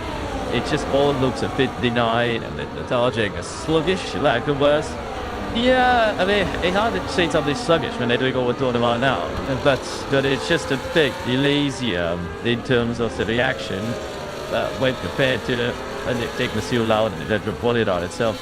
Especially, you know, these change of direction sequences, you will all are awakening the ship from one side to the other with some pendulum. And, you know, it looks reasonable, it's just sort of, yeah, just we're doing it right, so there you time to a target, just, oh, unbelievable. You know, the tile plan and the target uptime, I guess, the TiVo. Doing it. So what would that target lap time be? But 36.3. That lap, only a couple of tenths off his best time of the day. Then team went to Yuki Tsunoda. And he's like, that's coming. Well, at the moment, Hulkenberg's doing the 136.6, so it's coming to start off sticks. At lap, Manchester Stafford's ready himself to get back out again. Yeah, Piastri's now crept into the 34s, so he's. As the fuel comes down, but he's coming towards the end of this stint, so he's only probably got another 3 or 4 laps of this stint before he changes on. And he is a bit slower than, you know, it's not a half second down on. on Mobisoft and Lando's race on yesterday. But yeah, we can hear it advantages in the time ready to get this. What the Bob pump out Charlotte? Lead on August in the bottom. No, it's a C2, that's it. Although that's what's the big part of that, we stop sit ups. This. No one with the carrying the trend we're not see on is not this yet everybody. The tire that month fly 6 would choose. The 30 colours I can see is that I choose on the waiting a few of the us with the answer to this point. Hey Birdie, hi Birdie. Hello, gents. Hello. I'm just weaving to say hello. Just using to say hello. I'm literally just pushing myself in the commentary goal itself to have a bit of tell you earlier on. And I'm trying my best to fire up my laptop, and I shall get the answer as soon as I can.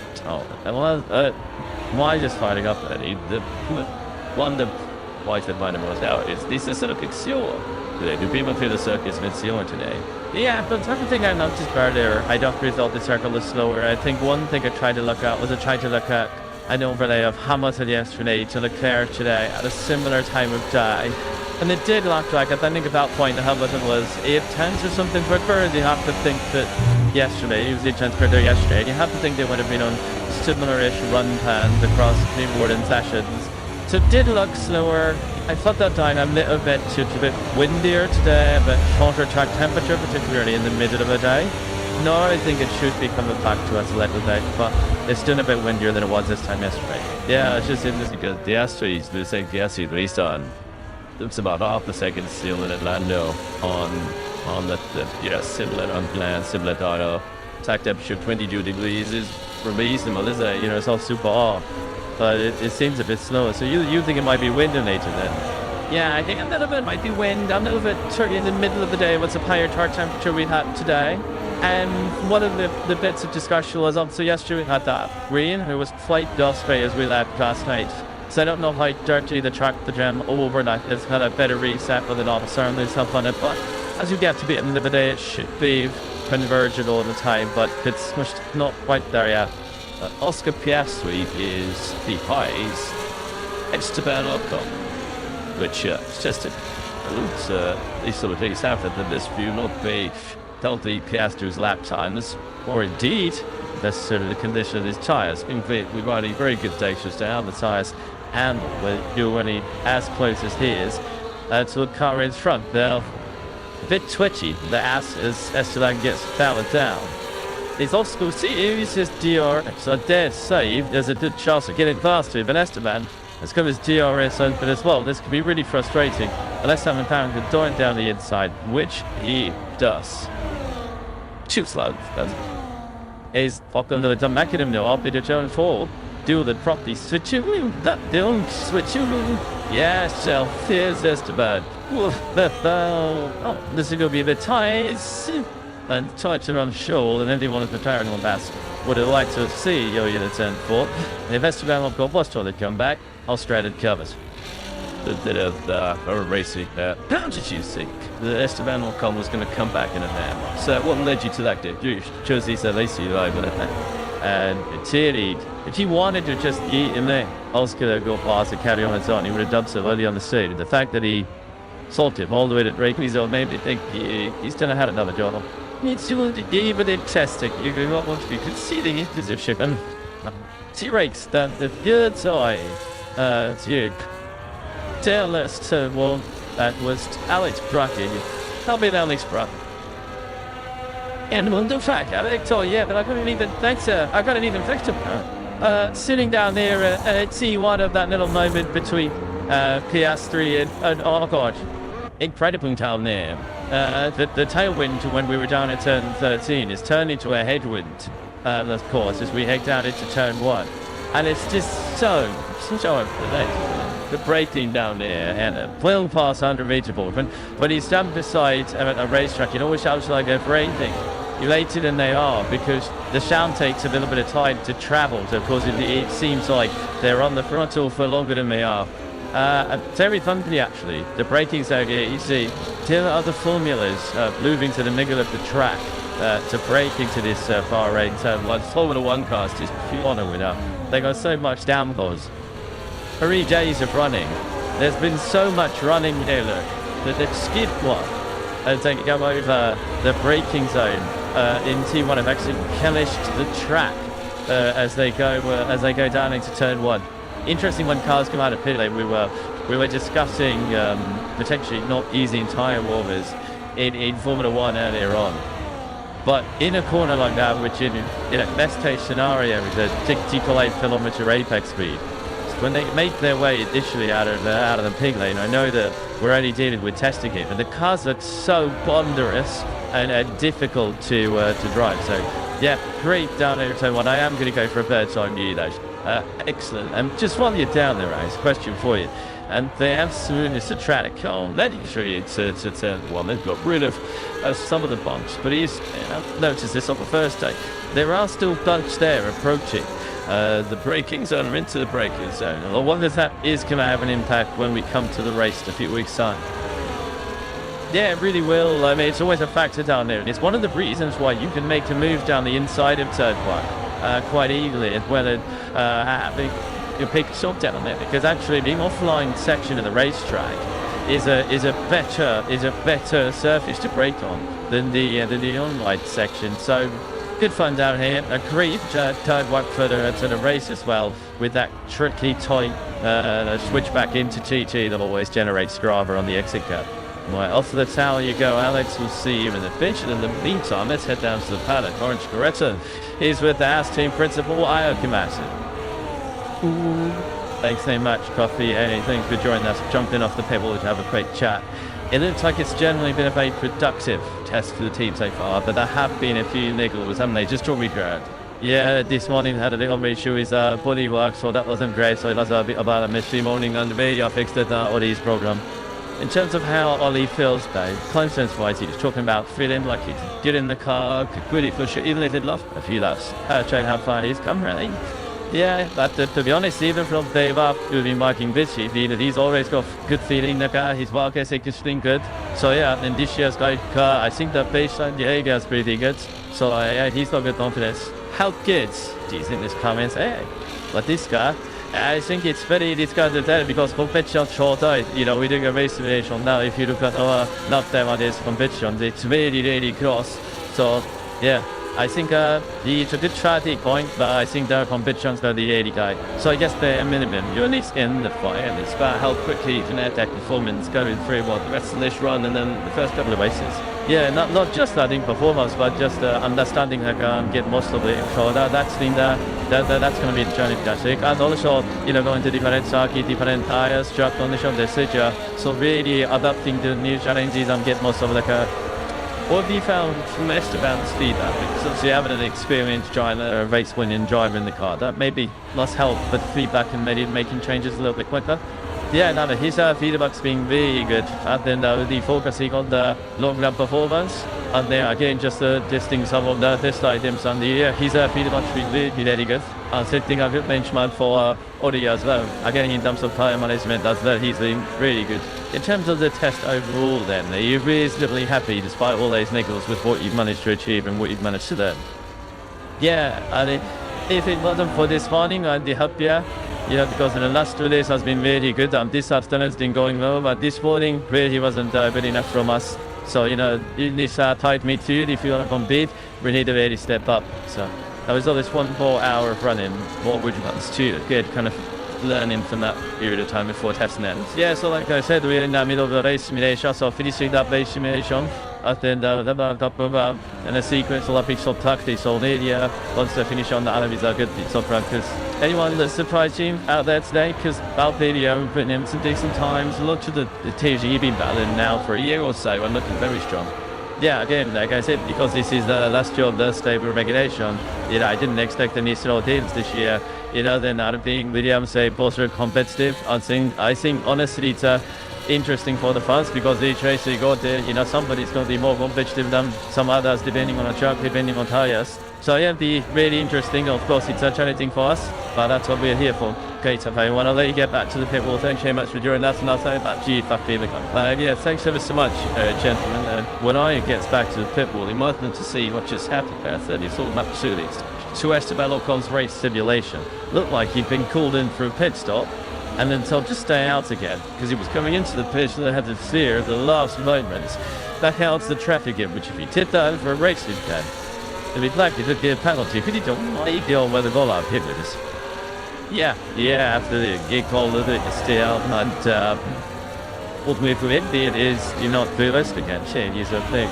By the way, to get that, this is looking at there's this thing aisle there. Back to stepping like faster. It is by a tenth. Alex Albon also improved, but John's Justin's coming race up. Also in the 36s. Yeah, it's weird, isn't it? On a day when we haven't had rain, the track does seem to be solid. These first did dives yesterday we're seeing in the 35s, and everyone's, if it's so, it's really, just at the Astries time, just similar complexity there. It's the track. You read the track near Alpha Sector Slow. Yeah, there's enormous substance, isn't it? You're assuming that the Astries, I think as well as that obviously is a location of these things. We stomach to the pit stop, so let's see his final stint. Because yesterday, Lando's final stint, he was down in the 32s. So just 3 more last year. I'm not the fact that these his average bridge spot over his career is Swingfoot first. Don't let me tell so. But average bridge Swingfoot so 356 place starts. This is a really very good symmetry. Yeah, you like that. Anyway, channels.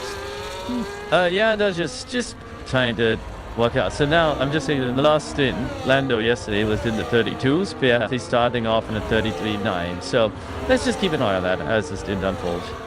We shall. Do you want to have a look at the Esteban off of the truck? Emma didn't stay out, come in to stay out. Look, here you go. There it's in finally. And he's definitely coming in. He's definitely coming in as to the pole opening. Now, do you reckon that seems to Oscar Piastri pitting at the same time? Because I'm trying to think why, necessarily, think to accept the defensive. But he's up here and put another set of tires on. Yeah, but then instead of trying to do one more lap in free air, maybe? Potentially. Maybe they thought, we'd go up one lap at the end of the stage in free air without Piastri. They probably did. But, they did. He used to down stage, so actually, it's not the. But you get about a sec anyway through you. So there's Oscar Piastri then. First lap, that's so 3.9 on the something. No, this was down left, mate. Straight. It's drops the line. It's all 33.667. But well, my basic is like students. Just these drops. Look how speed he's doing. Some of them do. Some of them, they don't have speed. Some of them do have speed on that one. Still fast. I just think though, judge the speeds down the straight. Is it always with that delta reference? So they've got, yeah. You also just get a feeling. Having done so many laps, you do get a feeling. You get a reference is like shit points. It's you develop more now. You see later since you can film and that's generally a good way to tell. When you get a toll or you get an adjusted wind or something, you'll see that lights, the super lights toe up. Last day, but also, drivers like Piastri and thus of the South, they would be so in tune with the sound of the car by now. They'd be able to tell if the Bs are going, and something that makes 200 RPM. At that same point, they're just coming a bit quicker into the corner. But let's test the moves. They would suppose situation. So I must drive the car and allow unaided a sub-top step. The real argument this says, when you've got the lights in the dashboard to tell you where to shift early, you love driving unaided. This is good to pick up quite a philosophical debate there, because they can say, we've got some. They just say all of the information on the dashboard is innate. They have so should we go back to completely steering whereas the pneumatics on the dashboard? Some of their MH gearboxes, as we all know. That's a bit. But what point is all this? if you some ways to spice it up, to take some of the engineering out of the live sports equation. It's trying to join us out shielding to the south with their cards. Yeah, let's try this. We will tube it. This tip is like the equation. Well, they also they use beefs. Yeah, and so there's a vision out there. Yeah. Which it like.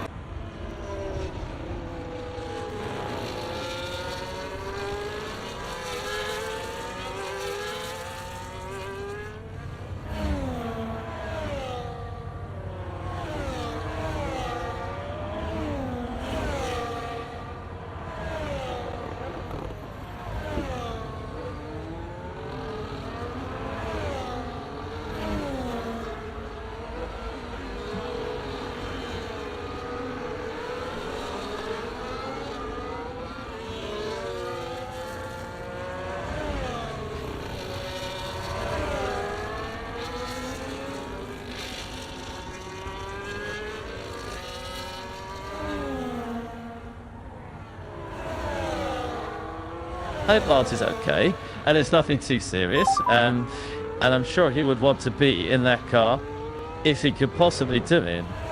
Certainly from a team perspective, you're losing quite a bit of time while you're changing over the seat and the pedals, and you're going from Lance Stroll cockpit to Fernando Alonso cockpit. Yeah, so what you were planning this afternoon, which I would imagine is a great simulation for Lance Stroll, obviously hasn't happened, because he's every lot set so lapsed, and you'll busy all the time to do it with Fernando Alonso as well. Yeah, and there's been no communication from the team. They're not really on the ball. Like, there was a sending on updates and information on the information channels, but yeah, nothing from the team. Quite clearly, you can see Fernando Alonso and his seat about the door blue car. So I think all of our assumptions are correct.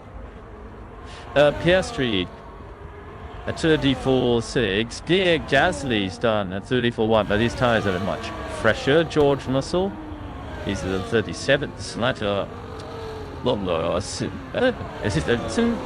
30, you look poised and ready, microphone in hands, like you are about to jump in. And no necessarily jump that, never jump that over Iker, and never jump that over E. Yeah, I think it's interesting that a lot of the teams rather than all ones, and like I said, it's just a point for us to see Alonso getting in on enough disruption to their day in this very, very important final day of testing. Looking at the long ones, I'm trying to get a proper read on the difference between Norris's long one yesterday, which we discussed a lot, and if I put that left team compared to the power of the year before, compared to most others that were running yesterday, I think it was over 2 seconds past what target achieved during the race year last year. Obviously that wasn't their best performance, and the car did improve a lot through the year. Looking at Piastri today, I think Piastri is in the region of 6 to 7 tenths slower first stint to first stint now, so that is a read of where the track is, because as we know, those two were reasonably close at times in race pace. That saying, so think of track at the particularly the first stint that Piastri done, he's now in one stick break. It was a long way off. So once we get this final stick that he's on live, then we'll get a better rate of why the track has come closer to what we had towards the end of the day yesterday. But that makes it reasonably complicated for the strategists to take apart, because the track agreed with Drew today would be very, very different to the track agreed with Drew yesterday. Taking this track and agreement what is our close speed wrap, what we had in previous years, related to the high track temperature in the middle of the day. But we're still right up on off, that we reached a peak of 33 track temperature. Last year, this time we had 39, so still 6 degrees off. But that 33 today is a full 15 degrees from what we had yesterday. So it's a big difference in track appointment, a big difference in uptime, and that means that yesterday in the cooler temperatures fit to touch a little bit more in those tires with not so much of rate.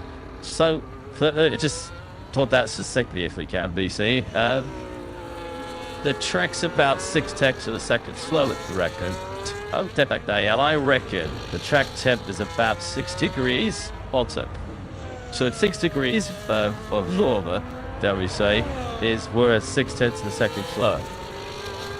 Yeah, I think at this point the track is that much hotter at the middle of the day when this comparison maybe because it was more than that. So it's more like check 10 degrees. So maybe 2 degrees of track temperature to 10 the lap time. Let's do something like that. Yeah, what that? Yeah. Yeah, and I think that's where there's something even more strange going on, because Gasly lasted, and now the track is down in 20 watt, which is, you know, you have to go down at 15, 16 that day. I think your point earlier, right, about the weed, and maybe it's not the fact that I don't know where it is, but yeah, just did it on 33.6, 33.7. Yeah, this is Lando was still need the 32. You know, 8 taps in the Piastri's final stint. So it does seem like the fact is further away.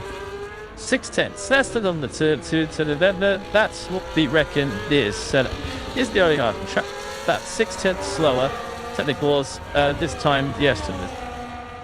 We'll see as it really have a tremendous amount of data to crunch through and tell us, because Sid being all set to 11 employed. What do you think? I mean, just gonna take my flight home. It's gonna be a real toss-up between sleep and crunching numbers. Kurt, is your commitment done it? But it's does that just isn't this abuse? We just use these says that there's no mention themes on the go today. Let's just see what we did. So let's just something called BCDC KC. It sounds like a Eurovision, some contest entry, quite frankly. As the worst band name ever. But you know, let's bring it in. Tennis, let's just do things out, really.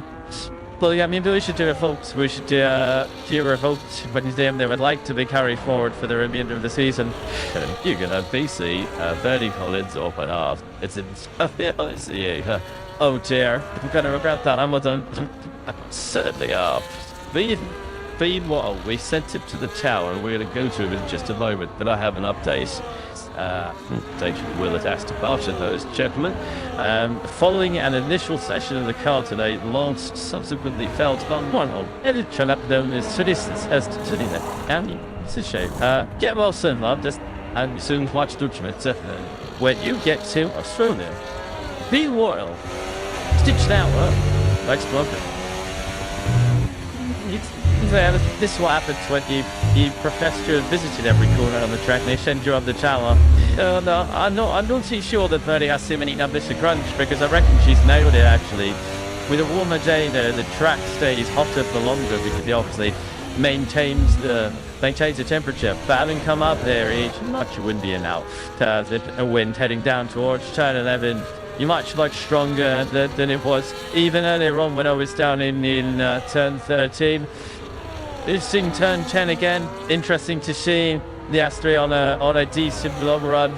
The check is really wide line in, and rolls really middle of the corner. Russell still pounding away at brakes on. We'll have to do all of the we might do a little bit of number crunching actually, maybe, but only can do down the late to see what these race runs actually look like in terms of an average. But we're going to feel for it at the end of the day.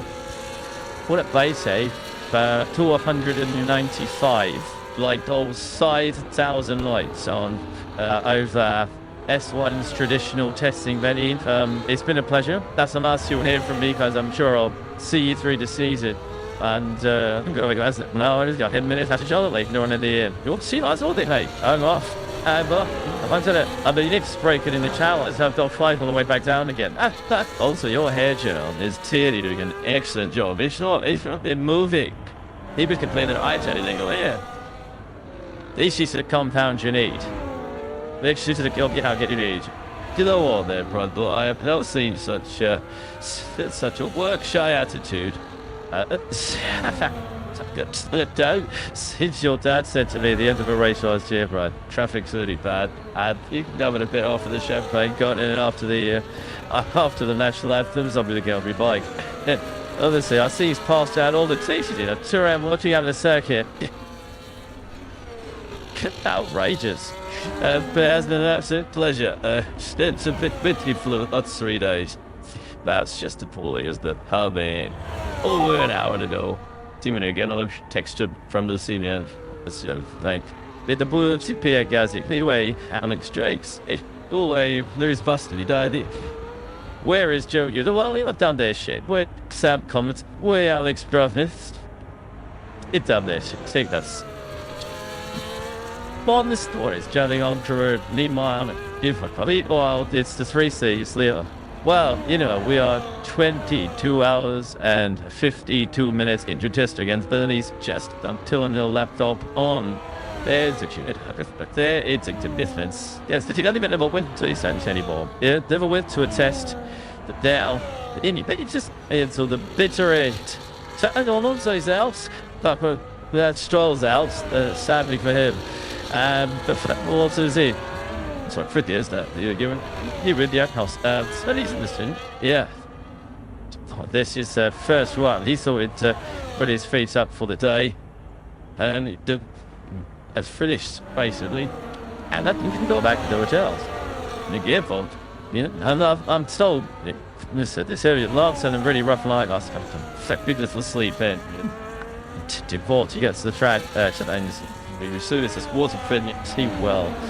Flopped up the 34 laps, but couldn't carry on anymore. But there is chief principal. The Chow and the rest of the senior management decided that at no point continuing over last, if it would fill up to it, look, but being the young rookie Fernando Alonso standing by and raring himself for Ash. But the upshot is, away from your personal side here, Aston Martin have lost a set there running, that they would have been expected to get in. Yeah, I mean, the car's been sitting in the car for about an hour or so, isn't it? So, yeah, absolutely. Sadly, little track time lost. Who is out there, Godfrey? So, Piastri, 33.8 last time. He's down done. Where are we now? We're on 3. He is 39. He is 50 laps into his 51 laps. He goes on pretty. So, he is, 7 laps away. He's coming in, actually. He's cut short the last stint, so he's not quite done. But he's dropped the distance. Previously, they got enough information. So the P has come in. Esteban Ocon in the 35s. It's confusing this, isn't it? Because Ocon at the moment, so he's in his final stint. Less fuel off board. Also, there's middle stint of his particular Grand Prix, and he's in the 35s as well. So Russell in the 35-4 last time round. But the Astri was in the 34s. So the I-34, so Russell's laced in is still looking Lewis Euler, not the Astris in it.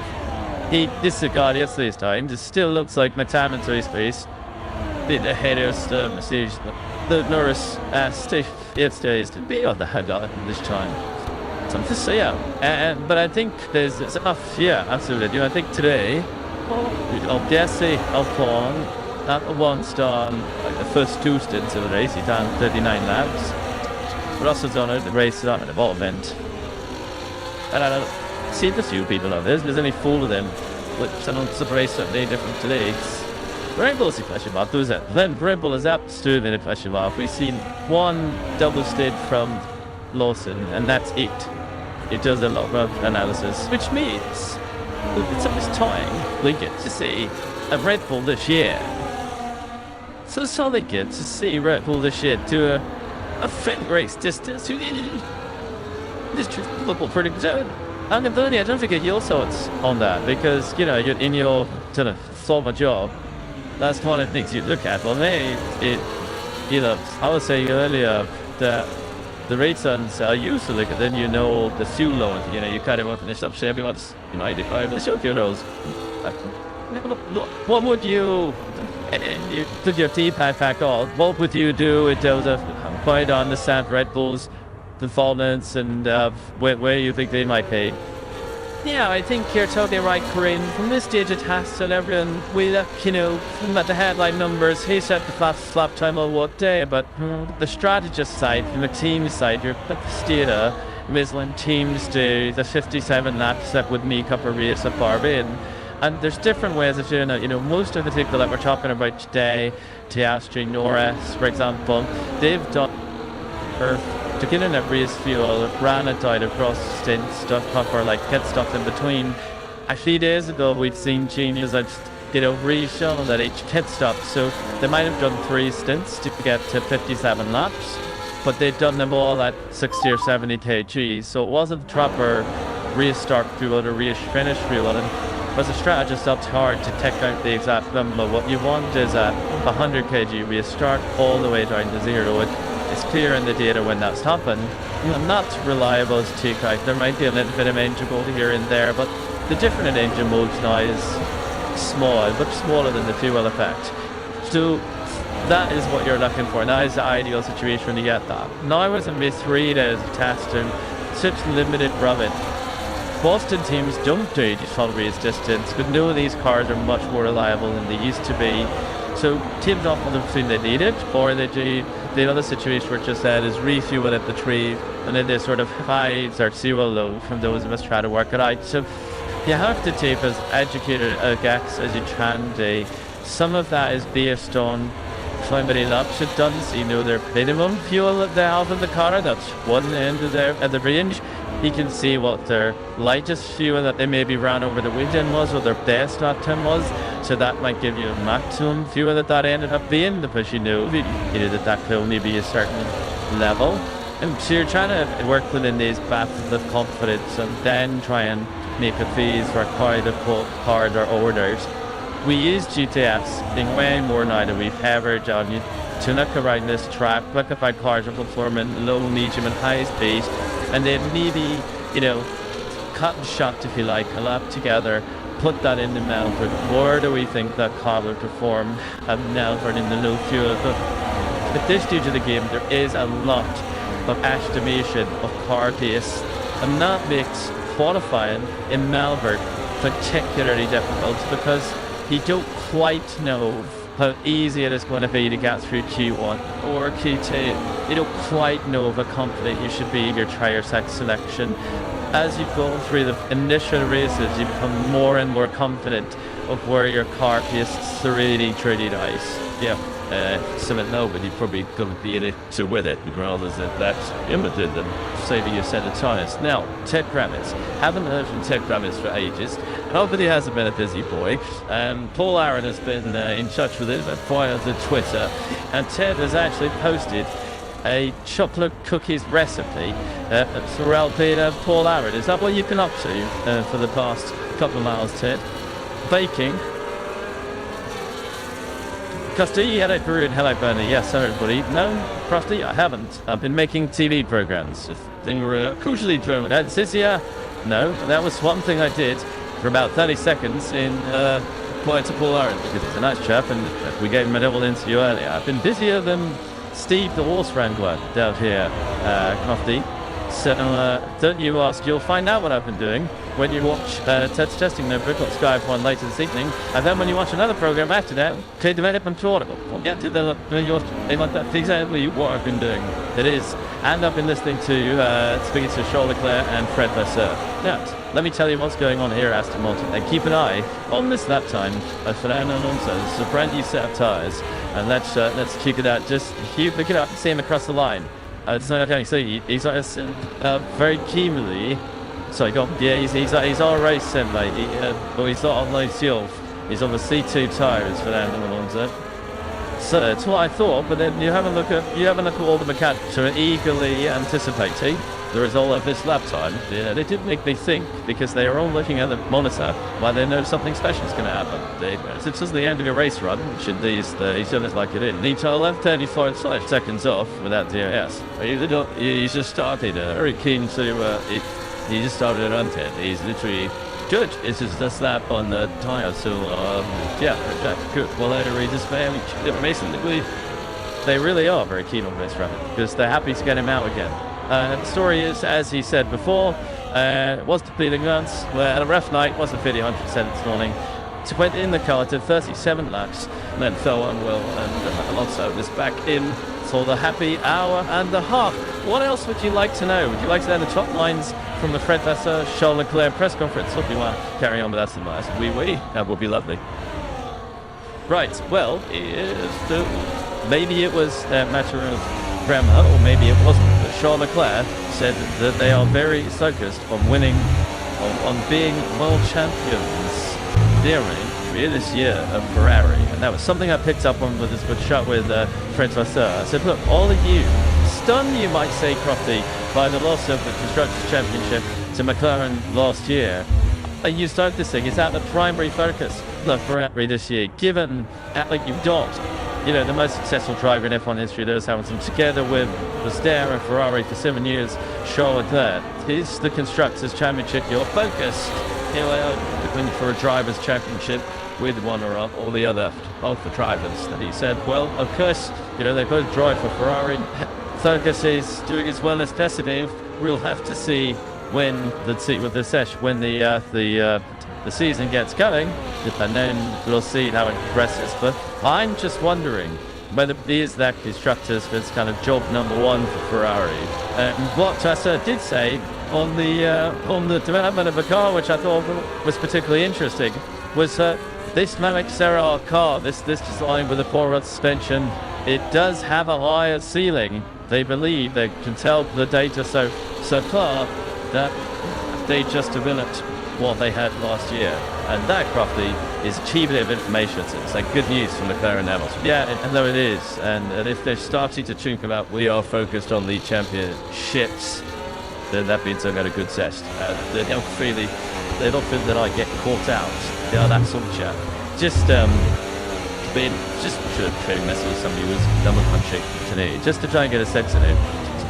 Yesterday, I found that Tonelli in the series gives way start to a goal in McLaren, a full dead on average a bit.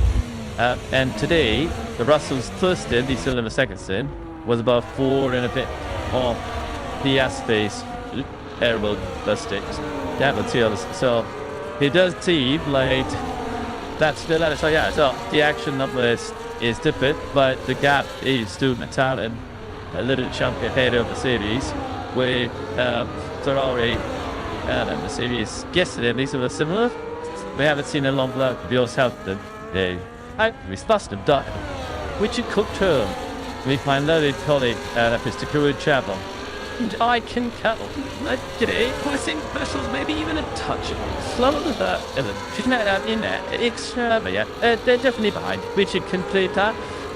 They are at the moment. It looks like once again it's the degradation difference towards the end of the stint area. And can jump the pace. That was Tara.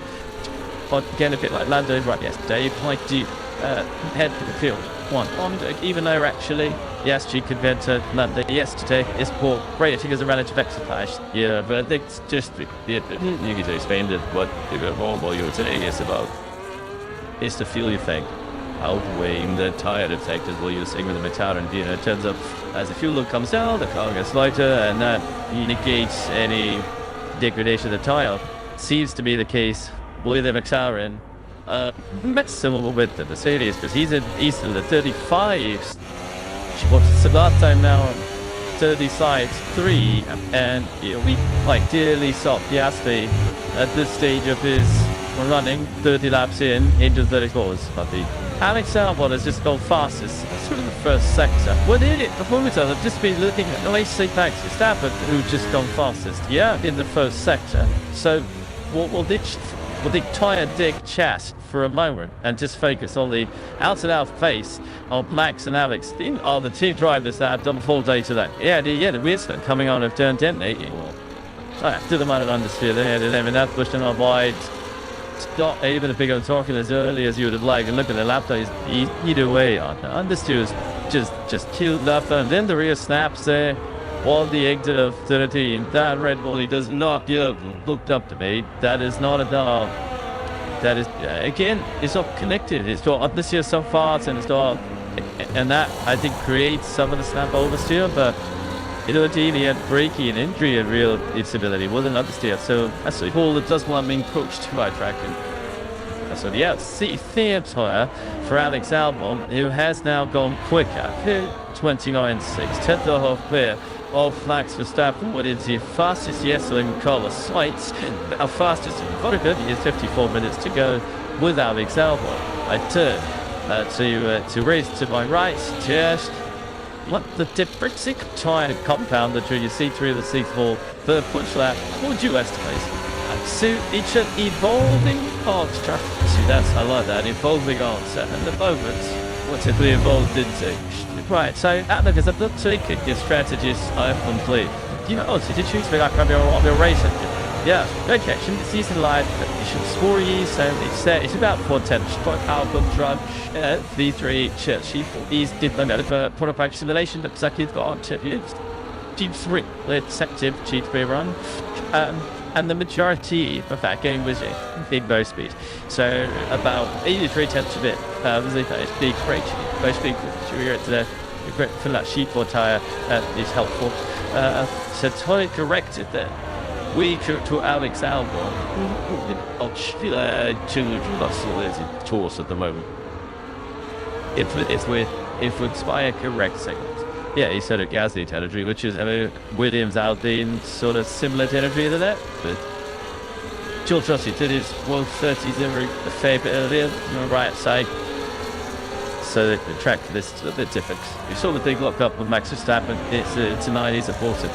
Love that now. Yeah, I'm one of the things we spoke back first. I'm nodded your head in my drum the other. No, I'm due for that.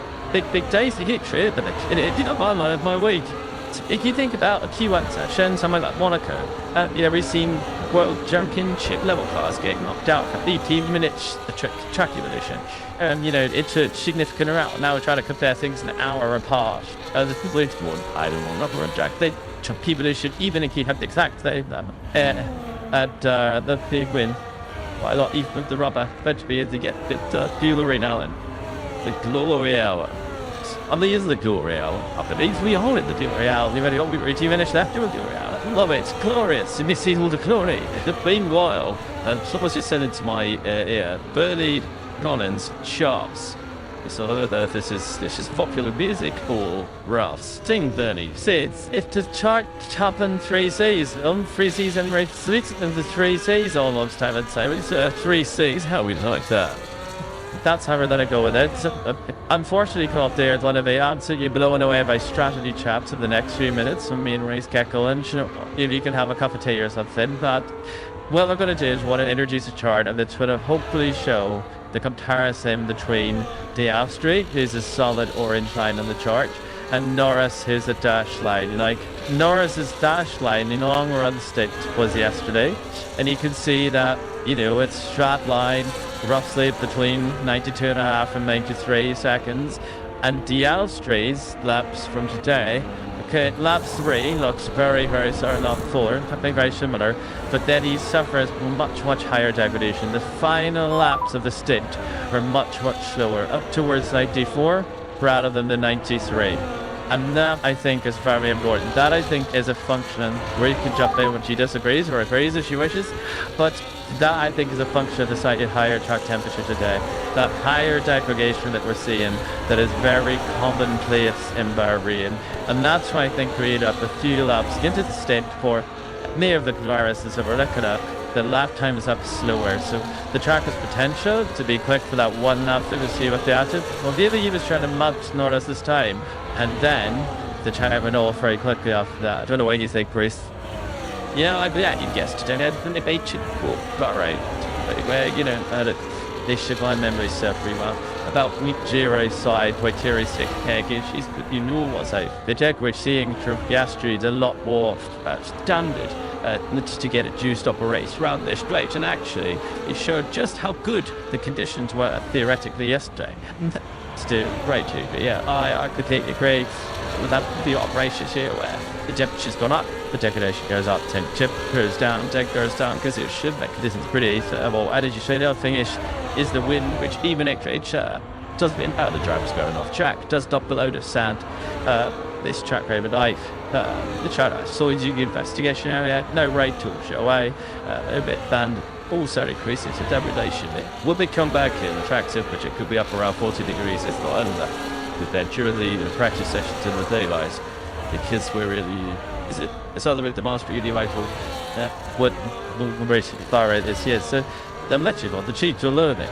It's temperature relevant for the Bahrain Grand Prix this year, because it's going to be a completely different track. The track being the big breathing orders. But surely, exactly. I mean, I think plenty of what point running idea, but people so remember, like me, when we used to always testing in Barcelona, we'd often have an extra stop in the winter test. Even though that tires were faster, the kids, miles per hour, but the depredation was high. Usually the tires were suffering from this called grading, which increases the deck, which then disappeared over time. It was a lovely, shiny bay in Spain, so easy, they didn't really think. Best example for racing it is when we did 2 back-to-back races in Austria in the 2020 season. £24, different strategy. A week long, yes.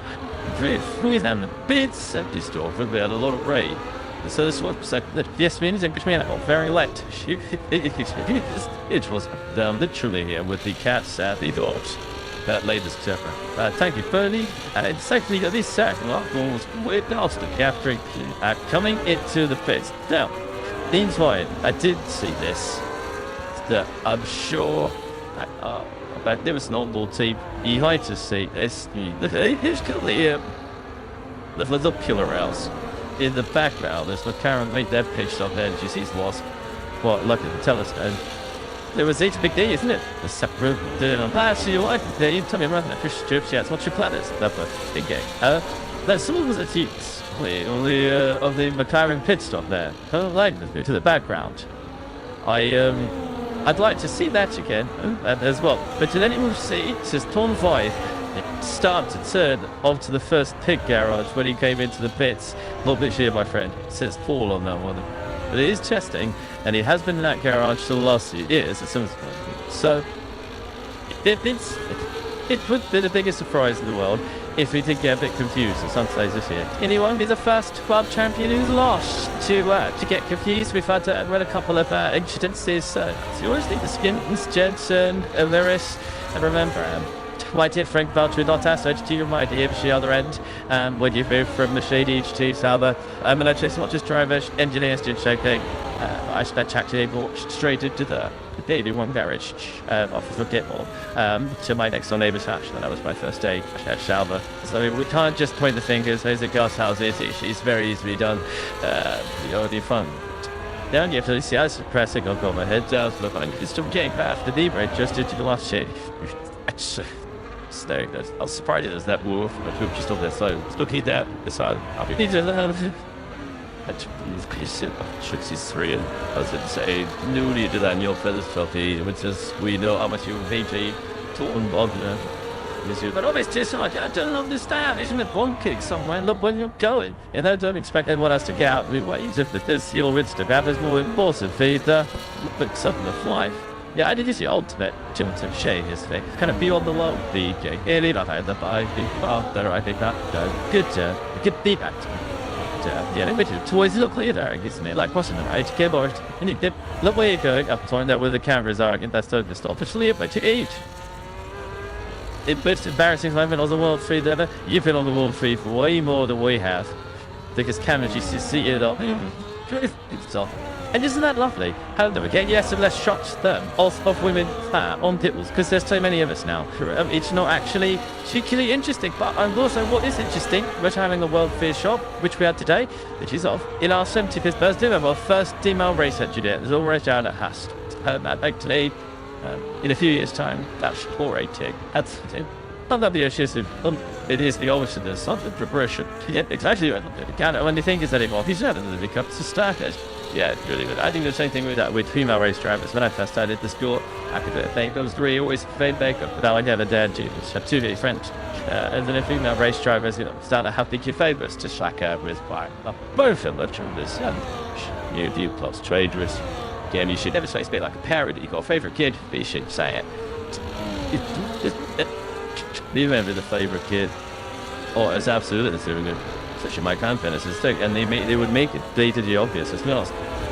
My brother and my cousins, they're quite scarf in this section. We go down to my grandmother's when Angles and Anvigga. I tell you a big story.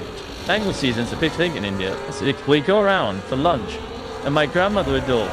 This is especially in Bangalore. It's come from this amazing farm, whatever, and that is become and the rest of you can eat this. Genuinely, I was absolutely the favorite golden grandchild. Days ice.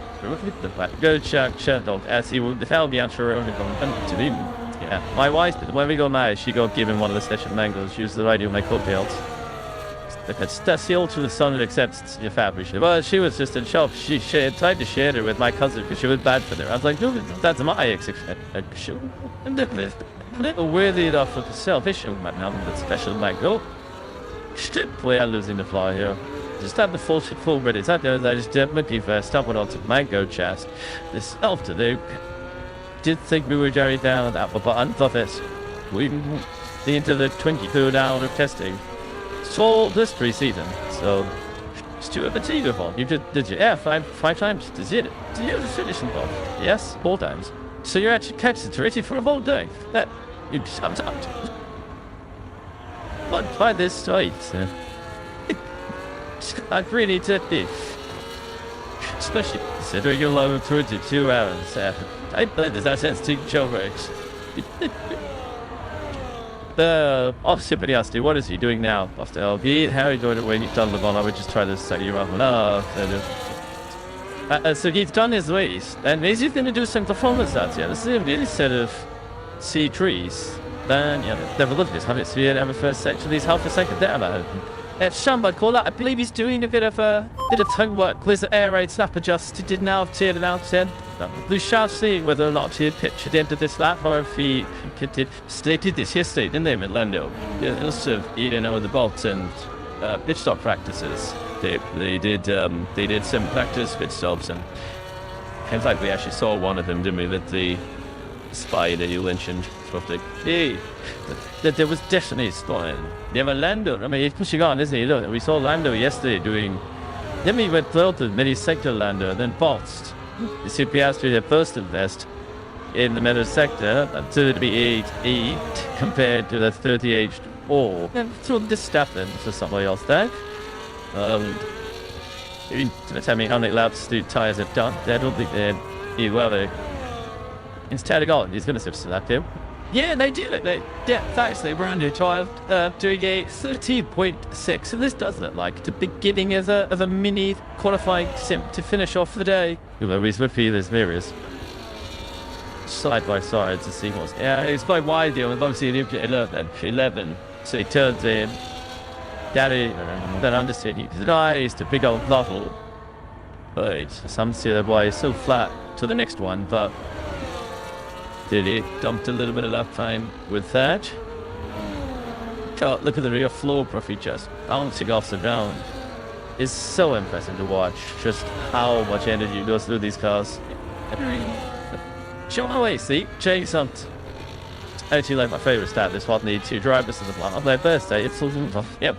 I don't need it. It's double lace. It's shaving in race door roofs. It's better take it in one more races. And this year, we have 2 opportunities for drivers to join the special J-Talk Jumbo Racing Club. Starting with the Chinese Ball Free and thanks album, and continuing the week after with the Japanese Free and Oscar Piastri. Hey, I did say that if not other than those 2, will have a chance to join the exclusive booth. Yeah, I think one more than the other, but that makes it not 64. Yeah, it does then.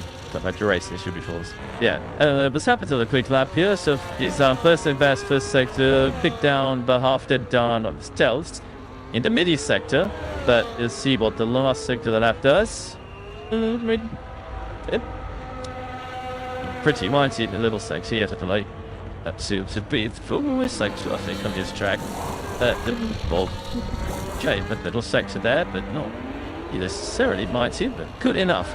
In the final sector for Max Verstappen to put in 29.66. He goes fastest on that C3 tire. It wasn't that sort of trimmed last year. He's simultaneous when you had corners from sort of 4th, 5th, 6th gear corners between 150 to 220 kilometers an hour. That sort of leaves, and the Taran was just devastating. And the midi sector lap is made up of that. Yeah.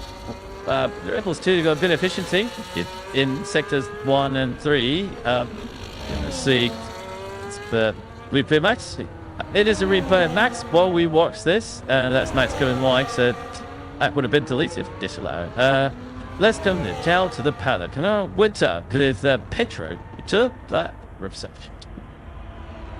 Ich traf sich aus bei mir in the pit lane, actually, so on pit lane side, and that drove as, yeah, very kindly joined me. Obviously, the needs of the shot today was that Love Show wasn't very well. He would come in the afternoon session, turn the launches how take it over to the running. How is not doing? Because it must be bad to not to complete a day of running like that.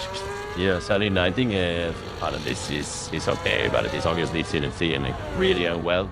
It was good that he got a in the park and had really he had a very good test with Phil actually trying different things in the suspension, and it was very positive, but he could have not do.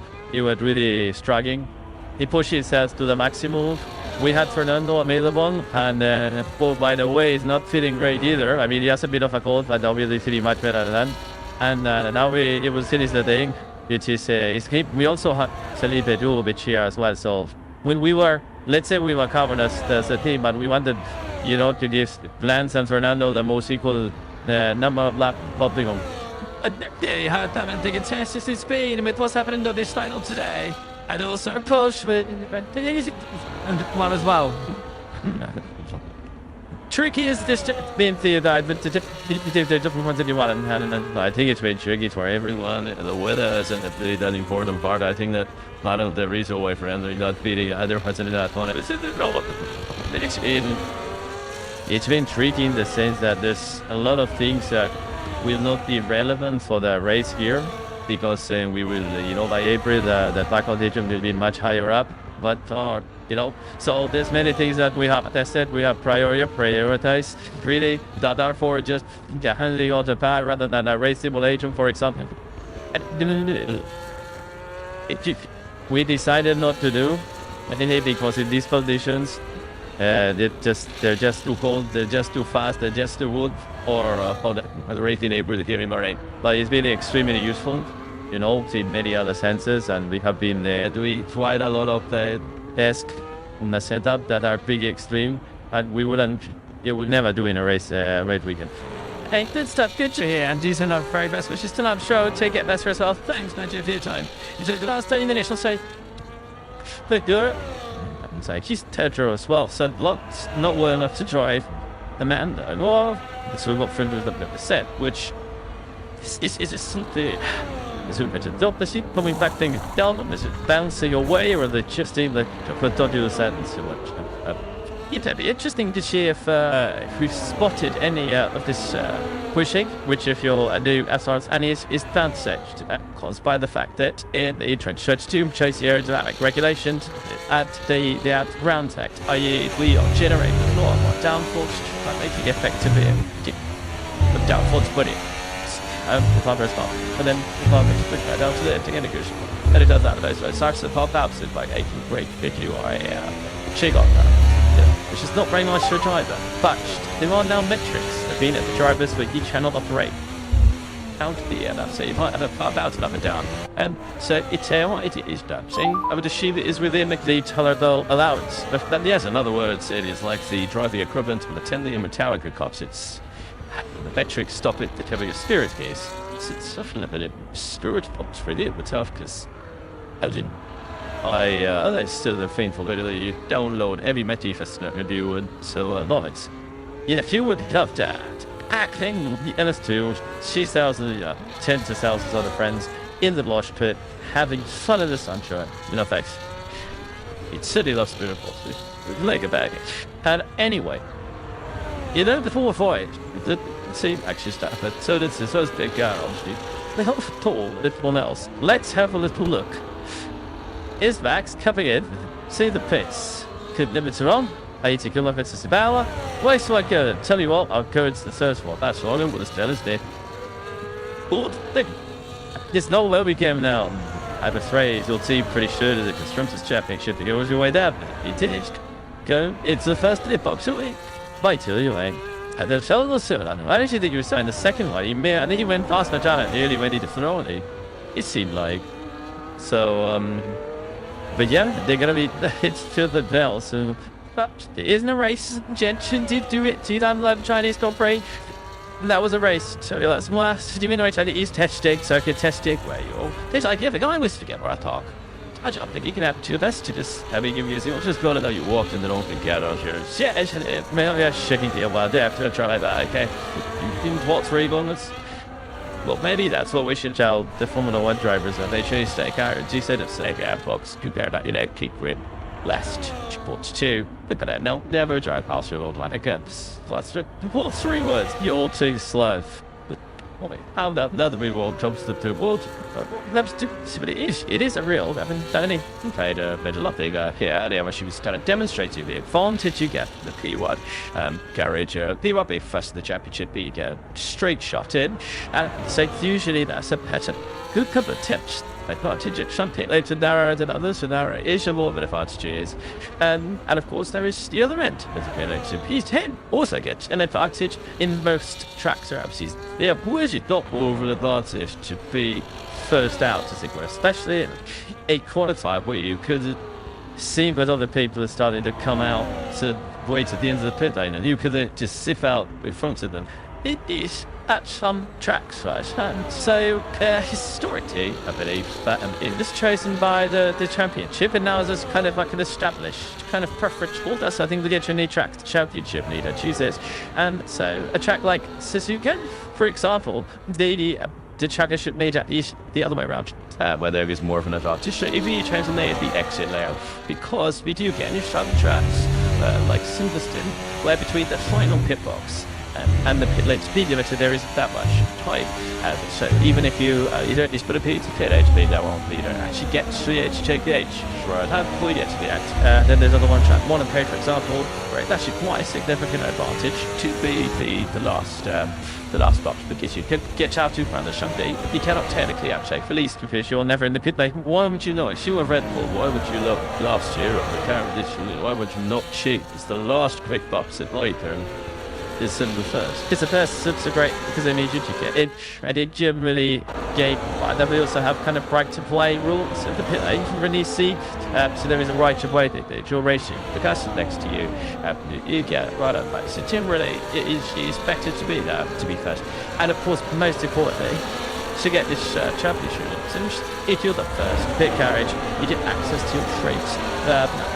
With your base significantly earlier, which means with Paddock get to pack up at that time with about an hour of us earlier, which they just don't run to us. The biggest disadvantage in the pit your plus big balls.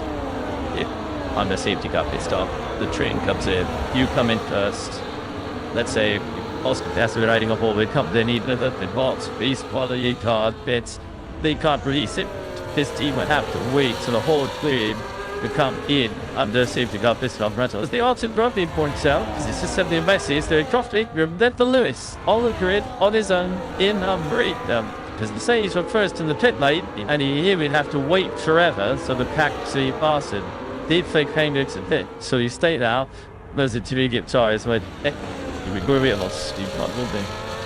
they have changed quite a lot of the regulations there, but actually Jonathan Wheatley, when he became the man with the #1 pit box, obviously, to round us, projects make it point breaks what the so quite a deal that disadvantages you are aggregated because obviously you use the get from people your secondary they are dual disadvantage, and then there's specifically started weight girls propagating by commercial on the 40 way skills and more like the or other.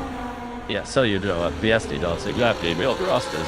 It's like double him to I just think Mochi and the car just so dealt with that many sector. Once again, it's like the door. That many sector where those don't high speed corners are, the attack moves into its own. And not as quick as the Red Bulls already the Williams is sector 1 or 3, but the midi part of the lap, you can see very short. It's sector 1, and the Bulls and low way on. Alex Elbon, I see density in the fact of one of the sector. It's happening, sandbagging.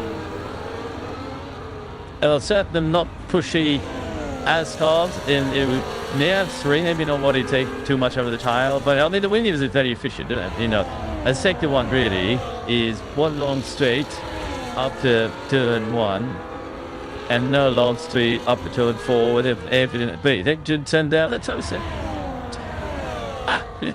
We'll see. What's this? This one, otherwise, your SETI was the best time in the middle sector. That's where most of the corners are. So if you got more L-force, then it could be. No, I'm totally guessing, but just trying to play super sleeps without the numbers. Riddis has got super sleep with the numbers. Deadly. Yeah, so in terms of the gap between Gastry and the left at Black, a significant amount of it was on the trace. So 3.5 seconds is on the trace, which needs me to die just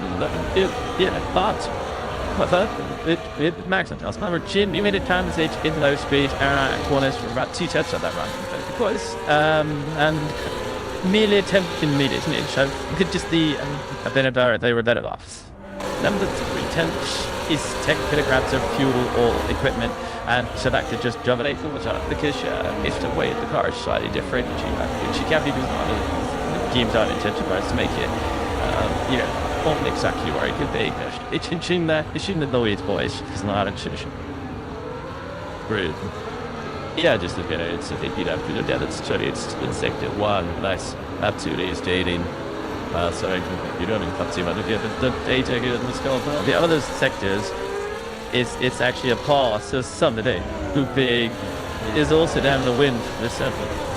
Thanks to the time of up now, so the difference of wind there that the thing on the ground land. Like we talked about how that's affected itself.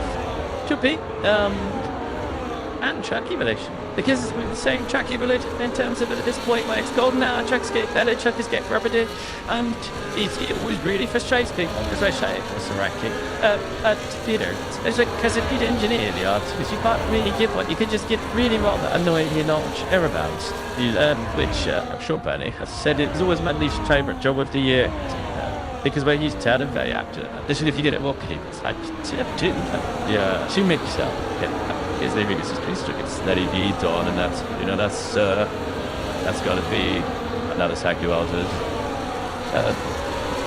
Yes, it is the same, but it's all part of the intrigue, as you say, and that's those unanswered questions is I get that we could know all this. Yes, it isn't though. Would give me some advice to be able to actually you check before you said that as well. The truth. Yeah, I think that's the thing is that what we can change that there's no evidence to suggest that they've done things right. That's the anymore. What they're worried about is a team going into testing is if you are a margin off. We can make up. It's Peter.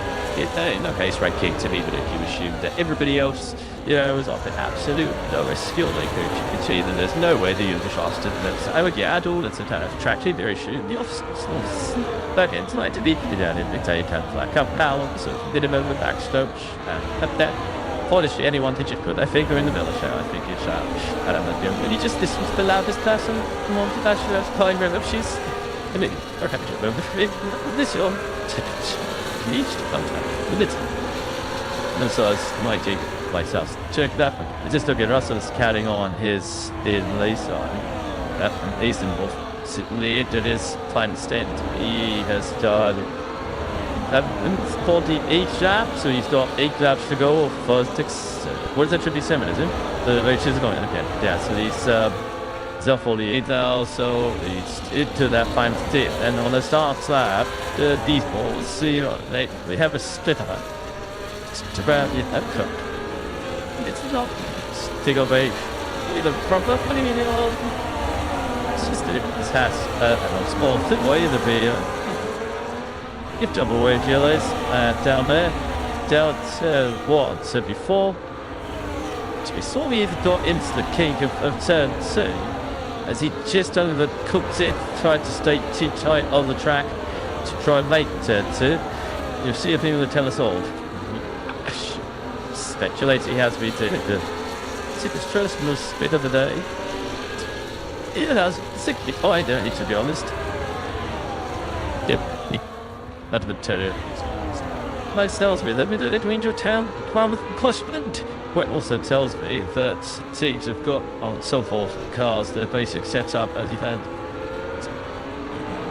giving the drivers every chance to enjoy and stretch their legs. And what's it that? Where's it strange? It's just like a real accident is locked. Yeah. But that RC Apex as well, isn't it? It looked a little bit weird if he first went to the position he was in, to be fair. But it shouldn't. This brings me on to my next question. Is there anything to suggest that there is a huge difference in the factory order from at the end of last season. Now, LP, way better than they were for the test last year. For these reasons. Girls not overweight. Joining the slashes than they were. Williams way better than they were in the test last year. Do we think it's the pet just the season?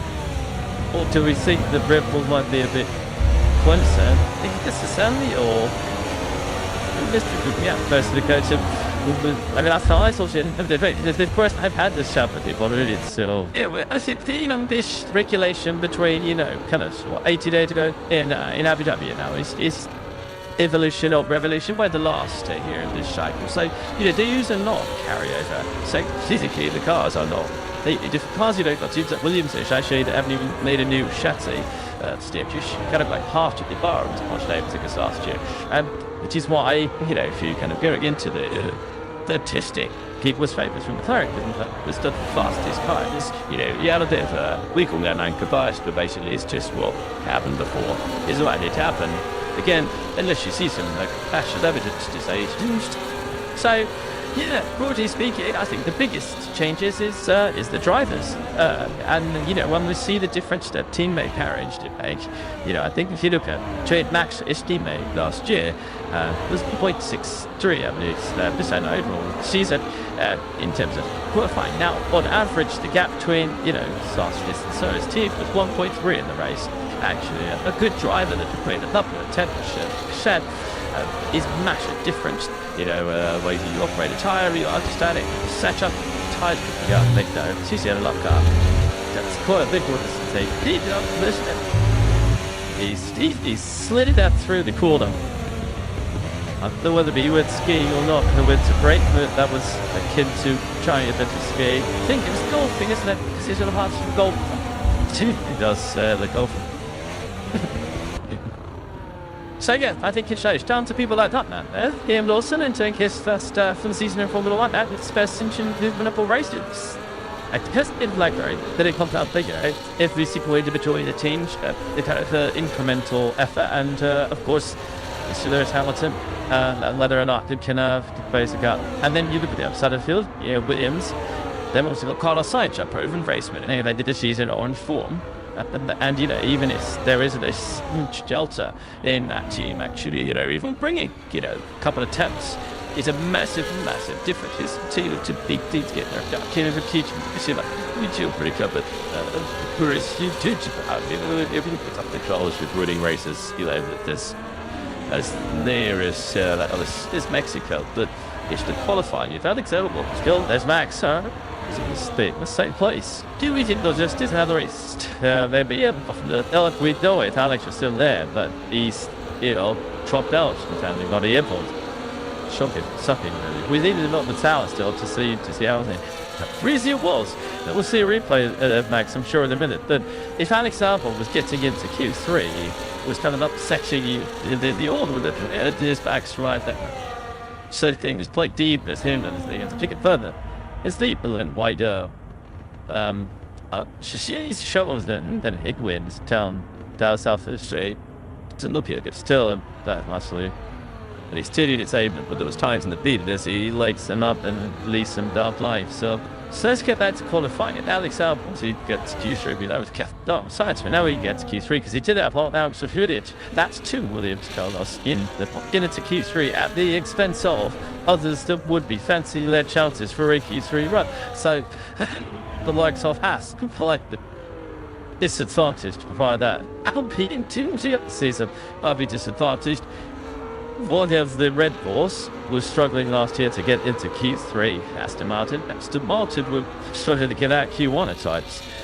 To be fair, the pressure then that gets on Liam Lawson, it is all happening. He's got to be right up there in qualifying. I'm not safe for admitting he can't because he can.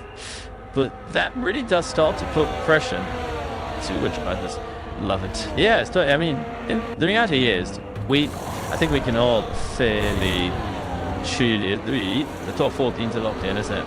So, in a normal situation, if Lawson is delivers on what he's been signed up to do, that's a top 8 basis locked out. Yeah. So then you got a whole gaggle of teams, And then you look at the back in the last year, the last couple of leagues, Salvo qualified into Q3. You know, they had some, they're doing the speed. They need to do some pitch in the last few races, and they had lots of speed. So, you know, at the sudden you got basically the other 16s fighting for those 2 places. Spot of it. Like tier 2. Took you such a tier 1. That feel up absolutely fascinating. And then you got Rod for Cloud.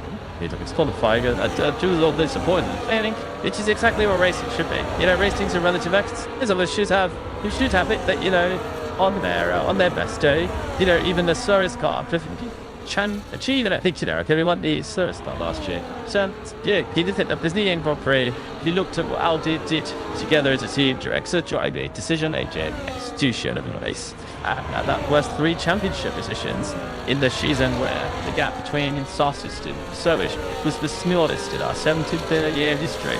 It's about 1.3%. So, you know, I really have a really tight field. The one where, you know, we've got right, really a tight fire at the top. And then if anyone makes a mistake, you know, the outsiders couldn't get it. And don't keep doing that too often.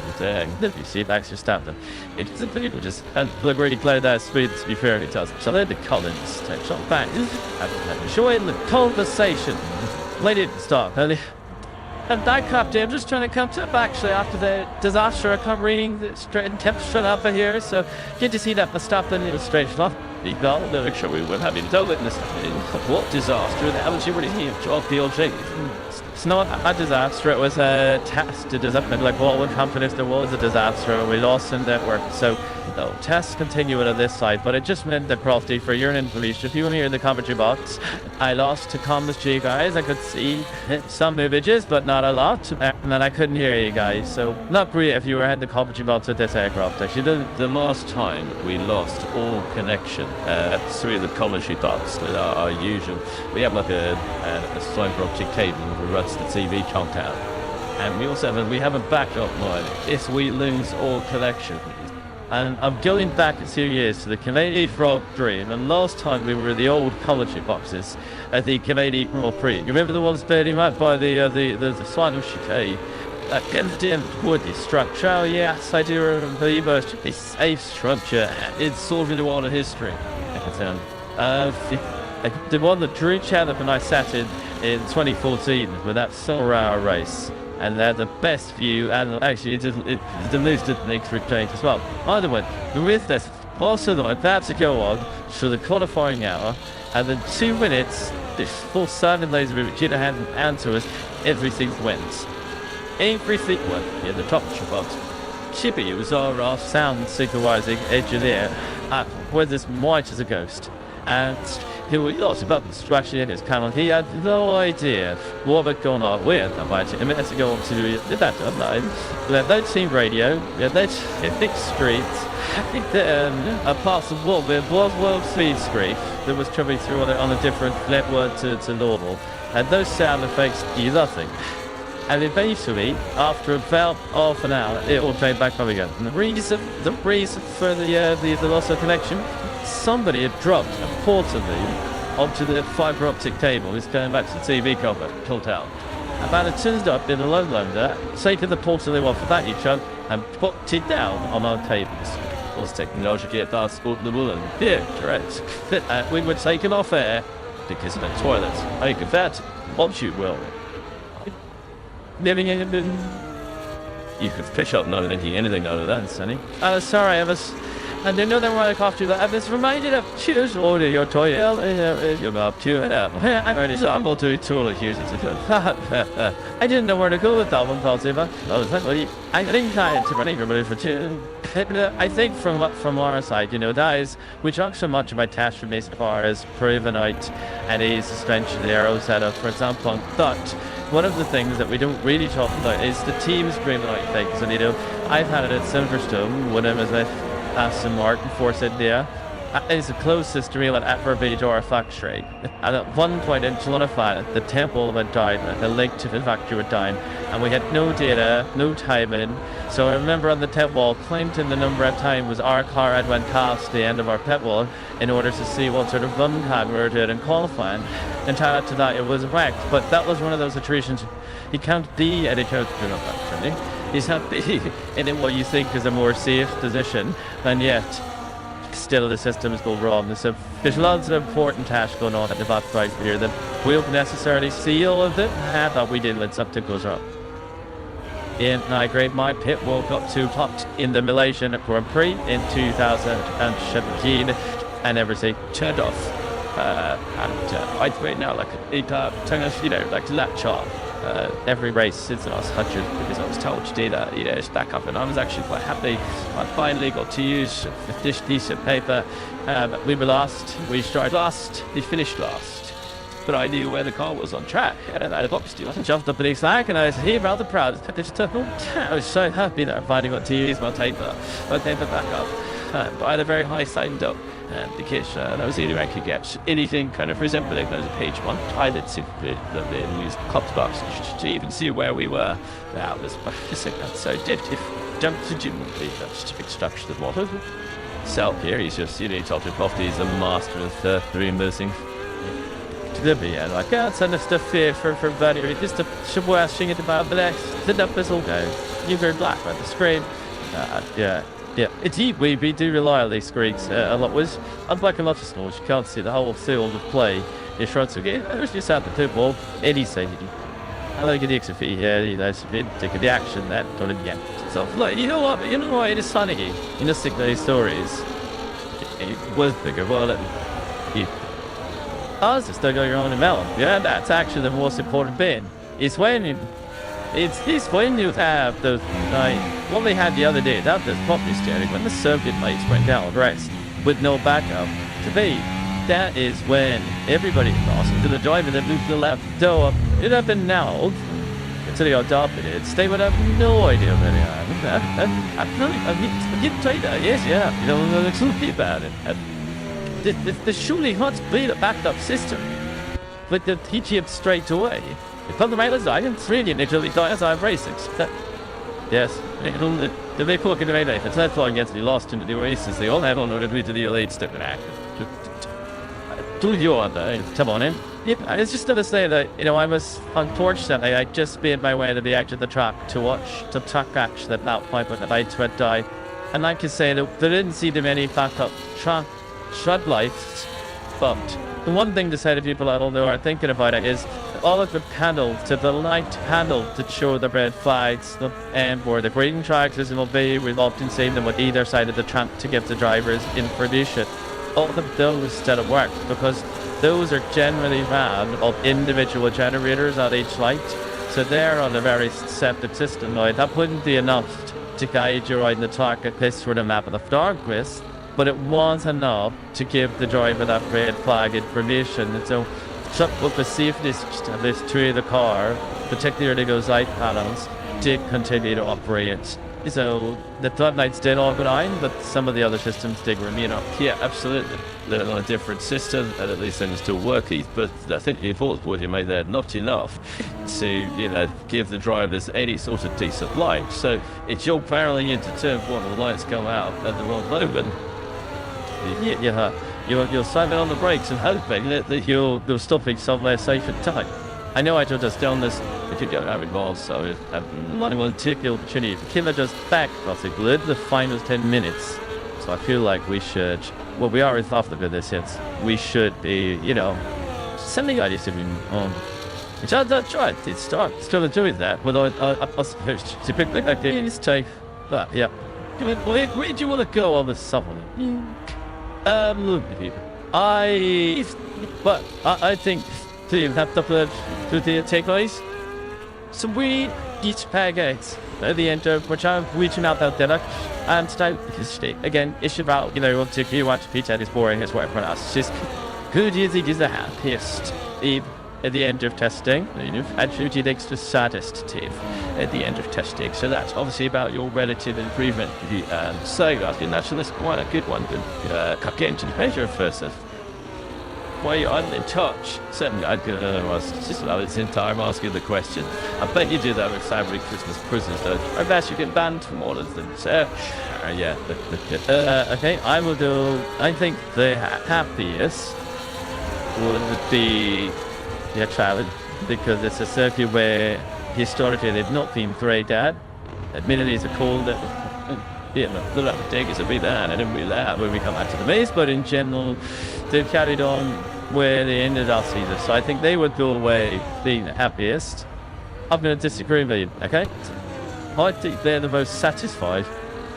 But the happiest, because I think relative to what would have expected, happiest Ferrari. Juventus, there's a big integration that's tomorrow. There's the face short. Yeah, it's all built very well. Yes, absolute argument. It seemed happy. The headline times have been good. The race runs weren't too bad either. I think Ferrari looked good. But reasonably, so I agree with you. I would say that I think Ferrari, I'm pretty happy. I think that Lewis has sounded there really well, and a lot of the last drivers are winning comparable between Lewis and the player that I've seen too far. So I believe Ferrari the happiest, and I'm going to we should be. I think it's tough to green and in front of me and the tire the bike swinger while the smirky Lando Norris. See about it, lady, she's there is something to do. From sort of yes, but I don't think it's for a margin. They get to the price. I mean, so McLaren margin that be shining on the substance signal. They have gone to another one for the Sadders. So that is you, but I believe is Aston Martin because over that they not really got the wide edge that they would have liked, and they don't really have a good reference on either high fuel or low fuel, and it's a really pivotal year for them going into 2026. So obviously things to change. So I think at the end of the test they're going to be the tightest team of the plane, which means Cusack checks quite early. Do you object to that, thank you? But the opted the after you, also the BS, you've had the chance to give us a headline type right at the last. And he went to see one in the fun corner. He lost to say a bit of the fun sector, and the assist is his best effort. Birdie, saddest. I'm the saddest star. You would like to saddest admit I've won the saddest from the face. You're next to the side. If you didn't look like. Totally agree with Ray. I think Aston Martin did have struck on this weekend. There was calibers of help on day one, I think, particularly the garbage that plays settles. But just with a limited run-in, the Landstar really got the time in the car they might have liked. Their only thing is they've kept their driver line up, so they should know where they need to go toward this slot. But I think so. And just to clarify, race toy, I will not be stuck checking it. That's it. You can tell I'm not. I think they are for like just sometimes. George Russell, if you see him in the airport lounge, might be smiling. Will be smiling. He's just popped in at the last moment. 2:10. So team puts up on this man Max Verstappen with the fastest time of the day. 1:29.5. I turn to Carlos Sainz's times. We're still outside of the fastest time of the test overall, which was set yesterday. George Russell has got to quit his time today. I'm sad to see. Big. They Aston Martin are two strategic experts here. Might just have known that all their head. And today, as trying to pull out his sadness a little bit with the inability to get the race money that they would have wanted to do. Saying that, I'm not sure from where they finished last year, Aston Martin were expecting a big leap up to the fifth best team, which they were in sense of the overall. But so managed to here say this. Until I know this side again, this thing of they were expecting to be better. Why not? Well, because of where they finished last year, knowing how much they had to fake up, because they had dropped back so much. I don't think this year for Aston Martin was the year where they say, we're there along when we can be safe, they'd like to be fitter. But I think they saw that they want to be teachers and how far that me went. During the play in British, I have did a think the other night, and I'm going to say, take racing balls. Because if you don't think racing balls, I don't think they're in desperate straits. I don't see anything that makes me think this car will come alive and be electric and be on the fringes of that top 10 through Richie's frankly. That's where I think they're going to be. Yeah, I agree with you. I've not seen anything magical. Oh, it's not right, it's the fix of it. Still is runs me. Is this still to the edgy and the scrappy? It's just, needs more mileage, I guess. But Yeah, I mean, the Aston thing is using the middle because they lost their way to the terms of development direction last year, but at that point, you're midway through last year, you're losing your direction. The next set of rules is there, so the next season, same set of rules. Surely the objective is going to be to just come back, try and course connect, because if you've got a fundamental correlation issue between the design and the execution.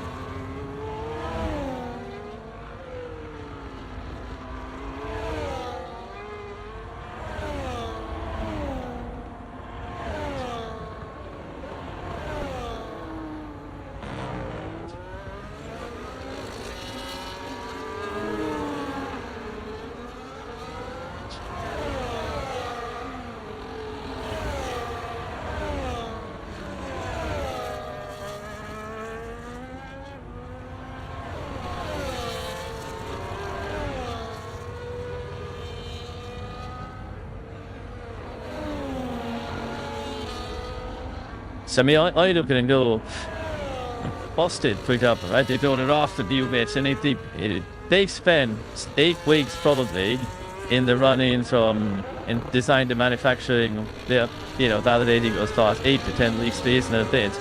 It was that, you're not going to use physically those things and stick it on the car, not soon. You got information from the town and see if you do your attention, right? Like, well, why would you go through the cost of making it at the time that's making it if you didn't think of this thing at just performance 37 then? Yeah, so I don't mean my cameras I can light up so I can't see shit counties to make sure I'm not thinking of worry that. Yeah, I do agree with you, Corinne. At the moment we're not in a position where teams could make 2 front wings, for example, and they attach it on the car and carry forward with the spatter. They should only be making them moments if they believe in bringing the performance from car, the same that type of time began to change. So, that does scream of correlation issue. That should also scream as of a team that feels under pressure to bring off-mage to the car, even if they may be or sure that they're going to definitely showing performance. So, it's not clear really which way we'll never are privy to that attribution. One, the side thing is the chance rich the key times don't know if it's still a minor or but chance rich the key times are like high and maybe you could mean that they also part like so maybe it is even scope for development and when the Sag Aero designer comes online next week. And it's gonna see a drawing fast. That's what the intention is. When if your cars were a clean sheet of paper, but then you can very quickly add to whereas it's quite complex. You end up having to change your rear wing in order to upgrade a front wing, whereas if it's clean sheet, you can just add bits to it continuously and maybe that's a quicker development direction. It's not clear to me. I'm not for the get too far down that road. Thanks, Benny. Doris has got some race simulation traces for us. Yeah, one as much the daddy out of some wage, and yeah, leading up to today's race itself. Yesterday, more than big to obtain a race team by Infantry Doris out in front. The Red Bull we thought that with the Danzanic Charles. Today, you only had 2 of the teams of the Big 4 and 2 iterations. You wanted again because the actually felt. It's my reaction that gas to bus and gas is about fuel temperature. Yesterday, the lander is accidentally gas.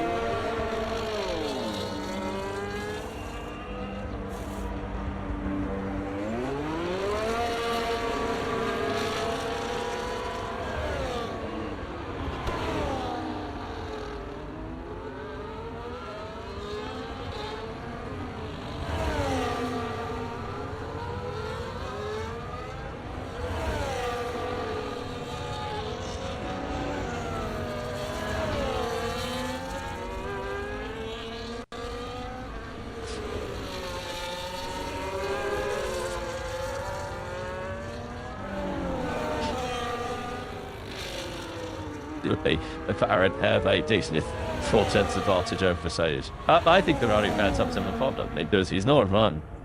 But the last, why does he? Yeah, do a 5 lap run, and then he's not been seen on track for the last hour, so we saw the screens up.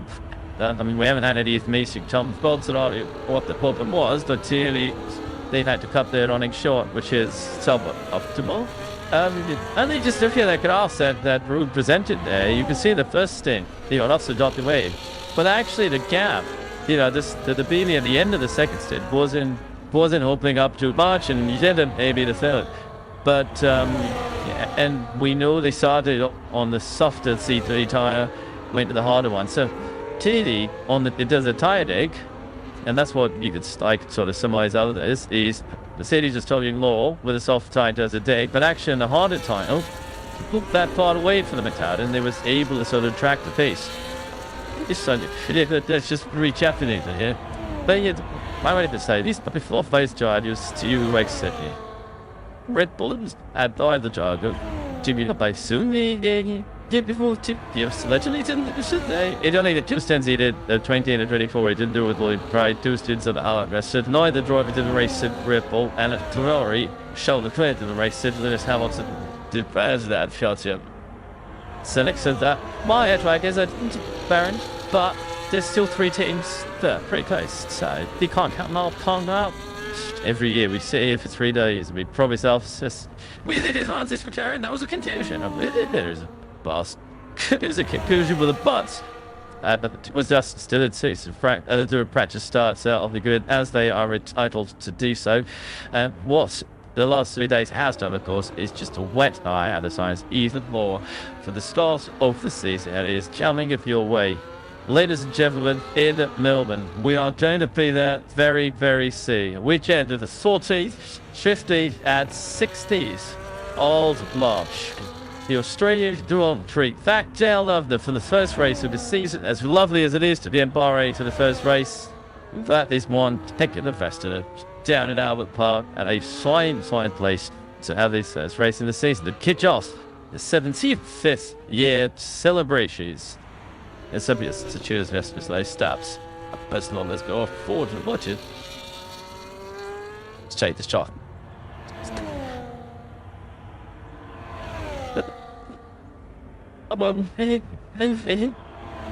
To the Prince that no.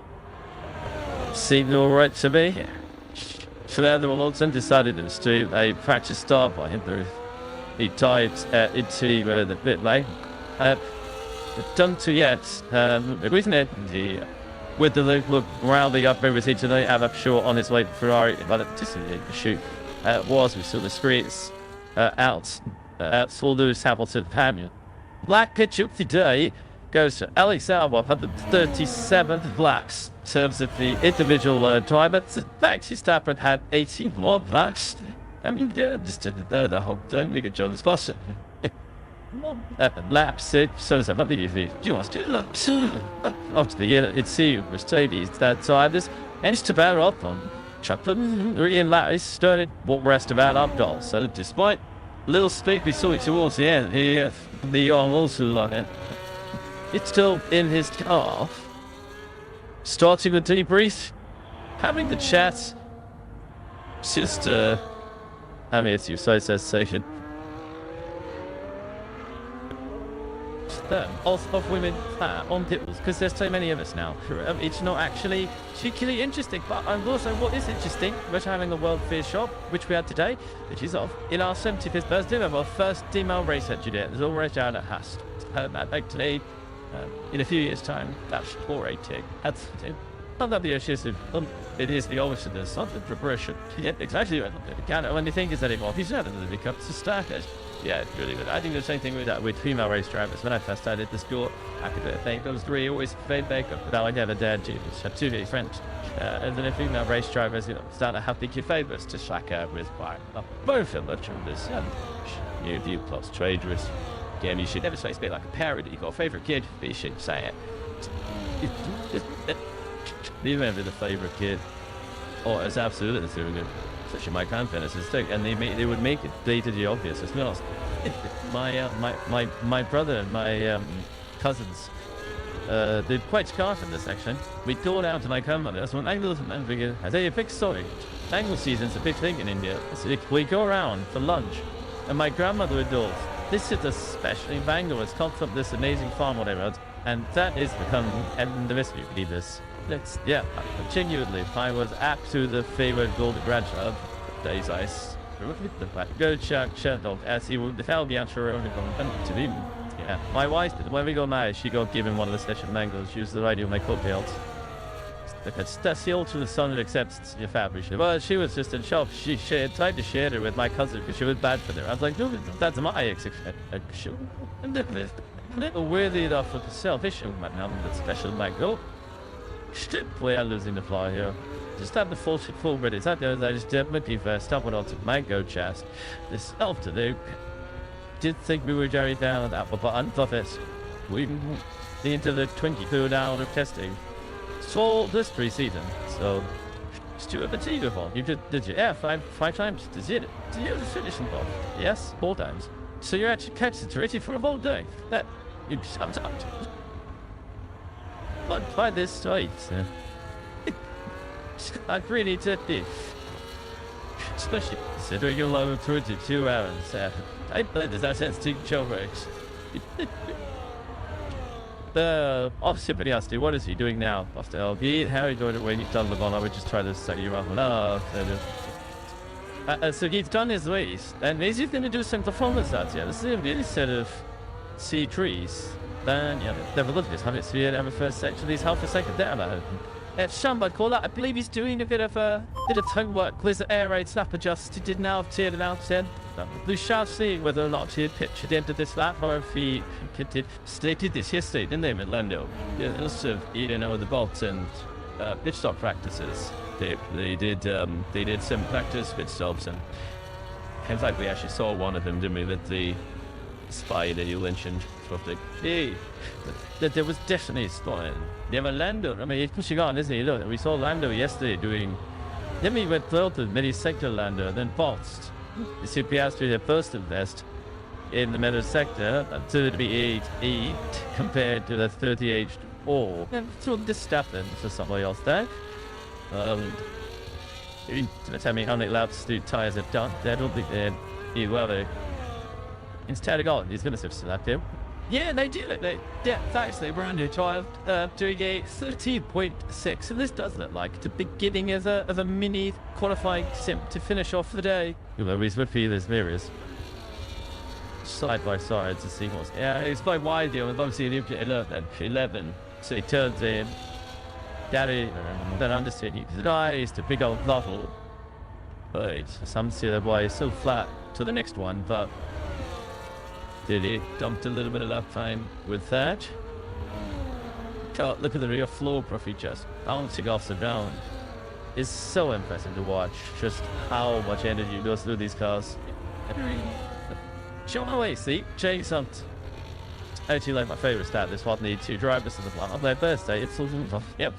I don't need it, it's like look, double laces, shaving it, race the roofs, it's better take it in 1 more races. And this year, we have 2 opportunities for drivers to join the special J-Talk Jumbo Racing Club.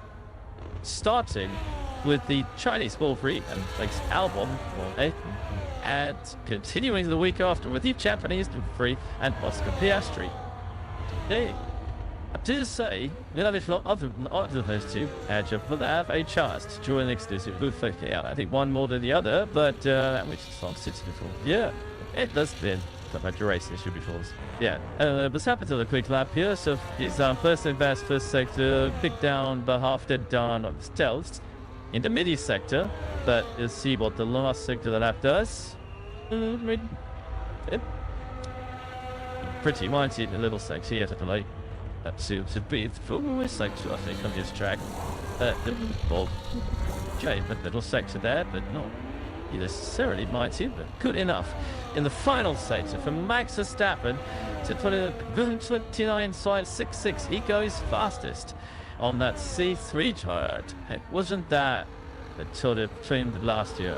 He's simultaneous when you had corners from sort of full 5th, 6th gear corners between 150 to 220 kilometers out. That sort of leaves, and the Taran was just devastating. And the midi-sector lap is made up of that here.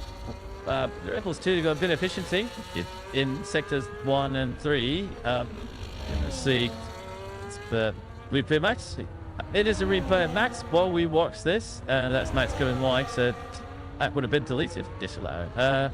Let's come down to the Paddock. No, winter, with Petro to that reception.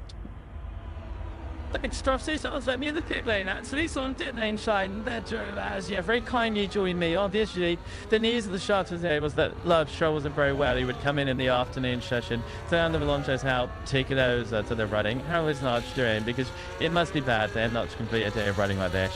Yes, I mean, I think part of this is okay, but it's obviously still feeling really unwell. It was good that he managed to in the park and he had a very good test with Phil, actually trying different things in the suspension, and it was very positive, but he could have not do. He was really struggling. He pushed himself to the maximum.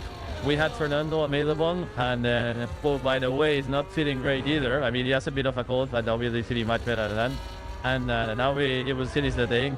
Which is escape. We also had Felipe Duovic here as well. So when we were, let's say we were covered as a team, but we wanted, to give Lance and Fernando the most equal number of lap popping on. They had them and taking tests in speed with what's happening to this title today. And also push with and one as well. Tricky is just being theorized, but the different ones that you want, and I think it's been tricky for everyone. The weather isn't really that important part. I think that part of the reason why Fernando not beating other ones in that one is it's been tricky in the sense that there's a lot of things that will not be relevant for the race here, because we will, by April, the faculty will be much higher up, but so there's many things that we have tested, we have prioritized, really, that are for just handling on the pad rather than a race simulation, for example. We decided not to do anything because in these conditions, they're just too cold, they're just too fast, they're just too good for the race in April here in Bahrain. But it's been extremely useful, in many other senses, and we have been doing quite a lot of tests in the setup that are pretty extreme, and we would never do in a race weekend. Hey, good stuff, good to hear, and these are not very best wishes to Love Show. Take it best for yourself. Thanks, Nigel, for your time. You took the last 30 minutes, I'll say. But it's like he's Tetro as well, so lots not well enough to drive Amanda. Well, so we got 300%, which is something. Is it coming back thing down? Is it bouncing away, or are they just able to don't do the sentence too much? It'd be interesting to see if we've spotted any of this pushing, which if you'll do as far as any is downsaged, caused by the fact that in the trench stretch to chase the aerodynamic regulations at the ground tech, i.e. if we are generating a lot more downforce, that making effectively the downforce body. The car goes up, and then the car goes right down to the ending in the cushion. Then it does that, so it starts to pop out, so it's like a great if you are a Richigamme, which is not very nice for a driver. But there are now metrics that mean that the drivers for each cannot operate out the air, so you might have a car bouncing up and down. So it is dancing. I would assume it is within the tolerable allowance. But yes, in other words, it is like the driving equivalent of the Tenley and Metallica cops. It's the metrics stop it to cover your spirit case. It's often a bit of spirit pops really a bit tough, because it's still the painful bit that you download every metric that you do, and so it's if you would love that acting the LS2, she sells tens of thousands of other friends in the blush pit, having fun in the sunshine. Thanks. It certainly loves spirit pops. Like a bag. And anyway, before voyage, the same actually stuff, but so this big guy, obviously. They help tall everyone else. Let's have a little look. Is Max coming in? See the pace. Could limits are on. 80 kilometers per hour. Where so I go? Tell you what, I'll go into the first one. That's all. I'm going to tell us there. Good thing. There's no way we can now. I'm afraid you'll see pretty sure that the Constructors' Championship to go your way down. It did. Go. It's the first in the box away. Bye to you, eh?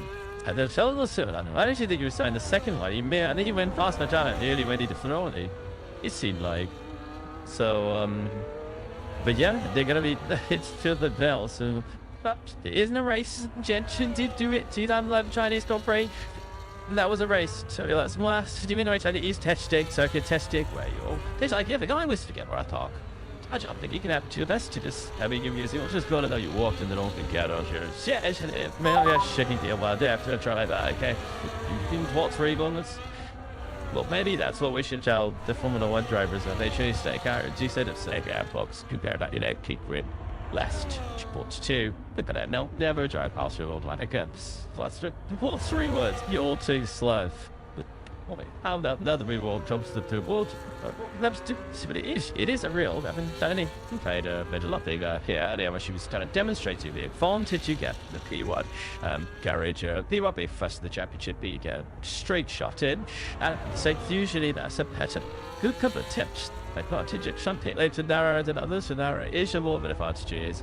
And of course there is the other end of the relative. P10 also gets an advantage in most track surroundings. Yeah, where's it not more of an advantage to be first out, as it were, especially in a qualifier where you could see that other people are starting to come out to wait at the end of the pit lane and you could just sift out in front of them.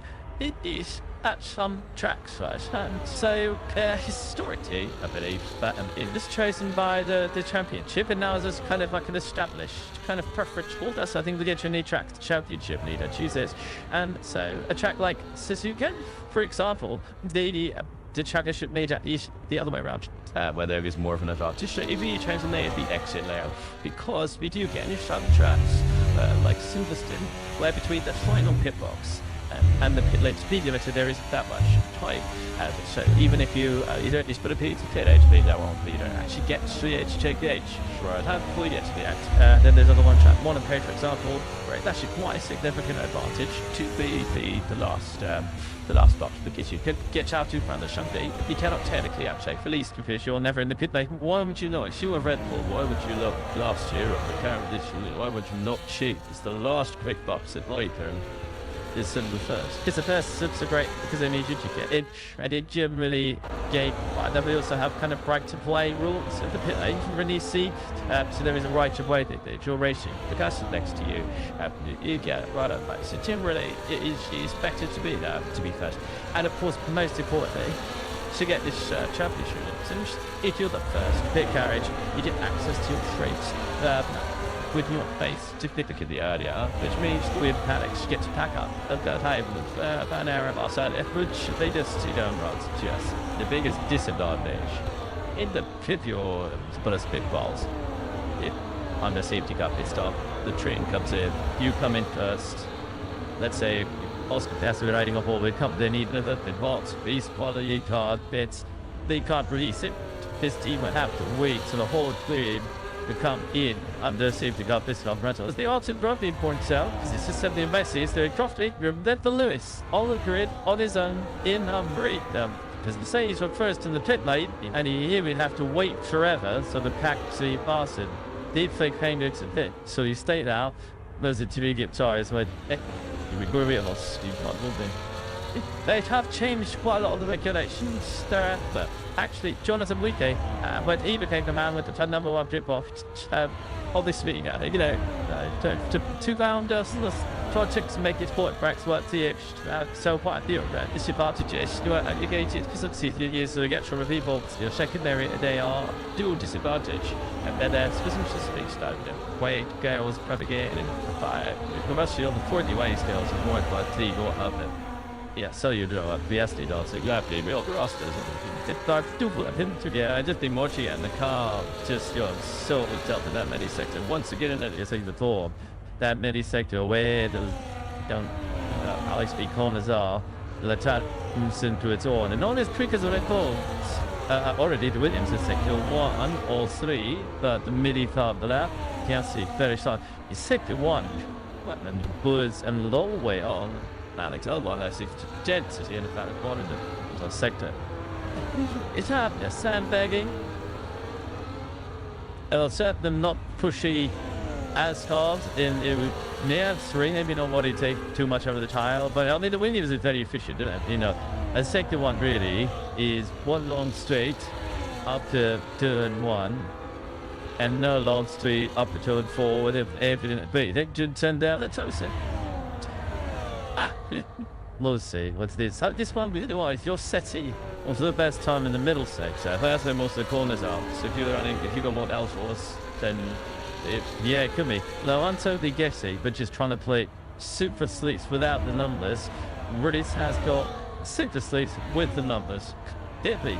Yeah, so in terms of the gap between Gastry and the glove that a significant amount of it was on the trace. So 3.5 seconds is on the trace, which needs to be the guy just but it maximum tells number Jim, you made a transit in low speed corners for about 2 sets of that run. Because and merely attempting mid, isn't it? So you could just the Benedara, they were better off. Number 3 is 10 kilograms of fuel or equipment, and so that could just dominate the water because if the weight of the car is slightly different, she can't be games aren't incentivized to make it, not exactly where it could be. It shouldn't annoy its boys, it's not a tradition. Rude. Yeah, just look at it, it's in sector 1, nice, up to it is dating. So you don't even see much of the data here in the scope. The other sectors it's actually a par, so somebody who big is also down the wind for several. Thanks to the tire bomb up now, so there'll be a difference of wind there that just think on the ground analytics. We talked about how that's affected itself to be and track evaluation. Because it's the same track evaluation in terms of at this point where it's golden now, track skate, that track is getting rubbered and it was really frustrating because I say it was the ranking at Peter. It's like, because it did engineer the odds, because you can't really give one, you could just get really rather annoyingly large error bounds, which I'm sure Bernie has said it was always my least favourite job of the year. Because when you tell them very active, especially if you get it more it's like, she makes yourself is the biggest it's that he needs on, and that's got to be another sack you houses. Yes, it is a mistake, but it's all part of the intrigue, as you say, and that's those unanswered questions is I could think that we could all this. Yes, it isn't though. Would give some advice to be should you try before you said that as well, the truth. Yeah, I think that's the thing is that what we can change. There's no evidence to suggest that they've done things right. That's the what they're worried about as a team going into testing is if you are, a margin off. We can make up. It's Peter. In no case, right kick to me, but if you assume that everybody else, was off an absolute lowest skill they could, you can see that there's no way the English faster than them. So I would get all that's a kind of attractive, very sure. The officers, but it's like to be down in the day, kind of like up power, so a bit of a backstop, and that. Honestly, anyone could just put their finger in the middle show. I think it's, I don't know, but you just listen to the loudest person, and want to that's calling her up, she's. I mean, or happy to remember this one. Each to contact with it. And so I might take myself. Check that one. Just look at Russell's carrying on his lace on. Easton Wolf certainly into his final stint. He has done 48 laps, so he's got 8 laps to go for 6. What is that? 57, is it? The race is going. Okay. Yeah, so he's. 48 also it's into that final state, and on the start lap these balls they have a split up to grab it that cut. It's not take away the problem. What do you mean? It's just this has a small thing way the beer if double way yellows down there down to what so before we saw we even got into the king of turn 2 as he just overcooked it, tried to stay too tight on the track to try and make turn 2. You'll see if people will tell us all. Speculates he has been taking the sickest first most bit of the day. It has sickly quite dirty, to be honest. Yep, that'd have been terrible. Nice tells me that we enjoy town, with question. What also tells me that teams have got on so forth cars their basic setup as you've had giving the drivers every chance to enjoy and stretch their legs. And what's this that? What is it strange? I mean, it's just like a real accident. There's a lot Yeah. But that RCA picture as well, isn't it? It looked a bit weird if he first went to the position he was in, to be fair, then, but it shouldn't. This brings me to my next question. Is there anything to suggest that there is a huge difference in the factory order from the end of last season? Now, LP, way better than they were for the test last year. For obvious reasons. Girls not overweight. Williams way better than they were at the test last year. Do we think it's the pet the season? Or do we think that Red Bull might be a bit concerned? I think it's the Sammy or personally coach him. I mean, that's how I saw it. Of course, I've had this chat with him already, so yeah. Well, I think this regulation between kind of 80 days ago in Abu Dhabi now is evolution or revolution. We're the last here in this cycle, so these are not carryover. So physically, the cars are not. Different cars, got teams like Williams, actually, they haven't even made a new chassis. Step just kind of like half the bar was much later than last year, which is why if you kind of go into the testing, keep was favours from McLaren because McLaren was the fastest car. You had a bit of a, we call that anchor bias, but basically it's just what happened before is what did happen. Again, unless you see some actual evidence to say it's changed. So, yeah, broadly speaking, I think the biggest changes is the drivers, and when we see the difference that teammate carriage did make, I think if you look at Max, his teammate last year was 0.63, I believe, percent overall season in terms of qualifying. Now, on average, the gap between Sarsfield and so his team was 1.3 in the race. Actually, a good driver that could put the upper 10% is massive difference. Way you operate a tyre, you understand it, set up tyres, make no, CCN love car. That's quite a big one to say.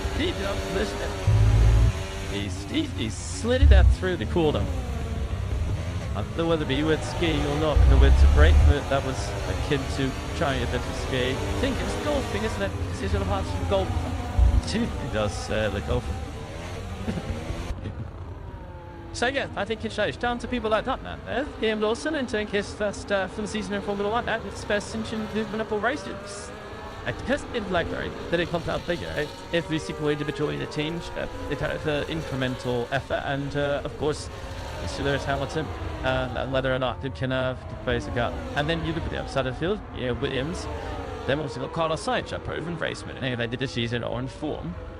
And even if there is this huge delta in that team, actually, even bringing a couple of attempts is a massive difference. It's to big teams getting their job. If you see, we do pretty good, but if you put up the college with running races, there's as near as there's Mexico, but it's the qualifying. It's unacceptable. Still, there's Max, He's in the same place. Do we think they'll just do another race?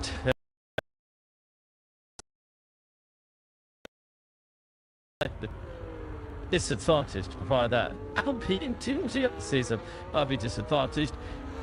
One of the Red Bulls was struggling last year to get into Q3. Aston Martin were struggling to get out Q1 at times. To be fair, the pressure then that gets on Liam Lawson, it is all happening. He's got to be right up there in qualifying. I'm not safe for a minute he can't because he can, but that really does start to put pressure to which drivers. Love it. Yeah, I mean, the reality is, I think we can all fairly shoot it. The top 14 are locked in, isn't it? So, in a normal situation, if Lawson is delivers on what he's been signed up to do, that's a top 8 basis locked out. Yeah. So then you've got a whole jaggle of teams, and then you look at the back end of last year. The last couple of weeks, Salvo qualified into Q3. They're doing the speed. They need to do some pitch in the last few races, and they had lots of speed. So, suddenly you got basically the other 16s fighting for those 2 places. Spotted it. Like Tier 2. It's totally specialized. Tier 1, that Philip, absolutely specialized. And then you got World for Cloud. It's qualifying. I do a little disappointed. Which is exactly what racing should be. Racing's a relative act. You should have it that, on their best day, even the Surrey's car, Chan achieved it. I think everyone needs Surrey's car last year. So, yeah, he did it up his knee in Grand Prix. He looked at what Audi did together as a team, director, drive a decision, agent, execution of the race. And that was 3 championship positions in the season where the gap between Sausage and Surrey was the smallest in our 17-year history. It's about 1.3%. So, I really have a really tight field. The one where, we've got right, really a tight fire at the top. And then if anyone makes a mistake, the outsiders can get it and don't even do that too often. You see Max Verstappen. It's a people just, and look really play that speed, to be fair, it does. So then the Collins takes on back. I'm enjoying the conversation. Lady at the start, and that captain, I'm just trying to come up actually after the disaster. I come reading the straight temperature up here, so good to see that Verstappen illustration off. The picture we were having done with this. What disaster? Haven't you really seen of the old thing? It's not a disaster, it was a test. It doesn't mean like what confidence there was a disaster and we lost in that work. So no, tests continue on this side, but it just meant that Crofty, for your information, if you want to hear the commentary box, I lost to comms to you guys. I could see some images, but not a lot, and then I couldn't hear you guys. So not great if you were at the commentary box with this aircraft. Actually, the last time we lost all connection through the commentary box with our usual, we have like a fiber optic cable that runs the TV countdown, and we also have a backup line if we lose all connection. And I'm going back a few years to the Canadian Grand Prix, and last time we were in the old commentary boxes at the Canadian Grand Prix. You remember the ones burning right by the Swan chicane? That condemned woody structure. Oh, yes, I do remember a safe structure. It's sort of one of history. The one that Drew Chandler and I sat in 2014 with that Sorrow race. And they had the best view, and actually it's the most didn't change as well. Either way, with this, also though, perhaps to go on to the qualifying hour, and then 2 minutes, this full sounding laser movement, Gina had an answer us, everything went. Everything went in the top of the box. Chippy was our sound synchronizing engineer, was as white as a ghost. And he was lost about the structure in his panel. He had no idea what was going on. We had no idea. A minute ago to that online. We had no team radio. We had no big streets. Apart from what there was World Speed Screech that was coming through on a different network to normal. And those sound effects, nothing. And eventually, after about half an hour, it all came back up again. And the reason for the loss of connection, somebody had dropped a portable onto the fiber optic cable. It's going back to the TV cover, pulled out. About it turned up in a low loader, taken the portable off of that you chunk, and put it down on our tables. Was technology at our school the woman. Yeah, correct. We were taken off air because of the toilets. I think that, once you will. Living in you could fish up not anything out of that, Sonny. Sorry, I didn't know they were like off to that. I was reminded of choose order your toilet. You're about to I'm already able to totally use it. I didn't know where to go with that one, Paul. I think I had to running for 2. I think from our side, that is, we talk so much about task from as far as proven out and is suspension the arrow setup, for example. But one of the things that we don't really talk about is the team's proven out things. And I've had it at Silverstone when I was at Aston Martin Force India. It's the closest to real at Abbey to our factory.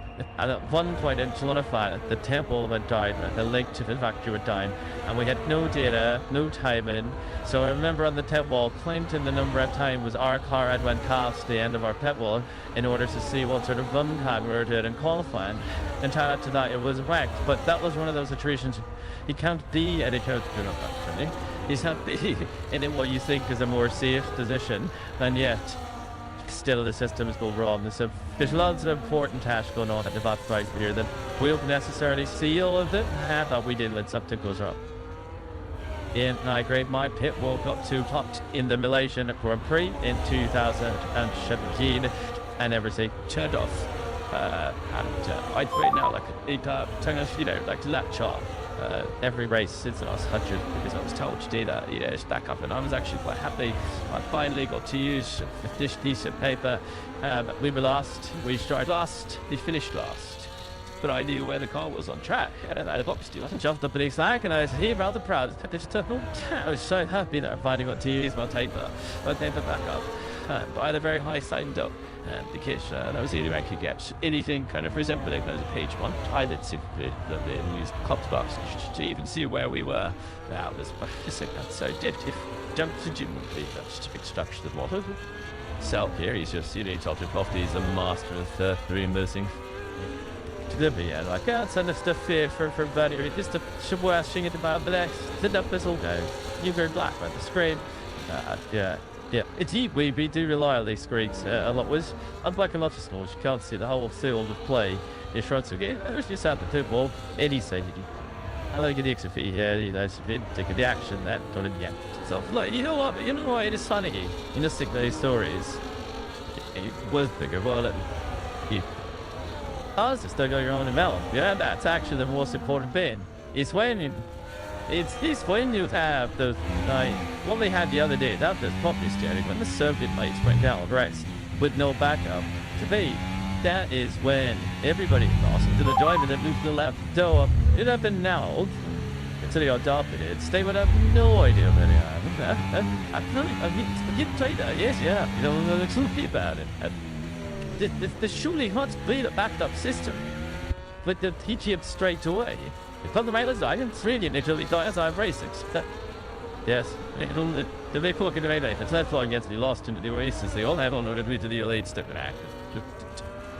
Do you want that? Come on in. Yep, it's just to say that, I was, unfortunately, I just made my way to the edge of the track to watch the track action at that point when the lights went down.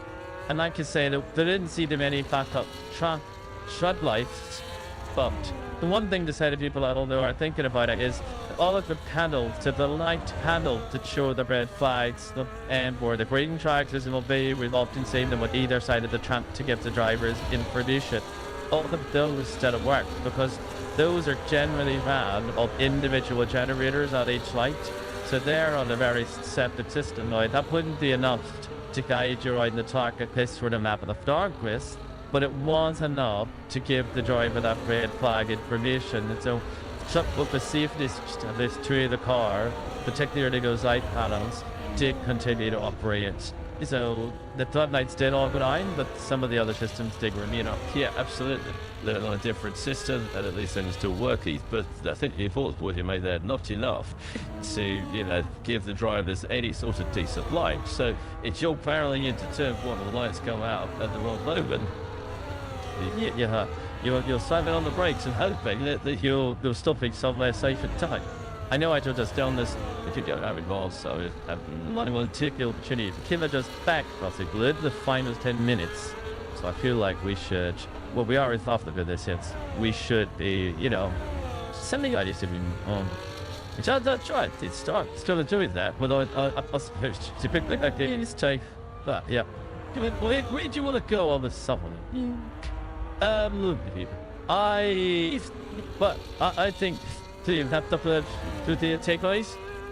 So we each packets at the end of which I'm reaching out there and start again issue about if you want to pizza is boring as well for us. Just who do you think is the happiest at the end of testing?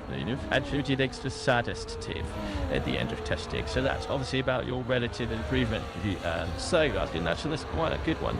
But getting to the measure first. Why I'm in touch. Certainly, I was just about this entire asking the question. I bet you do that with fabric Christmas presents, though. I bet you get banned from all of them. So, yeah. Okay, I will do. I think the happiest would be the challenge because it's a circuit where historically they've not been great at. Admittedly, it's a cold. The takers will be there, and I didn't really that when we come back to the base, but in general, they've carried on where they ended our season. So I think they would go away being the happiest. I'm going to disagree with you, okay? I think they're the most satisfied. But the happiest because I think relative to what is expected. Happiest Ferrari. Juventus, there's a big integration that's forward. There's just the stage short. Yeah, it's all built very well. Yes, absolute argument. It seemed happy. The headline times have been good. The race runs weren't too bad either. I think Ferrari looked good. But reasonably, so I agree with you. I would say that I think Ferrari. I'm pretty happy. I think that Lewis has sounded there really well, and a lot of the last drivers are winning comparable between Lewis and Leclerc that I've seen too far. So I believe Ferrari the happiest, and I'm really crucial to be.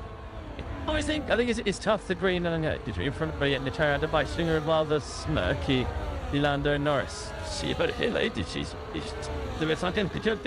Yes, but I don't think it's fair. Marginally, yet to the pace. I mean, so McLaren marginally that be shining on the signal. They have gone to another one for the Sadders. Says that is you, but finally is Aston Martin. Because over that they not really got the wide edge that they would have liked tonight. They don't really have a good reference on either high fuel or low fuel, and it's a really pivotal year for them going into 2026. So obviously things to change. I think at the end of the test, they're going to be the tightest team of the plane, which means you sack checks quite early. Do you object to that, thank you? The opted the after you. Also, we've had the chance to give us a headline type right at the last. And you went see why in the fun corner he lost to say a bit of the fun sector. And the assist is best effort. Birdie. Saddest. I'm the saddest star. You would like to saddest admit I've won the saddest from the face. You're next to the side. If you didn't look at totally agree with Ray. I think Aston Martin did have struck on this weekend. There was delivers of help on day one, I think. Particularly the garbage that plays settles. But just with a limited run in, you Landstorp really got the time in the car they might have liked. Their only thing is they've kept their driver line up, so they should know where they need to go toward this slot. But I think so. And just to clarify, race toy, I will not be stuck checking it. That's it. You can tell I'm not, I think, by airport light, just sometimes. George Russell, if you see him in the airport lounge, might be smiling. Will be smiling. He's just popped to the last moment. 2:10. So team puts up on this man Max Verstappen with the fastest time of the day. 1:29.5. I turn to Carlos Sainz's times. We're still outside of the fastest time of the test overall, which was set yesterday. George Russell has got to put his time today. I'm sad to see. Big. Then you asked about it, our two strategic experts here, might just have known that all their head.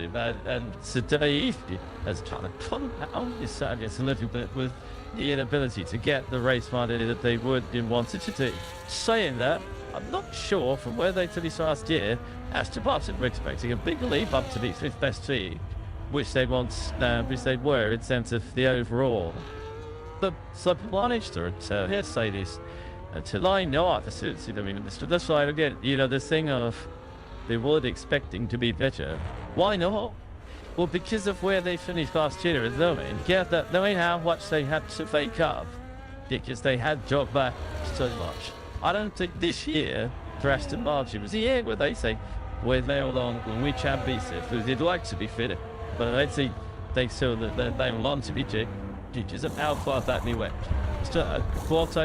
You're in competitive birdies. I have to think another night, and I'm going to say, take racing balls. Because if you don't think racing balls, I don't think they're in desperate straits. I don't see anything that makes me think this car will come alive and be electric and be on the fringes of that top 10 through Richie's, frankly. That's where I think they're going to be. Yeah, I agree with you. I've not seen anything magical. Well, it's not right, it's the fix of it. There's Vance me. Is this similar to the AG and the Scrappy? It's just, needs more mileage, I guess. But, yeah, I mean, the Aston thing is confusing to me, though, because they lost their way to the terms of development direction last year, but at that point, you're midway through last year, you're losing your direction. The next set of rules, is this, and the next season, same set of rules. Surely the objective is going to be to just come back, try and course connect, because if you've got a fundamental correlation issue with between the design and the execution,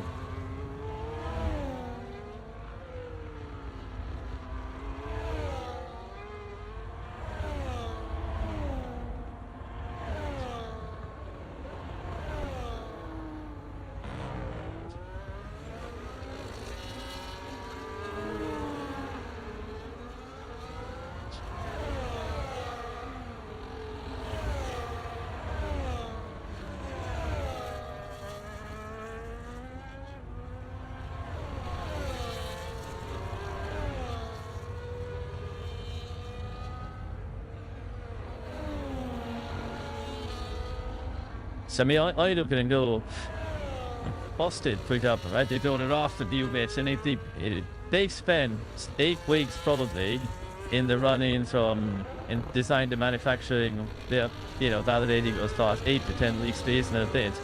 It costs out, you're not going to use physically those things and it's sticking on the car, not soon. You got information from the town that'll see if you told you the attention, right? Like, well, why would you go through the cost of making it at the time that's what making it? You didn't think of this thing at just 4 months, 30, several then. Yeah, so I don't mean my cameras I can light up so I can't see shit counties to make sure I'm not thinking of worries that. Yeah, I do agree with you, Corinne. At the moment we're not in a position where teams could make 2 front wings, for example, and then attach it on the car and carry forward the one that's better. They should only be making them moments if they believe in bringing the performance from the car, but the that type of time begin to change. So, that does scream of a correlation issue. That should also scream as of a team that is under pressure to bring off-mage to the car, check, even if they may be or sure that they're going to definitely showing performance. So, it's not clear really which way we'll never have privy to that attribution. One, the side thing is the chance rich, the key times of the system of minor, but potential key times of like high, and maybe you could mean that they also part, like, so maybe it is even scope for development, and when Sag Aero Designer comes online next week. And it's gonna see a drawing fast. That's what the intention is. When issue cars were a clean sheet of paper, but then you can very quickly add to, whereas it's quite complex. You'd end up having to change your rear wing in order to upgrade a front wing, whereas if it's clean sheet, you can just add bits to it continuously and maybe that's a quicker development direction. It's up here to me up in the moment for the get too far down that road. Thanks, Benny. Doris has got some race simulation traces for us. Yeah, one as much the daddy out of some wage, and yeah, please not today's race itself. Yesterday, more the big 210s, did a race him like $100 out in front. The Red Bull we thought that with the pandemic Charles. Today, you only had 2 of the teams of the big 4 and 2 generations. You want again biggest the actually felt. It's my action the gas to bus and gas is about fuel temperature. Yesterday, the lander is accidentally gas.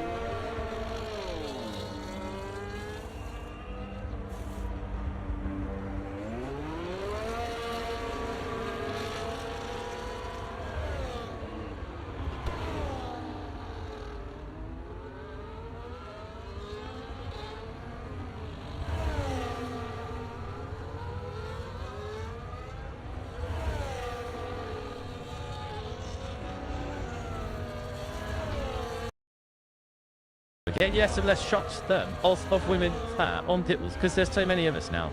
It's not actually particularly interesting, but also what is interesting was having a World Fair shop, which we had today, which is off in our 75th birthday of our first female race at Judea. There's already down at Hast. Actually, in a few years' time, that's 480. That's it. Not that the issue it is the opposite. There's not the progression. Yeah, exactly. When you think is that involved, he's not going to become started. Yeah, it's really good. I think the same thing with that with female race drivers. When I first started the school, I could think those 3 always played makeup, but now I never dared to. Just have 2 big friends.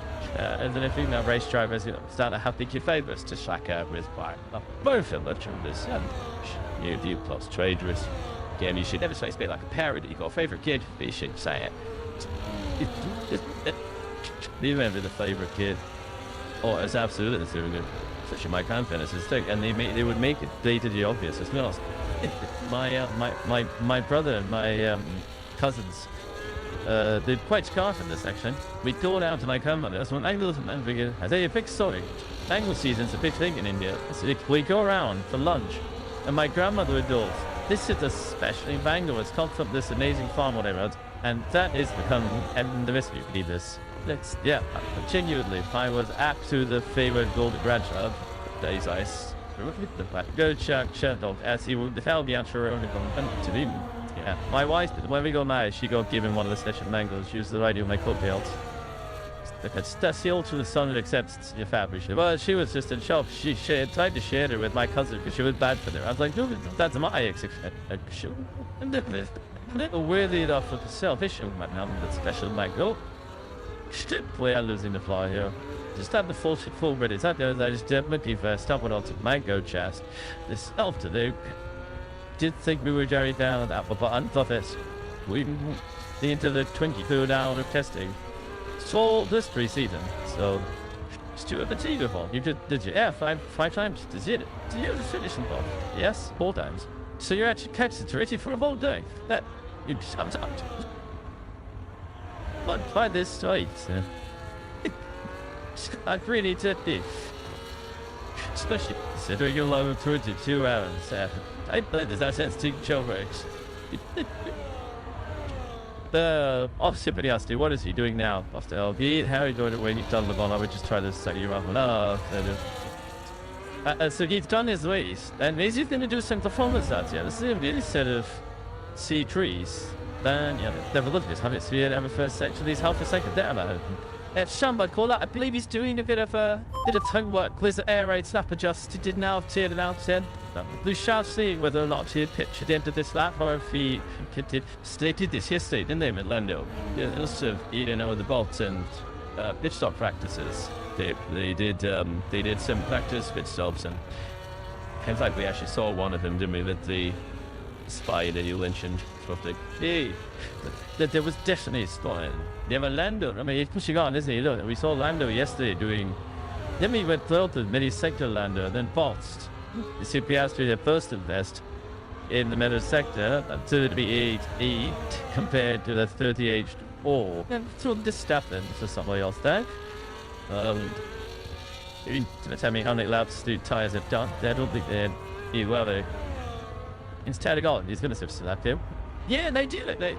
Thanks. They were under 12, doing a 13.6. And this does look like the beginning of a mini qualifying sim to finish off the day. He's with Feelers mirrors. Side by side to see what's. Yeah, it's quite wide deal. And obviously, 11. So he turns in. Daddy, then understand his eyes to big old level.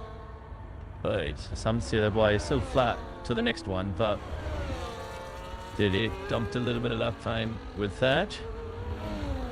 God, look at the rear floor profit just bouncing off the ground. It's so impressive to watch just how much energy goes through these cars. Show away, see? Chase hunt. Actually, like my favorite stat, this one needs 2 drivers in the plan. On their birthday, it's all yep. I don't need it, but it's look, the Malaysians shaving it race the roofs. It's better take it in one more races. And this year, we have 2 opportunities for drivers to join the special J-Talk Jumbo Racing Club. Starting with the Chinese Ball Free and thanks album, and continuing the week after with the Japanese Free and Oscar Piastri. Hey, I do say, if not other than those 2, will have a chance to join the exclusive booth. Yeah, I think one more than the other, but which is on 64. Yeah, it does been. About your race, it should be false. Yeah, let's happen to the quick lap here. So it's first and best, first sector, pick down, but half dead down on the stealth in the midi sector. But you'll see what the last sector of the lap does. Pretty mighty in the little sector here, definitely. That seems to be the full sector, I think, on this track. The ball, but little sector there, but not necessarily mighty, but good enough. In the final sector for Max Verstappen to put a 29.66. He goes fastest on that C3 chart. It wasn't that that sort of trained last year. It's similar when you had corners from sort of full 5th, 6th gear corners between 150 to 220 kilometers out, that sort of range, and the turn was just devastating. And the millisecond lap is made up of that. The Red Bulls 2 got a bit of efficiency in sectors 1 and 3. In the sea, but replay max. It is a replay of max while we watch this, and that's Max going wide, so that would have been deleted, disallowed. Let's come down to the paddock. Now, winter, with Petro to that reception. The extras also let me in the pit lane. Actually, so on pit lane side, and their drivers, very kindly joined me. Obviously, the needs of the shuttle today was that Love Show wasn't very well. He would come in the afternoon session, turn the Velonchos help, take those to the running. How is not doing? Because it must be bad they have not completed a day of running like that. Yeah, certainly I think part of this is okay, but it is obviously still and really well. It was good that he got in the park and he had a very good test with Phil actually trying different things in the suspension, and it was very positive, but he could have not do. He was really struggling. He pushed himself to the maximum. We had Fernando available, and by the way, he's not feeling great either. I mean, he has a bit of a cold, but obviously feeling much better than. And now it was finished the thing. Which is escape. We also had Felipe Dubovic here as well. So when we were, let's say we were covered as a team, but we wanted, to give Lance and Fernando the most equal number of lap public on. They had them and taking chances in Spain with what's happening to this final today. And also push with and one as well.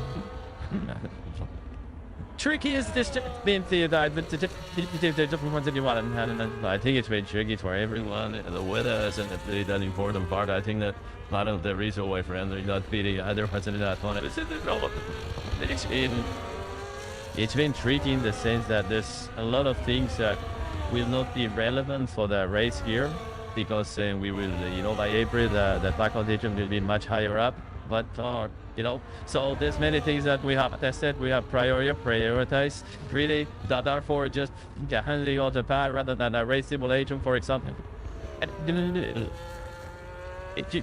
We decided not to do anything because in these conditions, they're just too cold, they're just too fast, they're just too wood, or the race in April here in Bahrain. But it's been extremely useful, in many other senses, and we have been doing quite a lot of the tasks in the setup that are pretty extreme, and we would never do in a race weekend.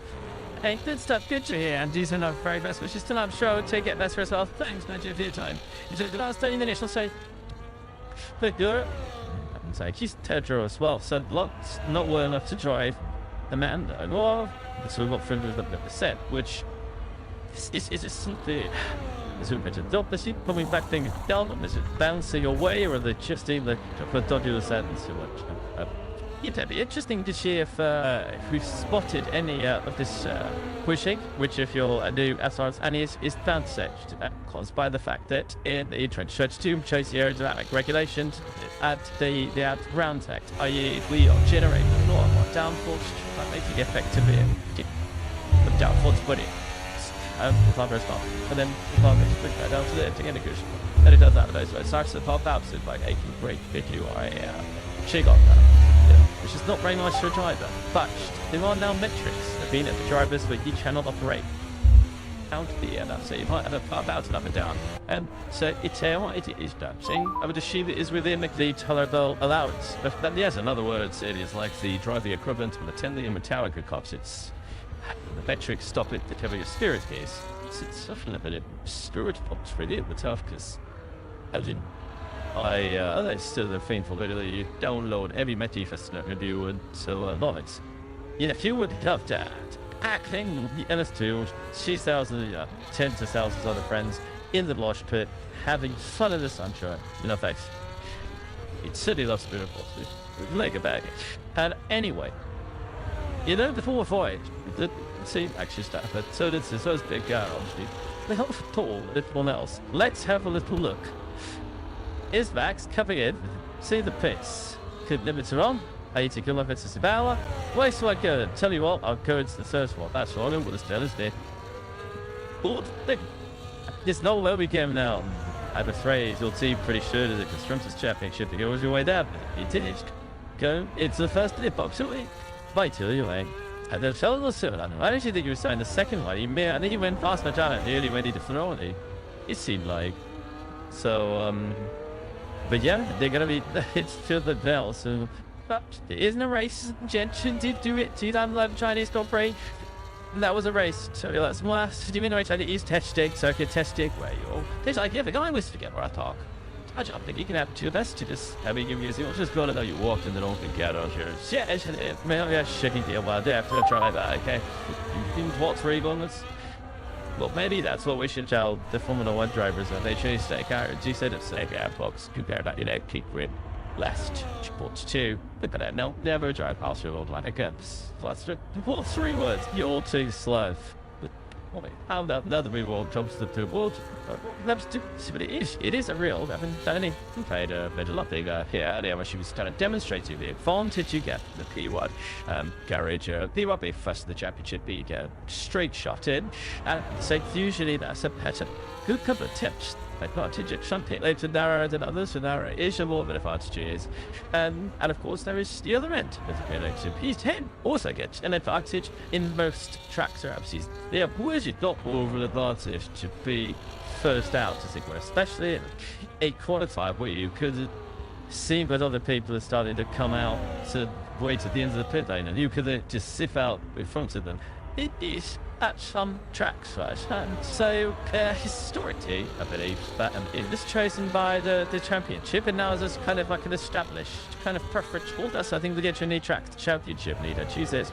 And so, a track like Suzuka, for example, the championship leader is the other way around, where there is more of an advantage. So if you change the exit layout, because we do get any some tracks, like Silverstone, where between the final pit box and the pit lane speed limiter there isn't that much time, so even if you don't just put a pit to pit edge, that won't be, you don't actually get to the edge, check the edge, right, before you get to the edge. Then there's other one track, Monaco for example, where it's actually quite a significant advantage to be the last box, because you can get out to front of the Sunday. You cannot technically outshape release because you're never in the pit lane. Why would you not? If you were Red Bull, why would you look last year of the current edition? Why would you not cheat? It's the last quick box at later. Is the first. Because the first is so great because they need you to get in, and it generally gave. Then we also have kind of right to play rules at the pit lane. You can really see, so there is a right of way that you're racing. The person next to you, you get right on place. So generally, it is expected to be there to be first, and of course, most importantly, to get this championship. So if you're the first pit carriage, you get access to your traits. With your base significantly earlier, which means with Paddocks get to pack up at that time with about an hour of our earlier, which they just don't run. Just the biggest disadvantage in the pit your bonus big balls. If on the safety car pit stop, the train comes in, you come in first. Let's say Oscar has to be riding off all the come, they need another pit balls, base quality card bits, they can't release it. This team would have to wait till the whole cleared to come in under safety car pit stop rental. The Artin Bromley points out, because it's just something messy, is the Crofty led the Lewis on the grid on his own in Hungary. Because the say he's first in the pit lane, and he would have to wait forever so the pack so he passed it. Deep fake came to the pit, so he stayed out. Those are two good tires, but they have changed quite a lot of the regulations there, but actually Jonathan Wike, when he became the man with the number 1 pit box, obviously, to 2 rounders, projects make it point breaks what the so quite a deal, right? Disadvantages, you get it because of the years to get from people, secondary, they are dual disadvantage, and then there's specifically started weight, girls, propagating, fire, commercial, the 40 way scales is more about the or of it. Yeah, so you do VSD does exactly real rosters. It's like double him together. I just think Mochi and the car just so dealt with that many sector. Once again, it's like the door. That many sector where those don't high speed corners are, the attack moves into its own. And not as quick as Red Bull. Already the Williams is sector 1 or 3, but the midi thought the left. You can see very short. It's sector 1. And the Bulls and low way on. Alex Elbon has density in the corner of the sector. It's happening, sandbagging. I'll set them not pushy as hard in near 3, maybe not what it take too much over the tile, but I mean the Williams is very efficient, isn't it? You know, a second one really is one long straight up to turn 1 and no long straight up to turn 4 with everything they should turn down the toaster. Let's see, what's this? This one really wise, your SETI was the best time in the middle sector. That's where most of the corners are. So if you got more L-force, then it could be. No, I'm totally guessing, but just trying to play super sleeps without the numbers. Riddis has got super sleeps with the numbers. Deadly. Yeah, so in terms of the gap between Gastry and the a significant amount of it was on the trace. So 3.5 seconds is on the trace, which needs to be the guy just but with maximum else. Remember, Jim, you made a compensate in low speed corners for about 2 tenths of that run. Because and merely 10 meters, isn't it? So you could just a bit of they were better off. Number 3 tenths is 10 kilograms of fuel or equipment, and so that could just dominate the water because if the weight of the car is slightly different, she can't be used on the games aren't incentivized to make it, not exactly where it could be. It shouldn't annoy its boys. It's not a tradition. Rude. Yeah, just look at it. It's it's sector 1. Nice. Absolutely is dating. Sorry, you don't even talk too much of it, but the data here in the skull. The other sectors it's actually a pass, so somebody who big is also down the wind for this sample. Back to the tire above up now, so there'll be a difference of wind there that just think on the ground analytics. We talked about how that's affected itself. Should be and track emulation. Because we're saying track emulation in terms of at this point where it's golden now, tracks get better, track is getting rubbered, and it was really frustrating because I say it was the ranking at theatre. It's like because if you'd engineer the art, because you can't really get one, you could just get really rather annoyingly large error bounds. Which I'm sure Bernie has said it's always my least favourite job of the year. Because when you turn and very active, especially if you get it walking, it's like, she makes yourself get it. Is the biggest it's that he beat on, and that's got to be another sacrifice. Yes, it is insane, but it's all part of the intrigue, as you say, and that's those unanswered questions is I think that we could know all this. Yes, isn't though, would give me some advice today. Should you try? Before you said that as well, the truth. Yeah, I think that's the thing is that what we can change that there's no evidence to suggest that they've done things right. That's the what they're worried about as a team going into testing is if you are a margin off. We can make up. It's Peter. In no case, right kick to me, but if you assume that everybody else, was off an absolute lowest skill they could, you can see that there's no way the universe faster than them. So I would get all that's a kind of attractive, very soon. The officers, but it's like to be down in the day, kind of like up balance, a bit of a backstop, and that. Honestly, anyone thinks you put their finger in the middle show, I think it's, I don't know, you just listen to the loudest person on the bachelor's calling her up, she's, I mean, or happy to remember, this year, each to contact with it. And so I might take myself, check that one. Just look at Russell's carrying on his lace on, and Easton Wolf, certainly into his final stint, he has done 48 laps, so he's got 8 laps to go for 6. What is that? Should be 7, is it? The race is going. Okay, yeah. So he's 48 now, so he's into that final stint. And on the start lap, these balls, they have a split up. It's about cut. It's not stick of a proper. What do you mean? It's just this has a small thing way to be. If double way GLS down there, down to what? So before, we saw me even got into the king of turn 2 as he just overcooked it, tried to stay too tight on the track to try and make turn 2. You'll see if he will tell us all. Speculate he has me to his first most spit of the day. It has 60 I don't need to be honest. Yep. that would tell you. Most tells me that between your town, Plymouth and Clushland. What also tells me that teams have got on so forth cars their basic setup as you've had. Giving the drivers every chance to enjoy and stretch their legs. What's this that? Is it strange? It's just like a real accident is locked. Yeah. But that RCA picture as well, isn't it? It looked a little bit weird when he first went to the position he was in, to be fair. Then, but it shouldn't. This brings me on to my next question. Is there anything to suggest that there is a huge difference in the pecking order from the end of last season? Now, LP, way better than they were for the test last year. For obvious reasons. Girls not overweight. Jordan as fast as they would have. Williams is way better than they were at the test last year.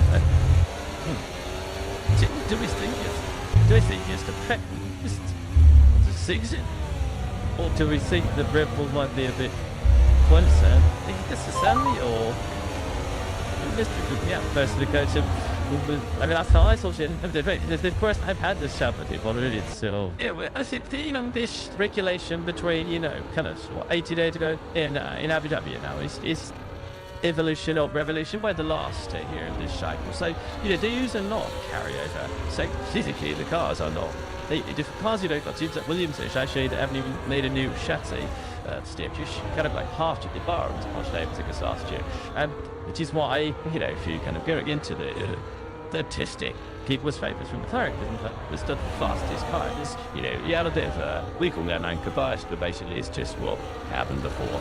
It's what did happen again, unless you see some passion evidence to say it's changed. So. Yeah, broadly speaking, I think the biggest changes is the drivers, and when we see the difference that teammate pairage, I think if you look at Max, his teammate last year was 0.63, I believe, percent overall season in terms of qualifying. Now, on average, the gap between Sargent and his team was 1.3 in the race. Actually, a good driver that could create a couple of 10% is massive difference. Whether you operate a tyre, you understand it, set up, tyres can go up, make no. CCN lock up. That's quite a big one to take. He did not listen. He slid it out through the corner. I don't know whether he went skiing or not, the went to break, but that was akin to trying a bit of ski. I think it was golfing, isn't it? Because he's got a heart from golf. He does the golf. So yeah, I think it shows down to people like that man there. Liam Lawson and doing his first full season in Formula 1 at its best in Liverpool races. I just didn't like that it comes out bigger.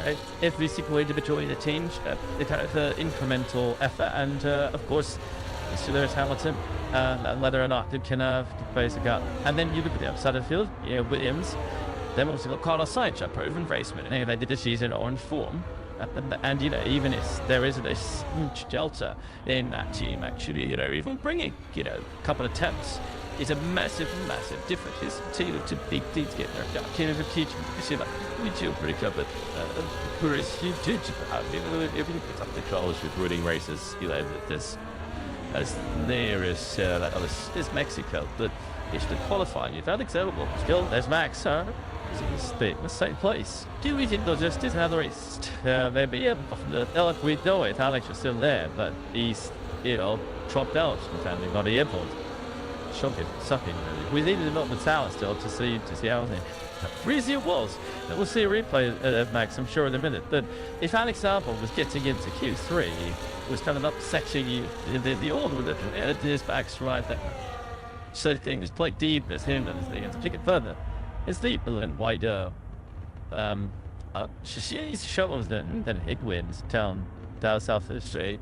Doesn't look here, but still that nicely.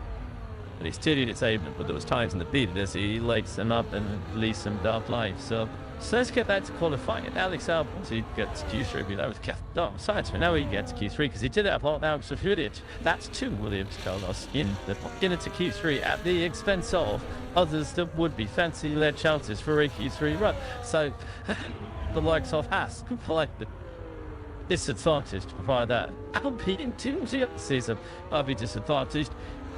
one of the Red Bulls was struggling last year to get into Q3. Aston Martin were struggling to get out Q1 at times, to be fair.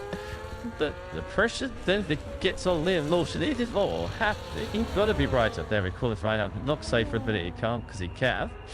But that really does start to put pressure to which I just love it. Yeah, I mean, the reality is, I think we can all fairly shoot it. The top 14s are locked in, isn't it?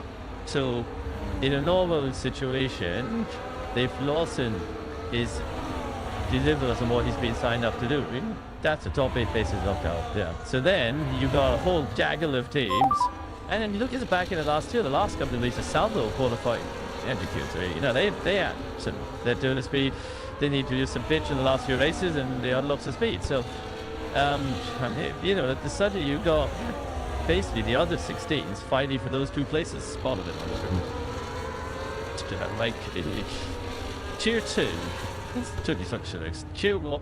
That feel up absolutely fascinating. And then you got Rod for Cloud.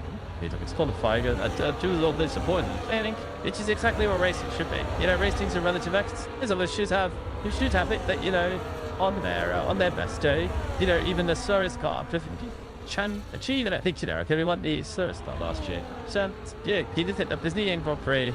He looked at what Audi did together as a team to drive a decision agent execution of the race. And that was 3 championship positions in the season where the gap between fastest and slowest was the smallest in our 17-year history. It's about 1.3%. So, you know, I really have a really tight field. The one where, you know, we've got really tight fire at the top, but if anyone makes a mistake, you know, the outsiders couldn't get it, and don't keep doing that too often. If you see Max Verstappen, it's the people just look really play that speed. To be fair, it does. So then the Collins takes on back. I'm enjoying the conversation. Late didn't start. And that captain, I'm just trying to come to it actually after the disaster. I come reading the straight temperature up here, so good to see that Verstappen was straight off. You got the picture we were having to witness. What disaster? Haven't you really seen Job PLG? It's not a disaster, it was a test. It doesn't mean like what would happen if there was a disaster and we lost in network. So no, tests continue on this side, but it just meant that Crofty, for your information, if you want to hear in the commentary box, I lost to comments to you guys. I could see some images, but not a lot, and then I couldn't hear you guys. So not great if you were in the commentary box with this aircraft. Actually, the last time we lost all connection through the commentary box with our usual, we have like a fiber optic cable that runs the TV contact, and we have a backup line if we lose all connection. And I'm going back a few years to the Canadian Grand Prix, and the last time we were in the old commentary boxes at the Canadian Grand Prix. You remember the ones burning up by the final chicane? That goddamn woody structure. Oh yes, I do remember a safe structure. It's sort of the one of history.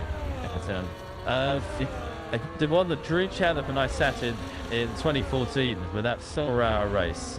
And they had the best view, and actually it's the most of the next return as well. Either way, with this, also though, about to go on to the qualifying hour, and then 2 minutes, this full 7 laser with Gina hand to us, everything wins.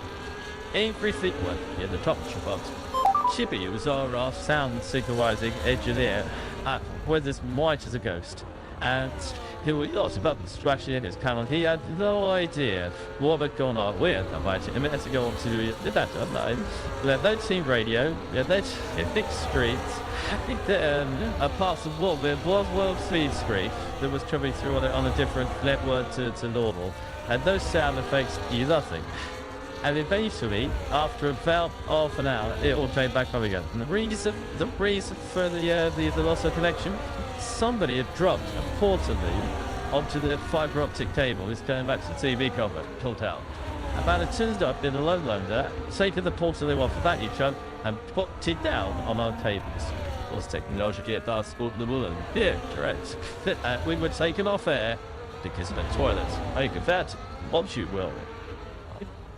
Living in you could fish up not anything out of that, Sonny. Sorry, I was And then another one off to that. This reminded of choose order your toy. You're up to it. I'm already able to totally use it. I didn't know where to go with that one, Paul. I think I to running remove for two. I think from our side, you know, that is we talk so much about test from as far as proving out any suspension aero setup, for example. But one of the things that we don't really talk about is the teams bringing out things. And you know, I've had it at Silverstone when I was with Aston Martin Force India. It's the closest to real I'd ever been to our factory. And at one point in Solidify, the temple went down, the link to the factory went down, and we had no data, no timing. So I remember on the pit wall, counting the number of times was our car had went past the end of our pit wall in order to see what sort of run time we were doing in qualifying. And to add to that, it was wrecked. But that was one of those situations, you can't be at a coach actually. You can't be in what you think is a more safe position, and yet still the systems go wrong. So there's lots of important tasks going on at the background here that we don't necessarily see all of it. I thought we did when something goes wrong. And I agree, my pit wall got too hot in the Malaysian Grand Prix in 2017 and everything turned off. I'd wait now like it turned off, you know, like to latch off. Every race since the last 100 because I was told to do that, you know, stack up, and I was actually quite happy. I finally got to use this piece of paper. We were last, we started last, we finished last, but I knew where the car was on track, and I obviously jumped up in the slack, and I was here rather proud. I was so happy that I finally got to use my paper back up. But I had a very high signed up because that was the only way I could get anything kind of resembling as a page one. I did simply use Cops box to even see where we were. Now this so if jumped to Jim would be just a big structure of water. So here he's just, you know, told him off, he's a master of reimbursing. Yeah, like that's enough stuff here for everybody. Just the worst thing about the next, the up is all go. You go black by the screen. Yeah, it's we do rely on these screens a lot. Was unlike a lot of stores, you can't see the whole field of play. You're trying to get there's just out the two ball, any side. I like the XFE here, you know, take the action that don't yeah. So like you know what it is funny. You just think those stories worth bigger. Well, you just still got your own melon. Yeah, that's actually the most important bit. It's when you have those what they had the other day, that was properly steering when the circuit lights went down rest with no backup. To me, that is when everybody lost to the driver that moved to the left. So it had been nailed until they adopted it. They would have no idea where they are. I did tell you that, yes, yeah. You know, there's something about it. The surely must be the backed up system. But they teach you straight away. From the railers, I didn't really until it dies. I'm racing. Yes, the big hook in the radar. It's not flying against the lost into the races. They all had on order to the elite step back. To you on come on in.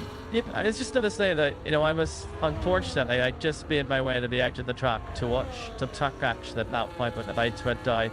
And I can say that there didn't see them any backup shred lights, but the one thing to say to people I don't know are thinking about it is all of the panels to the light panel to show the red flags and where the green tracks will be. We've often seen them on either side of the track to give the drivers information. All of those didn't work because those are generally ran of individual generators at each light. So they're on a very separate system. Now that wouldn't be enough to guide you around the target piece for the map of the dark quiz, but it was enough to give the driver that red flag information. And so with the safety of this through of the car, particularly those light panels, did continue to operate. So the floodlights did all go down, but some of the other systems did remain up. Yeah, absolutely. They're on a different system, and at least they're still working. But I think the important point you made there, not enough to, you know, give the drivers any sort of decent light. So if you're barreling into turn one, the lights go out at the wrong moment. You're slamming on the brakes and hoping that you're stopping somewhere safe and tight.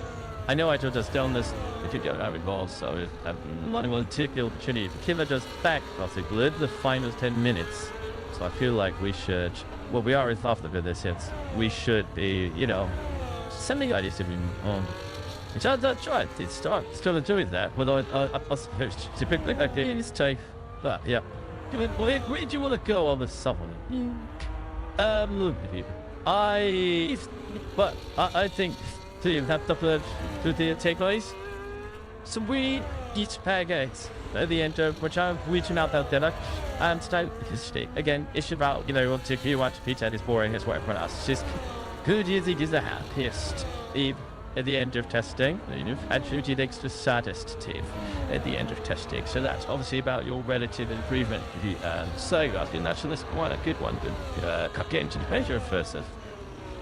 Why you aren't in touch? Certainly, I was just about this entire asking the question. I bet you do that with fabric Christmas presents, though. I bet you get banned from all of them. So, yeah. Okay, I will do. I think the happiest would be your child, because it's a circuit where historically they've not been great at. Admittedly, it's a cold.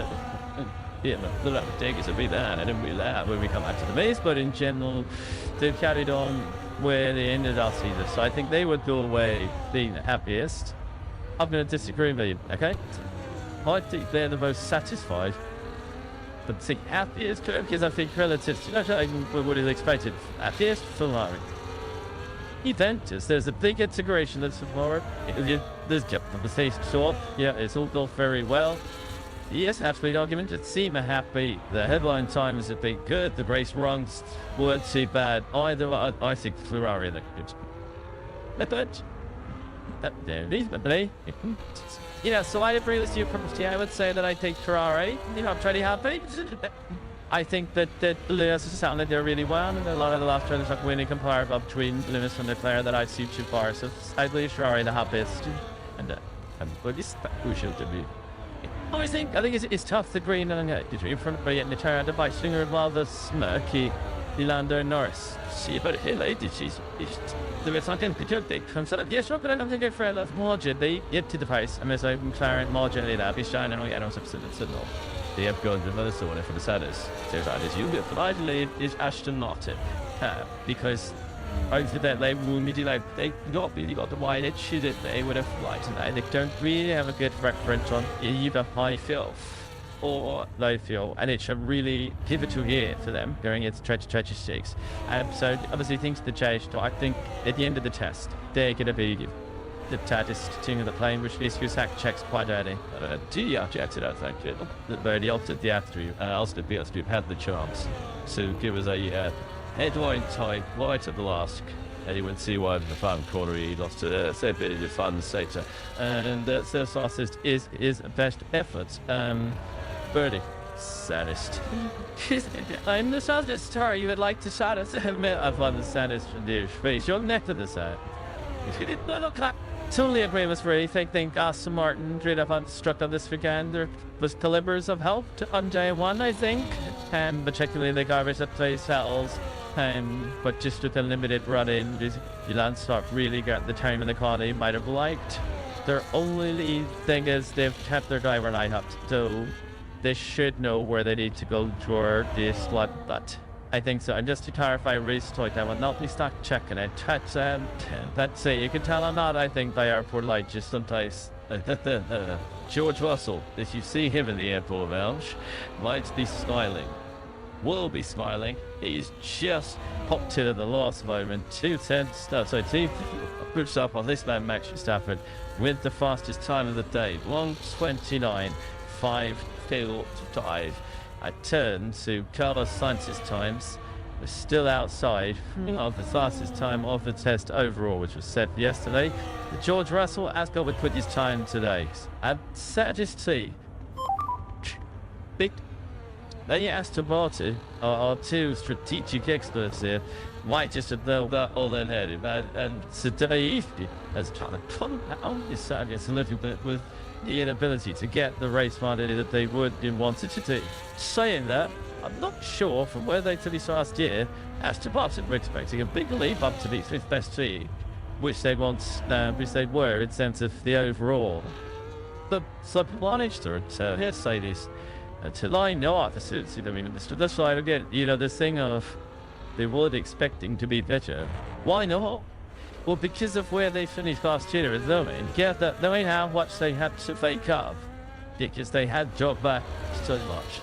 I don't think this year Preston March was the year where they say we're there along when we champions it. They'd like to be fitter, but I don't think so that they want to be teachers and how far that me went. So, I during the play in birdies, I have to do this the other night, and I'm gonna say take racing balls. Because if you don't think racing balls, I don't think they're a desperate straight. I don't see anything that makes me think this car will come alive and be electric and be on the fringes of that top 10 through Richie straight. Yeah, that's where I think they're going to be. Yeah, I agree with you. I've not seen anything magical. Well, it's not right as to fix it. There's bands me. Is this similar to the Asian discrepancy? It's just, needs more mileage, I guess. But, yeah, I mean, the Aston thing is using the middle because, they lost their way to the terms of development direction last year. But, at that point, you're midway through last year, you're losing the direction. The next set of rules is there, so the next season same set of rules. Surely the objective is going to be to just come back, try and course connect, because if you've got a fundamental correlation issue with between the design and the execution.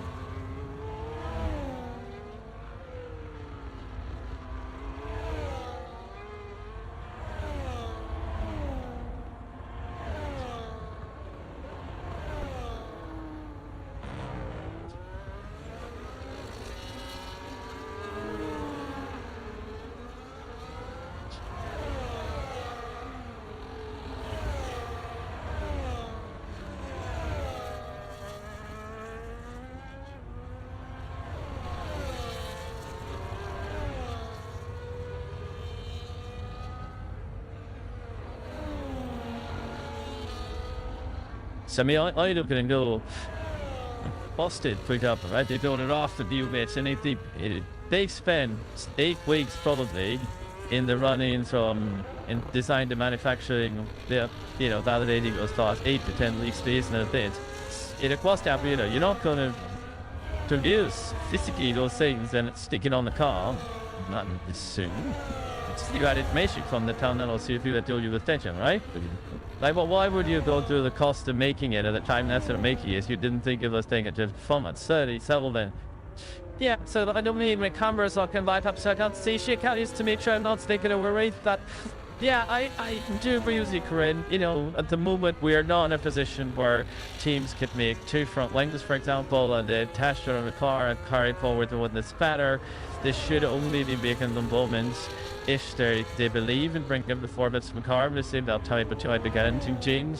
So, that does scream of correlation issue. That should also scream as of a team that is under pressure to bring off-mage to the car, check, even if they may be or sure that they're going to definitely showing performance. So, it's not clear really which way we'll never are privy to that attribution. One, the side thing is the chance rich, the key times of the system of minor, the potential the key times of like high, and even you could maybe that they also part like so maybe it is even scope for development, and when such aero designer comes online next week, and he's gonna see a drawing fast. That's what the intention is. When if your cars were a clean sheet of paper, but then you can very quickly add to version. It's quite complex. You end up having to change your rear wing in order to up the front wing, whereas if it's clean sheet, you can just add bits to it continuously and maybe that's a quicker development direction. It's not clear to me. I'm not to the get too far down that road. Thanks, Benny. Jury says got some race simulation traces for us. Yeah, one as much the Daddy Allison wage, and yeah, leading up to today's race itself. Yesterday, more than big to obtains a race team making from their lorries out in front of the Red Bull. We thought that with the Benny Charles. Today, you only had 2 of the teams of the Big 4 and 2 iterations. You wanted again because of the actually felt. It's my reaction that gas to bus and gas is about fuel temperature. Yesterday, the lander is actually gas.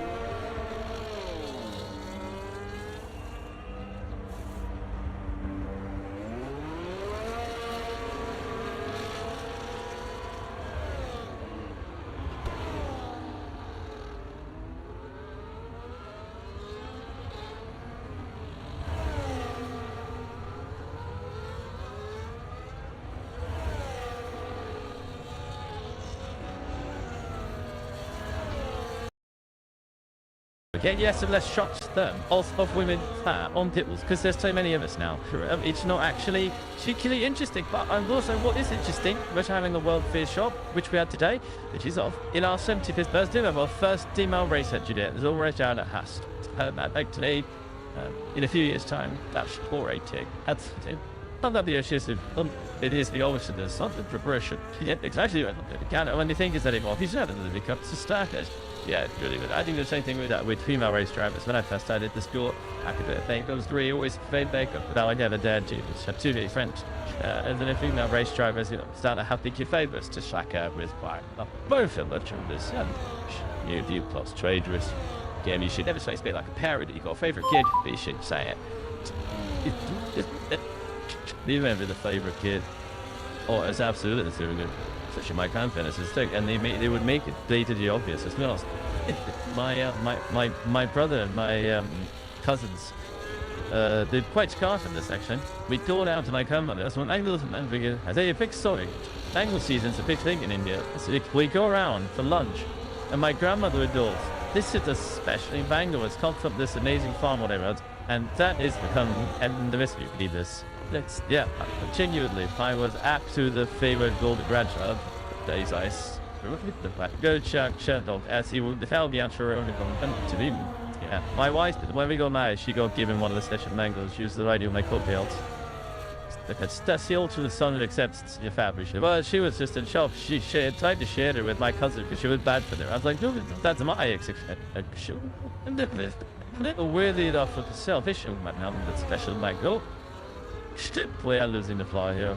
Just have the full British. I just definitely first stumbled onto mango chest. This afternoon, did think we were going down that, but unthought this. We into the 22 hour of testing. So this pre-season, so Stuart Batista, you did you? Yeah, five times. Did you finish involved? Yes, 4 times. So you're actually concentrating for a whole day. That you sometimes. But by this site, I really did this. Especially considering your low 22 hours. I played this sense to show race.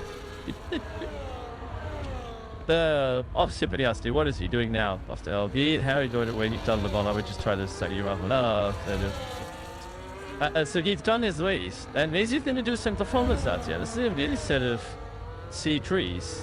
Then, yeah, never looked at this. Have it see it ever first section. He's half a second down. Shamba call that. I believe he's doing a bit of tongue work. There's an air raid snap adjust. He did now tiered it out 10. We shall see whether or not he had pitched at the end of this lap or if he stated this yesterday, didn't they, Lando? Yeah, also, you know, the bolt and pitch stop practices. They did some practice pitch stops, and in fact we actually saw one of them, didn't we, with the spy that you mentioned. Hey, that there was definitely a spy. There were Lando. I mean, he's pushing on, isn't he? Look, we saw Lando yesterday doing. Then we went through the mini sector Lando, then pulsed. The CPS to the first invest in the middle sector, 38 compared to the 38 all. And through this stuff then for somebody else there. You tell me how many laps the tires have done. I don't think they're well. Instead of going, he's going to select him. Yeah, they did it. Thanks, they brand new child doing a 13.6, and this does look like the beginning of a mini qualifying sim to finish off the day. He's with Peter's mirrors side by side to see what's. Yeah, it's quite wide deal. Obviously, the 11. So he turns in. Daddy, then understand his eyes to big old level. But some see that why he's so flat to the next one, but. Did he dumped a little bit of lap time with that? God, look at the rear floor profit just bouncing off the ground. It's so impressive to watch just how much energy goes through these cars. Show away, see? Change something. Actually, like my favorite stat, this one needs 2 drivers in the plant. On their birthday, it's all yep. I don't need it. It's like look, the Malaysia, it's shaving it, race the roofs. It's better take it above all races. And this year, we have 2 opportunities for drivers to join the special J-Talk Jumbo Racing Club. Starting with the Chinese Ball Free and Blake's album, and continuing the week after with the Japanese Ball Free and Oscar Piastri. Hey, to say that if not other of those two edge will have a chance to join the exclusive booth. Yeah, I think one more than the other, but which is not sits before. Yeah, it does been about duration issue before. Yeah, let's happen to the quick lap here. So it's first and best first sector, pick down behalf the down of stealth in the midi sector, but you'll see what the last sector of the lap does. Pretty much in the little section here to the light. That seems to be the full section, I think, on this track. The little section there, but not necessarily mighty, but good enough. In the final sector for Max Verstappen to put in 29.66, he goes fastest on that C3 tire. It wasn't that sort of trained last year. He's similar when you had corners from sort of full 5-6 gear corners. Between 150 to 220 kilometers out, that sort of age, and the Titan was just devastating. And the midi-sector lap is made up of that. Yeah. The Red Bulls 2 got a bit of efficiency in sectors 1 and 3. You see, it's the replay max. It is a replay max while we watch this. That's Max going wide, so that would have been deleted, disallowed. Let's come down to the paddock. Now, winter with Petro to that reception. The extra sounds let me in the pit lane. Actually, so on pit lane side, and that drove as very kindly joined me. Obviously, the needs of the shot today was that Love show wasn't very well. He would come in the afternoon session, turn the launches help, take it out to the running. How is not doing? Because it must be bad to have not to complete a day of running like that.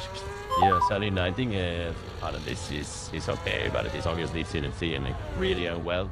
It was good that he got a in the park and he had a very good test with Phil actually trying different things in the suspension, and it was very positive, but he could have not do. He was really struggling. He pushed himself to the maximum. We had Fernando available, and by the way, he's not feeling great either. I mean, he has a bit of a cold, but obviously feeling much better than. And now it was finished the thing. Which is we also had Felipe Dubovic here as well. So when we were, let's say we were covered as a team, but we wanted, to give Lance and Fernando the most equal number of lap bumping on. There you had them and taking tests in speed with what's happening to this final today. And also a push with one as well.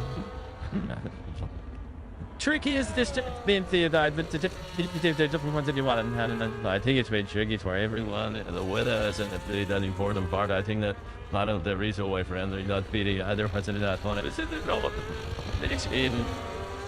it's been tricky in the sense that there's a lot of things that will not be relevant for the race here, because we will, by April, the backup digit will be much higher up.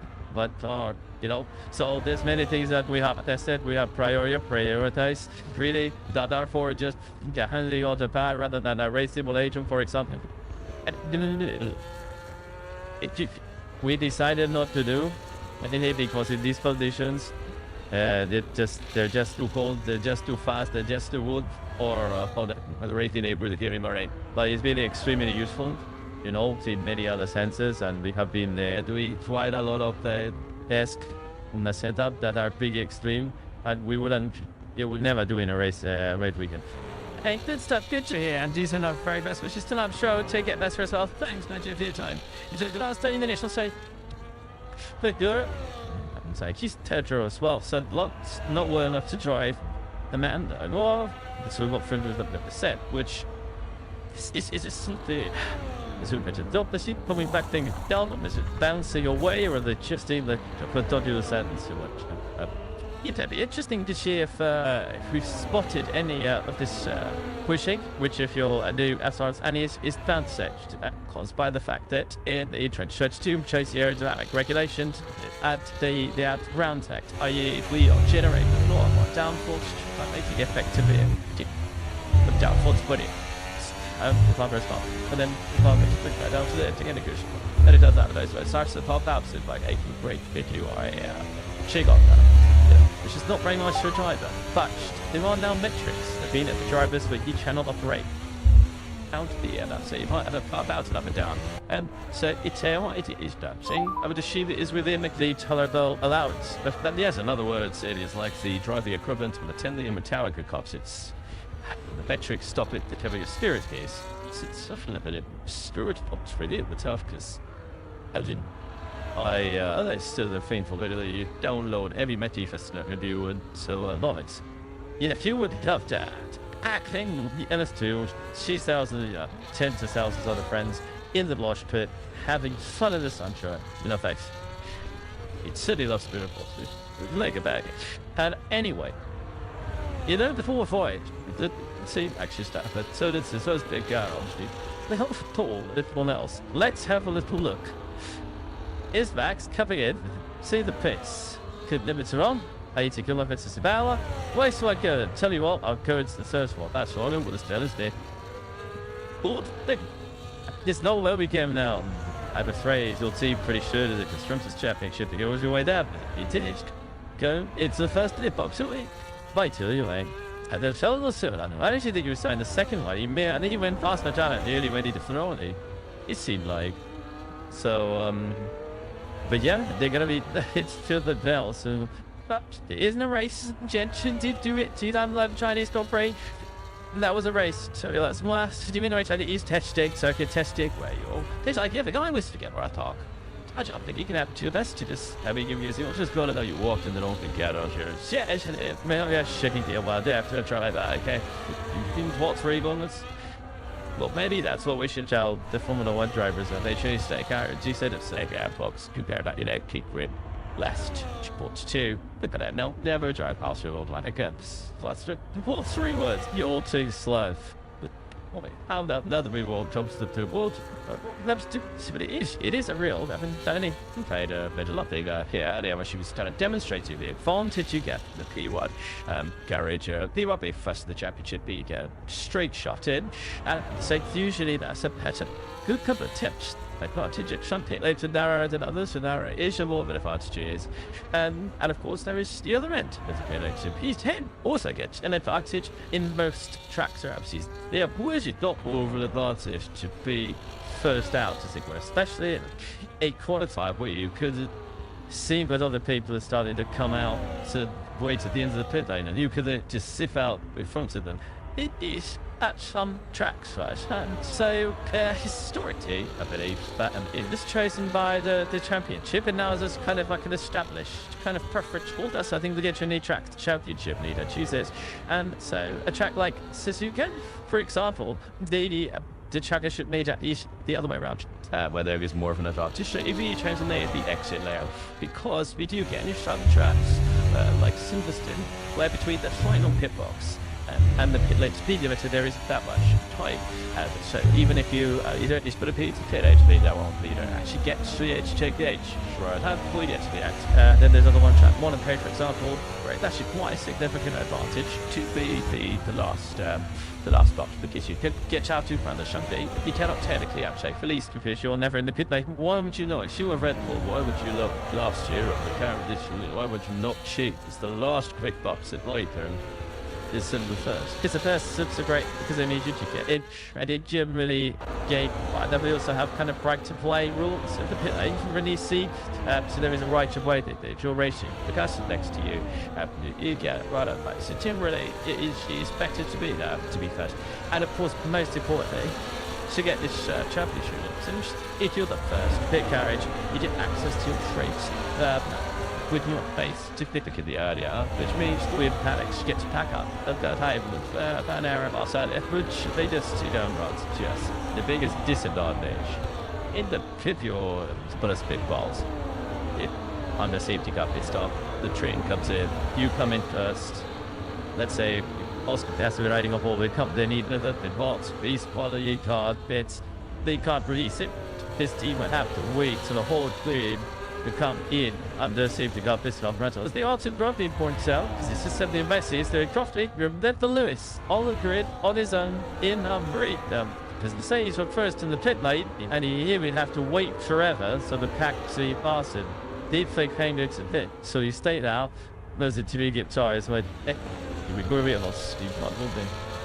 they have changed quite a lot of the regulations there, but actually Jonathan Wike, when he became the man with the number 1 pit box, obviously, to round us to make it point breaks what the so what the disadvantages you are aggregated because of the years to get from people your secondary they are dual disadvantage and then there's specifically stuff weight girls propagating by commercial the 40 way skills is more but the go up it yeah so you do BSD does exactly real rosters it's dark double him to yeah I just think Mochi and the car just so dealt with that many sector once again it's like the door that many sector where those don't how speak corners are the attack moves into its own and all these triggers are called already the Williams is sector 1 or 3 but the midi thought the left can't see very short is sector 1 and goods and low way on Alex L1 I see density in the fact one of the sector it's happening sandbagging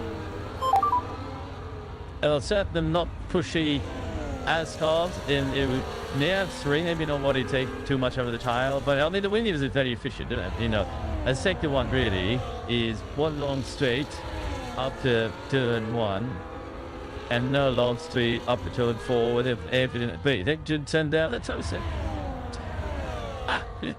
let's see what's this one really wise your SETI was the best time in the middle sector that's where most of the corners are so if you're running if you got more L-force then yeah, it could be. No, I'm totally guessing, but just trying to play super sleeps without the numbers. Riddis has got super sleeps with the numbers. Did we? Yeah, so in terms of the gap between Gastry and the a significant amount of it was on the chase. So 5 seconds is on the chase, which needs to be the guy just yeah, but it maximum tells my Jim you made a compensate in low speed corners for about 2 tenths of that run because and merely attempting meters in it so you could just the Benadryl they were better off.